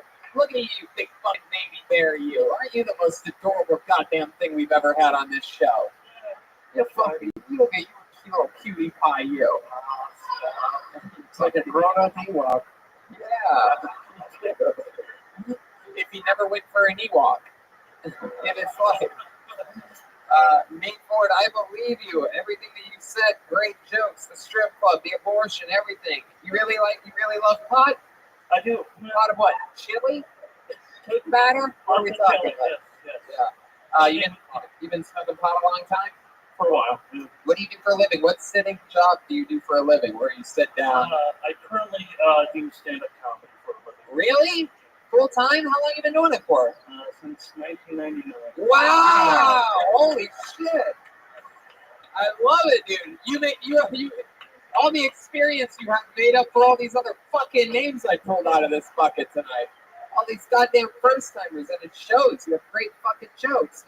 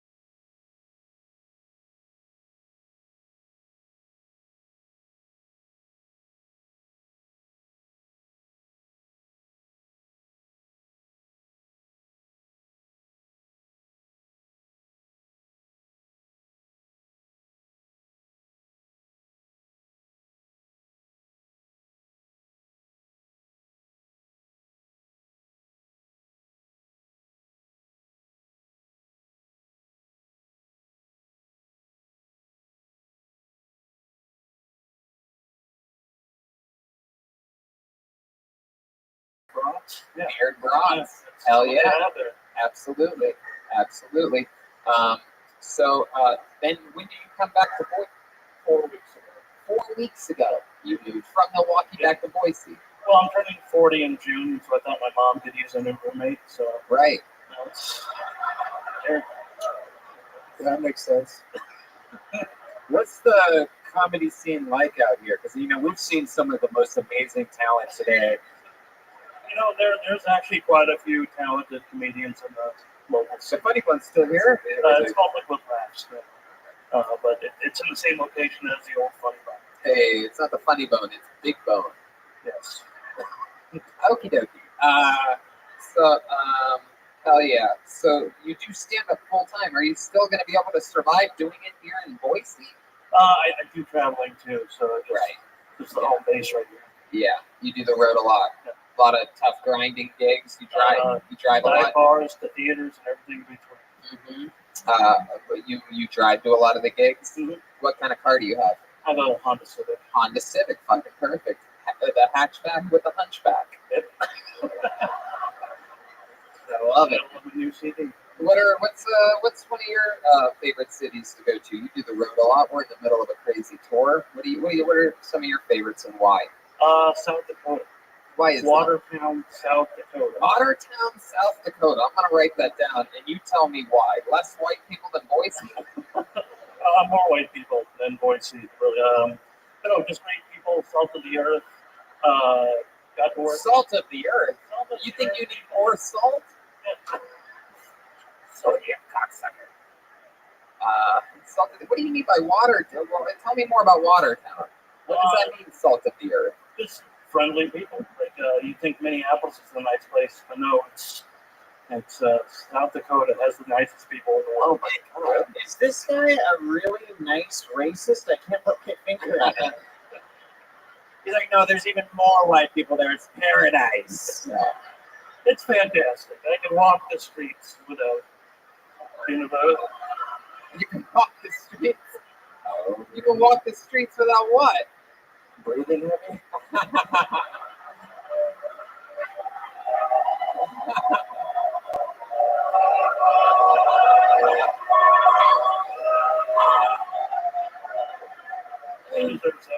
Yeah. Dave's got his foot behind his head. Wow, that is so fun. So, Watertown has, and I don't think you're a racist. These guys will make jokes about you being, KKK. I think you're XXXL. I don't think you're KKK. I think you're KFC. I don't think you're KKK. I think you're A&W. Where's the place we ate at today? What was that diner we went to? You guys ever been to the, what was that? I don't know, but you can have an honest meal there. Yeah. It just said eat on the side of the building. Yeah. Famous diner between here and Salt Lake City? All right, fuck it. I'm looking it up. Do you know what we're talking about? Famous diner between here and Salt Lake City? It's right next to A&W. Wayside Cafe. Wayside Cafe. That's right. I'm telling you, that's a Yo, fucking it's a baller ass diner there. Did you ever eat here at, what's it? It's called Goldie's? I could have sworn you ate though because they were out of food. Stay in the chat. Nate, what do you like to do for fun? What are some other fun facts about you when you're not doing stand-up? I like to watch movies. That's about it. I like that. Yeah. I like that. It's a sweet hobby. Yeah. I like doing theater performance. Really? Oh wow, you do that? Yeah. What are Community theater like here in Boise. what are some roles that you take? Did I see you Fiddler under the roof?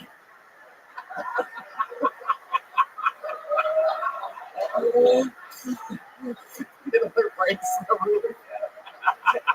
Fiddler through the roof. Believe it or not, I was actually in a ballet in 2001. A ballet? Get the fuck out of here. Is there any chance? Do you remember any of your moves? I was more comic relief. I played Sandra Panza for the Idaho Ballet Company. What did you do for it? Did you do something?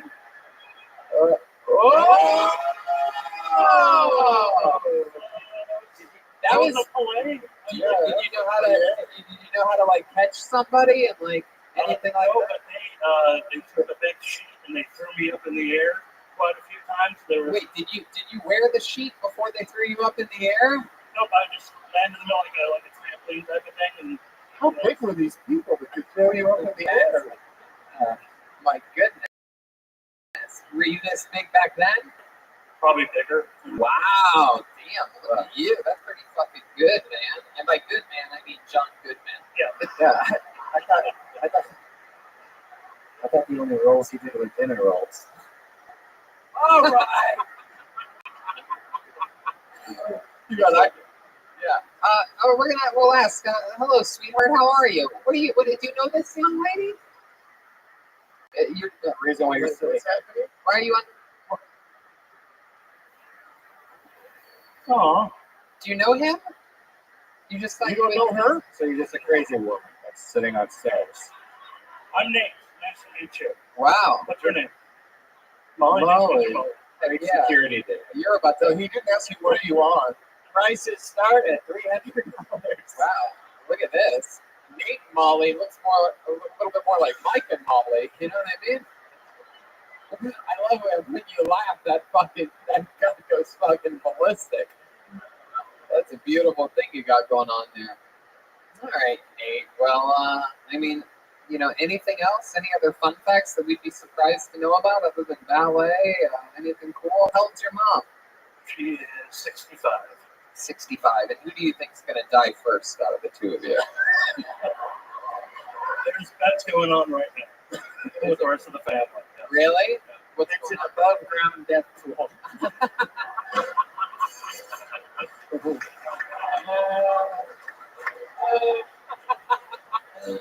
Above ground death pool. You ever go swimming, Nate? You ever go swimming? No. No. You don't do it. You go floating? I mean, people have pushed me back into the water, but Yeah. You ever go sinking? You ever go sinking? Okay. All right. Well, Nate. We're going to be rescued by Greenpeace. that's All my right. accident. Feel better about that. You made the same joke. You already made the joke. I love it. He's a pro. Nate's a pro. Yeah, you really are. It's incredible.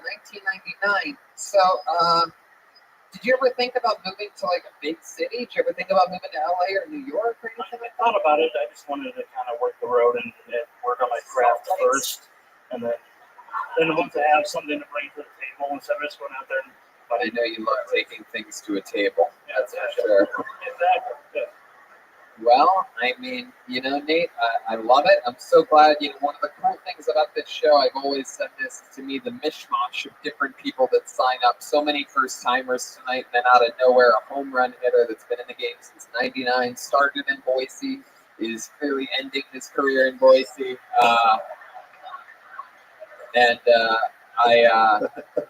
I just think it's awesome that you signed up for this show. I think it shows a great amount of respect for the show, and I think that in return we showed a great amount of respect to you. Unbelievable performance tonight, great jokes. One more time for Nate Ford, everybody. Did you guys have fun tonight, huh? That was a weird one, Tony. Well, there's one thing that I forgot to tell you at the top of the show that is really fucking cool, and that is that house artist Ryan J. Ebelt drew official Kill Tony tour posters that are going to be for sale, being signed and delivered right back there. If you want to make a regular straight line, whoever wants one, there's also band posters, there's official Tony Hinchcliffe pins, there's official Death Squad glow-in-the-dark pins from our friends over at the Great Rockin' Pins. There's also Feminist Stacy, a few t-shirts still available, limited amount on those, and the tour posters and all the posters. And we're going to be back there flying through, signing those for you. If you want a picture, if you want a handshake, we'll fly through it all over there. Just make a nice straight line. Hey guys, how about one more time for the great and powerful Doug Benson, huh? Yeah. Come on! Motherfucking Doug Benson! Where are you? Come on, let's see how loud this place can get for the great and powerful Jeremiah Watkins, everybody! He fucking did it again, this guy. Jeremiah's got a new album coming out June 7th. It's available for pre-order now. The party at the Main Room Comedy Store is going to feature Red Band, me, some other cool people. Everything's going to happen there at the Comedy Store the day before, but you can pre-order it now on iTunes. Follow him on YouTube at Jeremiah Watkins, and he's on social media at Jeremiah Stand Up. New episode of Jeremiah Wonders out with Jason Tebow, and be on the lookout for some great road episodes coming up where we record episodes on the road. They're very Kill Tony centric. All the Kill Tony fans will like a little behind the scenes look at some of these upcoming Jeremiah Wonders episodes. How about one more time for Joel Jimenez, everybody? We brought him for you. The real fucking deal. Joelberg. Mostly sorry on social media. Anything else from you, Joelberg? This is his first time ever in Boise. Oh, yeah. Shout out to Ludwig, and we love you guys. Peace.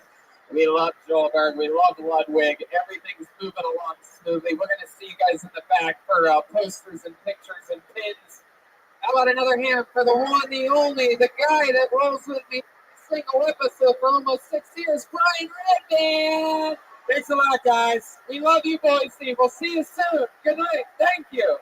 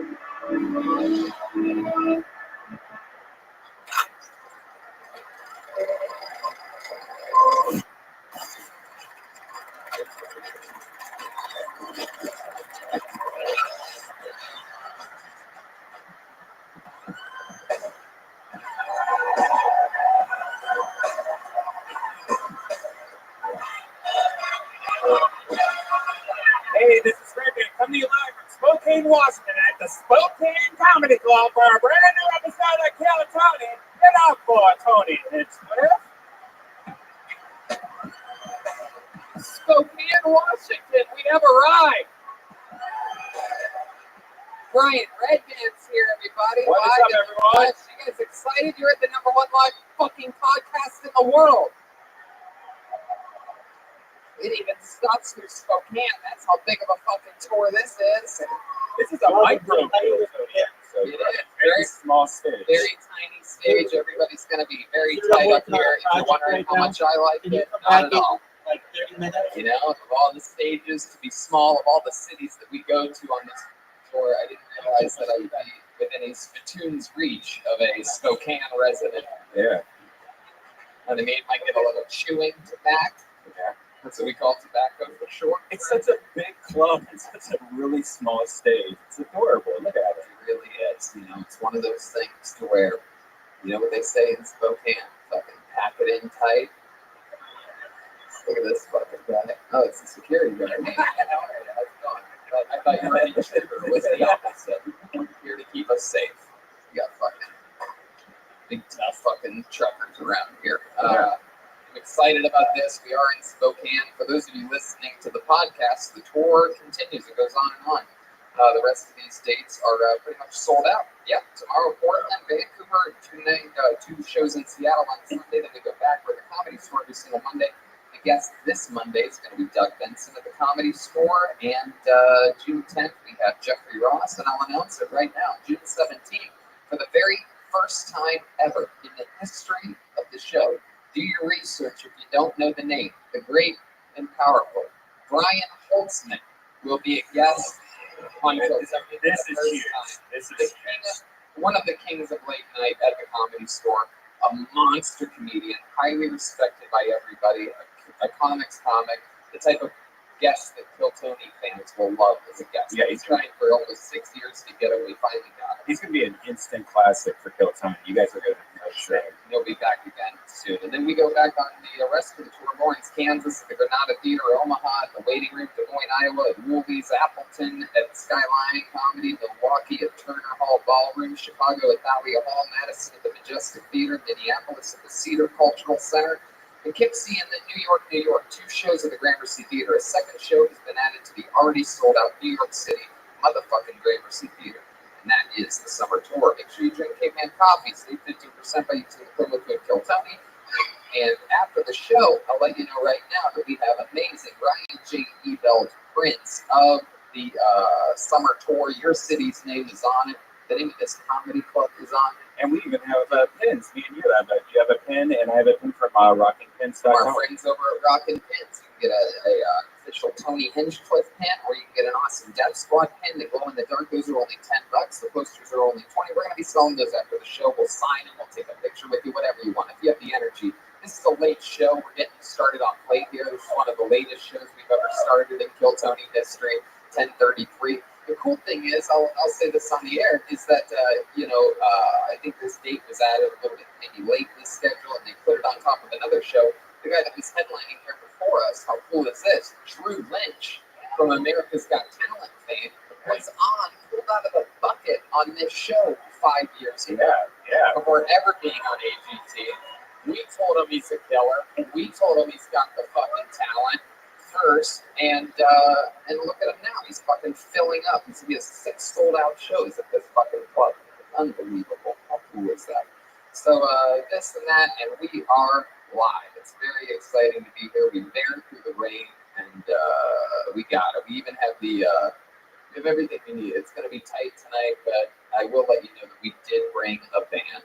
Ladies and gentlemen, I know. Highly controversial for this date specifically. Normally we would send Joel home and have him rejoin us because there's simply not enough room, but we're all going to be up here together in this fucking toy box just for you. They are the best band in the land. Every single episode of this show, they commit to being different characters. Sometimes it's the local milkman, or they just broke out of prison. You guys know what the fuck's going on. Sometimes it's something brand new that we've never seen before. So let's see what happens tonight all together, shall we? They're my favorite thing in all of comedy. They're 2 of my funniest friends on the planet, and great musicians too. It's the Kill Tony Band. Jeremiah Watkins and Joel Jimenez. Let's see what they are tonight. This should be exciting. Feels good in here. It's a good energy. I thought you guys were going to be tired, but I think this is a great crowd tonight in Spokane, Washington. Whoa! This is a first.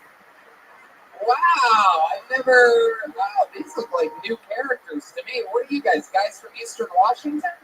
No, we're just a couple of Canucks, eh? Oh.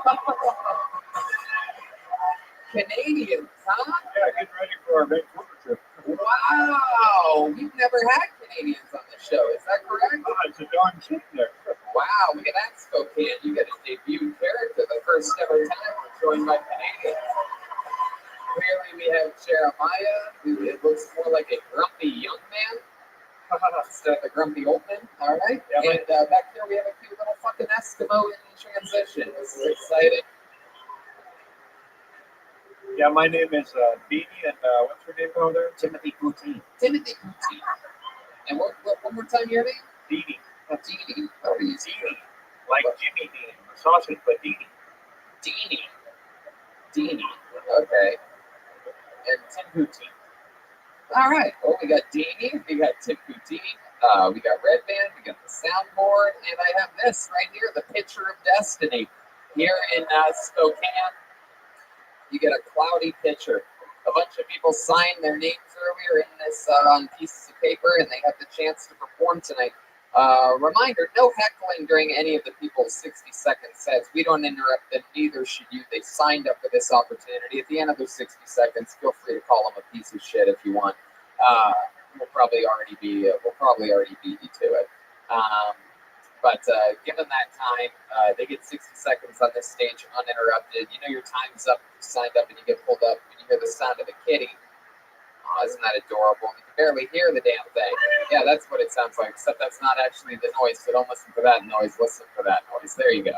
And then wrap it up then, or we're going to bring out the Angry West Hollywood Bear. I got that wrong, by the way. It's the Angry 9-bar Bear. Hey, did my research, ask the Uber driver what's the gayest part of Spokane, just for you. You think it's easy for a guy like me in a car full of dudes to ask the Uber, hey, what's the gayest gay bar that's like famous around here? Yeah, she's like, would you like to change your destination? They have a great happy hour, by the way. Tony told me all about it. Hey, that's what happens when Red Band tries to make a joke. And we're up and running. You guys ready for this? You guys excited? We're live. Spokane, Washington. How would I know they have a good happy hour? We got here today. I told you. Oh, you silly guy. Oh, thank you. Look at you. What a gentleman. People are so nice here. You would think they're Canadian. I picked up my Sharpie marker for me. What a gentleman. You guys ready to get this party started? I'm calling a name. Anything can happen. We got Canadians, Red Band. Let's fucking do it. Your first comedian going up tonight, getting an uninterrupted 60 seconds, goes by the name of, oh yes, very important. The only way to enter is this way. Hey, where'd that security guy go? Security guy, you got a flashlight or something? Is there anybody here? Is anybody working here? The entrance way is that way. Good luck finding it, really. I mean, this looks built like a fucking, like an old Blockbuster video or something like that. It's Circuit City. Don't know exactly what this used to be, but for some reason, the only entrance way is all the way that way. So just picture it in your imagination. Don't fall. Look down. Don't trip. Don't hurt yourself. Put your hands together for your first comedian. He goes by the name of Robbie Cooper. Here we go. Maybe it's his first time. Maybe it's a comedy veteran that we should all know about from Spokane. Can't wait. Let's see what happens here. There we go. Any second now, someone's gonna fucking walk this way. Hey, there we go. Hey, here we go. I'm excited. The show is begun. This is Robbie Cooper. Spokane, how we doing? All right. So I have parents. Any parents in the crowd? All right. Congratulations, you did pull out. So one of the first things I learned as a parent is that babies, when they get cold, they pee. And if it's a baby boy, they pee everywhere. In the first 3 days of my child's life, he peed on 7 people. And I said, son, I'm so proud of you. I know people with specific fetishes that would kill for those numbers. Now, I'm pretty sure Tony's about to say that he doesn't believe anyone would fuck me to produce a child. Jumps on you, Tony. My son's adopted.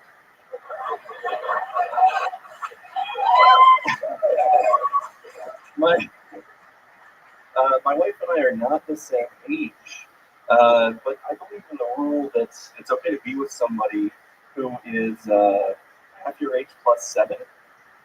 And that's why I told my son it's okay for him to fuck 8-year-olds. Okay, little twist there, Dean. A lot of math there. Never been quite the algebra guy. Can I just say, I thought this stage was small before you got up here. And now I can feel the condensation booming off of you. Like the temperature over here went up. Very humid. Very humid. You're very hot for a guy built like a snowman. It wasn't raining today. He was just sweating. The stage ain't big enough for the fight, I'm gonna say. Oh. So let's talk about it. How old is your adopted son? He's 2. He's 2. Yeah. And how long ago did you adopt him? brand new, or did you get used for like refurbished babies? What is it? What are we talking about? Brand spanking. Brand spanking new. Did you get a white baby? We did. Yeah. Did you get to pick? Was there like a thing? Was there like was there any black babies available? Were they more expensive? A little bit cheaper? You say I had to say expensive first, or else I'm racist. They said, "Oh no, Brad Pitt got the last one." What? Brad Pitt got the last black one. That's Yes, I know Brad Pitt comes all the way up to Spokane to get his babies for sure. I would. Yeah, how does that work? How long have you been with the lady that you're with? 7 years. 7 years. Married for 7 years together. Married for 7 years together. Yeah, it's something. I mean, I know it's a personal question, but you couldn't make a baby. You couldn't. Have you ever tried Fairhands.com? Yeah. I don't think they were around back then. I don't think you were sponsoring. No. So Okay. Have you ever tried it? I've not. I mean, the medicine. I mean, are you having a problem with the sperm count or getting it up? What's your biggest problem? Is it you? Actually, they couldn't tell us. Is it her eggs? Did you eat all of them? A good-hearted breakfast joke. It's a good, honest meal. You know what I mean? Did you drink too much Surge back in the day? Surge. I remember Surge. Yeah, we just got it in Canada. Was it a problem getting it inside of her? Because he could have just taped it in there, so when it fall out when he moved or something. Are you talking about his penis? Yeah. Yeah, you've never done the old penis tape? Everybody knows how to penis tape. Yeah. What was the deal? What is it? Is it you? No, they couldn't tell us. They couldn't tell you? Yeah, the doctor said that 1/3 of the time it's a man, 1/3 it's a woman, and 1/3 of the time they don't understand what it is, but it's the works. So like the science is. And she's Asian?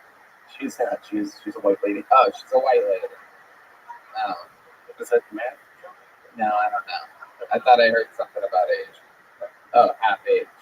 Half your age. I thought you said half Asian. Before you adopted, were they like, "Will you be able to feed this now?" Oh, never mind. You can have the baby. Yeah. So you have a brand new baby. Worried that it's like you ever watch those scary movies where the baby has like a fucking like it's a demon or something like that. You ever hear that when you're sleeping at night? No, don't worry about it. He's the best boy. He's the best boy. Wow, isn't that nice? Aren't you a sweet guy? The women's vaginas are soaking wet like you are right now. Have you seen the streets? What? Have you seen the streets?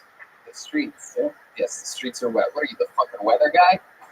No shit. We're in Eastern Washington. Rains here a lot, right? Oh, really? Really? No? It's a Seattle thing? You guys have different clouds over here? Is the winters really bad here? No. Yeah, they are. I've spent a couple weekends here in the winter. Yeah, they're not bad for you. Look at you. You're a fucking one of those room heaters. You are one. I run hot. You're a furnace. You're a human furnace. Has anyone ever called you that before? That should be your new nickname. No, but I'll take it. The human furnace. That's badass. You like before pictures of Tom and Bert Kreischer. You look like something that they would send to each other to like make fun of one another. And it's like, hey, this is you, dude. Look at this one. This is you. I don't know what you're talking about. This guy's a model in Canada. So, Robbie, what else? How long have you been on stand-up? 60 seconds. 60 seconds. First time ever, everybody. How exciting is that? In his 60 seconds, he talked about his real life, real things, his adopted son, having a girlfriend, all the stuff. I didn't see that one coming. Did you, Tony? Like, I really thought that you were a seasoned comic. Like, those were really good jokes. I'm so nervous. Really? Yeah, the seasoning that you felt was just everything he's eaten lately. This set brought to you by Lowry's. Look at you. Big Bear. Hey, there it is. There it is. So, Robbie, tell us something else interesting about you. You have any anything fun facts about Robbie that we'd be excited to know? You seem like, what do? You ever do a little fucking ice cream eating competition or something like that? What are you talking about? No, I'm lactose intolerant. Okay. What is a fun fact about you? Ice fishing. I have? What's it? Your pizza. What's it like being lactose intolerant and also having breast milk? Oh shit! That Canadian's getting hot. So Robbie, I'm gonna Answer for me. What do you got? What do you do? What do you like to do? What do you do for work? I'm a teacher. Yeah? College professor. College professor. Holy shit. What do you teach? I know it's not nutrition. Human development. Human development. Yes, I can develop you from a medium to a triple X in no time. Wow. That's incredible. What is human development? It's something he can't do, obviously. Yeah. That's why he had to adopt the kid. Yeah.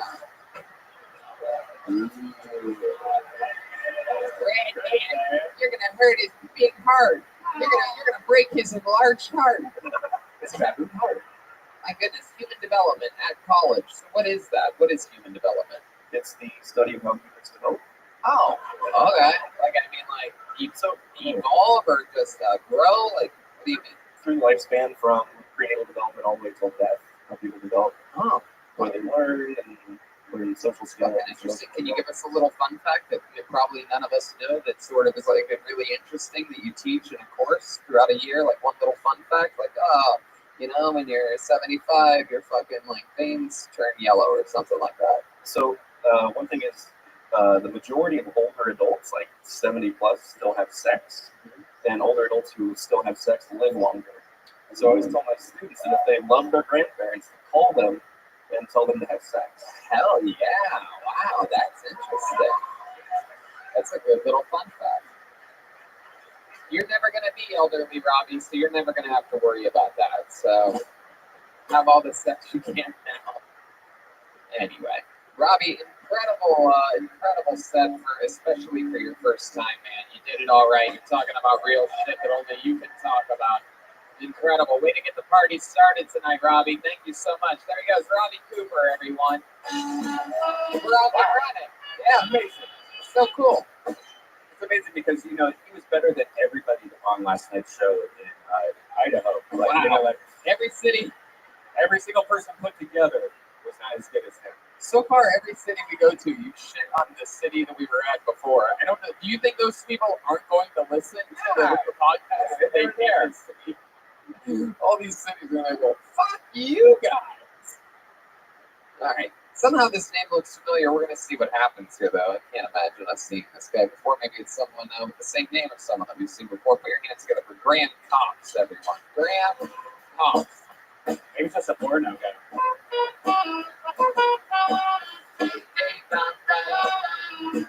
I can't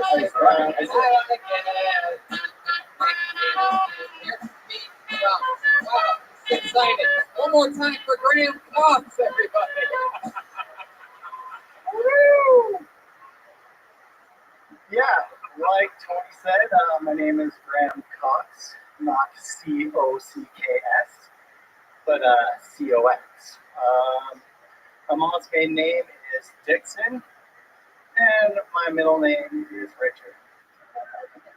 So we got a whole bunch of Dicks and Cox. Dicks and Cox. So if you happen to have a last name like mine, Cox, you have to think hard about what you're going to name your kid. So you don't want to name your kid Juanita. I did.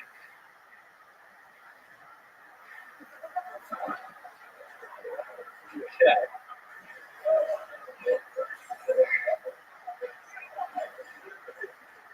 So they say it takes a lot of balls to get up here. They say it takes a lot of balls to get up here. And yeah, man, one of my balls got twisted around. It's like testicle torsion. My grandfather gave me the nickname.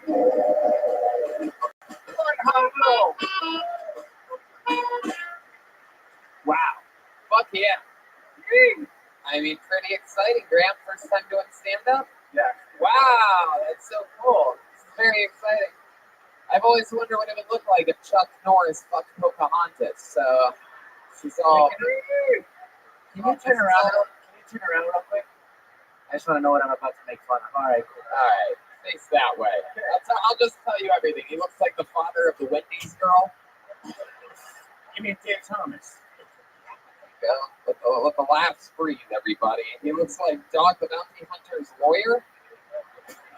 He looks like Willie Nelson with the Vietnam instead of producing hits. He looks like what the Spin Doctors were based off of. He looks like Willie Snelson. My friends call me Graham and Green Gables. That's a nickname given because I'm from Prince Edward Island, Canada. Yeah. Did anyone ever tell you look like if Kid Rock was trying to be an undercover cop? You look like. Oh. Like now? You look like I fuck kids, Rock. There you go.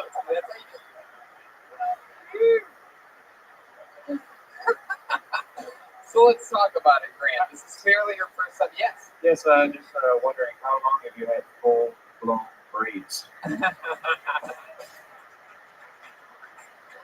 tell you, I've asked people to braid my hair, and it's a really hard thing doing. Then eventually, I'm like, I gotta teach myself how to braid my own hair. So I sit there in the mirror, like, trying to. The fuck are you talking about? Graham, let's just tell the truth. You let children dress you before you go out. And what do you kids want Daddy to wear? Oh, I'm gonna braid your hair. Oh, look at this stupid hair. All right, let's talk about it. Oh, put it back on. All right. Catch the Kill Tony tour featuring the Lights, everybody. This is very exciting. From the Ice House to the Lights House. So, Graham, let's talk about it. That was your first time ever doing stand-up, right? Very good. The goat at the first time, and he popped his cherry. There you go. Hell yeah. It's very exciting. So, tell us about you, Graham. I mean, this look, this has to match some interesting fucking life shit. Well, I live in Nelson, British Columbia. Nelson, British Columbia. We don't know what that is. Can you describe that a little bit? What is Nelson, British Columbia? Beautiful haven. Yeah, in the mountains, skiing, mountain biking, not too far. Do you go skiing? Oh yeah. Really? You go skiing? Yeah. And snowboarding? Yeah.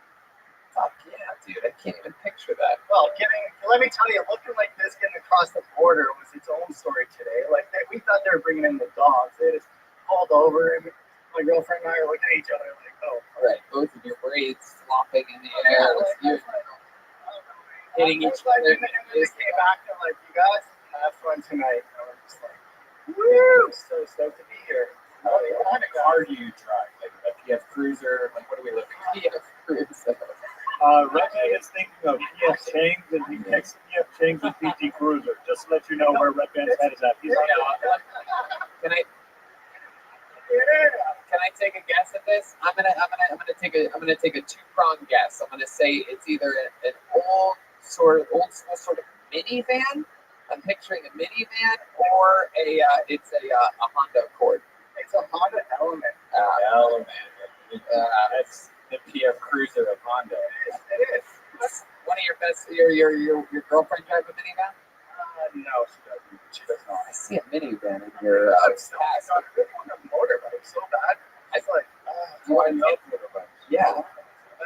So how does it feel being up here with fellow Canadians? Are you? When I saw you guys, I was like, yes, stoked. So we saw your set. We were like, oh. That's okay. You're okay. You're okay, Graham Cox. So, what does a guy like you do for work? Yeah, that's a hard question. I don't get along too well with other people, Tony. It's like, What do you do for work, Graham? I'm unemployed at the moment. Really? What's the last job that you had? Are you thinking that hard of the last job you had? Yeah. What's going on there? Okay. What's the last job that you had, Graham? I'm gonna keep asking you until you give a fucking answer. The last job I had didn't last too long. I was working. It was the worst. I was working for a CO2 extraction company building CO2 extraction machines. Do you make meth? Definitely not. I have nothing to do on that. Really? Wow. So how do you earn money, Graham? How do you survive in that wacky Canadian economy? Very, very. It's life is good. I get by. How? I'm gonna keep asking you. So start thinking of answers. I mean, how many loonies or toonies did you make on your last trumpet? How much? This is what how does this come up? I was like, no, don't ask me this. How do you make money? Can you give us a hint?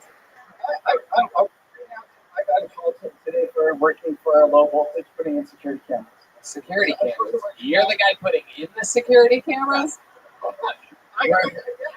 Where you put it? What is it, Wells Fargo story like that?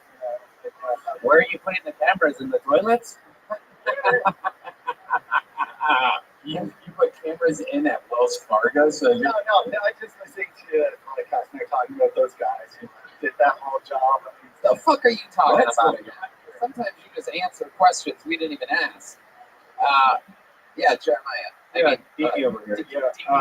Yeah, so you had one part of your set where you really tried to understand what the joke was, but you said Isaac Cox, and I still can't figure out what that means. Isaac sounds like I suck. Isaac Cox. It was. It's even worse than I thought. Yeah. It was really. Okay, I just needed clarification on if that's what it was. Yeah. Okay, got it. Yeah. Isaac Cox. My friend today, he's the one who told me about wanna eat a Cox. No, I like that one. Yeah, that was good. But it's all about how you say it, right? Like just how you pronounce it, right? Because how it comes out. So, Yeah, if a guy named Isaac and you go Isaac, Isaac. it's a different way of inflection of saying it. Different territories pronounce it different ways. I understand. Yeah. True story. So my cousin named his kid Isaac, and my uncle was like, "What's your name, the kid?" And my cousin said Isaac. And my uncle was like, "Are you fucking serious?" It's like, yeah, Isaac. Like, Wow, you're just thinking of any way to suck dicks, is what it sounds like. Like Isaac, I'll suck it. What? How do you get? I never heard. Anytime I've ever heard Isaac, I've never thought I suck. But you had, all right, whatever drug you were on, I'm sure it all made sense then.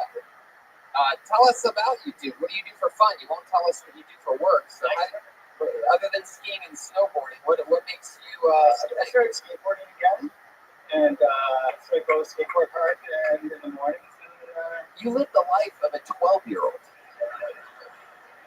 Yeah, it's like hiking. Uh-huh. Can I just say, as a skateboarder, my biggest fear is being this guy. Yeah. What did your girlfriend do for work? Does she make money? Does she contribute to this fund of nothingness? She works at a bakery, organic bakery. Where you guys make money. I'm not giving up on you. Yeah. I think we'll break you. I run a car wash business in town. All right. And then I think you're lying about every way that you survive. I feel like you're afraid to say, and I feel like after the show you're going to tell me, and I'm going to be like, you should have fucking said it. Woo! Been doing this for a long time, man. I can feel your energies up here. I know that you're holding something back. He's just a grower. You grow pot. You have a pot farm. Yeah. It's BC. BC bud. Yeah, so you grow pot. Okay. You think we're the weirdest undercover cops of all time? We got him, you idiot. Get down on the floor. Put your braids behind your head. All right, there he goes. Graham Cox, everybody. Let's move it along. I like this guy. I like you, Graham. Congratulations. It's first time ever on stage. Hell yeah. That guy's up to something. Definitely. He's definitely up to something. Because it's like, if it was growing pot, why not say it? But I guess he's Canadian, so that's like being a sinner or something. It's part of that. What's that thing they always raid the houses? Like they're making the butter. It's almost like a meth place, but it's meth. He makes makes meth. That guy makes meth. That guy is a meth cook. And the name I just pulled out of the bucket is Alexander Cook. Here we go. On to the next one. Alexander Cook. Oh, yeah. We got movement. How many of you like to see comedians do good on this show? How many of you like to see comedians bomb?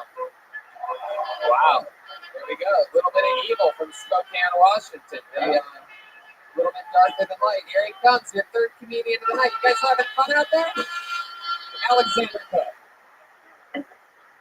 Hello. So I'm 22. I'm pretty young to most of you, but I feel like I'm growing up in a lot of ways. And part of growing up is having to deal with my parents in a different way, and that includes Christmas. And this Christmas was no different than the last 5 Christmases, which my siblings and I didn't get any presents, which is fine. I shouldn't expect any presents, but the worst part is having to watch my dad open presents for himself that he got. And for the last 2 years in a row, he got himself an RC drone. He's really into that, so I had to watch him all day fly a drone around the yard and terrorize the dog. And he had this big smile on his face. It was the happiest I've seen him since he quit drinking, you know. So, yeah, so he's hanging out in the yard just all day, ignoring the family on Christmas, playing with the dog, terrorizing him.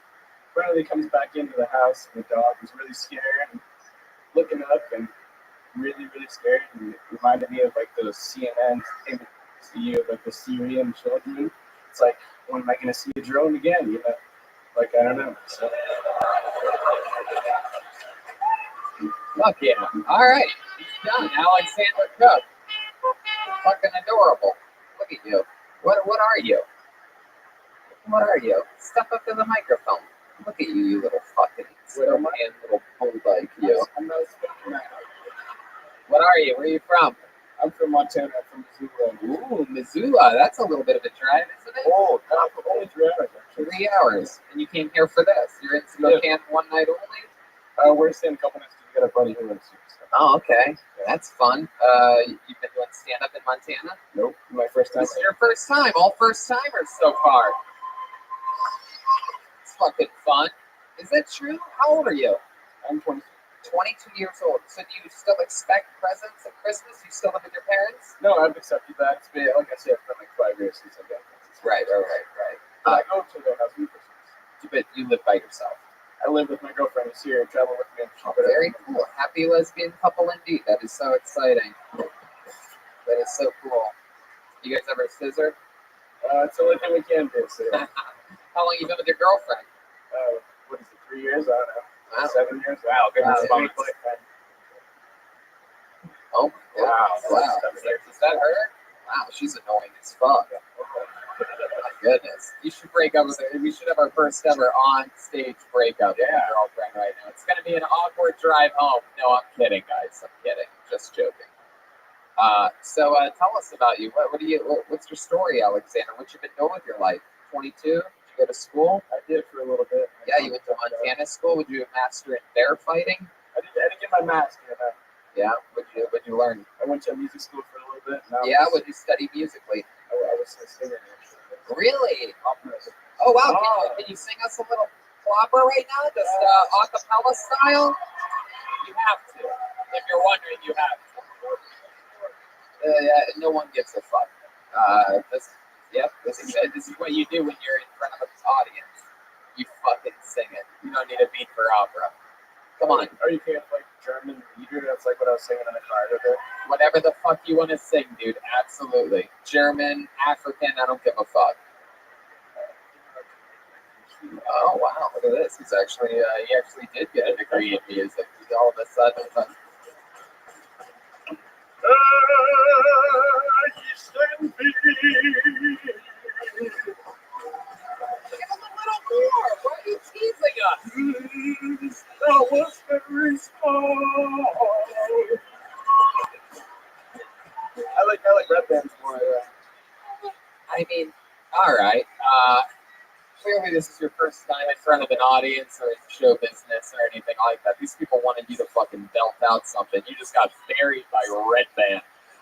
What's just happening? That means basically anybody here can sing better than you. La, la, la, la, la, la, la. You can all do that. Isn't there something like amazing that you could do that would bring this crowd to a fucking frenzy right now? I don't know. I can like show my butt or something. I don't know. Unless you have a better opera singer up your asshole, that's not gonna work. Oh,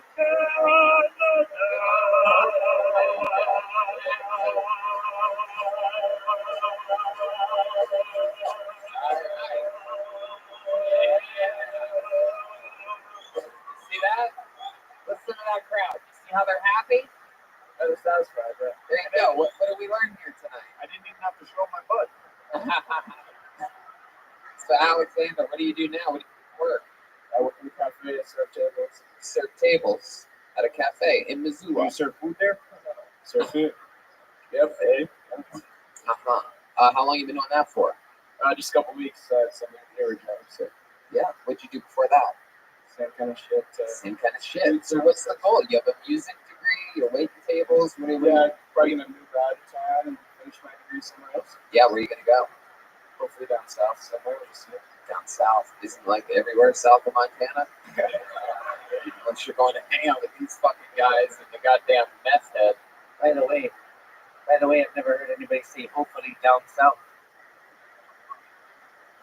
Yeah, I guess that doesn't sound so good. Yeah. You just gonna move anywhere south of here? Yeah, I get a few cities. New Orleans, Nashville, something like that. Why New Orleans? Just out of curiosity. It's like where the music jobs are, somewhere like a big city with music. Nashville's amazing. I love Nashville. It's a great fucking show. Yeah, it's a lot of fun there. Everything's good in Nashville. Have you ever been there? My sister lived there for a little bit. But What's your sister like? What does she do? You look like a girl. Does she look like a boy? She looks like me, so yeah. She looks like you. I get stopped and asked if like I'm a person. Really? I can't never tell whether you're kidding or not. No, I don't know that. I don't really have much of a sense of humor, so it's okay. Yes. Oh, welcome to stand-up comedy. All right. What does your girlfriend do for work? She's an elementary school teacher, and she also serves tables. Oh, wow. Elementary school table and serve tables. She's the breadwinner. Yeah, for sure. Yeah, I mean, yeah. Well, she's doing it. You're the bread server, so someone's got to do it. Yeah, because you look like Jared from Subway. Do I really? Do I actually look like Jared from Subway? If he was young, yeah, maybe. You look like like that Jared from Subway would like. Or maybe. Moving on, back to you, Tony. okay. Yeah, man. So, Alexander, any other fun facts about you that we'd be surprised to know? Opera singing, but you didn't even fucking really do it. Yeah, sorry. It's like I told you. What else? Any other about you? Not really. I'm pretty boring. Yeah. What do your parents do in Missouri? They Missouri. You guys in Montana. Yeah, it's all the same thing. It's called unland. Okay, what do your parents do in Montana? My dad works for an environmental cleanup company, which is a lot of here. There's a bunch of fucked up mine pollution and stuff like that. So got work to do. My mom just kind of hangs out. And got a new house. So your mom hangs out. Your mom just hangs out? She doesn't work? She cleans houses. Does your mom ever have pigtails? I don't think so. No. Why do you ask? She sounds a lot like grandpops to me, and I'm trying to figure out. Doesn't seem like she does much. Sounds a little suspicious. Yeah, he does sound suspicious. My mom's cool though. My mom's nice. I bet she is. Well, it was nice to meet you. Congratulations on your first time doing stand-up. There he is. There he goes. Alexander Cook. Hey, hell yeah. There you go. His hands sweaty. Very excited to be here. It's exciting stuff. You guys enjoying yourself, Spokane? We having fun? I know it's late, but we're doing this shit here tonight. This is it. We're living that good life, you know what I mean? Yeah. That good fucking Spokane, goddamn. Is there any black people here? Oh, wow, it is. It's a real life. Wow, that's one. Wow, That's I've one. never seen one of them before. Yeah, that is one more than we saw in Boise And Salt Lake City. To all of our black listeners, every other city has a lot of black people. It's just this part of the country. Still come out to live shows. Yeah, please. All right. Put your hands together for your next comedian, Philip Kopczynski. Wow. Seems like this audience recognized that name when I said it. I'll tell you everything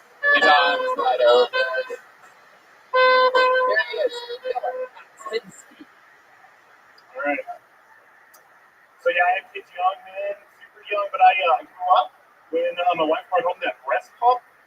That is a lot of life coming at a young man. You know, like the little funnel on a bottle, just right there. You know, the tube goes like a car battery.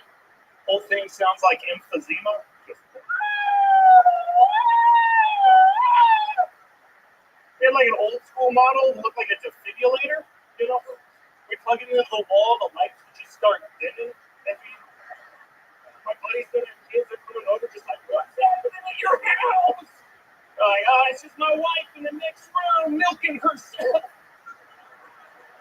One time she left it at my mom's house, and she's just like, oh, the kids are in bed. Will you suck some out? I'm like, what? But I did it. You know, I'm a good husband. So I did it because she used my language against me. You know, she was like, well, maybe just put the tip in your mouth and see what happens. Fuck yeah. Philip got 60. Yeah, dude. I like your style, man. Great. You're very like physical and wacky. You've been doing stand-up for a little bit. Yeah. Hell yeah. Yeah. How long? Couple years? 5 years. 5 years here in Spokane? Well, I tried road climbs. I don't remember about twice a month. Yeah. Oh, very cool. But you're based out of here? Yeah, man. Yeah, there's not a lot. I'm like a regional headliner for Washington. I would say brand new. Right. So, I love that. But I'm trying to get out more. Yeah, of course. It's beautiful. You been in the military? No, but thank you. I have been working out. You remind me very much of like Rob Riggle. Like there's just this very Rob Riggle like It's with John Efron or something. Yeah. I'm trying to keep it off a little more than John Riggle, man. I feel like his suits just get getting bigger. You son of a bitch. Tell us more about you, Philip. You do this for a living, stand-up comedy? It is second income. Of course, yeah. I'm not crazy. Right. No. I gotta feed the children. Yeah. How many children do you have? My wife keeps track of stuff. I like it. Yeah, it's very good. I like that. 2 kids, 14 and 12, 2 boys. 14 and 12. They're still getting breastfed, these fucking kids. Yeah. Incredible. They must be ripped. Yeah, man. I breastfed until I was 19 years old. Actually, that first guy is the one that breastfeeds now. My wife said. Wow. Oh, shots fired. 14 and 12. So I waited until they were older. Yeah. See, you seem like a pretty young guy. How old were you when you had your first kid? 23. Yeah. You still with baby mama? Yeah, 16 years. You guys are happy? Yeah, very happy. Wow. What do you think the secret to a happy 16-year marriage is? Dude, just eat that puss, dude. Every morning, noon, and night, dude. Just clean it up, man. Yeah. You know, even if you don't want to, yeah, like, just definitely keep fucking. That's so cool. Where'd you meet your wife? We met when we were 19, so we met in college. Yes. Yeah, the way you said that, like, it's like you hit a wall after a point, and you just like had to keep going back to this well that you didn't want to get water out of. Is that what marriage is like long term? No, man. I mean, if you're gonna go back to the well, like you say, it's drying out, or you say my wife's pussy's drying. Like, it's kind of mean, dude. Like I saw some puss. Like I'm just a gentleman. Like I'm a Canadian. I'm not gonna say another man's wife's pussy is dry. That's something that you're projecting on me, so it's definitely a dry pussy.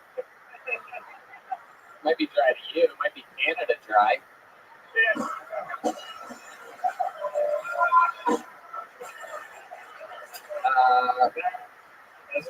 So Philip, you seem like a guy that has hobbies. What do you do? Like canoe up rivers? Like what are we talking about here? I ski and snowboard lots. That's what can regular. So, and then I have a ski ramp in my backyard. So yeah, that's. Do you need another kid? Yeah. You want to come over? Sure, I'll be there tomorrow. Man. Yeah, so 14 and 17? 14 and 12. 14 and 12. Yes. 14-year-old boy or girl? No, 2 boys. 14-year-old boy, 12-year-old boy. They're like Boy Scouts, Dungeons and Dragons, Magic the Gathering. Like, I love all of their kids. Yeah. You ever catch him jerking off? No, not yet. You ever catch him jerking each other off? No. You ever catch yourself jerking them off? I'm just trying not to get caught jerking off. That's right. That's a big part of it. It's a war zone out there. A bunch of dudes running around the house. Everybody's jerking off. You don't know when and where. Why did Billy lock himself in the laundry room? Why would he do that? Get some alone time. Got a lock on the door. Yeah, we have a lot of locks. Oh yeah. Well, a Jewish household.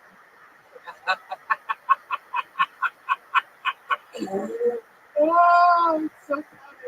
They don't get it. I don't think they have Jewish people here. I don't think Jewish people really. I don't think Eastern Washington is one of their meccas. We were at Einstein's Fatal earlier. That's right. It's true. See how the laughter stopped when we were on Einstein. They say stand for this. Anyway, man. So what else, Philip? Any other fun facts about you that we'd be surprised to know? I used to be a small town news reporter. So Whoa. Okay, can we do something fun? Can you take that mic out of the mic stand? And can you give us like an impression of just you honestly how you were like as a news reporter, like right down the barrel? Like I mean, you just pretend like you're doing like a field piece at live at Kill Tony, like, and you are live at the scene, and they're just shooting a little. They're about to toss you. No. That was a newspaper reporter. So I interviewed me. Oh. I can do this too. Okay, let's try it anyway. Okay, and now on the scene, live at this big comedy podcast takeover, it's our special correspondent here at ABC News, Philip Kosinski. Hi, I'm Philip Kosinski. Here at Kill Tony, we're just here for Failures Night. We've seen a lot of it so far, and we're going to probably see a lot more. Thank you. Back to you, Tony. Wow, very good. And that was Philip Kosinski. Live on the scene, on the ones and twos. There he goes. Yeah, sure. One more time for Philip, everybody. Thank you, Philip, for coming. Great set. Come on. One more time for him. That's a 5-year comedy vet right there. Coming up here, showing you how it's done. Funny during his set. Funny during the interview. Not funny enough for this guy, obviously. Get the fuck out of here. Look us up. With arms wide open. Okay, it just says one word name. Is somebody going to come to the stage? One word name? Here he comes. You signed up one word name. Fuck yeah, one word name. There he comes. The name is one word. Yeah. Oh. He listens to the show a lot. I always say one word names are always interesting. One more time for one word name. So, the term active shooter has me a bit confused. Like, if you don't do CrossFit, you're not dangerous with a gun. I can imagine the guy busting into the office with it. He's like, get down, call 911. Yeah, the guy come in with a gun. Okay, sir, what's he wearing on his, what's he got on his feet? What? What's he got on his feet? It looks like flip-flops. Okay. Very good, sir. Oh, what's he got up top? What's he wearing? I think it's a Marlboro NASCAR jacket. Oh, that's actually very good, sir. And what's he like? 5'8", 320? Actually, yeah, he looks about like that. Very good news, sir. Not an active shooter. He's very lazy, so you're safe. Hey, we're safe, y'all. Let's get up and we're good.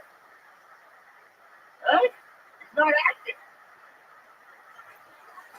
Thank you. Oh, hell yeah. One word name. What's name? Hell yeah. I know you like this. Hell yeah, I do. That's an interesting method. Hey, it works. What's your actual name? Carrie. Fuck yeah. Nice to meet you, dude. I'll just call you coked up Josh Brolin. Hey, you call me whatever you want. Yeah, I like that, man. I like that. Fuck yeah. Hell yeah. I love this guy. Okay, let's go Rogan on here. Yes, sir. That's pretty fun to say. My wife got it. That's so cool. Tell us more about you, Carrie. What the fuck's going on in the world? We know your thoughts on active shooters. It's weird, though. It's your first time doing stand-up? First time. Yeah. There you go. First time. For Carrie. Like, My son bought me tickets. hell yeah. He signed up. Look at that fucking stud right there. Look Right at that there, badass boy. motherfucker. Look at his ears. Yeah, he's a wrestler? Yeah, MMA fighter. I'm his coach. Oh, fuck yeah. Yep. Wow, all right. No more mean jokes about you. It's good. I came right from MMA practice. I was gonna say, but I decided not to because I feel like the reference wasn't gonna work. But I was gonna say you look like almost like a fucking dinosaur version of Matt Brown. You get Matt Brown a lot? No. No, your son loves it. See, he's the actual MMA fighter. He's fucking dying. I'm his coach, so watch out. It's a good reference. It's a dinosaur version of Matt Brown. You'll Google it later. Remember I asked you if Kill Tony would ever come here? When I was doing stand-up Yep, here? I asked you that. And here you are. I love you guys. Sure, fuck yeah. Well, you know we're still on the we're on the show right now, live. So Carrie, tell me more about you. You for a day job, you a roofer? Commercial irrigation. Commercial irrigation. Yeah. So okay, I was pretty. Oh, you're close. Yep. Yeah, pretty close. So and you're outdoors a lot. All day, every day. All day. How long have you been doing that for? 10 years.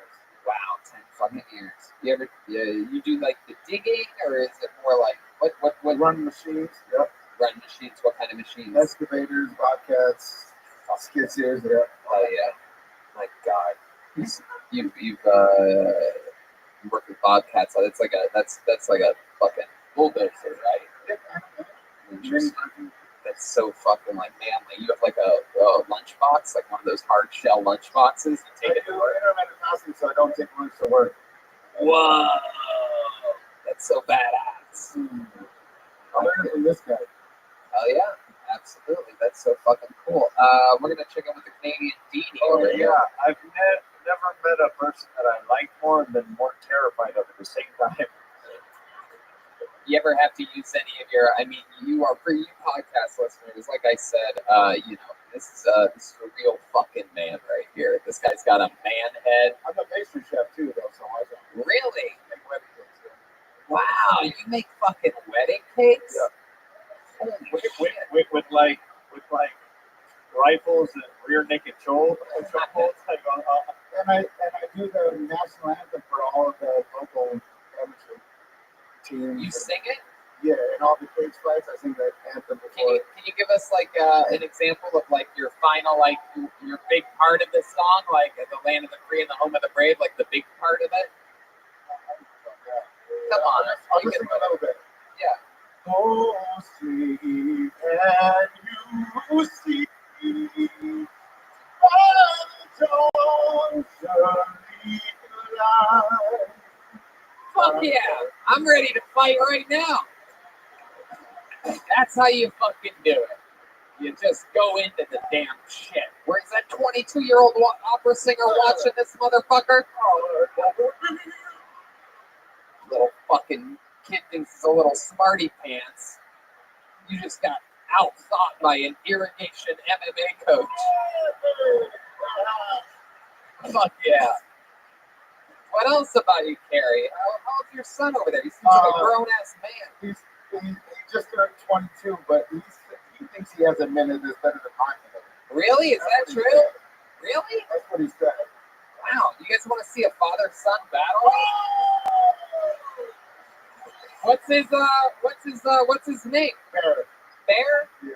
His name's Elijah Ross. But you named your son Bear? Since he's been 2, his name is Bear. All right. Well, does he have a last name? Can I bring him up by his last name? Real. Bear Ross.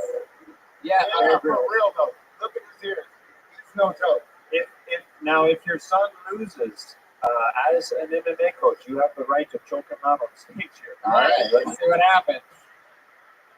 You guys ready for this? You want to just stand in the background here with Joelberg? Put that thing back in the mic stand. Ladies and gentlemen, for the first time in Kill Tony history, I'm going to bring up another comedian. Put your hands together. Father-son battle. The one and only Bear Ross. Wow. Let's see what happens. He signed up. The crowd wanted it. We're going to get back to the bucket in a second here. I'm excited to see what happens here. They got greeted by his father, octagon style. One more time for Bear Ross, everybody. Hey, Elijah, how y'all doing? Cool. So the great thing about CTE is when I finally watched Game of Thrones, I'll have no idea what the fuck is going on.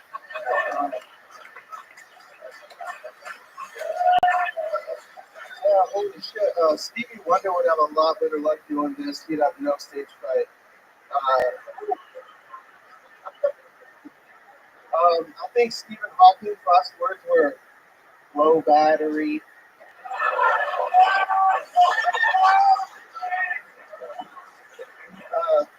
Me and my girlfriend were having an argument the other day. It was which licorice we like better.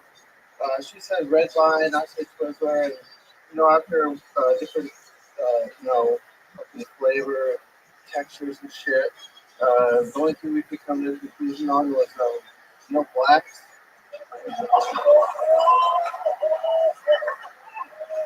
Wow. Look at that. Holy shit. How cool is this? That's great.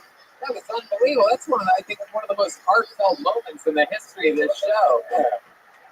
Normally, when his son buries his father, it's because he died before him. Holy shit. Bear Ross. One of my favorite parts of that, though, that was incredible was you had the crowd eating out of the palm of your hand. That's your first time doing stand-up? Jesus fucking Christ, man. Great set. You rolled with the format of the show and did your own style of short fucking jokes. And one of the coolest things for me was you had the whole crowd laughing at the jokes, but no one was laughing harder than fucking Pops back there. You've never heard that? I had to hold the cassette until on the way here. I fucking love it. Look at that. What type of pickup truck did you guys drive up here? 150? Hey! Silverado! That's so cool. I like how his last joke was like a no black joke, but yet his father the whole time was reacting like a black guy to his joke. Going, oh shit! Oh shit! That's my son right there! Oh shit! That's funny right there! He even ran away at one point. Yeah. Oh, hell no! Oh! He pulled a sweat towel out of nowhere, started dabbing his forehead. Oh! Started fucking the stool. I love it. So Bear, that's awesome. It's your first time on stage. Was it scarier than being in the octagon? What are we talking about here? Yeah, I heard stories. Usually once you get in the stage, you go shut. Yeah. But everybody's still fucking. Yeah, they're all still out there. They fucking loved you though. This is great. So how long have you been fighting in the MMA? I'm done now. Actually, my last fight was I was at your show that I was cutting weight, so I was down about 17 pounds. And shit. It was a 2-drink minimum, but I couldn't fucking drink anything. Right. Give up on my drinks, but damn, that had to be hard, man. Weight cutting is extremely difficult. Your fight was the next night, or weigh-in was the next day? I was weighing for the next day. Oh man. Took my first fight when I was 15. Did you have fun that night? It seems like almost impossible to enjoy a comedy show when you're cutting that much weight. No, best thing to do. I guess so. You've got to pass the time. I got a question. Which of the mixed martial arts is your favorite? No, I grew up wrestling, so Yeah. I don't consider the best one. Yeah, that makes sense. So you're out of the game now. You could have said anything. No wrestling, jiu-jitsu, probably the top. No, that's the best one. No wrestling. Oh, karate. Oh, yeah. Oh, Tai Chi. Yeah, I love that. The dad says I'm right. Were we gonna say there, Bear? Speaking of wrestling, do you think you can sign a wrestling class for me? Sure. Yeah. I was gonna wait till after, but yeah, I wish you would. Oh, I thought you were gonna do. John Cena. I thought he was gonna do the. I thought he was gonna do the old penis in the fanny pack joke. I was like, yeah, just sign it right. Sign this cock.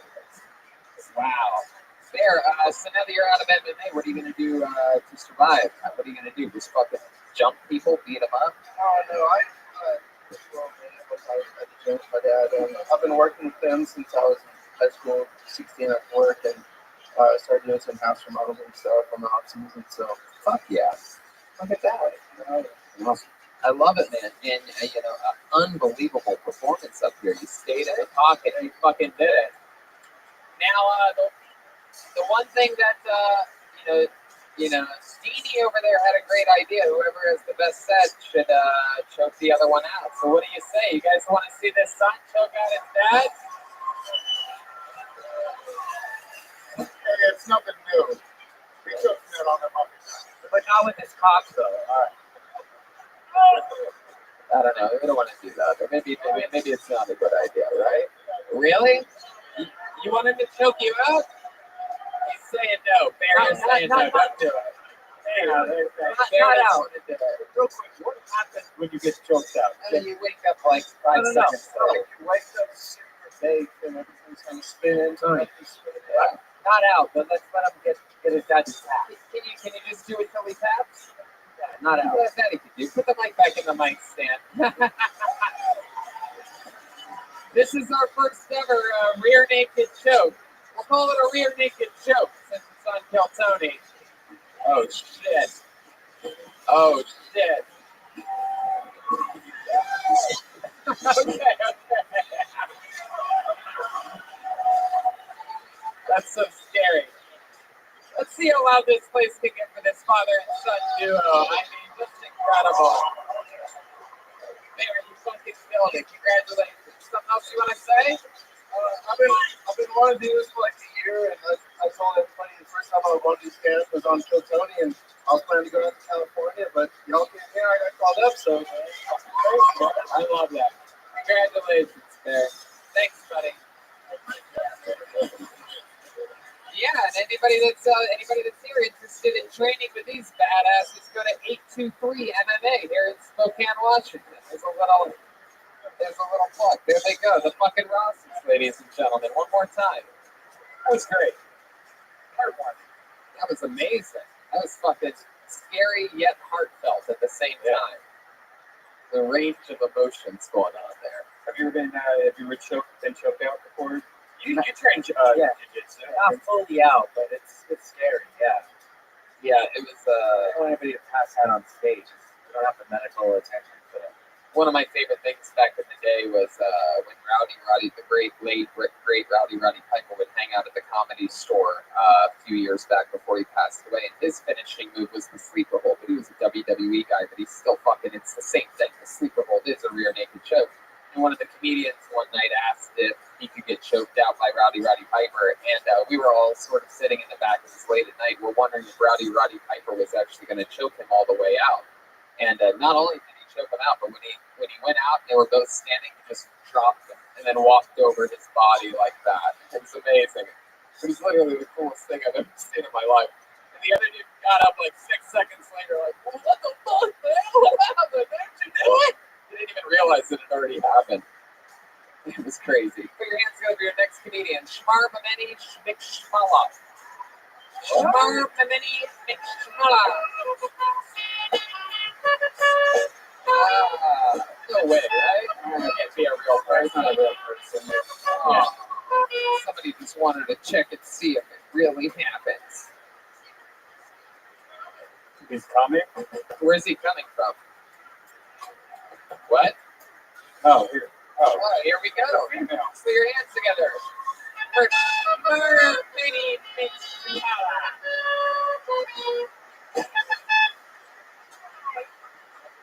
Hi guys. I'm so happy that you could all be here on a Thursday night on It's Motion.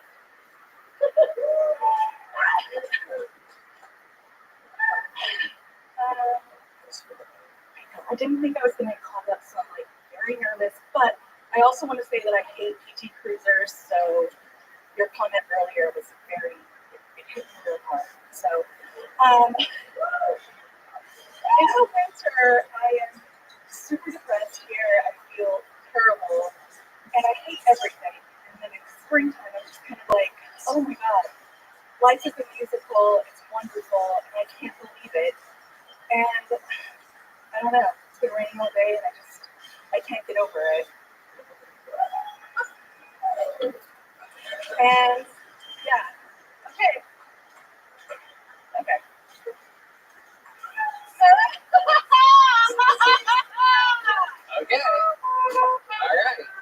we are.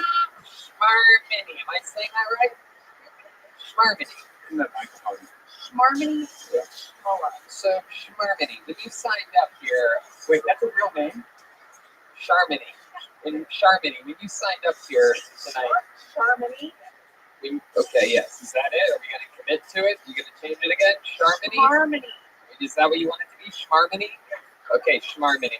Okay, let's check in with Dee. Yeah, I think we should get the father and son back up here and choke her out. Yeah. Yeah. So let's talk about it, Schmarmini. When you signed up tonight, what did you think was going to happen?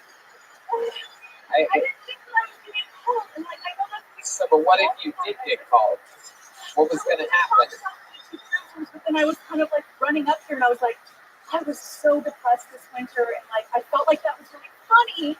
And then Schmarmini, have you ever seen a therapist before? yes, I have. Definitely. Do you talk with them about these things, or do you go to the therapist and do 60 seconds of jokes? No, I do. This is incredible. It's been a very depressed winter. I hate people cruisers. I don't know what's wrong with me, Doc. Oh, By the way, it's PS Cruisers. PT, poor taste cruisers. Poor taste cruisers. wow. I would rather be choked out than what's happening right now. Schmarmini, are you I offered myself as tribute. If she leaves the stage, I'll let one of them choke me out right now. No, come on. No, stop. Dee. Stop. Nobody's choking nobody's choking anybody out. Jesus Christ, the things of these. All right. Schmarmini, stick with me over here. No one's gonna choke you out. No one's choking anybody out. No one told you to fucking leave. Schmarmini, shut up. Shut your mouth. Anyway. So, tell us, first of all, are you Grant Cox's girlfriend? Did you come here with him? Did you come here solo tonight? Your family? You brought your whole family to see you do this? We just want to be fun. Where's your family at? I think they left. They're gone. No, they're gone. Wow. Look at that. Fucking look at This this. was a bad example of my personality. I'm very sorry. Oh, stop it. What's a good example of your personality? It's still happening. You can save it still. Race to the end of it. It's like terrible. I'm sorry. Oh my God, stop apologizing. Heart palpitations. Jesus Christ. Stop saying I'm sorry, Schmarmini. I'm not your abusive boyfriend. Stop apologizing to me. Schmarmini, tell us about your life. We'll figure out things we can talk about next time. This is your first time doing stand-up, right? Thank fucking God. Sorry. Stop saying I'm sorry. You know Josh Meyerowitz? You have no self-control? Anybody ever tell you you have a little fucking touch of autism, huh? Yes. They have? Yes. Are you autistic? No, but I don't know why. I don't know why I hate PC cruisers so much. Listen, I'm Wow. Oh my God. Listen, I'm a Canadian, and this has already been waking me stories up here. So, Schmarmini, let's talk about your life, okay? You came here with your family, blah blah blah blah. What does a day in the life of Schmarmini look like? I work. Yeah, where do you work? Into the tip of the microphone, Schmarmini. There's two things to remember: in the microphone and oh, I'm sorry. I work up the hill at a medical laboratory. Are you one of the patients? No. Did you escape from an asylum and came down here? I feel like I'm trapped in the Matrix, but no. No. Are you talking about are you trapped in what, a straitjacket many days of the week? No. Just the like thought that we all have to like work all the time and like. Do you smoke pot? You do. A little bit? Sometimes, not enough. Have you ever done mushrooms before? No, actually. Just on a pizza. I can tell. Schmarmini, you seem very high-strung. What do you do like to relax? What do you do to be zen? I guess I should look into that. I don't know. I don't do like. I don't do much to relax, and that's probably. What do you do for fun? I was out here in Santa Barbara and hanging out with family. What are you gonna do in Santa Barbara? Jump in the ocean. Yeah. Shmarmini, do you have any cats? What? Do you have any cats? No. You have walks your cat on a leash face.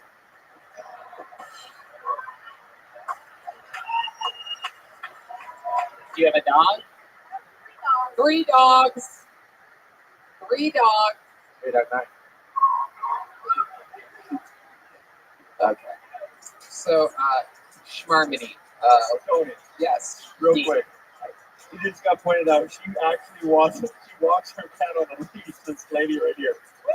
Yeah, the one that's pointing at you. What in the world are we paying attention to right now? The darkness of a Spokane audience during a live show. I mean, I cannot even fathom what's going on over there. Joel, So you seem very sort of like closed off from your emotions, eh? But what's like the dirtiest thing you've ever done in your life? Like, are you into sex? Like, what kind of crazy shit are you into? I like that. Good question.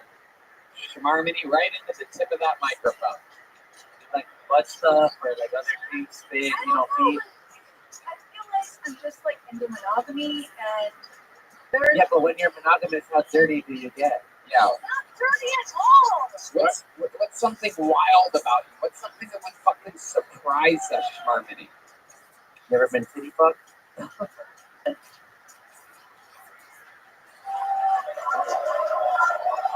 Oh, God. Oh, so original. Were you gone when she said that her family was here? Well, yeah, I was. That's why it was awesome.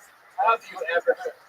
By the way, just to paint a picture for the audio listeners, she's wearing a shirt that says "Pinko, no stinko." Yes, I went on The Price is Right. My mom's invisible and I watched that she went from the great thing. You got on The Price is Right, or you went to a taping of The Price is Right? Right. Yeah. They do pre-show interviews for that. There's no way. Unlike us on Kill Tony, that's truly random.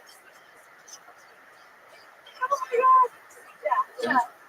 What members of your family are present tonight? My brother and a couple of cousins. Who's the one? Who's like the leader out of that group? Who brought everybody here?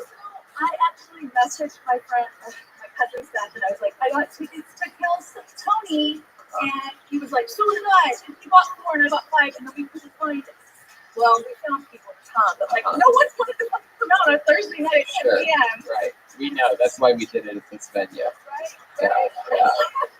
And so we were just arranging people to like tell me this, and we finally all just came here, and I put Shmarmini and Shmola.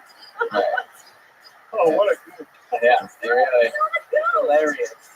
All right, we're gonna keep it moving along, Shmarmini. We're not really getting much out of you, but we love you, Shmarmini. You had the balls to sign up. You had the balls to do whatever the fuck you just did up here.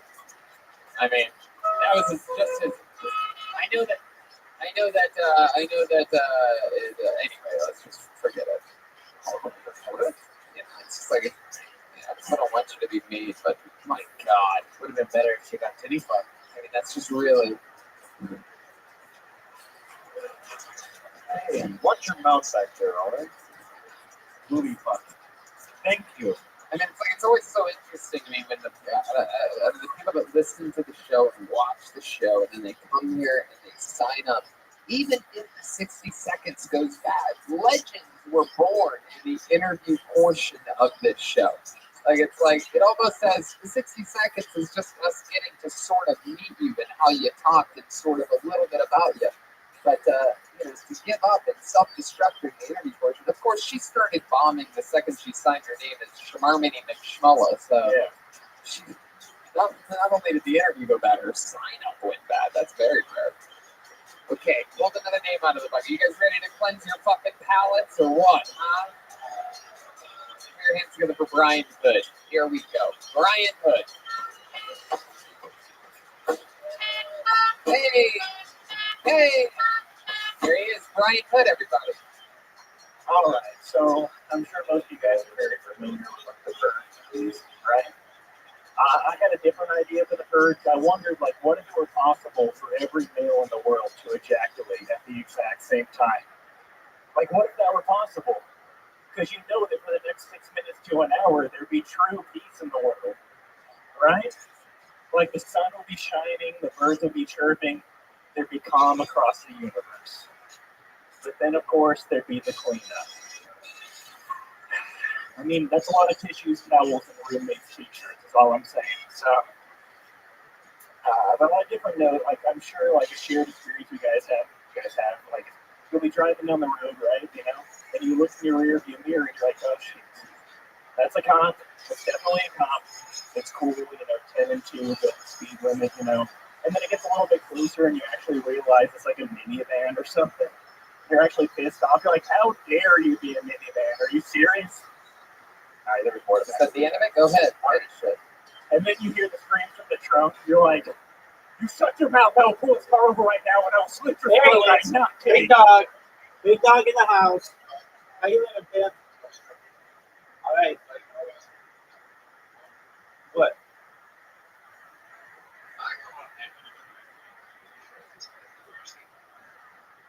Here you go. So you get what it's like. Canada sucks. Yes.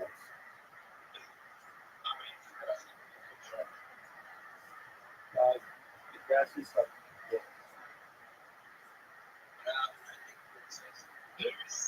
You just like it because it had chicken.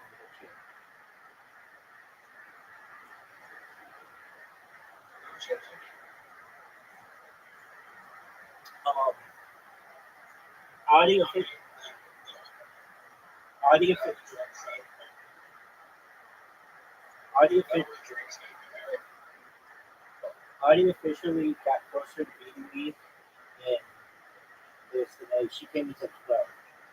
So see if you can beat that. You can beat me. I mean, Drake's favorite.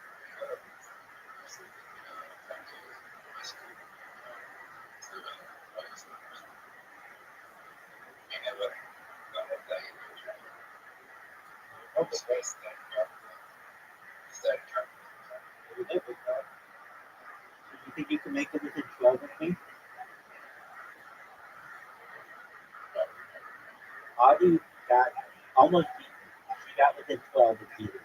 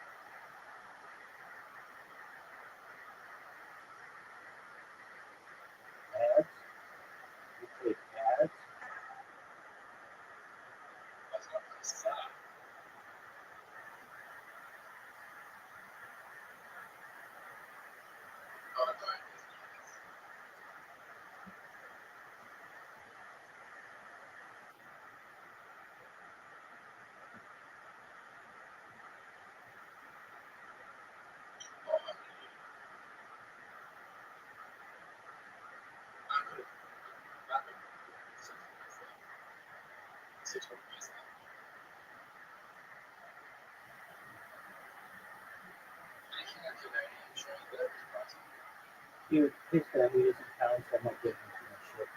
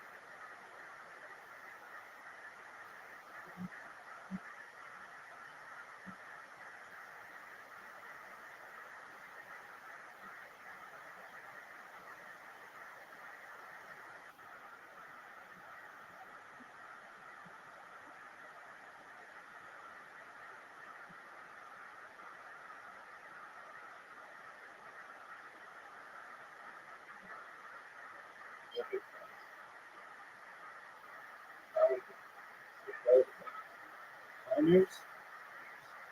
I think it's like multiple people who hone something. Honing means like the focus.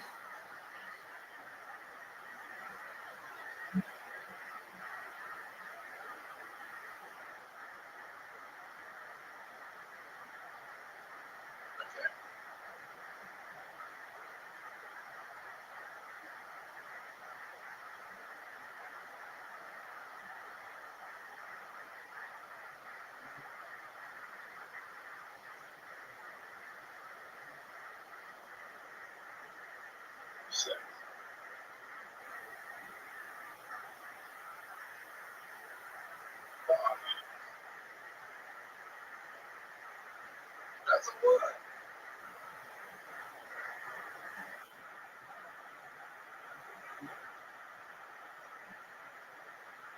Oh, that's it.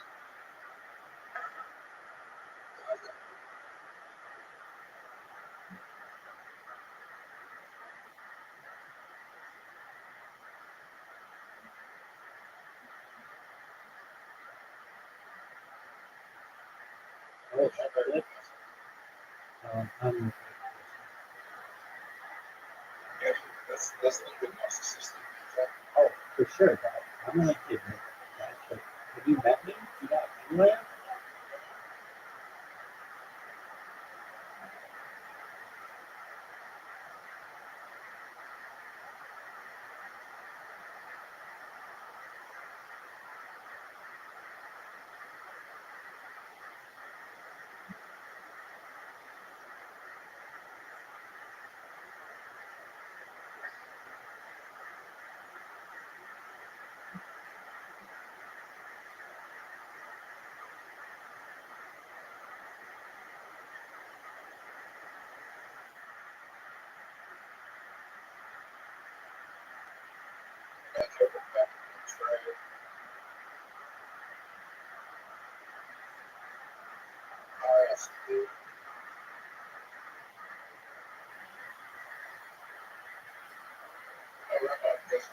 What?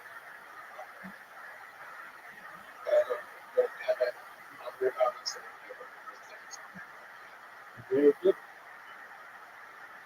It's great with that.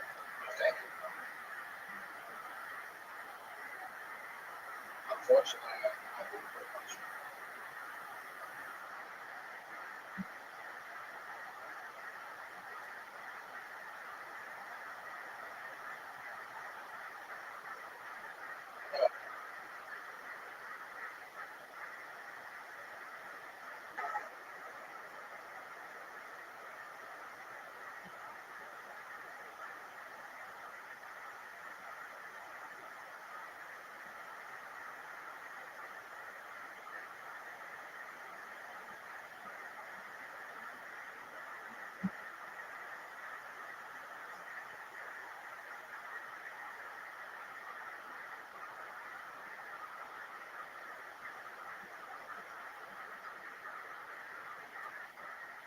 Oh, you're in trouble.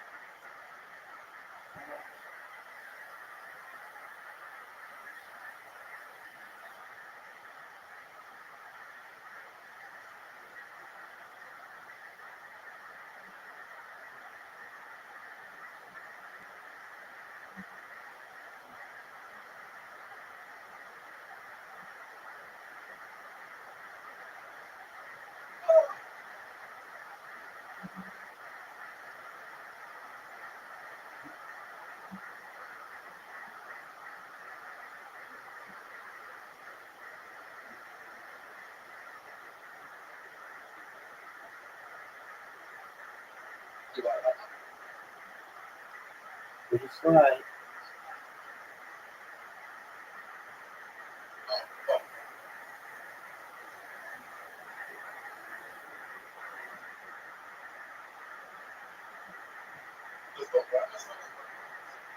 yeah.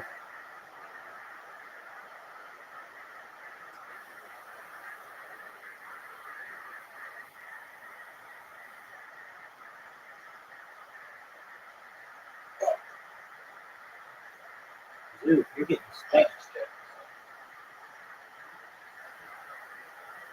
Dude, you're getting spanked.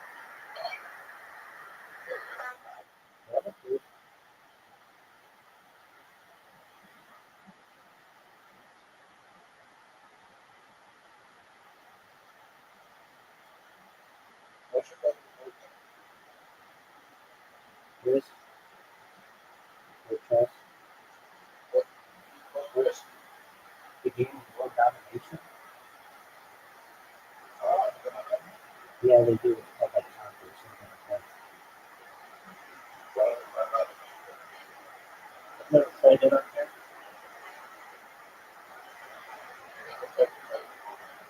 Correct. You do or you don't?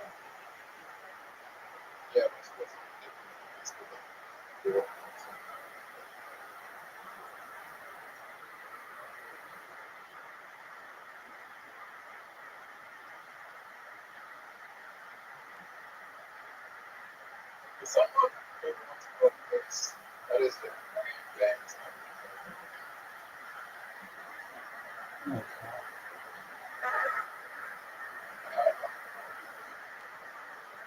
Because at the end there's world peace.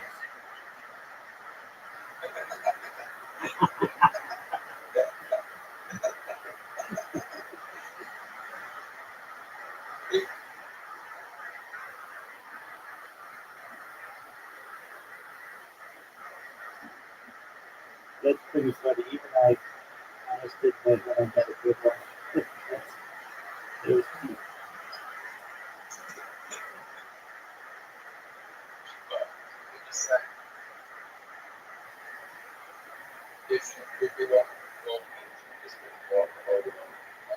I'm not saying that. There are other ways to get world peace.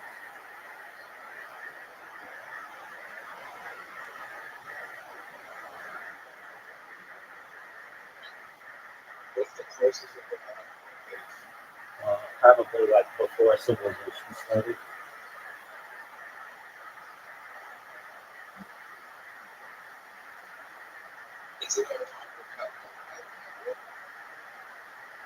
You know, I looked this up the other day, and not really.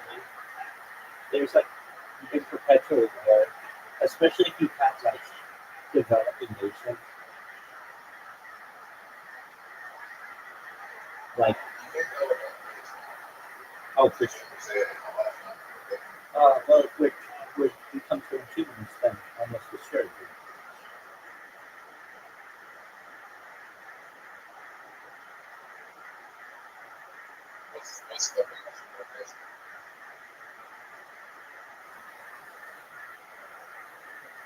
Desire for power, control.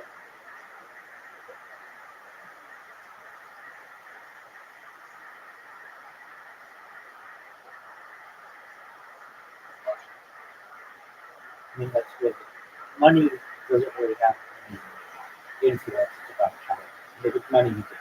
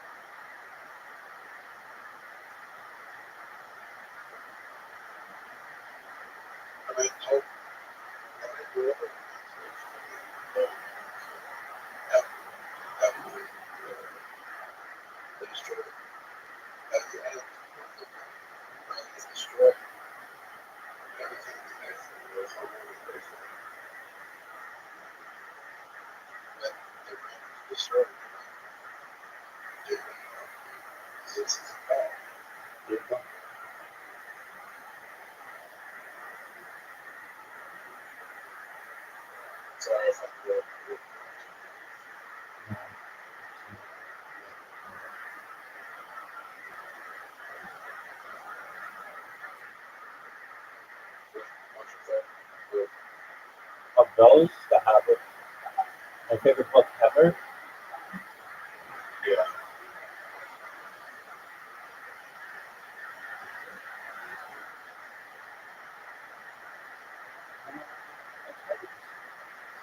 I really like the book, The Game by Neil Strauss, about pickup artistry. But I'm like more into like the glossaries. I like the dictionary. I like the sources. Just one book. I like religious books, but I don't want to choose one. I like the game of restaurants.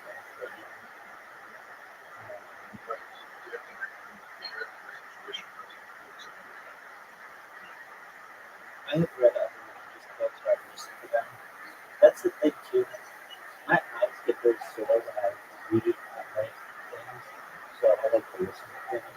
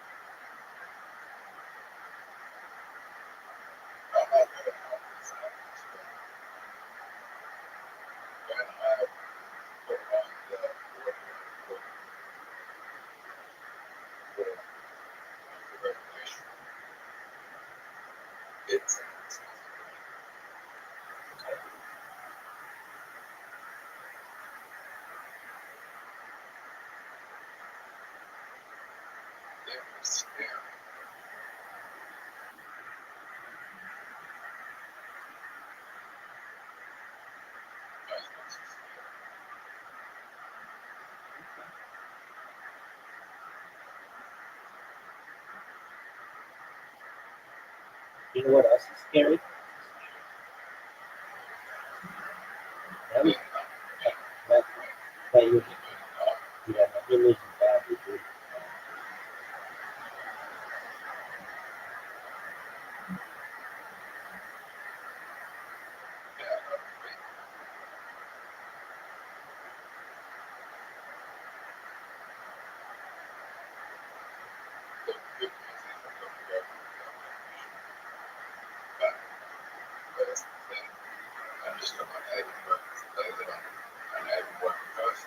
Oh, did you get it already?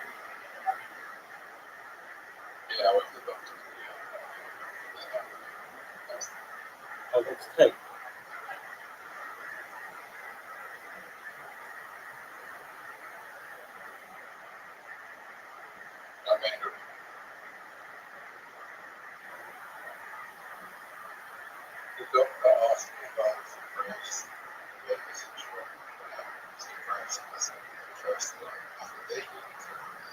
Right.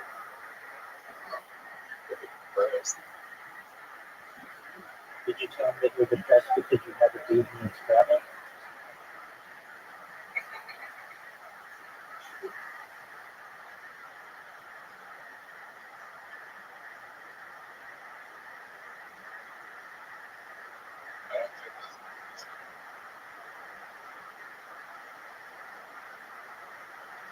Yeah, your biggest issue is sucking dick.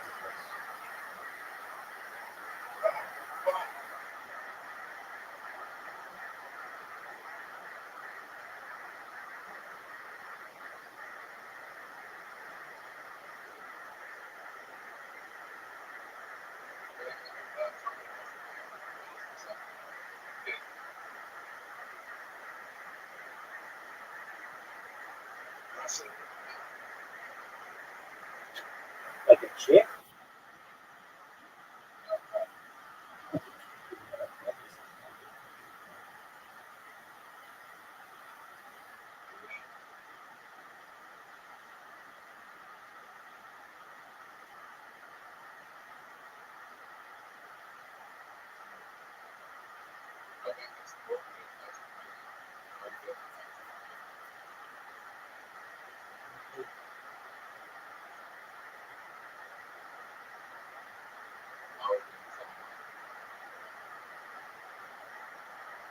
We just got a really big chunk thing and that was spouse.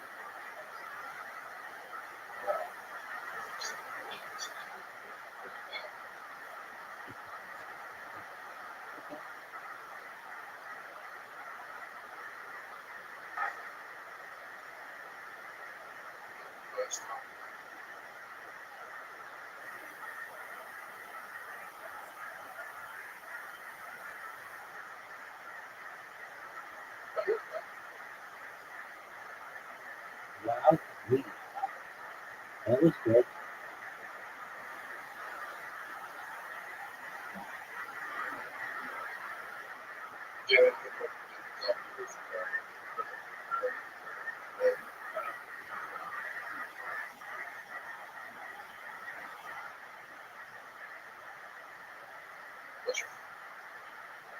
Favorite measure?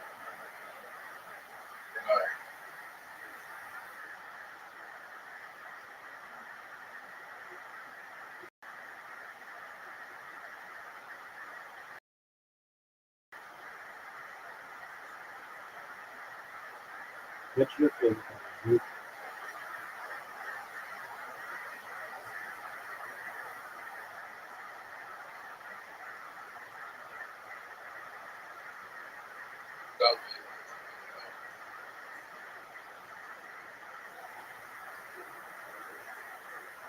Yeah. Yeah. What is that?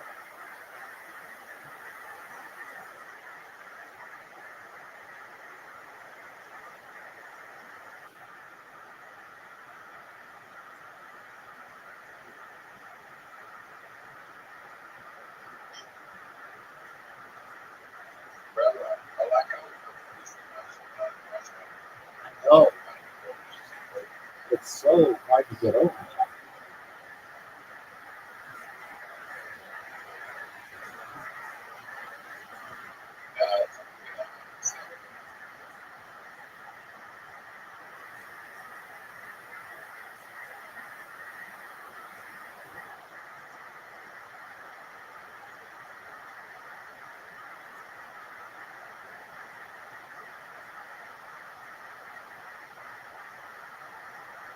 Like, I might just even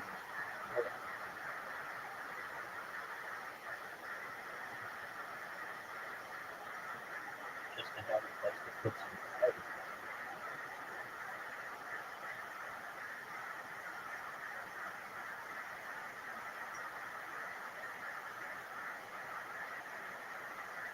Oh, that's good.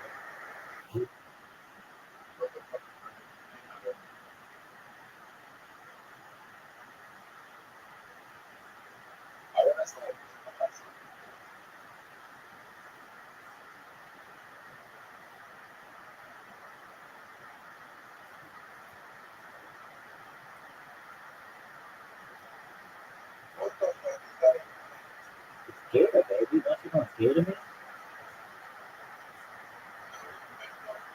No, that would be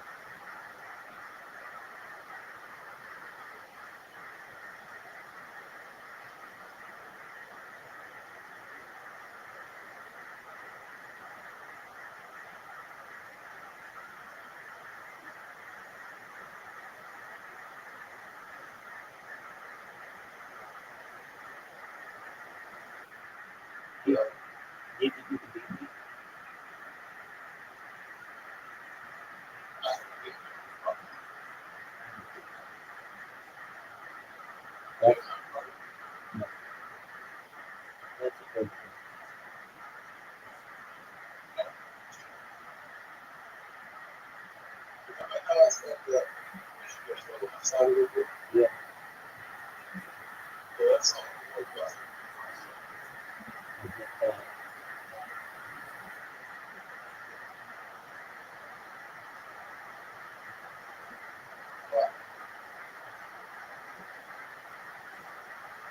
What? How isn't this a word?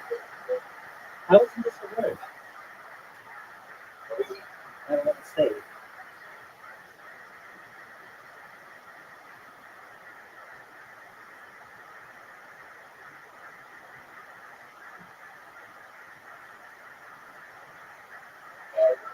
Dude, I'm not. Just one.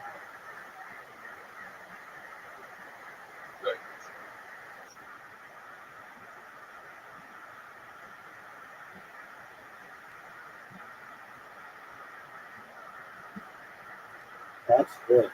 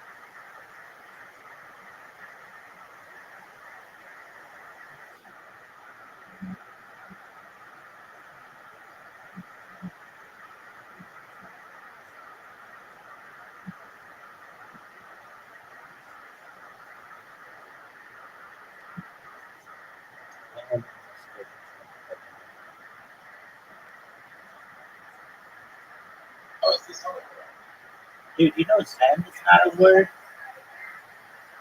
Look, it's garbage.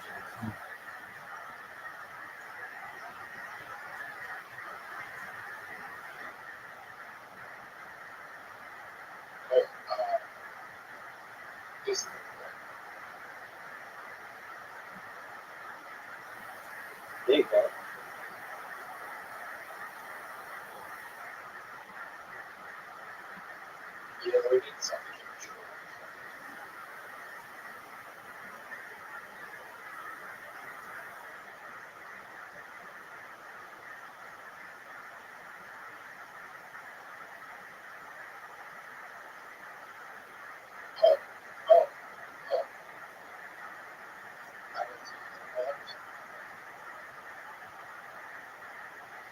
Do you know that I have 39 straight wins against real people?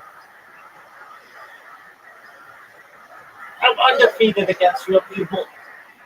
And you didn't come close to beating me. You didn't come close to beating me. What'd you say?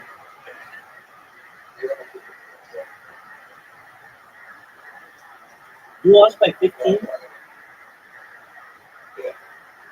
What was the final score?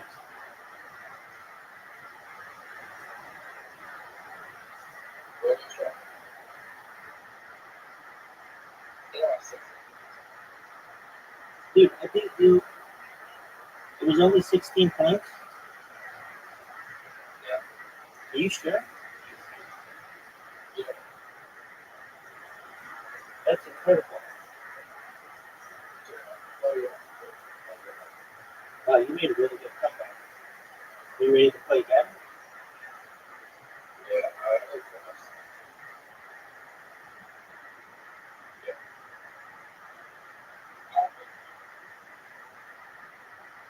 I wonder if it's an advantage or disadvantage to be going first.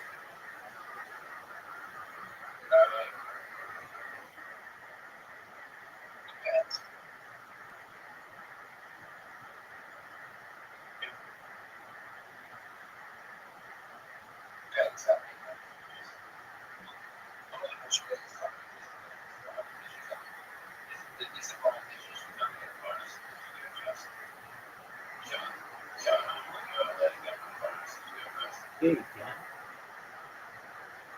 There you go. I haven't.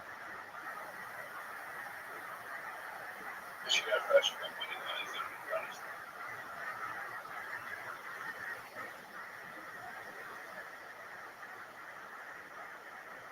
This is interesting.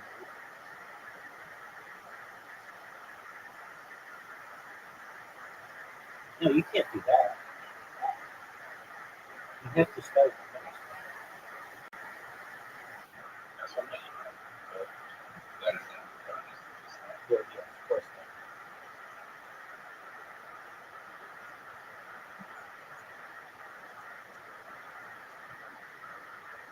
Ready? What the fuck is that?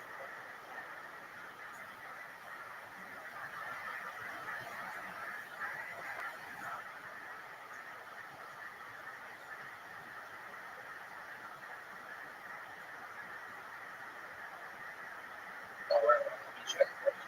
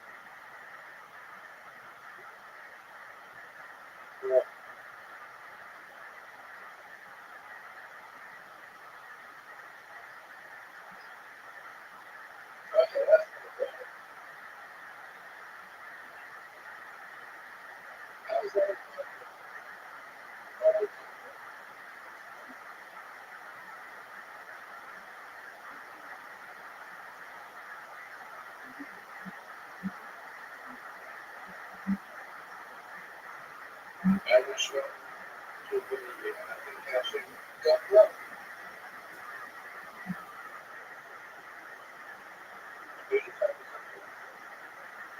Either all falls down, or do you know the song Last Call?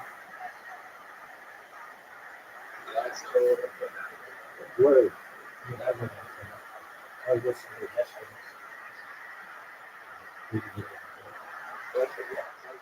Dude, it's super good. I love that stuff. Yo, fuck you first and foremost. Yo, fuck you, Kanye, first and foremost. For making me do this shit, motherfucker. I throw everybody out the motherfucking mouth. I said, toast. I said, toast, motherfucker. Like, wow, dude, that was really good.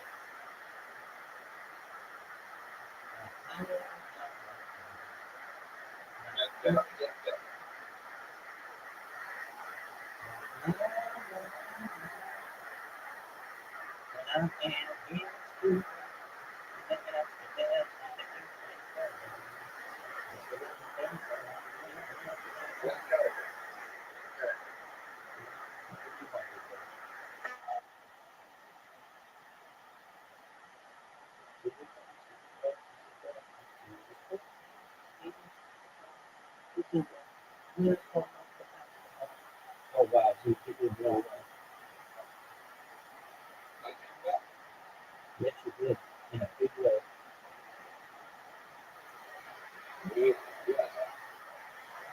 Oh, God.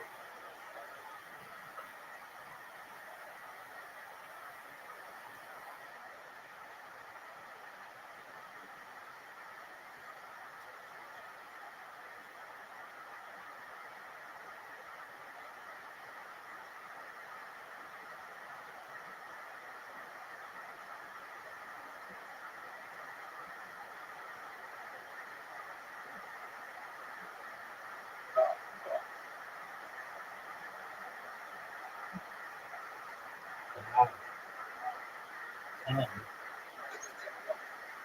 You got a good lead, dude.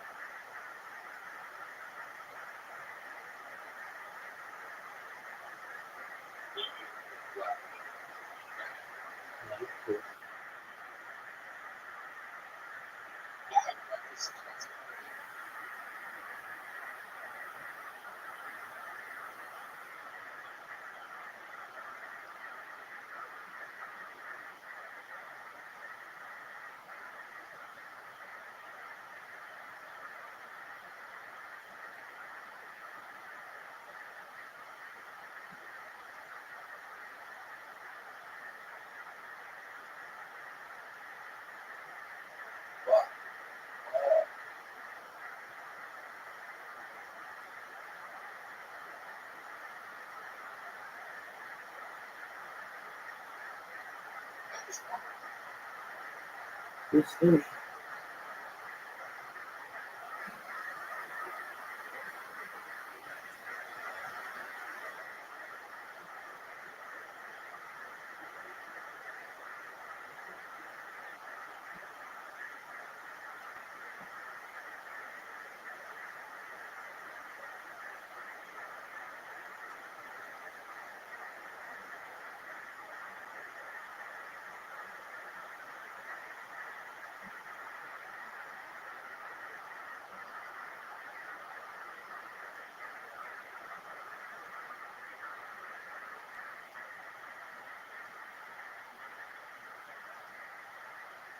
Are you on track yet, son?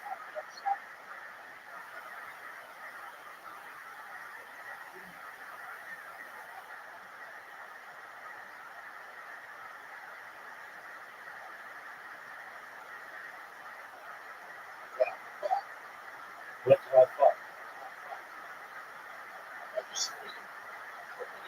There you go. Glad you see it.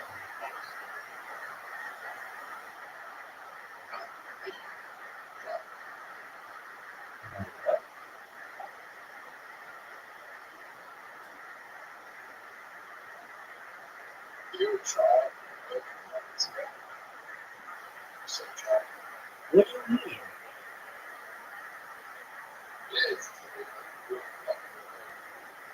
Biz? How is biz not a word? Business.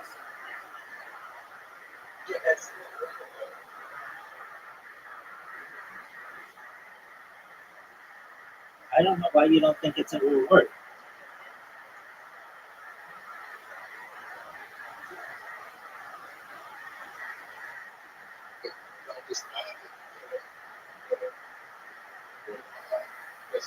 Yeah, no, I understand.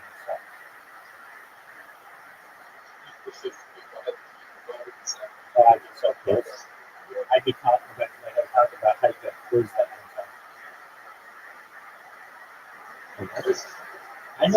I know, and it was good.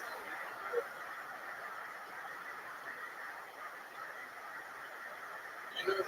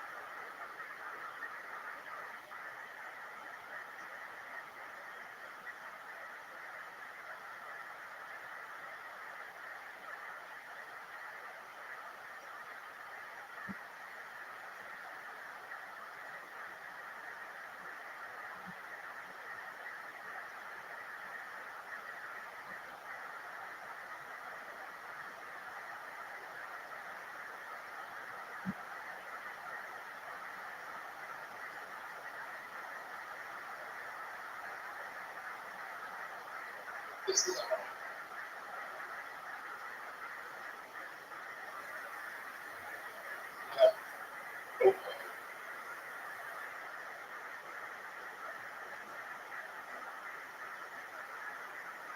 That was good.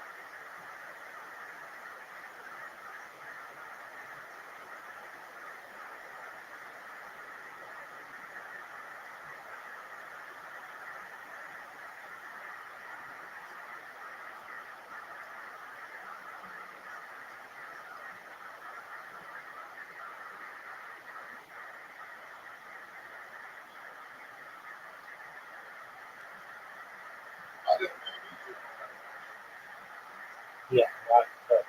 That doesn't mean I like stuff.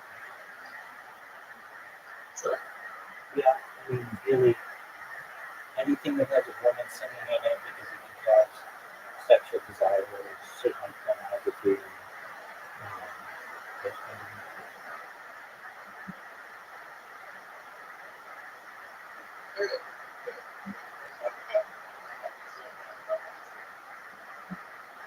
yeah, I mean, it just, you know,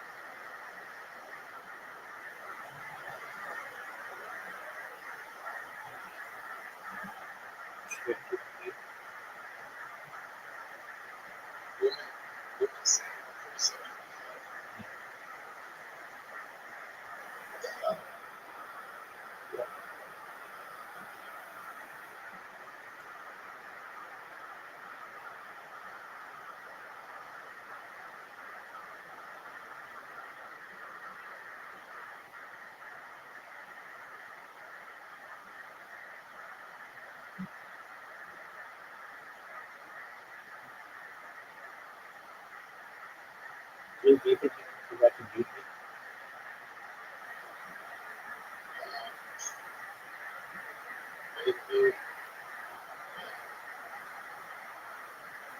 Let's see if that it is a good one.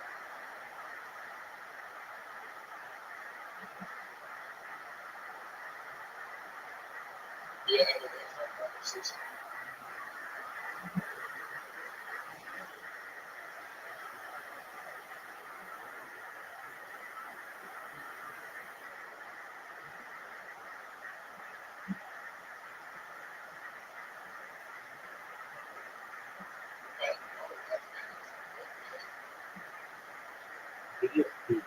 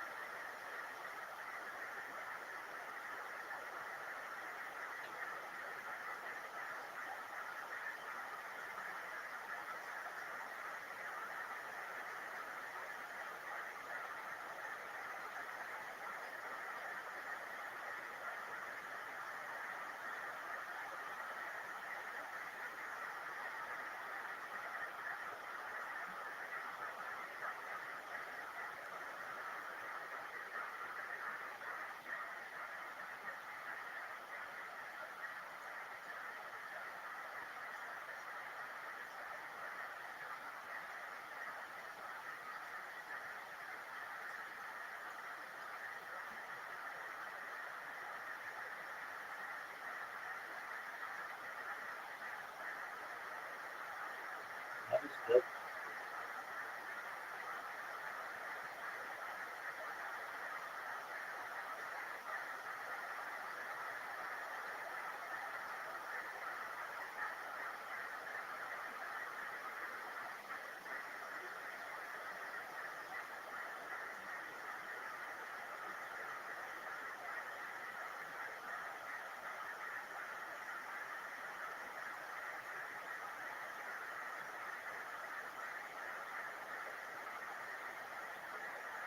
Yes, you I told him something. I told him it's been on there. Yeah.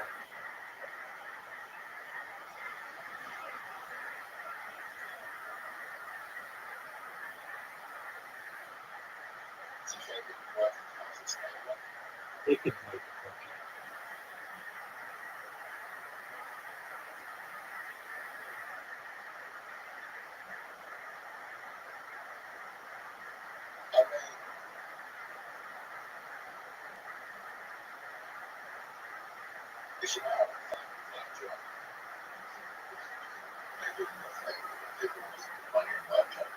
You can't make it in the yes, that's the best one. But you can't make it in the table.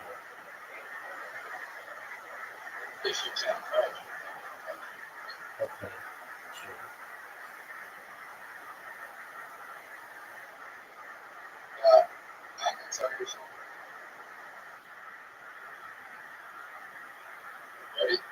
Yeah.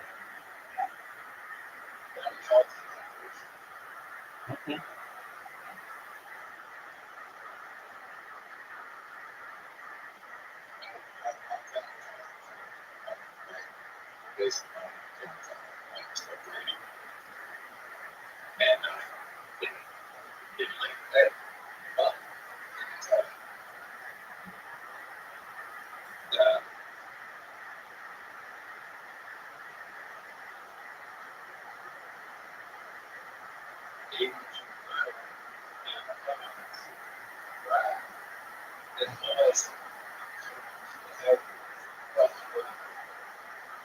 Right.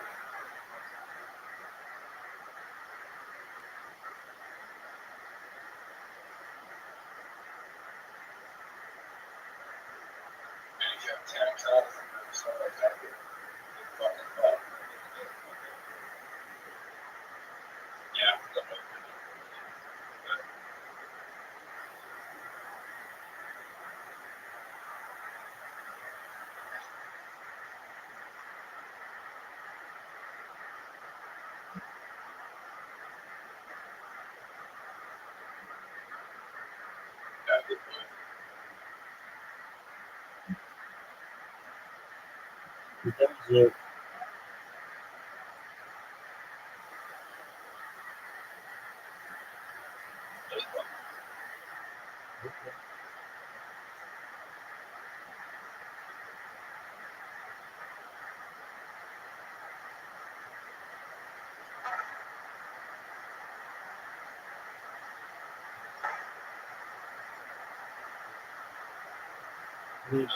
Dude, you're down by 99 points.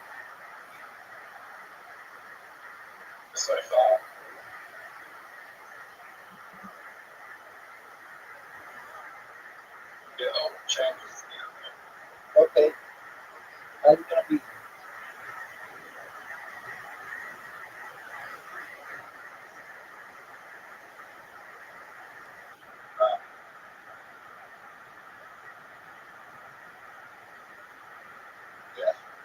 Oh, that was good.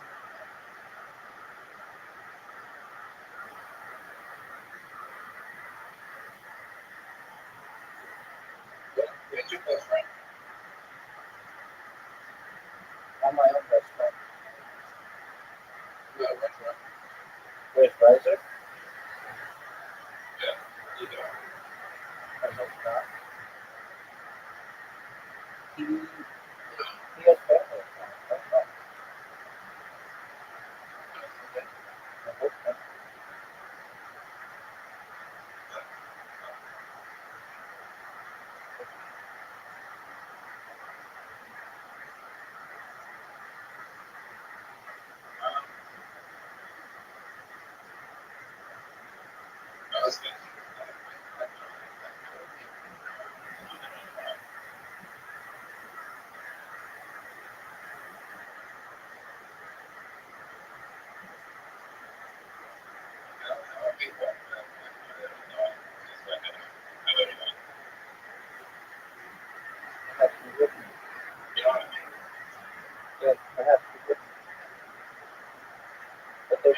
They're probably, your family would probably put out a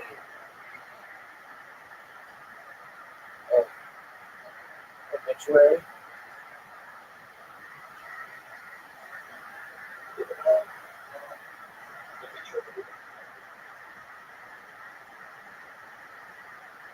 But if it's not one of them, well,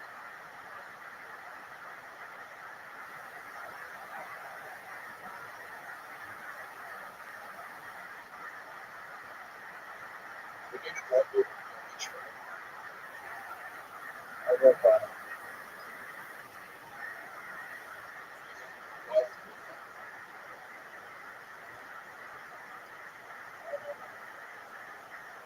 I mean, it kind of already is. Just I think she got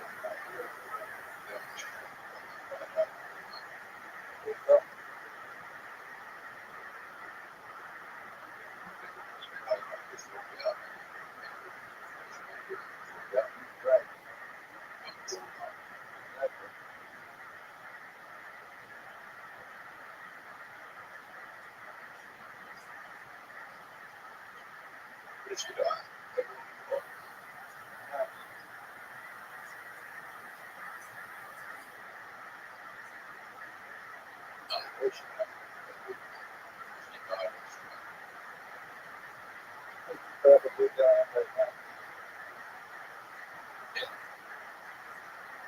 What are your thoughts on this charge, son? I just don't know. Everybody knows that.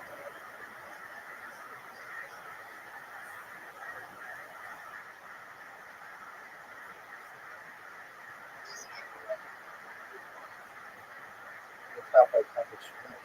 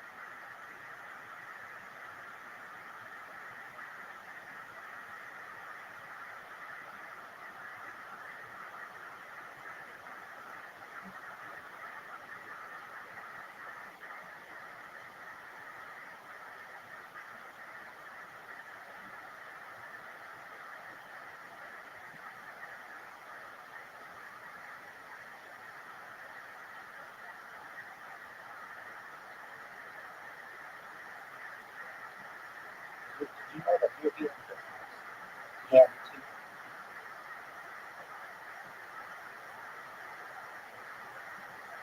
I mean,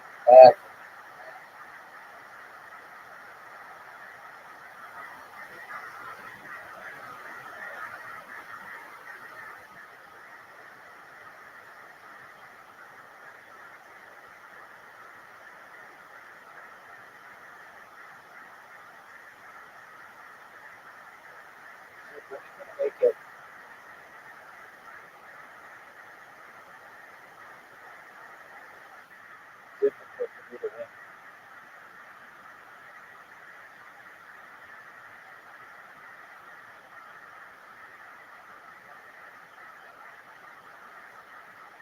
I'm about to put my foot on your throat here.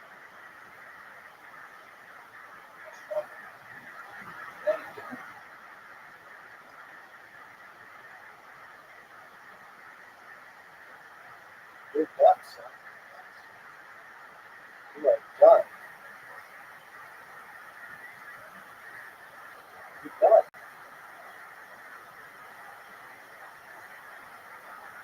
You ready for this? Bye-bye. 40 straight wins. 40 straight wins over people. Okay, now it's time for golf. Golf.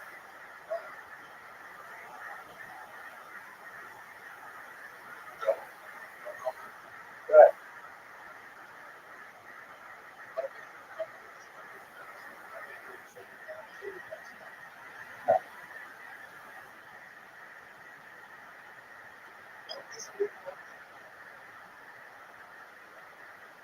Now, you remember that time I sent you an invitation to play?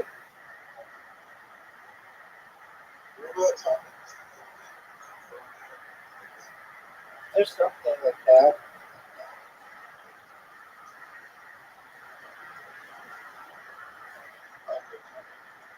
There, that's what it's like, something like that. Okay, so I sent you an invitation and now I'm waiting on you.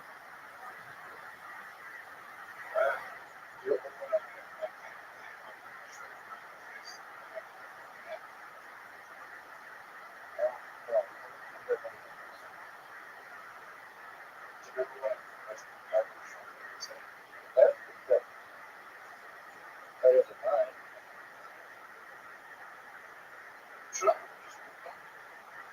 You can try, but it's too hard. That's all.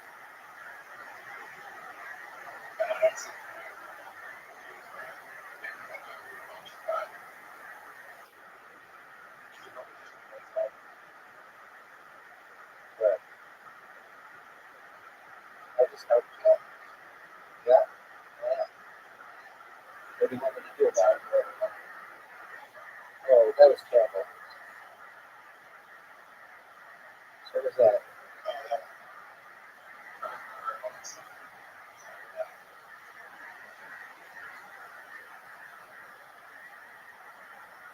What are your thoughts on this shot?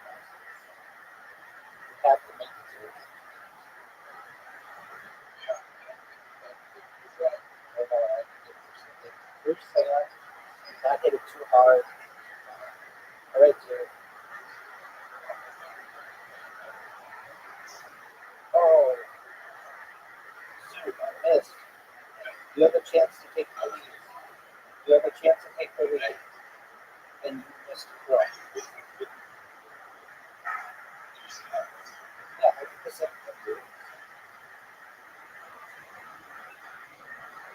This is the easiest hole-in-one of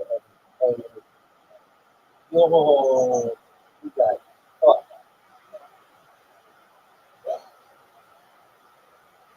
you ready for this shot? It's one of the greatest shots in the history of history. Come on, heroes. Oh, I got fucked.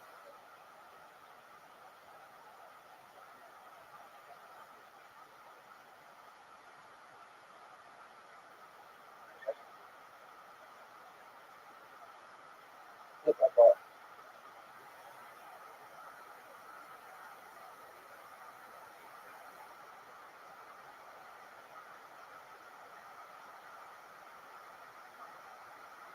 Okay, okay.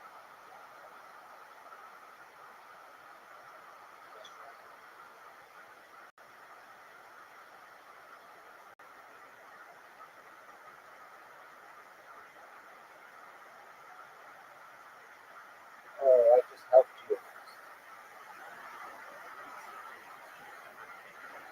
I think anybody's gay if they're bored enough. If I took all the women out of the world right now, you'd be gay.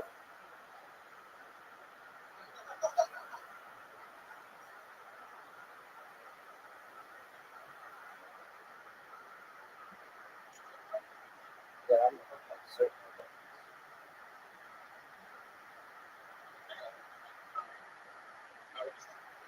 it. What's up with that?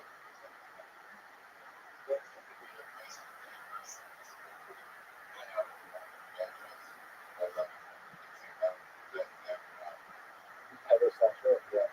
Is they were long for contact and things? Yeah, I think so. That's a good point. I think your shot is short and terrible.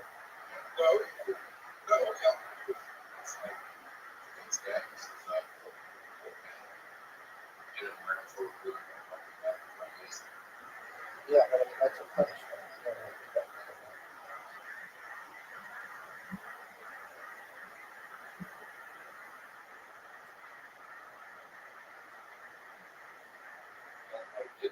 What are your thoughts on the shot? Dude, the shot that I just made, what are your thoughts on it? Dude, you know I just made my shot? Did you know that? Water hole.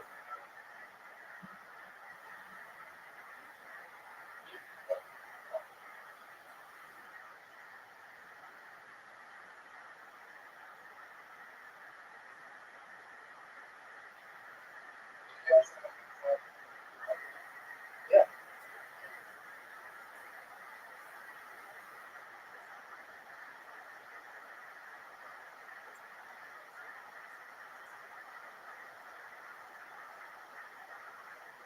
And what is shot do?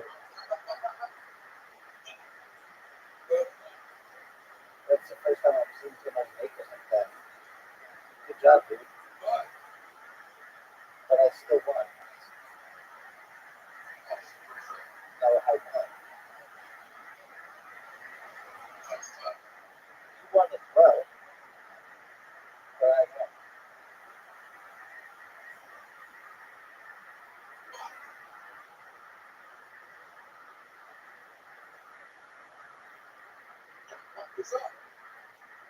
What are your thoughts on how good this shot is? Zoo, would you say that that was an amazing shot?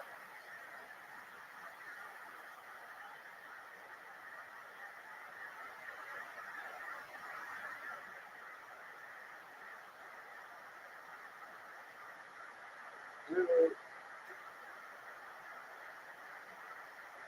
bro. That's not a good shot. And I'm going to show you why. It allows me to go like this perfectly and ride just perfection. You see how good that shot is? Dude, you're done. I give you one game in a row, and you needed a miracle shot. Okay, that's goal number one. I made it. Goal number two.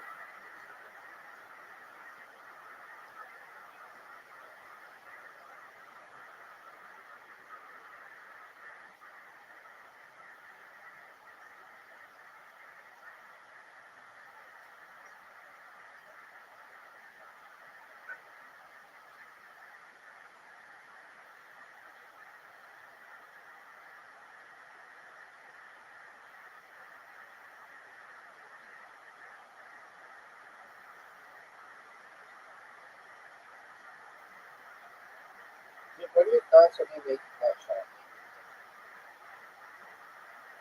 Oh, dude, you got fortunate. You got fortunate.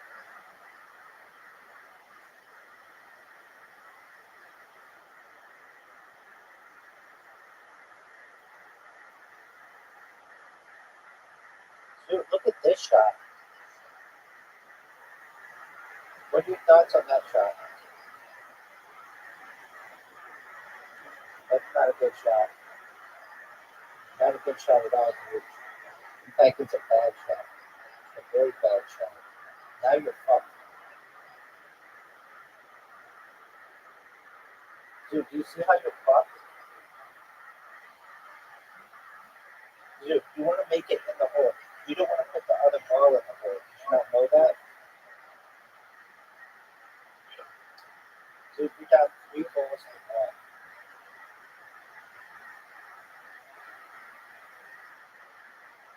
Dude, just shadows.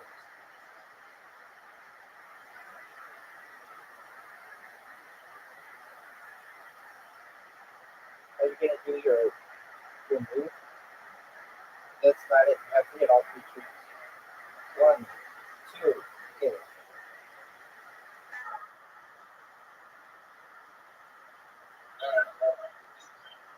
Show me. You went in the water, dude. You're not even gonna get a chance to get 2 more shots. It's better than that. Oh, he was not. Bonnie Blue would be disappointed in this.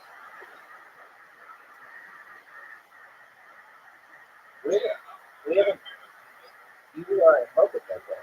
We haven't played this whole in a long time. You're in love with Bonnie Blue. Or Lily Phillips would be pissed off with you. Yeah.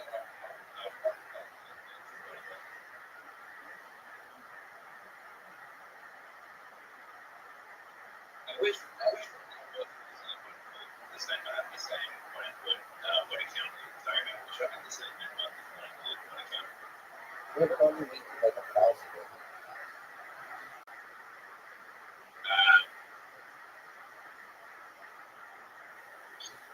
Zoo, are you ready for this perfect?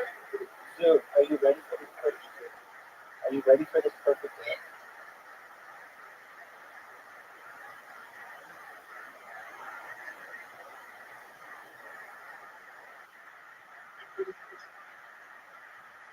That she's had such a commitment to men. Dude, that's not even like possible. Look,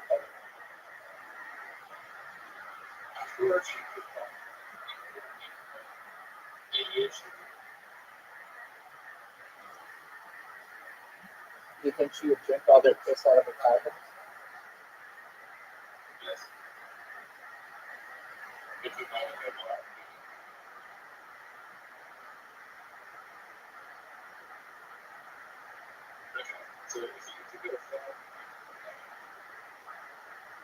That's 365,000 in 100 years. That would only still be about 30,000.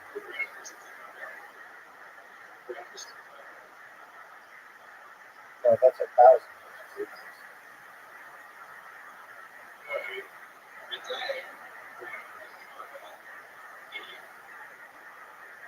$365,000 a year? Right. And then 100 years, it would still be 36,500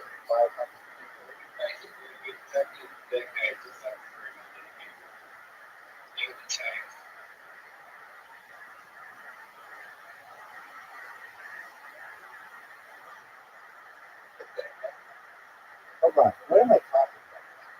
Wait, if she had such like 1,000 people a day, it'd be like 36 million a year. Like, what am I talking about? A lifetime. Hold on. Look at this. No, 300, no. Okay, so she has sex with 1,000 people a day. That's 365,000 men a year. Times 100 is 36.5 million. If she lived to be 100, like, people are fucking 100-year-old lady. 1,000 a day. Her pussy be so callous.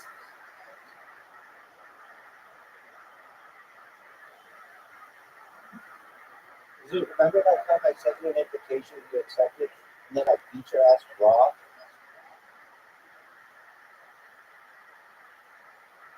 Zoo.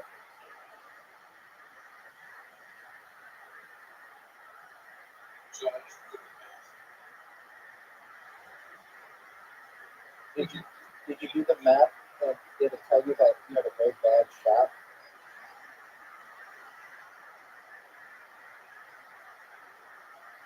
I'm determined to make this in the first shot. Come on, baby. Stop.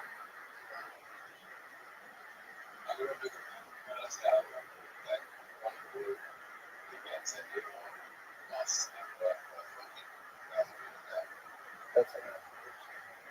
Oh, what a good shot. What a good shot, dude.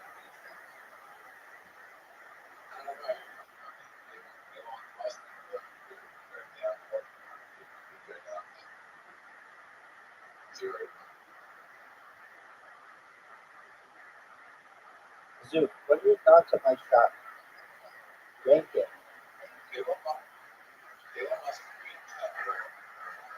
Okay.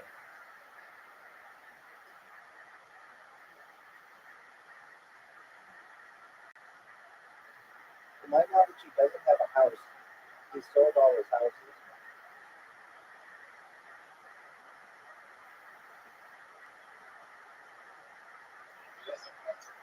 Where is he?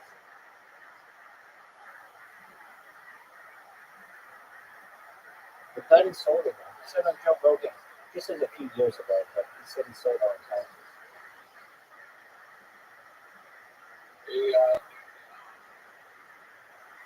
Oh, but then he bought, where is he live?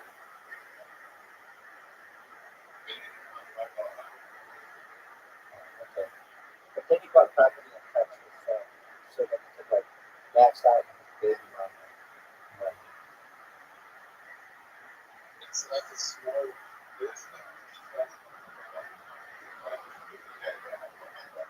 Oh, okay. Do they still cause you to suck dick at mini golf?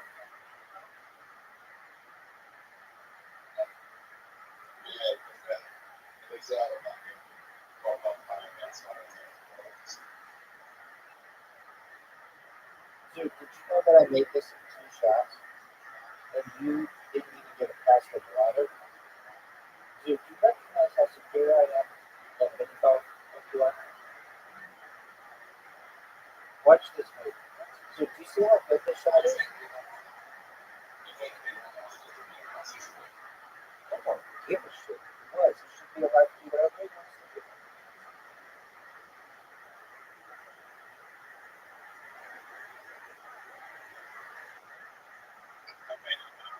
Any person should be able to say whatever they want or make any symbol as they want. It's fun. It's only once we give it a meaning do we recognize it.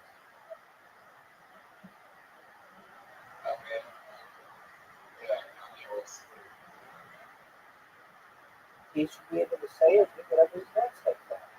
That's fine. We have the power. We have the power to ignore it. We have the power to ignore it.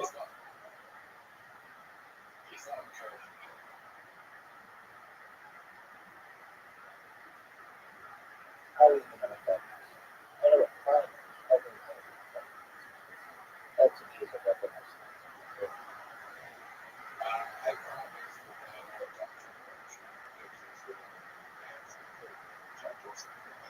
Right, Jack Dorsey sucks dick. Jack Dorsey sucks dick, and I'm making a fool. He owns Blue Sky, and I'm making it my own bitch. So Jack Dorsey, in turn, is my bitch.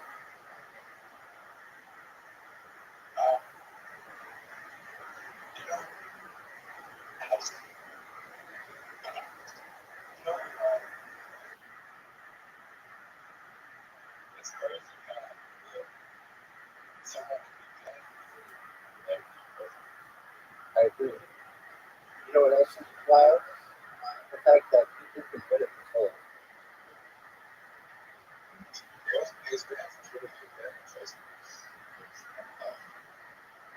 I know, next soon Facebook and that, which I think is cool.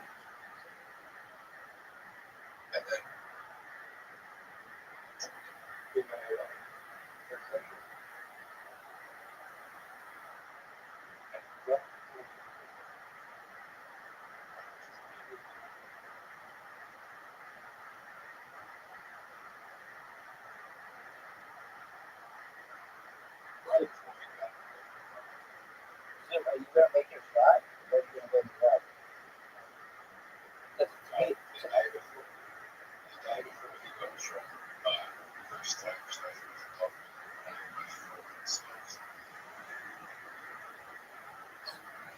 Were you aware that my ball went in there? And I just had a perfect 3 straight wins. 3 straight wins.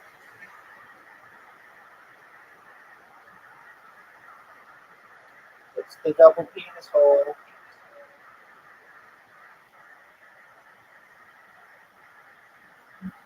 Do you remember that time I sent you an invitation and you accepted? So,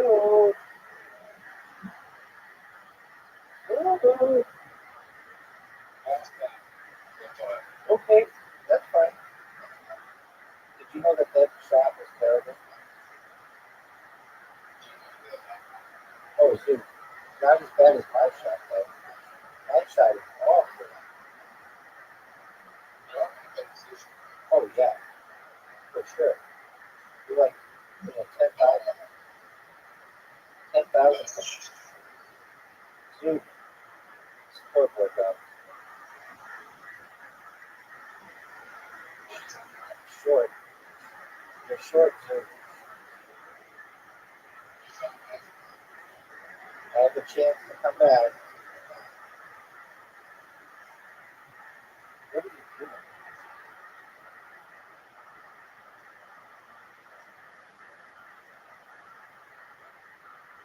What are you doing?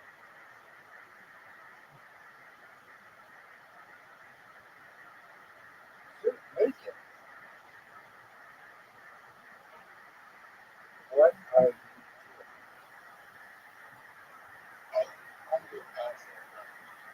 But guess what? We tied. For as badly as I did on that trip, still tied. You love it.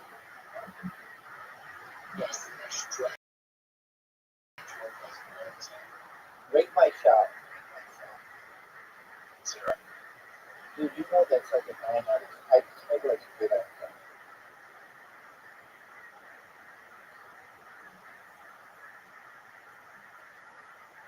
Look at this shot. Dude, you need one of the best shots in the entire career. Oh, you almost had it. Almost got to count the motions all today.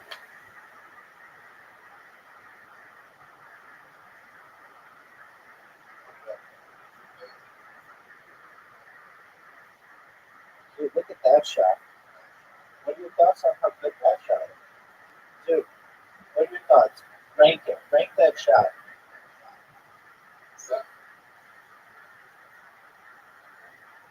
You just helped me.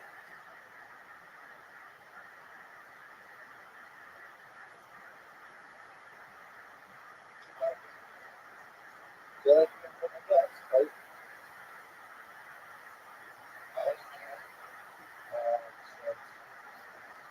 Oh no.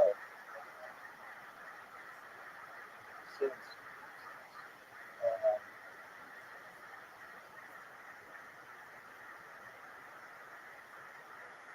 January 2024,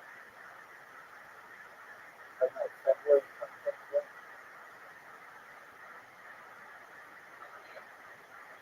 Yeah.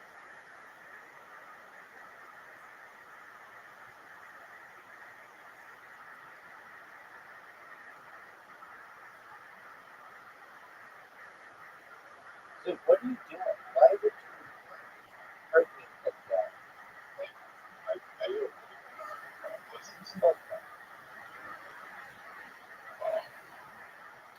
Because they don't preserve your body then, and they like doing products that allegedly that just let you die.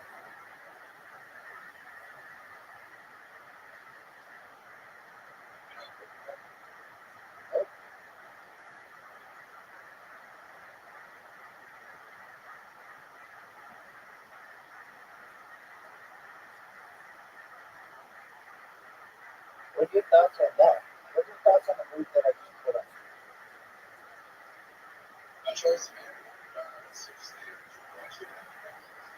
That is true.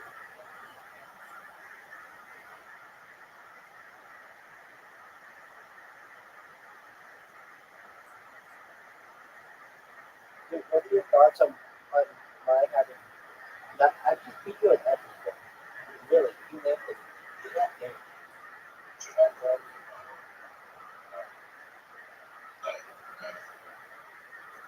It doesn't necessarily matter. You don't drive that.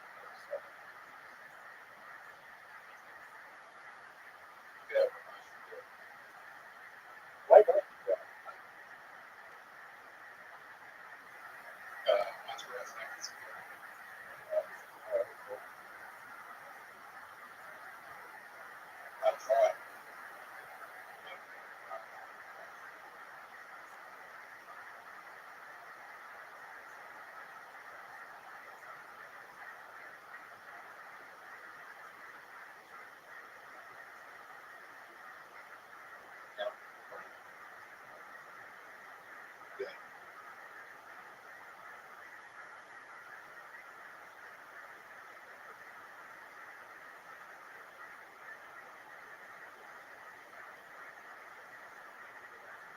Are you going to stop and take away?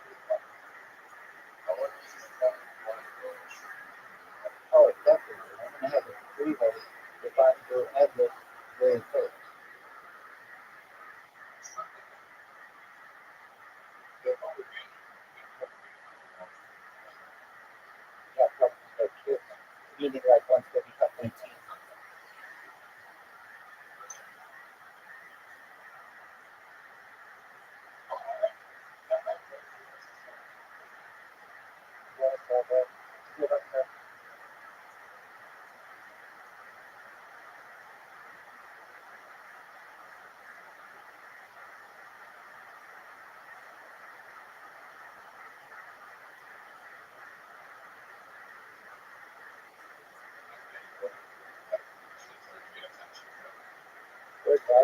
We talk about that bitch every time.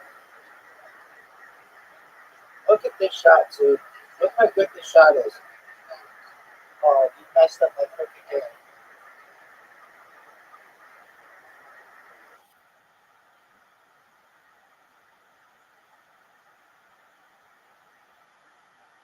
It was a pleasure meeting you.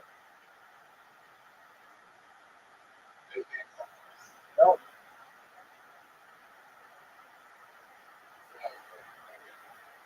Cool story, bro. That was a really nice story you told. When you were like, hey, I'm doing a conquest, and everybody was like, psych.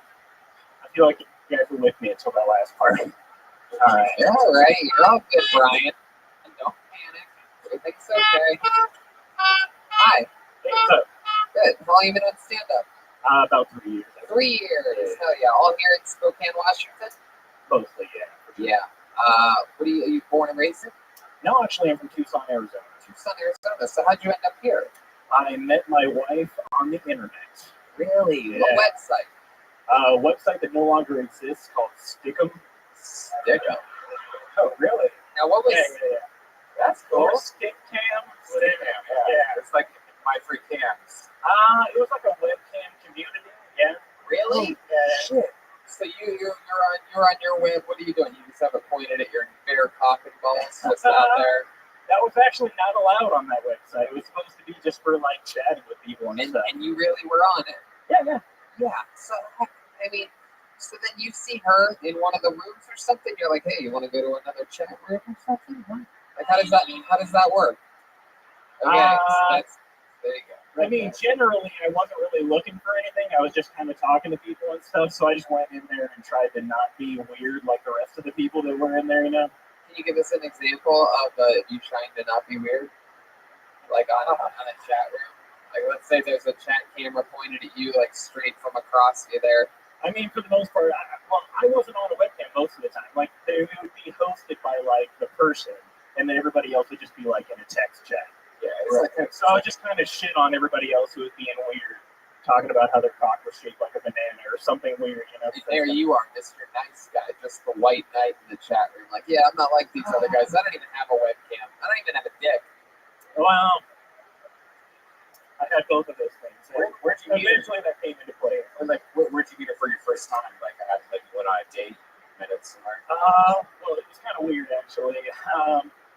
she has like a brother that got given up for adoption, and when they were, I think I know the guy that adopted.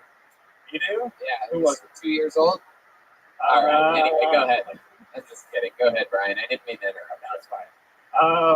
And basically, she bought a ticket for him to come and visit her, and he just flaked on her. So then she only had a certain amount of time to use that ticket, because airlines are shitty. So she was like, "Hey, do you want to come and visit me and see how that'll go?" So I flew up and was like, "Sure, I'll move here. That's fine. That'll be fine." So the first time you met her, you flew here, and you saw her in person, right? And you guys have been chatting for how long? It was like 5 months, something like that. 5 months. Yeah. And at this point, you're talking on the phone a lot, right? Or you still do you guys stay? We did all of it. We did like the internet and the phone and everything. We webcammed, all that fun stuff. It's so wild. So then you came here. She's like, "What's up?" You made sure her pussy didn't stink, and then you moved up here. That is an important step, for sure. I mean, there's certain things that you can only do in person. You know what I mean? You can't smell until you can smell through the internet. We were pretty sure that we were in love, so we copulated. Yeah, you're in love until you smell the pussy. Anyway, what happened?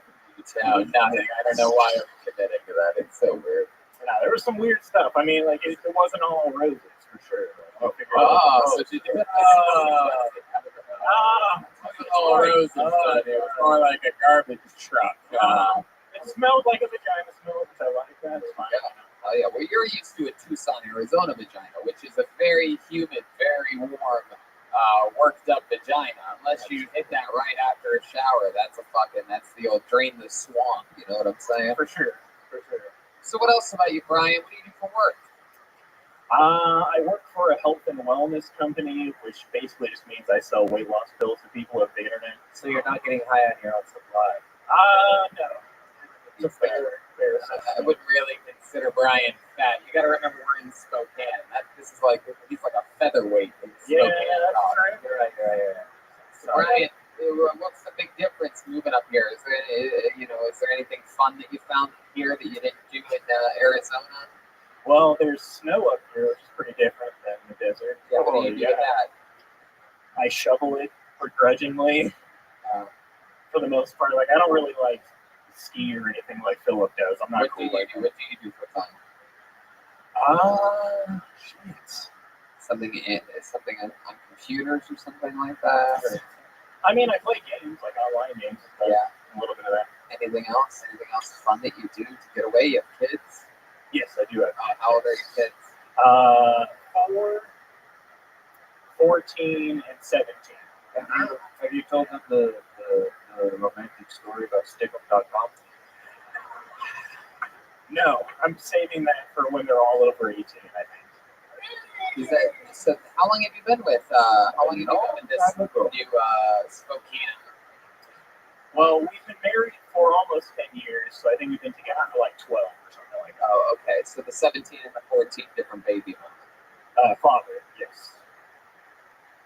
They have a different father. I'm married into. Oh! Yeah. Yes. Very good. Fucking nailed it. Perfect. Absolutely perfect. Wow. They already existed. Let me ask you this. How long into your first chat session did she bring up having a 17 and a 14-year-old? Did the other ones hers too? They were not 17 and 14 at the time, so she never brought it up. She had a 7 and a 4. They were like 7 and 3 and yeah, 3 and 6, something like that. So but the third one, that's you and her. Yes, for sure. And the 17-year-old. As far as I know. 17-year-old, is that a boy or a girl? They're all boys. All 3 are boys. Yeah. You close to the boys?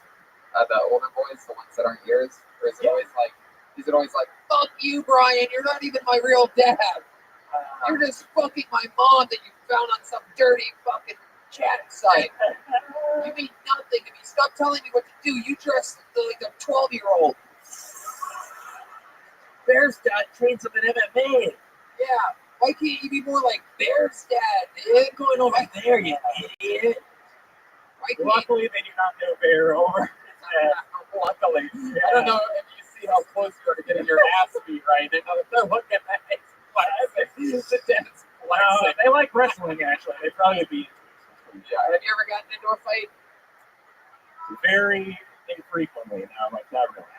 I get along with people. How about an argument? What's the last good argument you got into? You ever yell at? You said that you hate that airlines are assholes. You ever yell at someone? I think the last good argument was with a 17-year-old for sure. Oh yeah, what was it about? Can you give us like some good dirt here? I want to know what it's really like. I think it was something stupid like he wanted to have his window open in the winter and we didn't want to pay for the heating and he insisted upon having it open. So he smokes weed. Yeah, probably. His bedroom window. Definitely cigarettes and vape and everything else that teenagers think are cool. Yeah. Does he vape? Have you found his vape? I have broken a couple of vapes with a hammer. Yeah. Why'd you break? You're one of those guys. Yeah. Man, you're not even his real dad, dude. I'm hitting Brian. They get real hot when you smack them with a hammer. I don't know why. I love it. Well, Brian, congratulations, dude. I love the fact that not only are, anybody who's a real fucking dad is the highest type of hero in the world to me. So, congratulations to you. Great set tonight. Thanks for signing up. Comedy bet.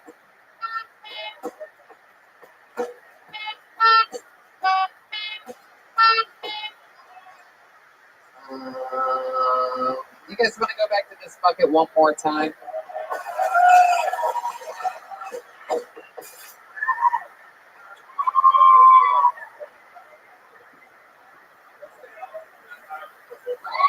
You guys still having fun? You sure you're not too exhausted for this? Put your hands together for Dylan Swinford, everybody. Dylan Swinford. All right, over here.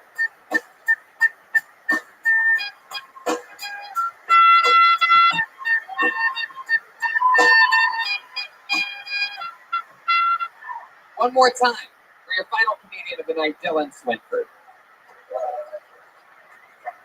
What's up, everybody?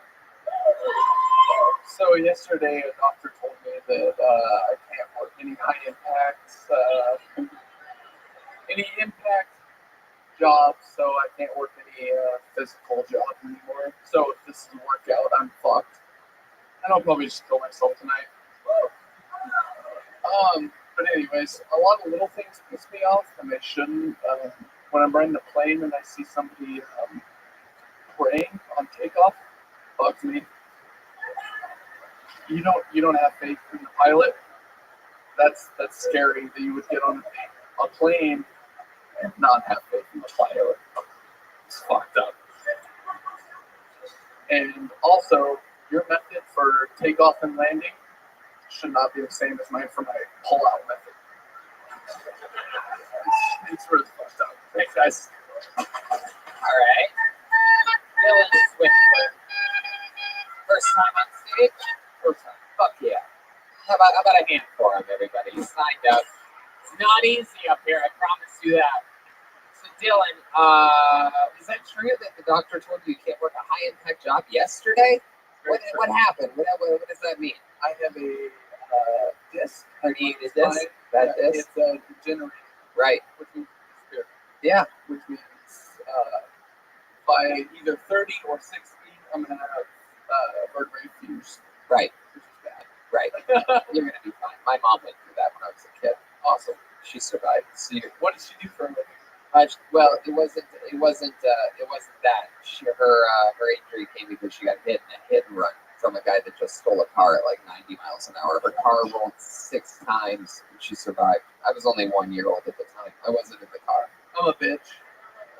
I skipped that trick. Go fuck yourself, Mom. I'm not gonna die with you. My mom. Can I tell you a funny story? Sure, absolutely. And now's a good time to start telling funny stories right now. My mom's real mom died when she was 1 year old in a car crash. It was a rollover and my mom was in it. Oh, that's hilarious. Real mom. And it rolled over. That's not a funny story. Wow, I think that's the funny part. Your mom's real mom died when she was 1? In a car crash. How did your mom's mom die when she was 1? A rollover crash. But I know what you're saying, but how could she be 1? How could she be 1? Mom was 1. Oh, okay. All right. She wasn't professional. Right. Oh, Okay. I get it now. It's way funnier. Yeah. So Dylan, it's your first time doing. Was what? You literally found out yesterday that you can't work a high-impact job. So what was your job up until this point? I work in a warehouse. You worked in a warehouse. What are you gonna do, man? What's the plan? Talked about killing yourself. Let me tell you something. Only great comedians kill themselves, so you can't do that. Can't do that. What are some options for you, Dylan? What are you thinking about? You have any ideas yet? Maybe sales. Yeah. Or sales. Sure. I mean, like boats. I seriously thought you were gonna ask suicide options. If you were gonna kill yourself, how would you do it, Dylan? No, okay. Let's stop. Let's stop right now. Don't kill yourself. Whatever you do, you're gonna be fine. You're gonna be fine. Don't be a degenerate like the disc in your back. Sales. What do you think you could sell? What do you think you'd be good at selling? What's something that you like? What's something that you know stuff about? Anything I could ever imagine doing selling or anything like that would be stage time for music or comedy or something. Stage time for music or comedy? Like, what do you mean, like a booker or something? A booker, sorts of. Do you have any experience in that field? Absolutely. You know what? After this show, I'm going to ask the owner of the Spokane Comedy Club if he wants you to start booking the comedy club. Let's see what happens. He's never going to hire you in a million years, but I'm going to ask anyway, just so that he can be like, I got for driving a forklift, so no, you're going to be fine, Dylan. This is you got to look at this as a new beginning. Clearly, with all these fucking names in this bucket, you're very Mr. Nice Guy. Can you help me out? Yeah, I'm going back to you. Clearly, with all these things in the bucket, you know, you're and you finding out yesterday that you literally can't work in the only thing that you know about that field anymore. I would take it as sort of a sign that, like, it's the start of new beginnings. You know, this set was fucking hot diggity dog shit tonight, but 98% of everybody's favorite comedians' first sets were hot diggity dog shit. So it could be this, it could be something else. But please, Dylan, keep a fucking open mind. Have fun with life. Enjoy it. Don't let this fucking news that I've never imagined seeing anyone so sad that they won't be allowed to work in a warehouse ever again. Like, you should look at the positives of this thing and have fun with it. The picture of destiny picked you tonight. All right, there he goes, Dylan Swinford. What do you guys think? Should we go back to this picture one more fucking time? But this is it. I swear to God, this is it. Are you sure you want to do this? That was Dylan, everybody. Oh my God, he just shot himself. Oh, twice. He shot himself 3 times. All right, we could end it with that heartfelt ending. Are you guys sure you want to do this one more time? All right, this is it. Mr. Nice Guy, you want to fucking do it? This is what you get for being a nice guy. The first ever audience member to pick a name out of the bucket in the history of the show.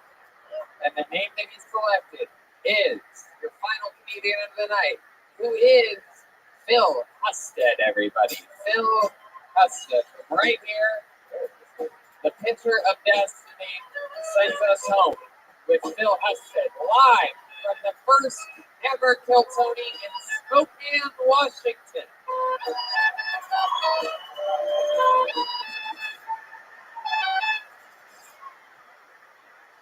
So I suffer from depression. Apparently. Which actually, if you think about it, depression is like the shittiest of the mental health issues. It really is. I mean, like, look at the schizophrenics. At least they got someone to talk to. Get advice from. You got the bipolar folks. Sure, they get a little down sometimes, but, you know, they get those cool euphoric highs. They don't have to smoke nearly as much weed as I do. I mean, even psychopaths. Sure, they get a little violent and murdering times, but, you know, at least they're focused. You know, I think my depression, maybe it comes from my childhood. You know, when I was like 11 years old, my brother died in a terrible accident. Yeah. Thank you. No, he fell asleep behind the wheel of his car. Now, fortunately at the time the car wasn't moving, but unfortunately the hose from the exhaust pipe to his window didn't help the situation at all. What can I say? Mental health issues in my family are about as rare as 3-leaf clovers. All right. I love it, though. True said there. You started with a depression joke and ended with a suicide joke. That's the full. There's a theme, I thought. Hell yeah. Phil, do I know you? How do I fucking know you? We hung out last time you were here a couple times. Really? Were you in the audience? What was it? I was right up here and you asked me. That's what it was. Outside. Fuck yeah. What did I call you? Like Walter Whitecake or something like that? Like what? There was a Bert Kreischer reference in Bert Kreischer? Like Bert Kreischer's rotting corpse or something? Like I can't even imagine. I lost a little weight since then. You did? Oh, I barely recognized you. Mythbusters on the golf course?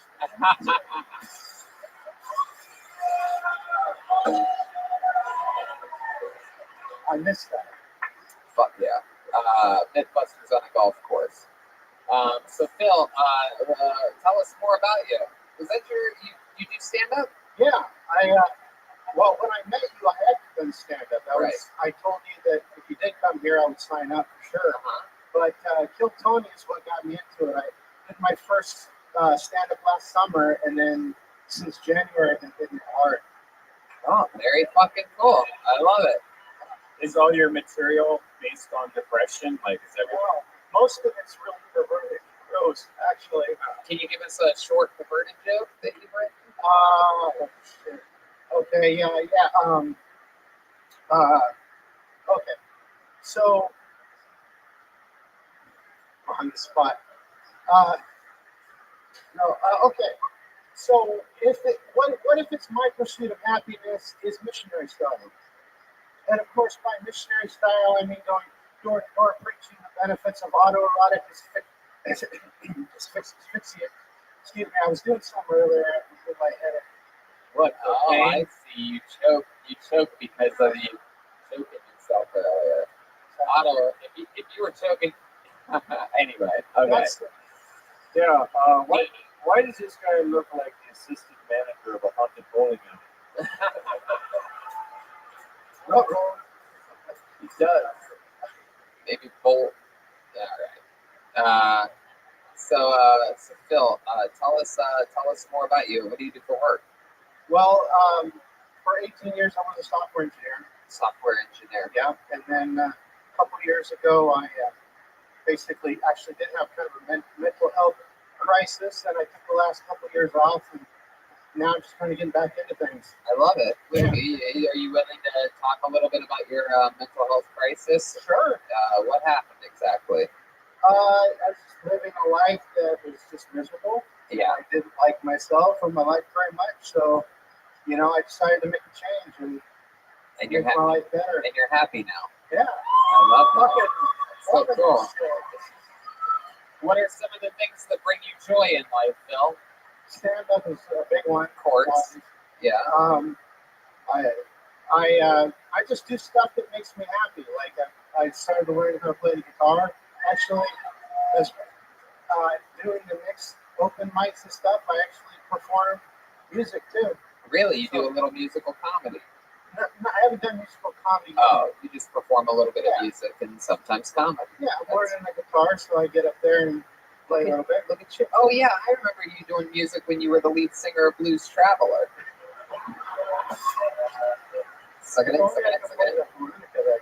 Yeah. No. That's fun, Phil. Yeah. What a fun, compelling story. You have a girlfriend? I do not.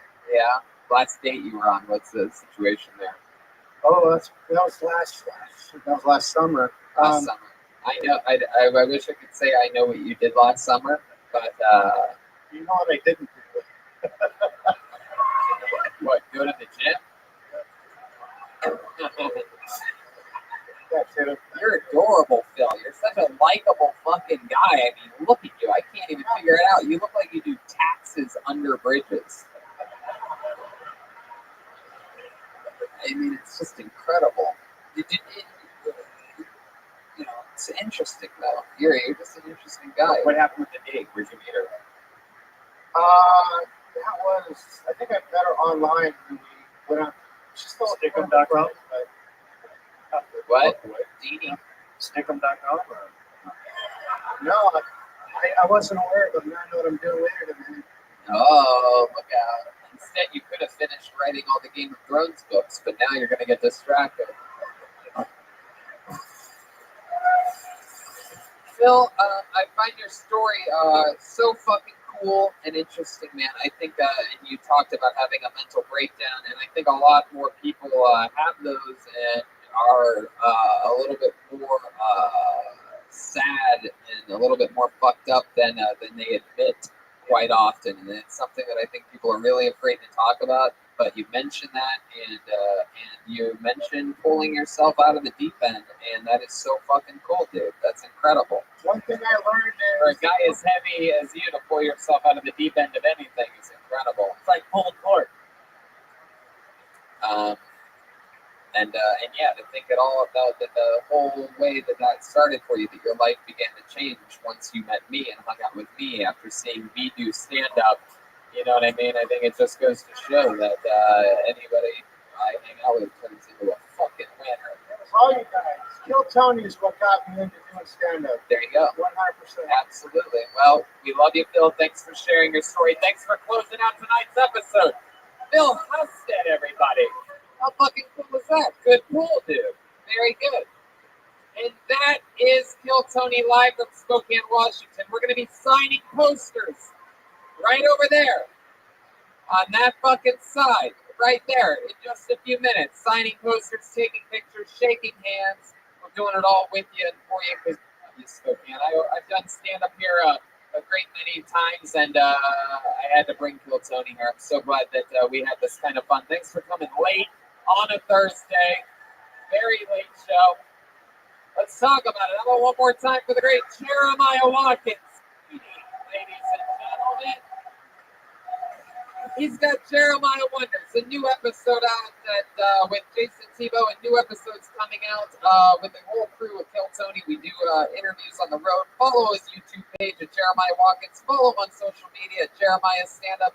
Listen to his podcast, Jeremiah Wonders. Buy the album on pre-sale for Reagan and Watkins. It comes out June 7th, but you can pre-order it now on iTunes. And if you're listening from Los Angeles, come to the album release party on June 6th at the Comedy Store. Anything else, Jeremiah? I just want to say I love you guys. Thanks for coming out. He loves you. He fucking loves you. Spokane.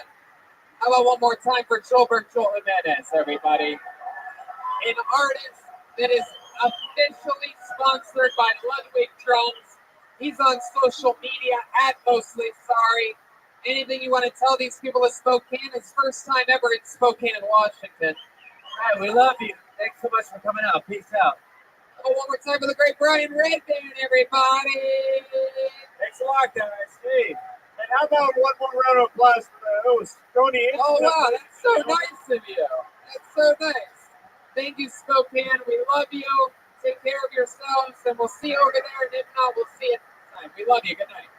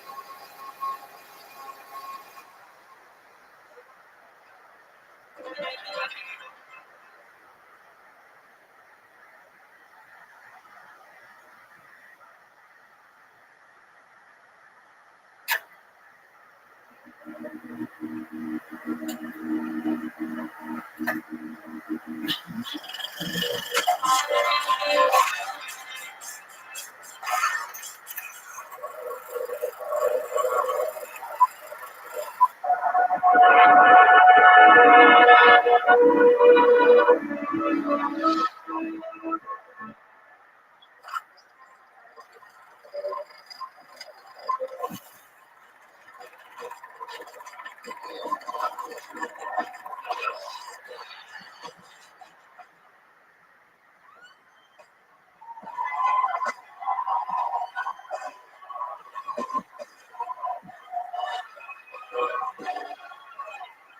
this is Rabbi coming to you live from the Atlantic Theater in Portland, Oregon for a grand episode of Kill Tony and Tony Hitchler.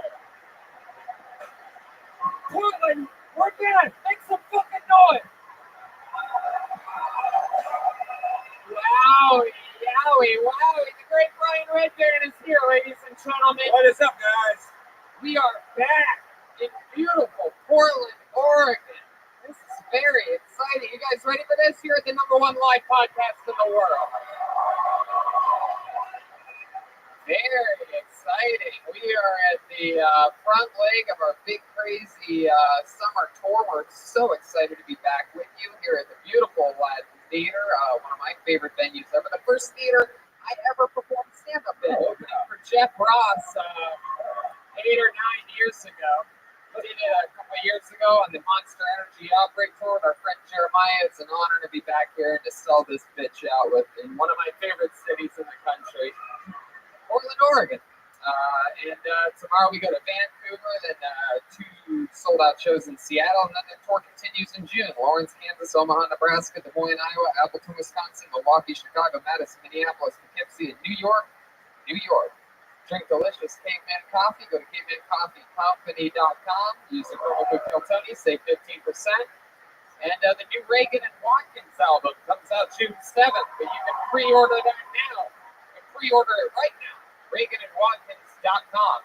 And Ryan J. Ebelt, the house artist, could not make it tonight. However, after the show, out in that lobby area, he already drew an amazing summer tour, first leg of the tour poster that has Portland all over it. We'll be happy to sign those for you, and they're only $20 a pop. Amazing, and we'll take pictures with you, shake your hands and everything after the show if you guys like. Does that sound cool? And we have some pins too from our friends at rocketpins.com. You have a Tony Hinchcliffe pin. We have a little desk log pin that glows in the dark. We'll do those also. Yeah, the Tony Hinchcliffe pin does not have facial hair on it, however. But if you'd like, I have a lot of black Sharpie markers. I can make a couple lines. I'll leave a little space for you right underneath my nose. So if that's how you want to do it, that's how we'll do it. I'm very, very excited to be back here. We're pumped, and I'm excited for this show. Should we just jump right into it? As always, there is no guest here on these road shows. However, on this show, it just so turns out that we do have a band. Every single episode of this show, the band commits to playing different characters. They've debuted a lot of new characters this week. We've seen puppeteers. We had vampire Elvis Presley. Yeah. It's been a crazy week. What were they last night again? I can't even remember. Wait, what were they? Target employees. Yeah. Were you guys there? That was it last night. Very impressive. Anyway, you never know what they're going to be or what they're going to do, and they have a special band member, very special band member joining them tonight. The guitarist from Portland's very own, a band called Portugal the Man. Here I come. I give to you the best damn band in the land, the Kill Tony Band, Jeremiah Watkins, and Joel Jimenez.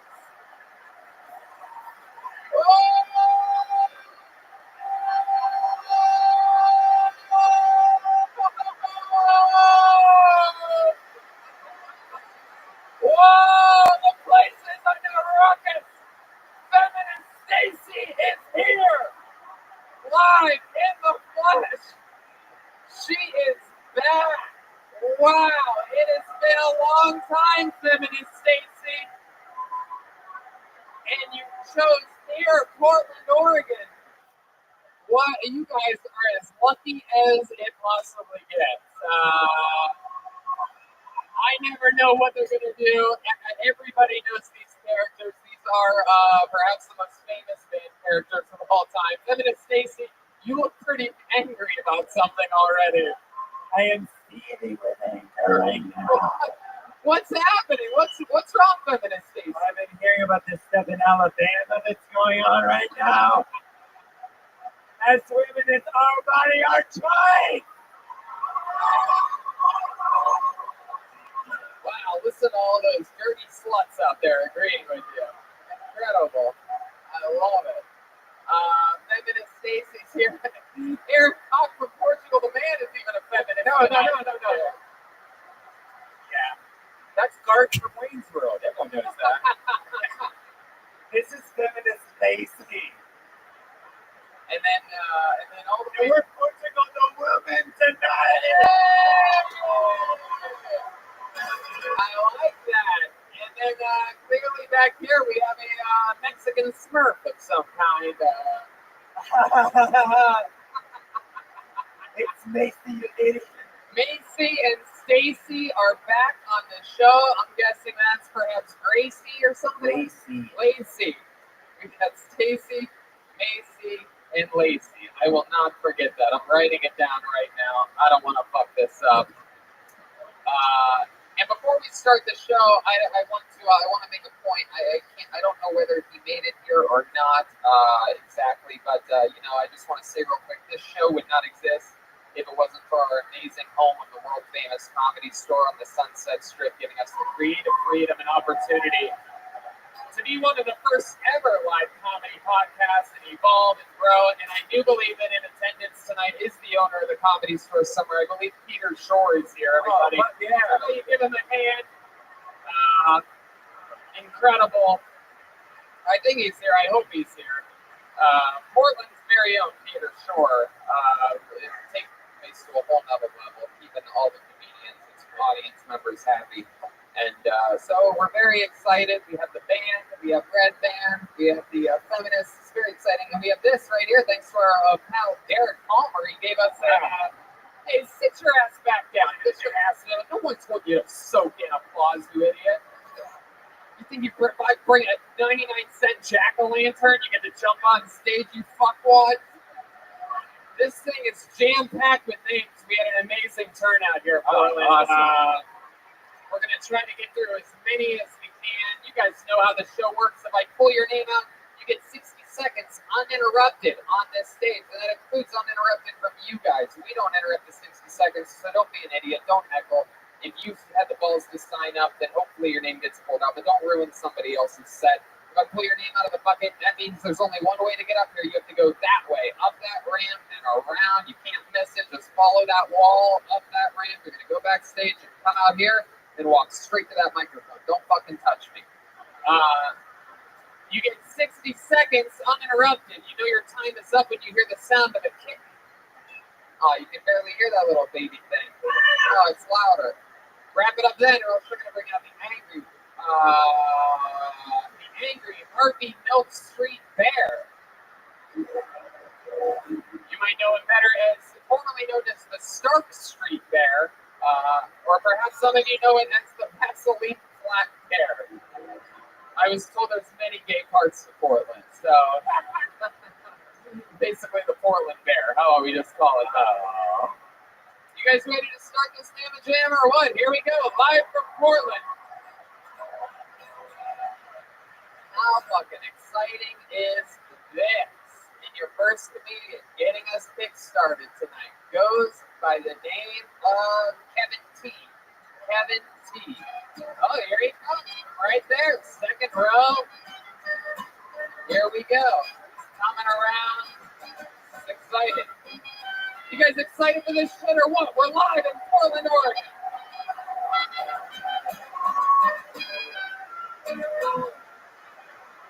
Whoa, what's going on, Portland? Yo, so my favorite meal is hamburger helper, and my favorite flavor is the beef stroganoff. I like it so much, I think I call it the beef stroganoff. And it would make sense because their mascot's a big hand, so it would do well. I'm not very good at dating. This one girl told me she didn't have a gag reflex, and I just said, well, you'd be a really bad bulimic person. Okay, does anyone like condoms here? No one likes condoms? Yeah, my cat hates them because he can't breathe very well when they put it over his head. just kidding. He's trying to be a father, so that would be against the point of doing that.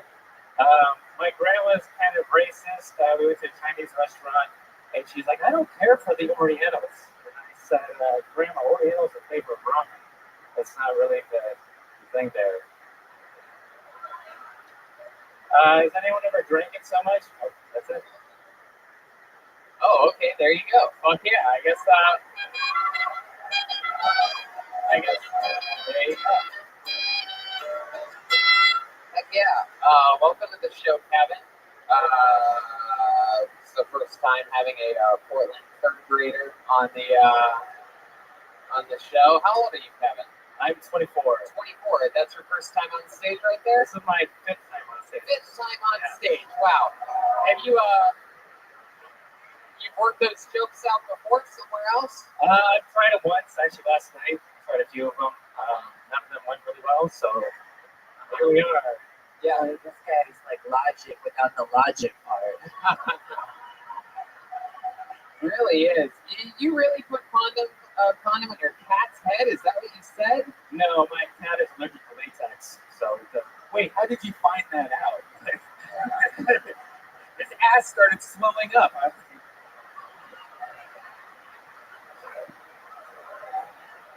Is your cat really allergic to latex? I don't know. There's lots of used condoms around, and she seems fine. So. How are there? You jerk off into condoms?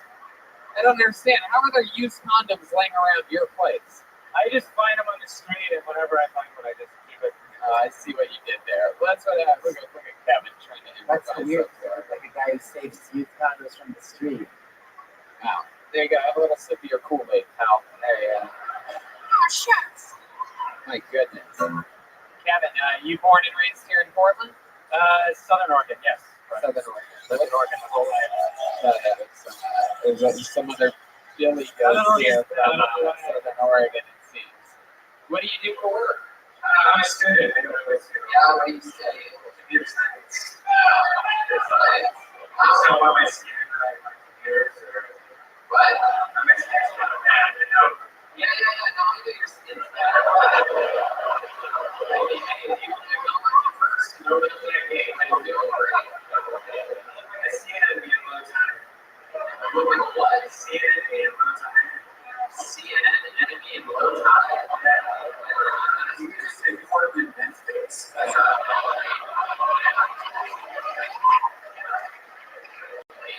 You have a mid-face and back-face. Tell us something maybe interesting to know about you. Have any fun facts about you? You ever stuff on the air? my right that's really weird. Yeah, let's hear about it. Let's see it going out right now.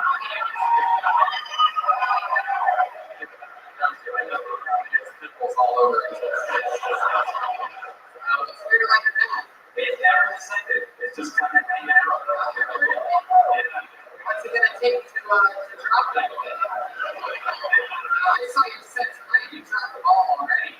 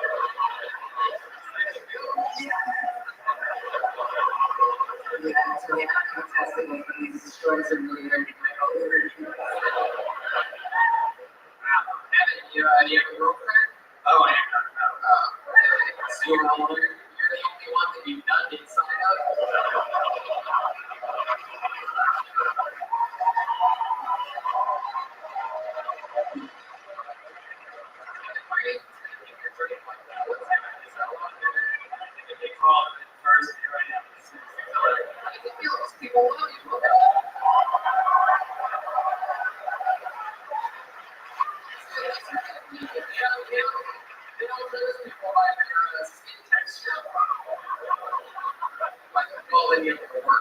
Talk with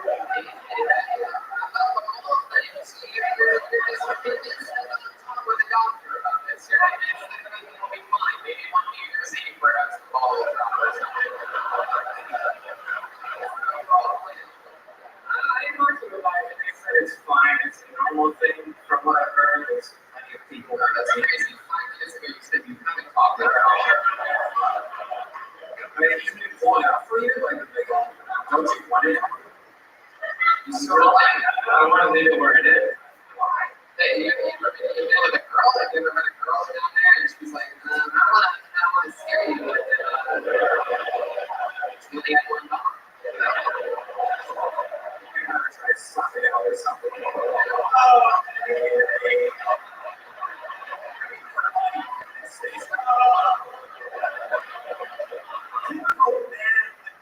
Talk up here. Somebody calling some angel or something.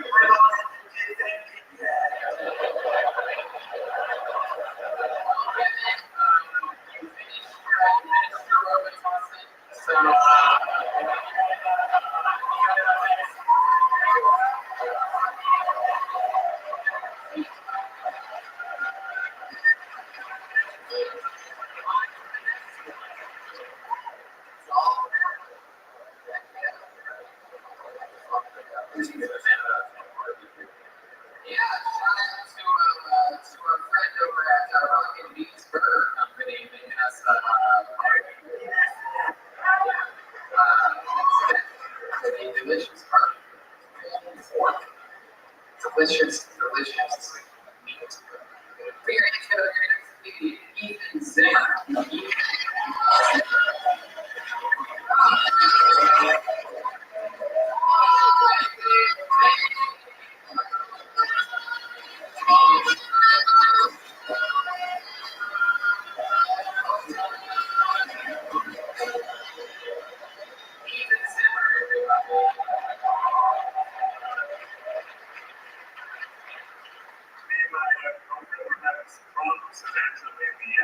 Talked about having kids, but kids kind of suck. So we decided to get a dog. All we do is dog and your dog is can't please your dog. Dogs are good. Trying the dog is really hard because it's almost impossible. Guys that get out in trouble, they don't get you. Sarah, quick load up her Tuesday. She gives you $100 nights. All right, well, at least when I'm not cold, she gives you $100. Shit, okay, but make sure I'm in my room at least, you know? $100 nights and then I'm spinning my goddamn mouth. People are cheating.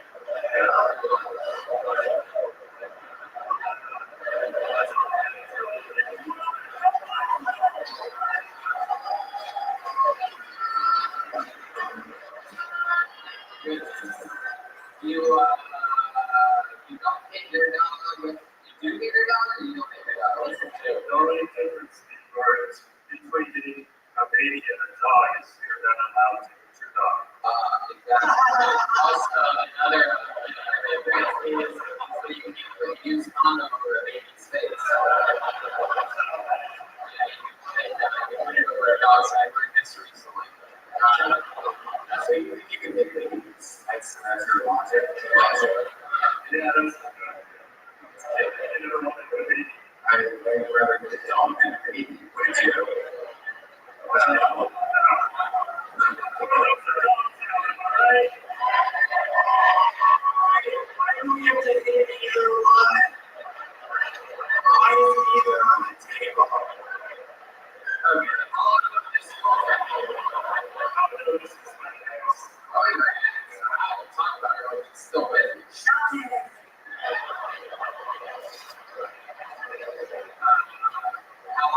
How long were you guys together?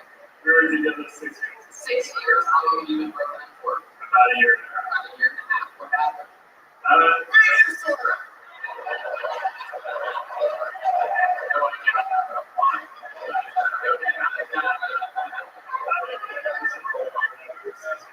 Yeah, you made it with anyone since then? I don't know.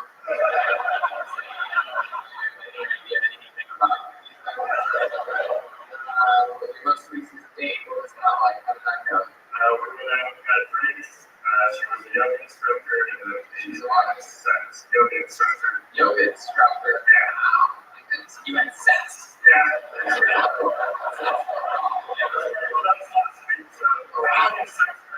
Oh, I can tell. She's a yoga instructor. What do you do? I work at a golf course. Yeah, we do the golf course. Managed for retail. Retail. Very fancy. Yeah, that must help get you a little busy. You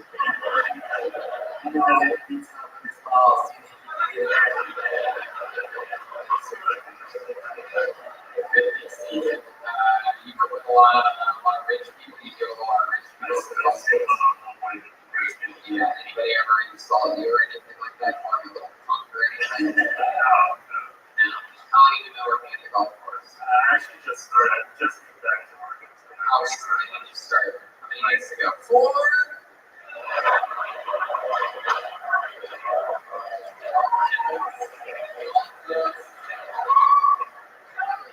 That's the mountain for games for us.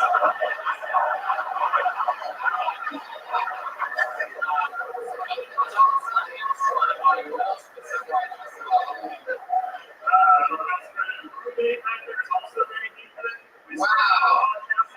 Is it all even English? Sure.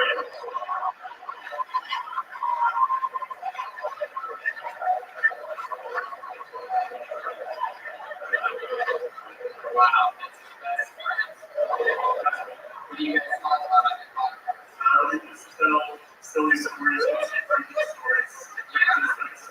Yeah, you have any short, crazy stories or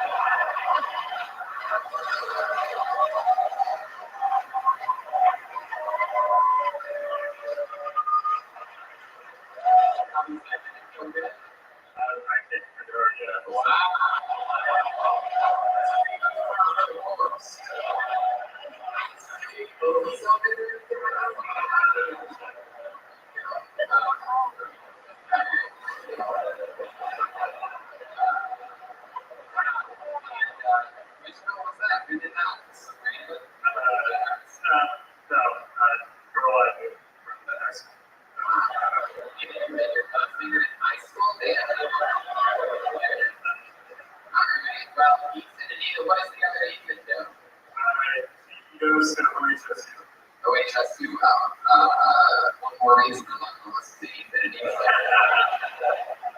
What is OHSU? I didn't know. It's Oregon Health Sciences. Wow, so you started it.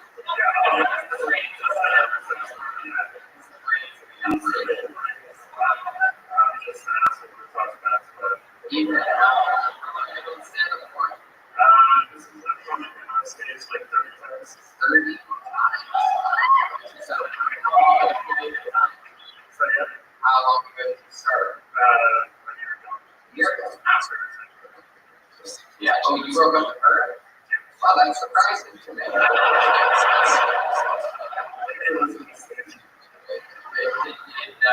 Where did she do now?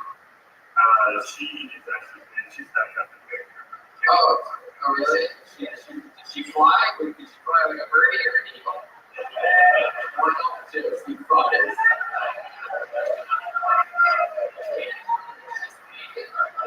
Wow. Was she polite? Maybe she's a little bit too polite for you. Is that one of the reasons that it's not boring? Yeah. Wow. Yeah. Did you guys like to go clubbing?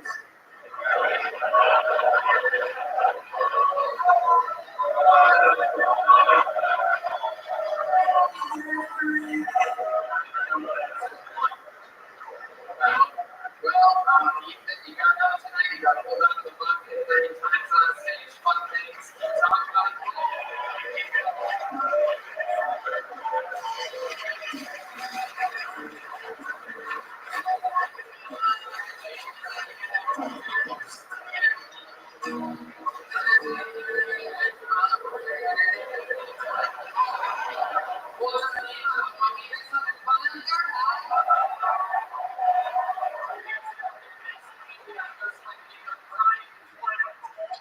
Abused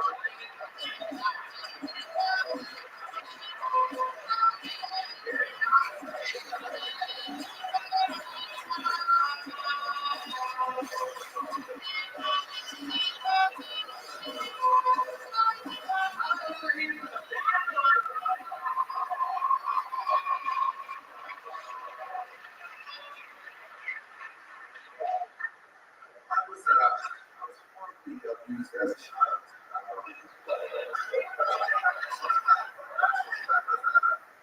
Being a foster care adopted to be in the family, I get like I was definitely less wondering though, as a child, how the fuck do you get to Sesame Street? How do you get? And not as a joke though, I'm just wondering, how do you get? When I mean, it's less with a lot of TVs, a lot of ADs, and PTSDs, and ADHD. I always did, right? It's because of disorders. It's not a joke. It's just not being educated about what the fucking D's are. Okay.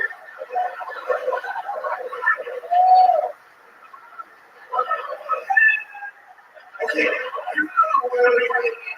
was in a car crash, and my life flashed before my eyes, and I fucking couldn't pay attention to it.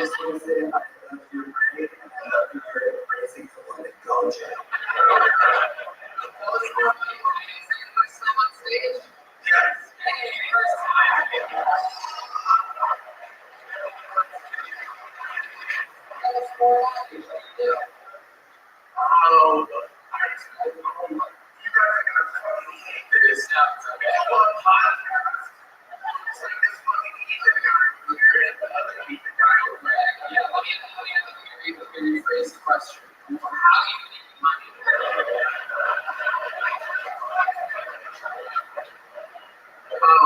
Salesforce. There you go. It's like a POS system for marijuana companies. How do you sell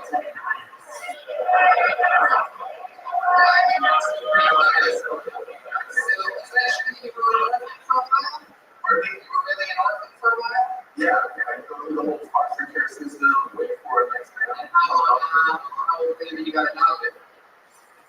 4 or 5. What were those parents like? They want you to break down, military dad, and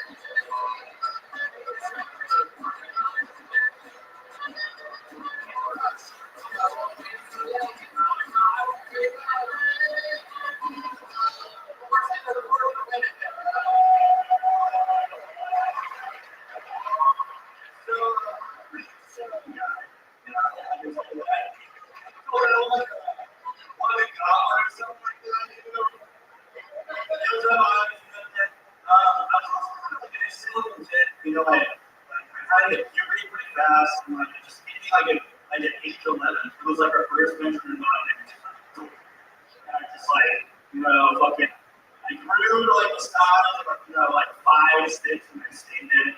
But like, things like my voice changed. So like, it was probably really hard for mom to use it because like, I'd come home from school and like, hey mom, I got the school bus. I got to school and I'm riding the bus. She's like, hey mom, this is Karen at school. She's really, really good.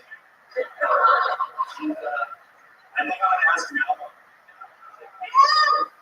I need the fucking president,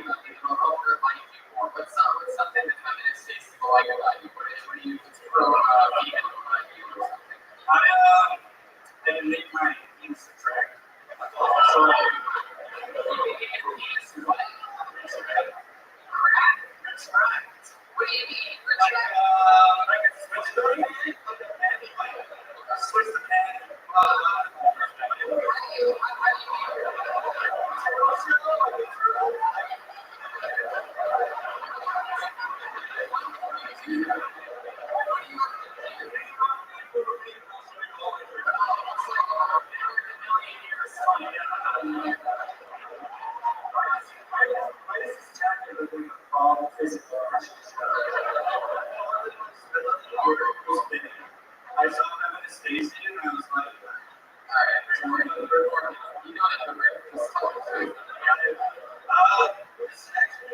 okay. It's important stuff. Relax. No one cares if you actually got the purple jacket.